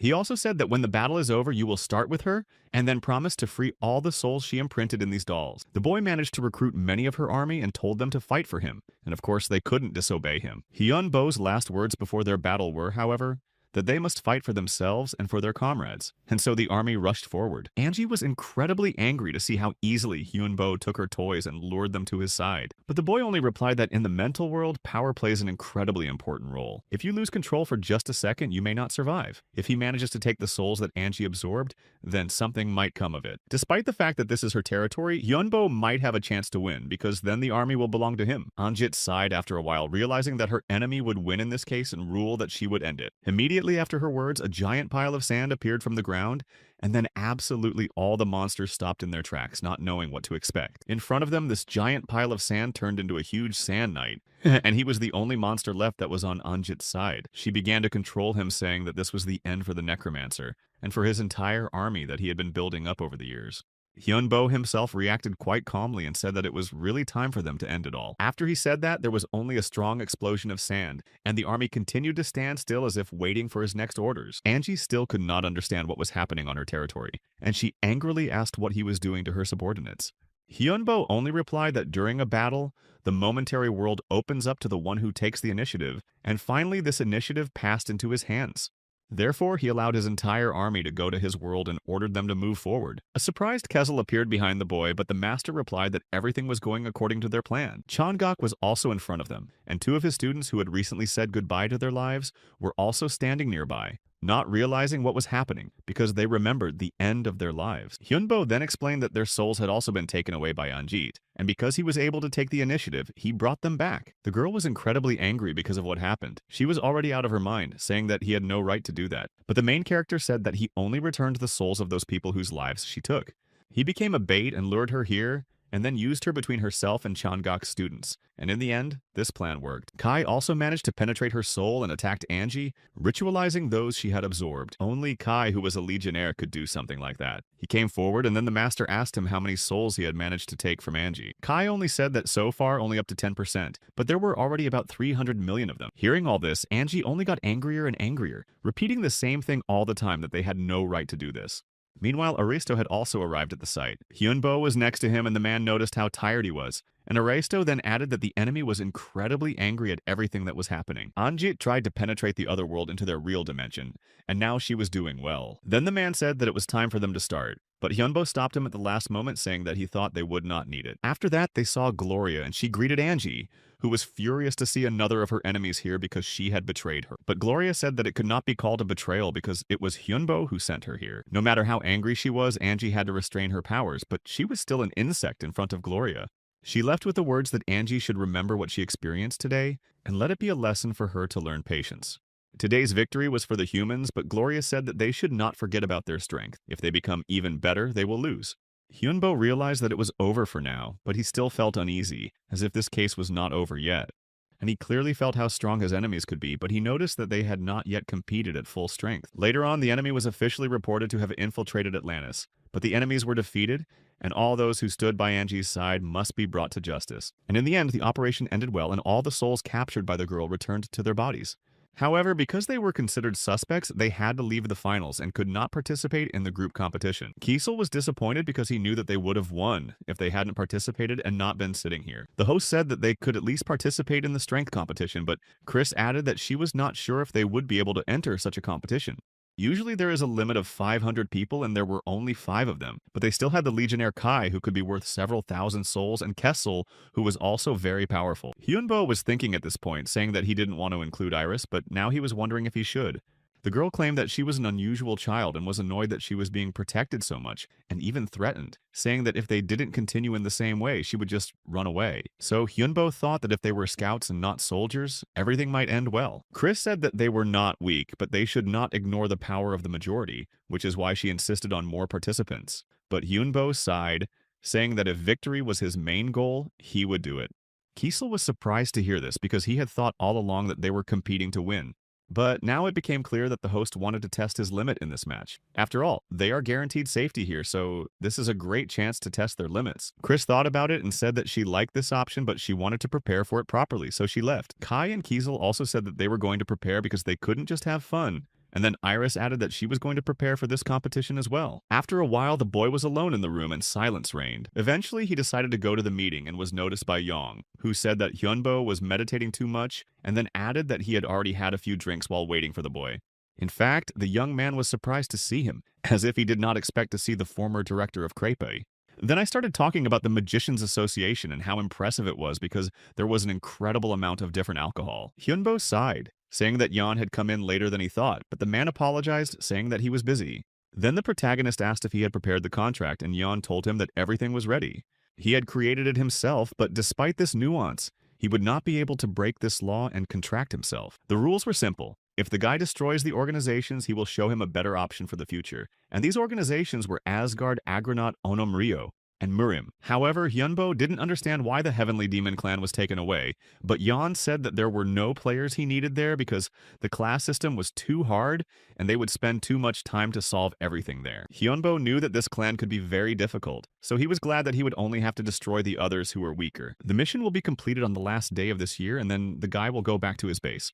Later on, the Association of Mages announced another news to the whole world. Now the word battle is a match of 5 teams instead of 3, and all teams had to compete without preliminary matches. After some time, people gathered in the stands and had to congratulate the teams that would participate in the power battle. The first to enter the ring was the Dragon Association from Murim, and they were greeted with applause from the stands. Asgard was from Northern Europe, and they were the next team to enter the arena. Then came the country of Samurai, the country of ninjas and Onmyoji. They were a great country of the East, so the Onom Ryo team from Japan entered the arena. Next came those who inherited the names of the heroes of Greek mythology, the Agronauts. But after a while, someone else approached one of the team members and started shouting at him, trying to draw his attention. But later, everything quieted down because the only team that came out for the match was a 5-person team, which included a necromancer, the lord of his evil, Won Hyo. Behind him was also a dragon, and although they were the only team with so few people, they looked very confident. People were happy to see them here because they thought it would be interesting to see the dragon during the battle. The whole association was waiting for this competition, so they prepared a special arena for it. But then Henbo's team entered the arena and he was about to say something. At first, he just thanked them for their time, and then he said he had one thing to say. He turned to the 4 groups he was going to compete with today, and added that he had one piece of advice for them. Hyunbo said that they should all join forces because otherwise they would not be able to win. He agreed to give them a head start for the first 30 minutes of the battle, but the participants did not understand what this guy was up to. The hero was confident in his victory, and now the others were even more curious about what he would show. That is why it was decided to start the battle as soon as possible to see what would happen. As soon as it was announced, the space where they were to fight began to expand. Now it was not just an arena, but a giant place where the battle was to take place. Araisto said that there was no time limit and they would fight until one team won. That's why the teams moved forward to start the tournament. They all communicated with each other to keep an eye on the enemies, and it was reported that the target was moving in their direction. That is why Onom Ryo's team prepared for the enemy attack. The captain was confident that the group would be able to defeat him as soon as he was in their territory, but they were overconfident, so at first they only heard advice in their favor. They were told that it was better to find the enemy and find out his capabilities to have a chance. But apparently it was too late because Hyunbo's army had already begun to move rapidly in their direction. He could have summoned more than 5,000 evil spirits, and among them could have been not only this evil spirits. Seeing this, the team really began to worry because they had not expected something like this. They were the first group to compete with him, so Hyunbo said that if they could last 10 minutes, he would give them a second chance. The team began to realize that they were trapped because Hyunbo only continued to summon more evil spirits to him. In addition, he still had strong subordinates who were too difficult to get to. Then the guy decided to show them the timer, and the young man apologized, saying that the team had even lasted 15 minutes. Then Hyunbo just took a step forward, adding that they were really good. But then he added that, as he promised, they would continue this battle as a second chance for Onomryo. They didn't know what was going on, but Hyunbo explained that he would allow them to heal their wounds and recover. He added that it was a great battle and they would see each other later, but the next round would be tough. Then Onomryo just watched as this guy and the team moved away from them across the sky. It was at this point that the captain could not stand it, and turned to his assistant Suzuki. He ordered them to immediately start a new search because now their target was any other team. After a while, they found Isengard, and Magni, who was the leader, was surprised to hear that they wanted to unite. Alexander, who was the leader of the Argonauts, was serious about it, although it was strange that someone was afraid of a team of 5. Magni did not want to join forces, so he just said that Alexander had disappeared from his sight. He added that he would have loved to destroy him, but he couldn't destroy someone who was in the form of a lion, so he considered Alexander lucky. Then they went back to prepare for the battle, but then they heard a voice. It was Kessel, who noticed that the alliance had failed and offered to help, asking his master if he could figure it out. Magni was surprised by what he saw, but now he also began to realize that it was serious. Then Kessel stepped forward and Magni asked if he was going to bring anyone else to fight. But at that moment, an ivy appeared out of nowhere and tied Kessel up and lifted him into the air. Magni then said that they didn't care about the fight and that Kessel should just be destroyed and sent to the ground. But he was already on the ground saying that the roots were too weak and Magni was too safe. It was hard to combine the two tactics at once, but it was no longer just a joke. Then, while the others were still in the dark, Kessel used a 3-body transformation and split. After that, he and his clones rushed the team, intending to have some fun with them. After a while, everything started to burn and the Isengard people were unable to get up after numerous blows. Alexander was nearby, and that's when Magni turned to him again, frustrated. Magni asked if the boy's offer was still valid, and Alexander said without hesitation that it was. That is why they decided to unite, so Isengard and Argonauts were now one group. Only sometime later they came across a skeleton standing in the middle of a field and stopped. There was an announcement that if they moved beyond the sign they would become enemies, but if they could find it, it would give them a gift. Magni was very angry because of what he saw, so he thought that as soon as he saw Wanyo and his group, he would immediately destroy them. Then an assistant came up to the group and turned to Atlanta, about to say something. He said that there were a lot of mechanical and magical minds here, so they needed to open the way. So they began to ask Poseidon for help to get Hera's blessing and summon Agro. After a while, a giant ship called Agro appeared in front of them. Even though they were in the desert, the team decided to travel in this way and got on board. They moved forward as fast as possible, intending to defeat their enemy in this way. Then the ship rose into the air and the skeletons below noticed something approaching them. They were ready to defend themselves, so they immediately took up their weapons and started shooting. Then these people fell exhausted to the ground, realizing that they had most likely been transported through the damaged system. They just couldn't do anything and just dropped out. But then they noticed the same legendary giants, so they decided that they would be the heroes who would overcome them. But when the team rushed forward, it turned out that it was not so easy. There were still 900 people left and less than half of the original 2,000. Hyunbo said that he was already getting tired, but that it would only end with their victory. Therefore, he announced a special rule. They would have to knock him out, and then they would retreat and end the battle. Hyunbo spoke about it in all seriousness and then began to work his magic on the sand. Then the team decided to act, and the leader turned to Karen, saying that now it was his turn. He was going to destroy them all, so he rushed forward with his weapon in hand. But then Kessel re-entered the fray, saying that he wanted to have fun and that he couldn't let the others forget about him. Kessel added that they would not be able to defeat them anyway, because they had already tried and failed. But now the united teams rushed together, saying that this time it would be completely different. Chris added that the host allowed them to do this, but in reality it was complete chaos. Despite this, all the players started attacking her, hoping to destroy Chris. But they couldn't hit her once. Instead, she used lightning magic. They realized too late that they needed to move differently, but now they could do nothing. Very suddenly, hands began to appear from the ground, grabbing their legs and pulling them down. Then Iris appeared next to them and looked at them with satisfaction. After that, Atlanta decided to rush into battle and start shooting at her enemies. After that, Chris said that she heard a man's voice from the sky, but it was transparent, and there was only one man. Perseus was standing next to her, and it seemed that they were serious about fighting.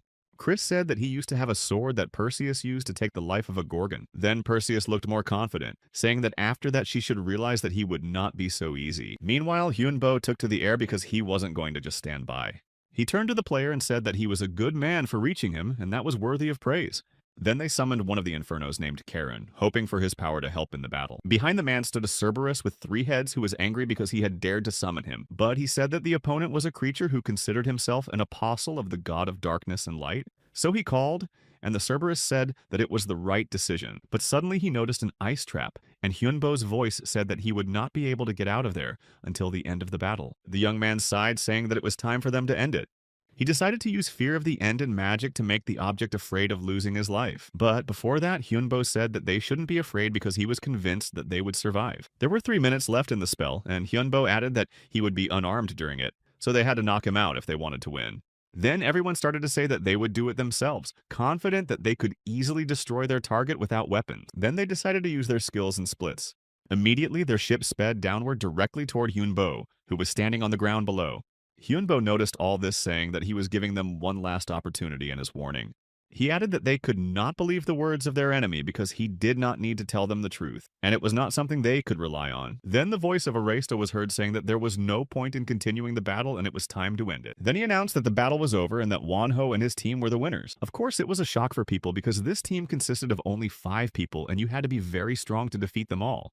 After the battle was over, when everyone left the arena, it was announced that the Holy See won the team battle. This was also the case for the bards and poets of Isengard, who did not participate in that competition and only watched. So did the secondary members of the Holy See team, who supplied their main teammates with buffs.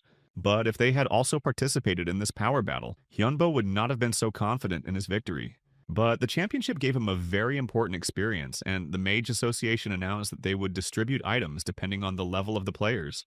Later, they entered the workshop where the tools were made, and Wenian asked what tool Hengbo wanted. The young man said that if he needed something, he would make it himself, and Wenian realized that he just came for the ingredients.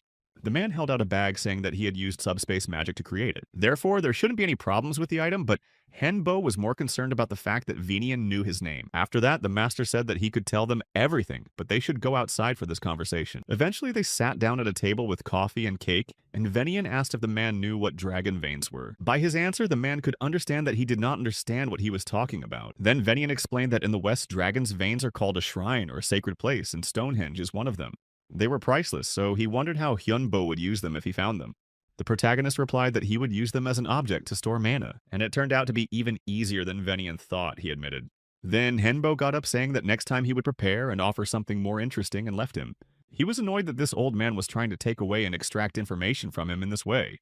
He also had a feeling that someone was always listening in on them, so Henbo was sure that Wenian was up to something, so he wanted to check if the materials were also magical, and they decided to do it.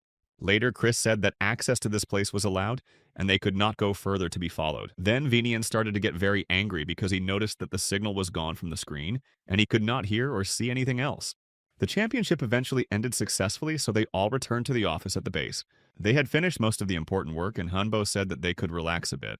But Kiesel was just sitting there staring at the same spot. So the boss realized that something was wrong. Then Kezel explained that the more he looked at it, the worse his seniority got, and he looked angry and disappointed. It turned out that he was watching a video of the clearing of the second C-class dungeon, and it was strange that someone had time to film it. Hyunbo agreed because this dungeon looked easier than the one they had cleared. But he and Kai had already resolved those issues and let go of their grudges, so only Chris was left. So she added that she was just an ordinary wizard from the people, and Kiesel asked if she had any resentment or anything like that. Chris replied that if she had, she would not have been able to reach a high position in her life. Then Kiesel asked her why she decided to do this in the first place, why she set a goal to reach such heights. But it turned out that Chris didn't remember anything at all, and she couldn't say or give an answer. However, she added that there could have been a very serious and good reason for this, and she is sure of it. Now she also had a purpose, so Kiesel suggested that she should understand why she needed it. But then Kai said with the help of telepathy that they had a new important thing to do. He added that those who remained sent one person here. The Remnant was a union of all the races that were a minority, but Hyunbo did not understand why they chose him. Then he thought that it might be because of Iris. Kai also confirmed that he thought the same thing, and the person they sent said that she was an aristocrat. Kessel only heard about it and thought that if she was an aristocrat, she must be a vampire because they are not human, but like to play monarchs. Chris then also added that she thought it was a vampire and that Iris was their target, so now she needed to be protected. Hyunbo called her to him saying that she should remember that the choice will always be hers, and whatever she chooses, they will always be on her side no matter what. Iris clearly stated that she would like to meet other vampires and she will not give up on this idea. The third place finishers were also a faction of vampires, and that's what they were often called. But the Forsaken were created by the dragon, he was their creator.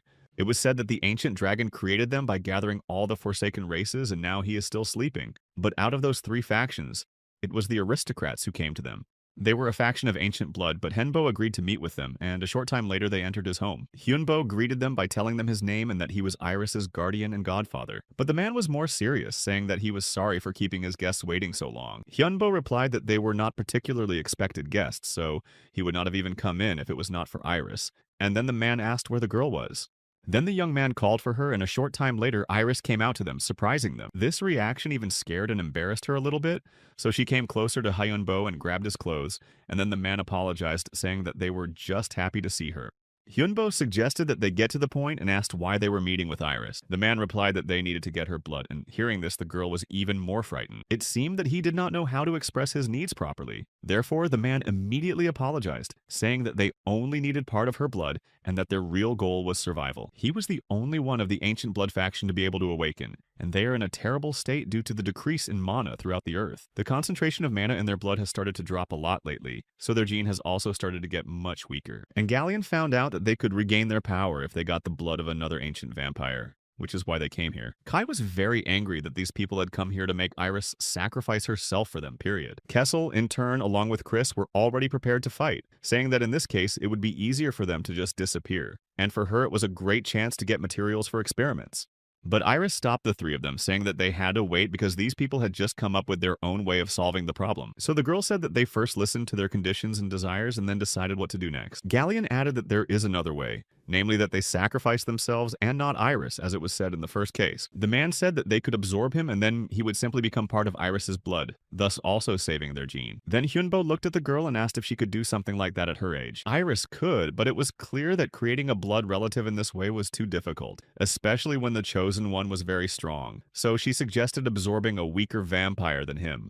But Galleon burst into tears, saying that they didn't have time, and if it wasn't the blood of a better vampire, they could disappear right now, so he begged them to do it. But Kai stood up for Iris again, saying that she shouldn't sacrifice herself for someone else, but the girl said that she wasn't. She might just become different by receiving his memories and experiences, but in return she would just fall asleep during this process. Kai continued to say that it would be too hard for her because Iris slept for a very long time without it. But then they were interrupted by Hunbo, who turned to the girl and said that she should make the choice she thought was right on her own.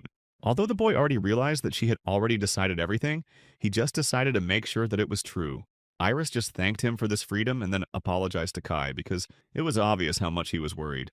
However, a short time later, the girl approached Galleon and bit him on the neck to absorb his blood. Iris then ordered her first blood relative to find everyone else, and that she ordered them to listen to Hyunbo until she was here. At that moment, the young man asked if they were going to go and rescue the others, because it seemed like they were going to stay here. But one of the vampires said that this was not the only order from their new leader. It means that he has completely changed, because when the blood exchange takes place, you can become a completely different person, and then Galleon added that Hyunbo doesn't need to speak so formally. Hyunbo exhaled, saying that he would do so, and his first order was to find all his blood relatives and become the head of the aristocrats. Galleon only thanked him by bowing, for this order was indeed very merciful. After he left, Kessel went to his master and asked if it was a good idea to send him there alone. Henbo asked him how strong he thought the Galleon was, and Kessel said that the Hyrota of the Association of Magicians were quite unequal, and as for Iris, they would no longer be able to call her little after this, so they were sure she would become an incredibly strong lady. Henbo said that her awakening would start just in time for the operation to rebuild Africa, but the guy still had some plans. They had a new job, namely a request from Grey Market that a new sea-level dungeon had appeared. Forces all over the world were set in motion to complete dungeons of this rank, and at the same time, excluding 6 dungeons in Africa, the rest began to be completed. Hangbo also started to go along with the Golden Black Hole Guild and later left saying that it was all too weak. Richard agreed with him and added that I thought that this level of dungeon would be a little harder, but now this place did not resemble rank C at all. Thus, absolutely all dungeons in 4 months except for those in Africa were completed, and then Henbo had another meeting and arrived at it. This man apologized, saying that he came very unexpectedly, but it was really important. He had just heard that the necromancer doesn't like to waste time, so he got to the point, saying that SNU wants to cooperate with him. For some reason, the main character was very surprised by the words about such cooperation, and for some time he thought about whether he needed it. This man said that there are many factions in this organization, but theirs is engaged in body replacement through artificial genetic manipulation. That's why they decided that genetic and surgical modifications were not enough. So they wanted to ask him for help because a necromancer can artificially influence souls. Then he held out documents about unsuccessful cases of genetic manipulation and modification, and they encountered various results such as vegetative state, loss of consciousness, paralysis, and so on. Hyunbo was interested, but he realized that if he became a part of this project, the general opinion about it could become his weak point. So the guy apologized to him and said that he would have to refuse, although the representative of the organization was sorry to hear that. Therefore, Hyunbo said that he could help them to restore the injured patients. The man smiled again, thanking him and adding that it would be more than enough. The protagonist realized that in this way he could maintain good relations with this organization and not become an enemy for other forces, so it was the only right way. Subsequently, an operation to restore Africa began. The reason why this operation was called that and not a dungeon clearance was that Africa was not controlled by people. In order to regain control of the continent, it was necessary to pass through the Atlantis dungeon. The base of the operation also gradually began to move through African waters. On the fourth day after completing the conquest of the C-rank dungeon, a real war began to restore the mainland. From there, monsters began to move out, and only as the groups approached closer to the shores did they become more and more numerous. Hyun Bo was one of those who arrived there, and he immediately began to use his spells to facilitate the advance. Then he began to call the dead creatures who wanted to get their lives back, and eventually they appeared. There were many demons and skeletons, and Henbo was sure that this was just the beginning of a war that would be very difficult for them. After some time, they were able to reach the shore of Africa and immediately set up a fairly large camp for the players who agreed to participate. Of course, the forces of the Allies vary greatly for such operations, and Hyunbo already realized that Commander Kang Hyun would definitely have a hard time here. Then Hyunbo apologized to Iris for calling her here because she had just woken up, but she assured him that she was fine. He only stopped himself at the last moment because he automatically wanted to pat her on the head, as he had done when she was little. Hyunbo thought that Iris was using the baiting abilities of vampires, but then added that she was careful about it because it could cause problems. After a while, she found herself among the monsters and was there when they tried to attack Iris and began to use their magic. The vampires were also there, and they watched her, saying that their leader was really beautiful and incredibly powerful, so they didn't regret having her as their leader. They were going to move on for her sake. It was their first banquet, so the food had to be chosen very carefully. After a while, a group of giants also arrived on the shore and walked across the water and easily found their way to the right place. Henbo asked why they were already here, so they were going to use them at the entrance to the dungeon, but the commander said that they had received reports that other allies had been attacked by monsters at night. That's why they had to use the giant squad earlier than they originally thought. Kang Hyun asked the boy if he did anything to stop them from attacking them, but Hyunbo said it was all thanks to the Masters of the Night. The commander realized that he was talking about the Forsaken, and with a short answer, the necromancer confirmed his thoughts. Kang just sighed, saying that they were on their side now, even though the night was limiting them.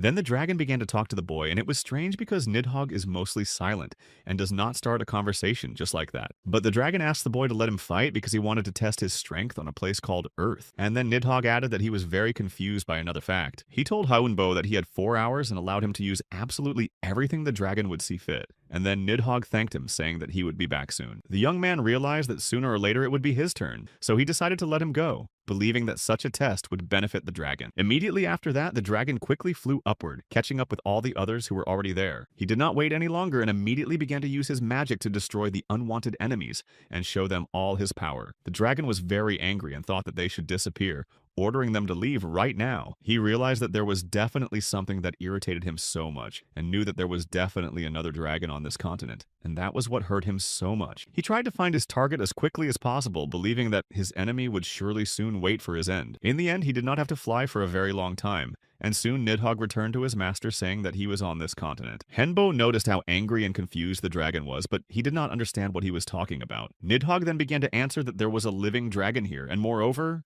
he was now their enemy. Hearing these words, Hyunbo went to the commander and told him about it, and they began to discuss again that this problem now looks very serious.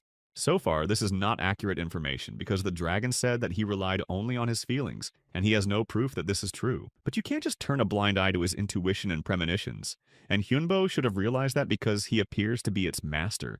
In addition, others understood that a dragon can feel another who is no longer alive. From the words of these people, the boy concluded that they all believed in Nidhogg's words and had little doubt about them. He almost knew their answer, but he wanted to make sure and asked. Kong Hyun just stood up and said that he would have to pass all this information on to the general staff so that they would be aware of it as well. As soon as he left, he was caught up by Kiesel, who started asking him how everything went and what she said. Hyunbo replied that they were going to inform the general staff about the statement and the dragon. But of course, he didn't know if they would accept it or not. Chris added that regardless of their outcome, whether they would accept it or not, they themselves needed to be prepared for anything. Kai believed that Chris was right because it was Nidhogg who told them about it, not anyone else, and he trusted him. Hyunbo also agreed with them, saying that they needed to be well prepared because they would most likely have to fight a big dragon soon. Dragons are called the race that founded magic because they had a large amount of mana, unlimited memory, and a strong body that was very difficult to pierce. Kesley was not happy that this monster was their enemy. He sighed and said that he would not even want to fight it.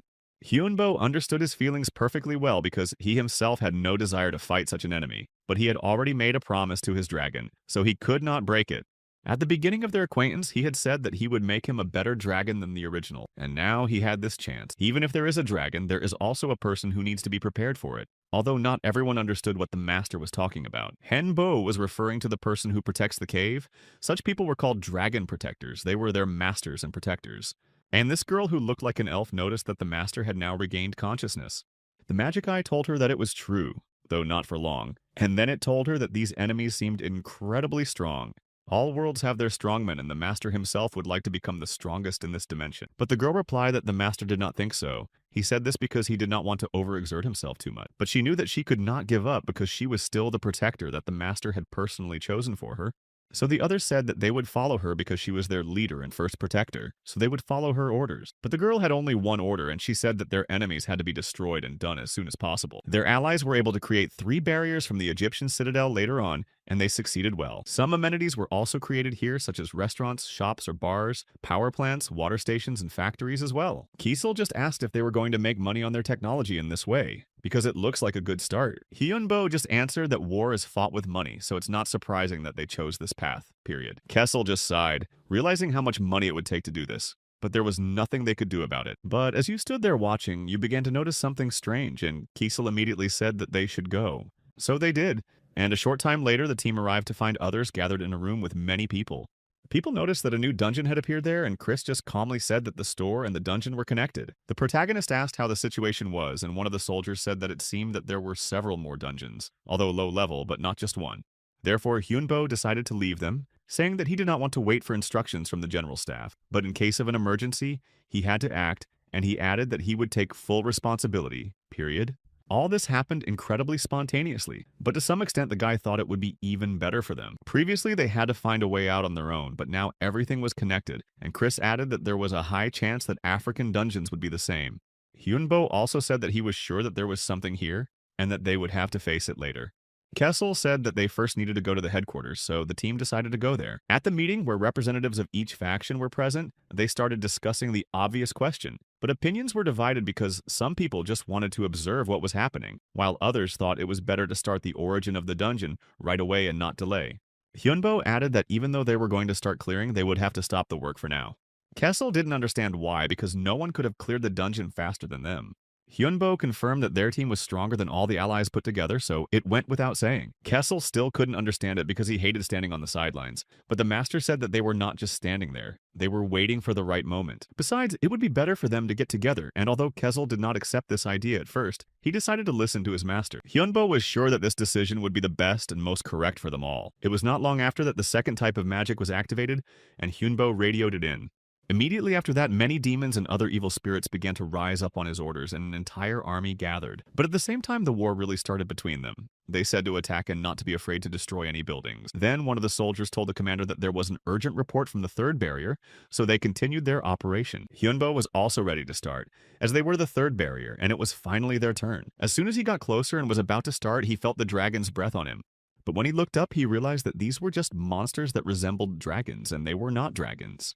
They were Drake and Drakon, and they were very quickly approaching their base to destroy it. Seeing this, the guy immediately began to use a reflective shield to deflect all their attacks. At this point, Kezel didn't believe it was over, and Hyunbo added that it would be a good option, but he didn't think it was. It's unlikely that everything will end now because a huge number of monsters are waiting for them ahead, and they will not just give up. After all that, the main character ordered everyone to gather because now they had to start their punishment. He ordered to look closely at the one who controls this power of his creatures, and starting to use his magic, the main character created a large magic circle directing it at the monsters. After a while, all these giant golems began to fall to the ground, unable to withstand the power of this spell. Chris said that he was good enough with will and sacred power together to create a powerful spell. Meanwhile, Kezel and the others had already gotten further and were able to find the girl who was the dragon's protector.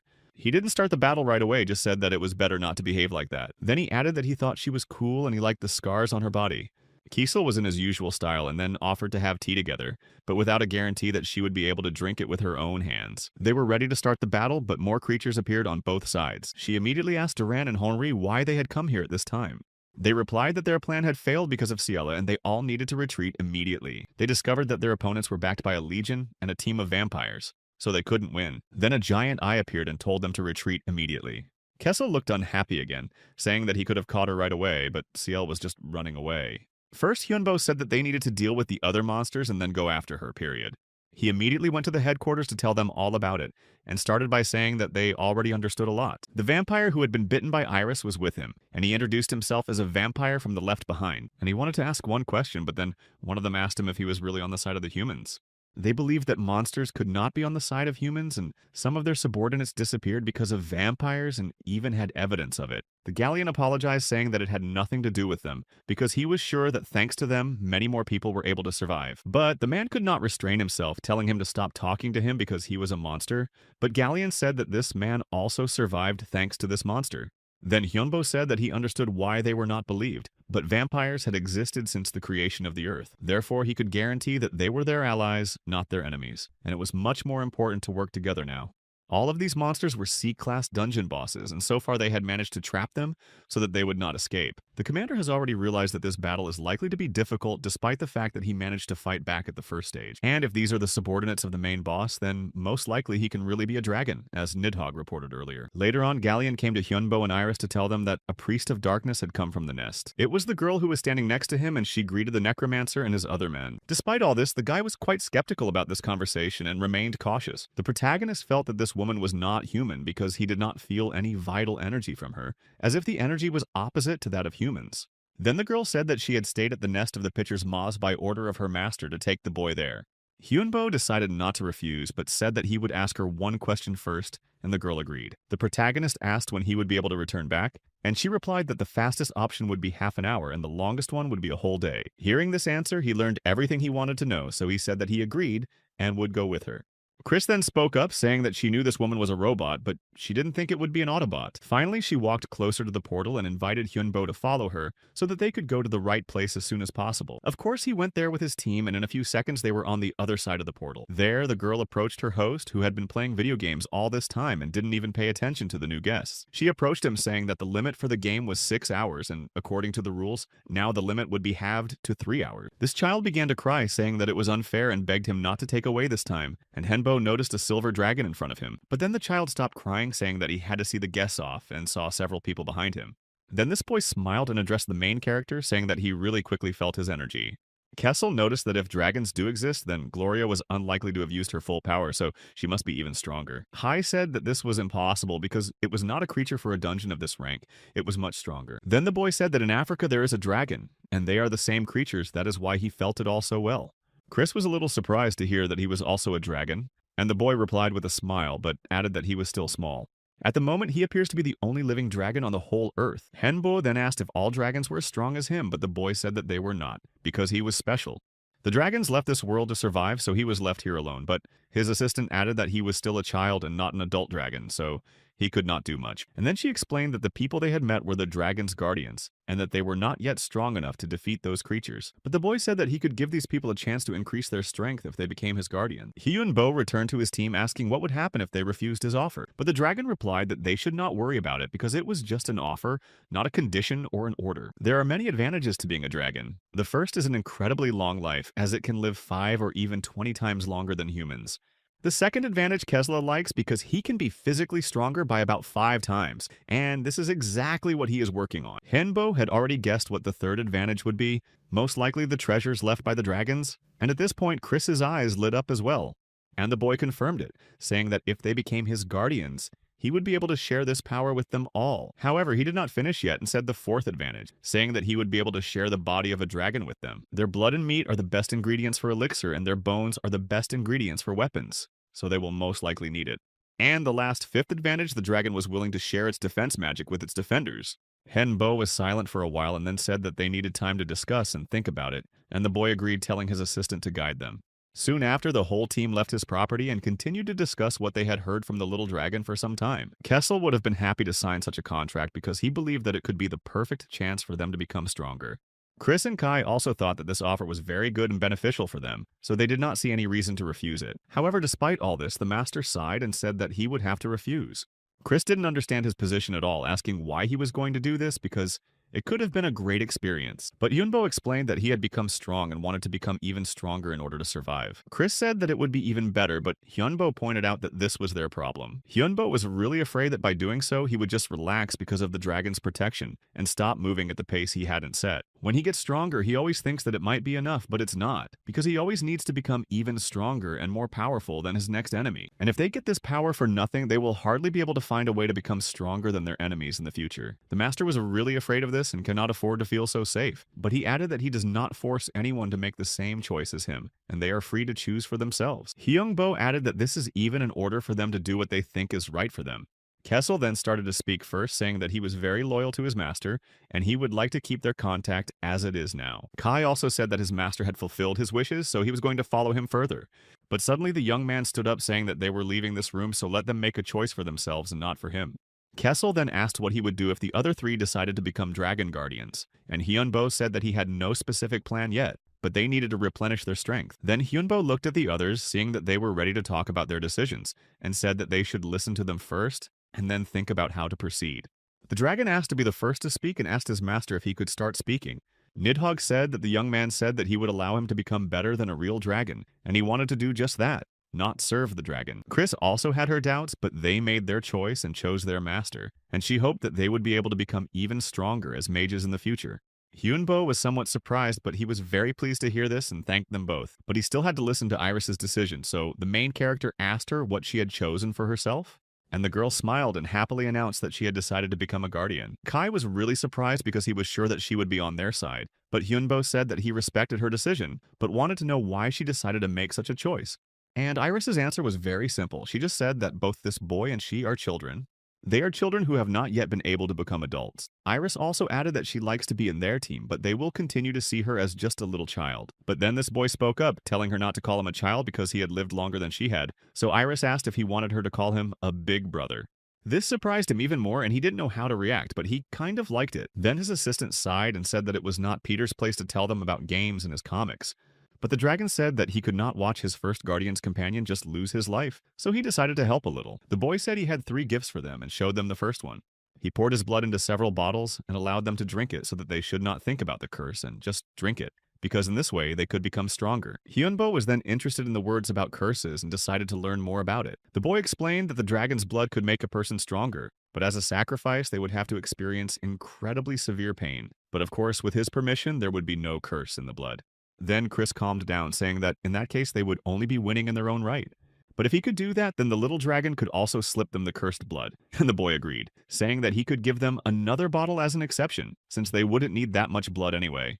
Then the boy moved on to the second gift and snapped his fingers and it appeared right next to him. Henpo noticed that this boy can use very powerful magic to create and was even more surprised that the dragon gave him the dragon bones. The protagonist was even surprised. He couldn't believe that he was really giving it to them, but the boy thought that it was only a part of what they could get if you became guardians, because in that case he could give them the whole dragon and not this part. And finally he showed them the last gift and opened his palm with 2 whole dragon hearts. Henbo could not have expected such generosity because these gifts are really incredibly valuable, so he thanked him sincerely. The dragon only said that they should use his gifts correctly and let it be very clear when he becomes an adult dragon and show all his strength. Chris asked how long it would take, and the boy said that it could happen right now, but it would be best to wait another 5 years.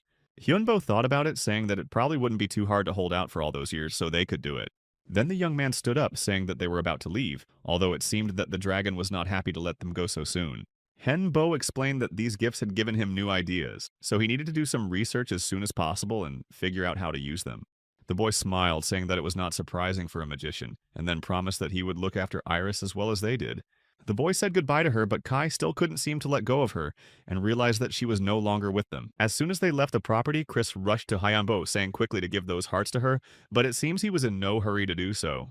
Kiesel decided to leave them to discuss, but asked that it not be for long. Hyunbo said that he would give all of them to Nidhogg because it could be very helpful, although the dragon did not expect it. The owner explained that it would make him even stronger, and Nidhogg thanked him for his generosity. Chris then began to investigate everything together with the master. They spent all the time in the laboratory, and several events have already happened. Firstly, the large-scale monster attack stopped, and many rumors about the military started to circulate. Many people became dissatisfied with the military, but there were also those who were against the war and those who wanted to stop the war completely and conquer the monsters in the human world. However, there were also people who benefited from the existence of monsters, which is why many people split into two sides, and conflicts began. And there was one more big nuance, because everything went according to the plan of their enemies. After a while, the main character went down to the basement where the dragon was and asked how he was feeling. Nidhogg replied that he was feeling much better and could even move, but Hyunbo wanted to describe his condition right away. Although it sounds strange, the dragon was now half alive and half dead at the same time.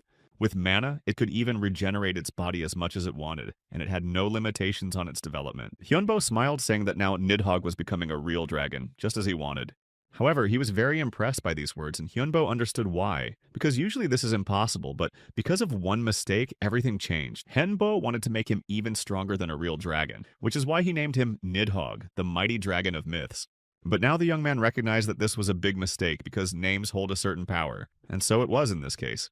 Then, when they met the silver dragon, the main character asked if all the dragons had left this world, and the boy answered that most of the dragons had left this place, but some individual dragons could still be on the earth. Some of them became part of the forest of the mountains or the lake, and some of them even managed to become part of this galaxy. And the worst part of it all was that among those dragons that remained on Earth, there was a real Nidhogg. The dragon's soul has blossomed in space, and it will try to take his body, so there is only one way to protect Nidhogg.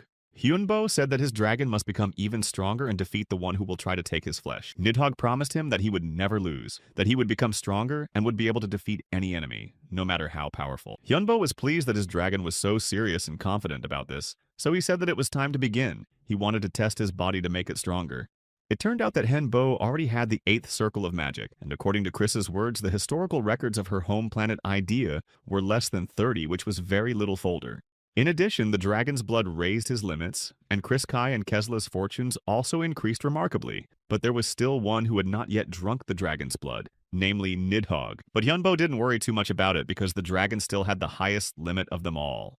Chris then came to the master saying that she had a question, and asked if he should know everything about himself before reaching the 8th circle, and Hyunbo agreed. He then added that he had had enough of her questions, as this was the 78th question she had asked him. But Chris really couldn't stop, because for her, the 8th circle of magic was a big dream. Meanwhile, Kessel told the host that they had most likely already arrived at the meeting place. They were told that they would be able to get to any place in this palanquin, and then the whole team got inside, continuing their conversation. They were really surprised by this transportation because they didn't have much hope for it, but it really surprised them.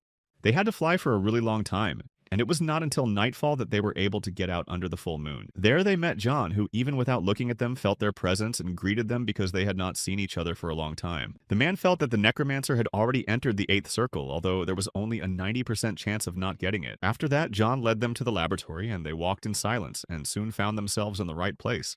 John said that the guy was already where he needed to be and that he had to wait a little longer. He also congratulated him because the main character had made another big step towards becoming a top-level magician, and Hyunbo thanked him, but knew that it was not over yet. After that, Jan asked him what he thought about what would happen in the future world. Without even waiting for his answer, he assured him that it would only get harder, and he could not wait for any indulgences. Those who want the war and those who are against it are not enemies, because now everyone was for themselves. It turned out that it was because of all this that everyone was allowed to live with respect for each other, and at least such conflicts stopped happening. But now society needs to be governed by a strong minority, not by a weak majority, and the guy was in full agreement with his opinion. However, it will still be very difficult to accept it, and in any case, it can become a big problem in the current world. Of course, John added that there are those who will oppose any changes and will not be their biggest enemies. The man said that he would like to talk about this for a longer time, but they don't have much time, so they need to start right now. Hyunbo didn't speak out loud, he just thought about the sacrifices that need to be made on the altar. And if John goes up there himself, it is logical what the result will be. John said that the price for the opportunity to see the future was incredibly high. He tied his hand and turned to the boy, saying that he should do the same. The young man took hold of the rope, asking if they would have to stand in front of something big and strong. Young Bo only replied that it was better to do it if he was afraid that he couldn't pay the price. And then the man added that it wouldn't affect him badly and wouldn't hurt him, so he shouldn't worry. Hyunbo did as he said, saying he would believe him, and tied the rope. When everything was ready, Yong clapped his hands and said that it was time to start. And then they stood opposite each other. After a while, the boy saw a giant dragon in front of him, which began to roar at him and attack him. He began to make his enemies disappear and become part of his body and soul, continuing to attack the entire team. Henbo has already noticed that this is a destruction or absorption. He watched in horror as the dragon destroys absolutely everything in its path. For a moment, the protagonist was even afraid that there would be nothing left after the fight with Nidhogg, who managed to take away the dragon's body. The guy continued to observe what was happening. He was in a great shock, but realized that this is the worst-case scenario for the future. Even after returning there and receiving the great power, it was not enough for them, and Henbo realized that he had to become even stronger. Then the whole team came up to the master. They were all very scared when he stopped moving, and were happy to see that he was okay now. However, Hyunbo himself did not remember the moment when he stopped moving, because all this time he was at least in minimal movement. He said that there was no need to worry because while his soul was looking at the future, it simply did not react to what was happening in the real world, and he hoped that Hyunbo would be able to learn from what he saw, because the price for that was damage to his internal organs. Hyunbo thanked him, saying that what he had seen with his own eyes would not be in vain. Drops of blood flowed down his face, but the man said that in any case, the future that the boy saw could always change. Then Hyunbo noticed that Jean was getting worse, so he asked Kiesel to help him, and added that they needed to go back and discuss the future he had just seen. They arrived home and put exhausted John on the bed to rest, and eventually the man fell asleep. While the team continued to discuss what had happened, they began to worry that they might all disappear after what happened. But the owner said that this future is not yet certain, but in any case, they need to prepare for the worst case scenario. Chris said that they would have a lot of work to do, and that they should not waste time because anything could happen at any time.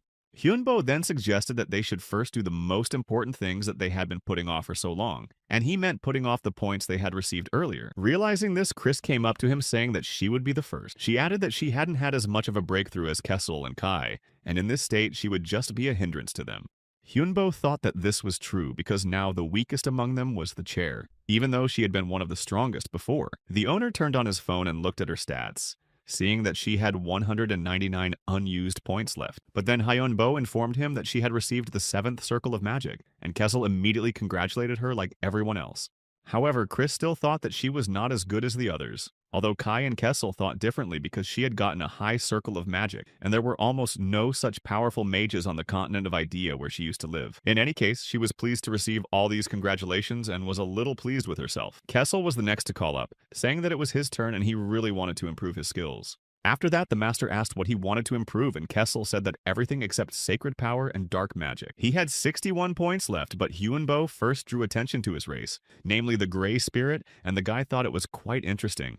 But his stats were really very high and it pleased both him and the rest of the team. Since he was finished, Kai said that he would be next and added that he wanted to increase only magic and nothing else. Hyunbo looked at his stats and said that in addition to his stamina, his stats had already increased. Kessel was immediately disappointed and emotionally exclaimed that he had lost and started swearing.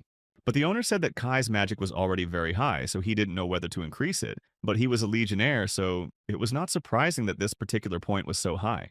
Finally, it was over and the master began to talk about what they all knew, although they didn't want to say it and admit it. But they had a good chance of losing to their enemy. That is why they need to prepare very well in order to win this fight, and above all, to survive. People still did not know that time was not on the side of humanity, which is why fighting with each other is the greatest tragedy, because instead of training and increasing their strength before fighting the enemy, they were destroying each other. At this point, Henbo began to think about whether it was worth becoming the guardian of the Silver Dragon, and whether he should have accepted Aristo's offer to become his disciple.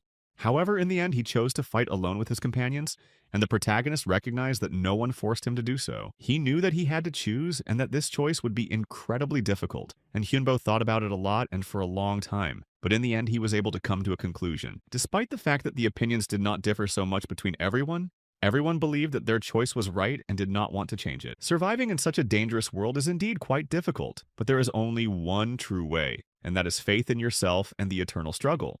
And no matter how horrible the possible future might be, he knew that he would not stop and would not allow himself to just go with the flow. Hyunbo declared that they would fight no matter what, and eventually they would win this fierce and difficult battle. He knew that the enemy was already waiting for him. He knew that this battle could happen at any moment, and he also knew that he would not give up, but would continue to fight.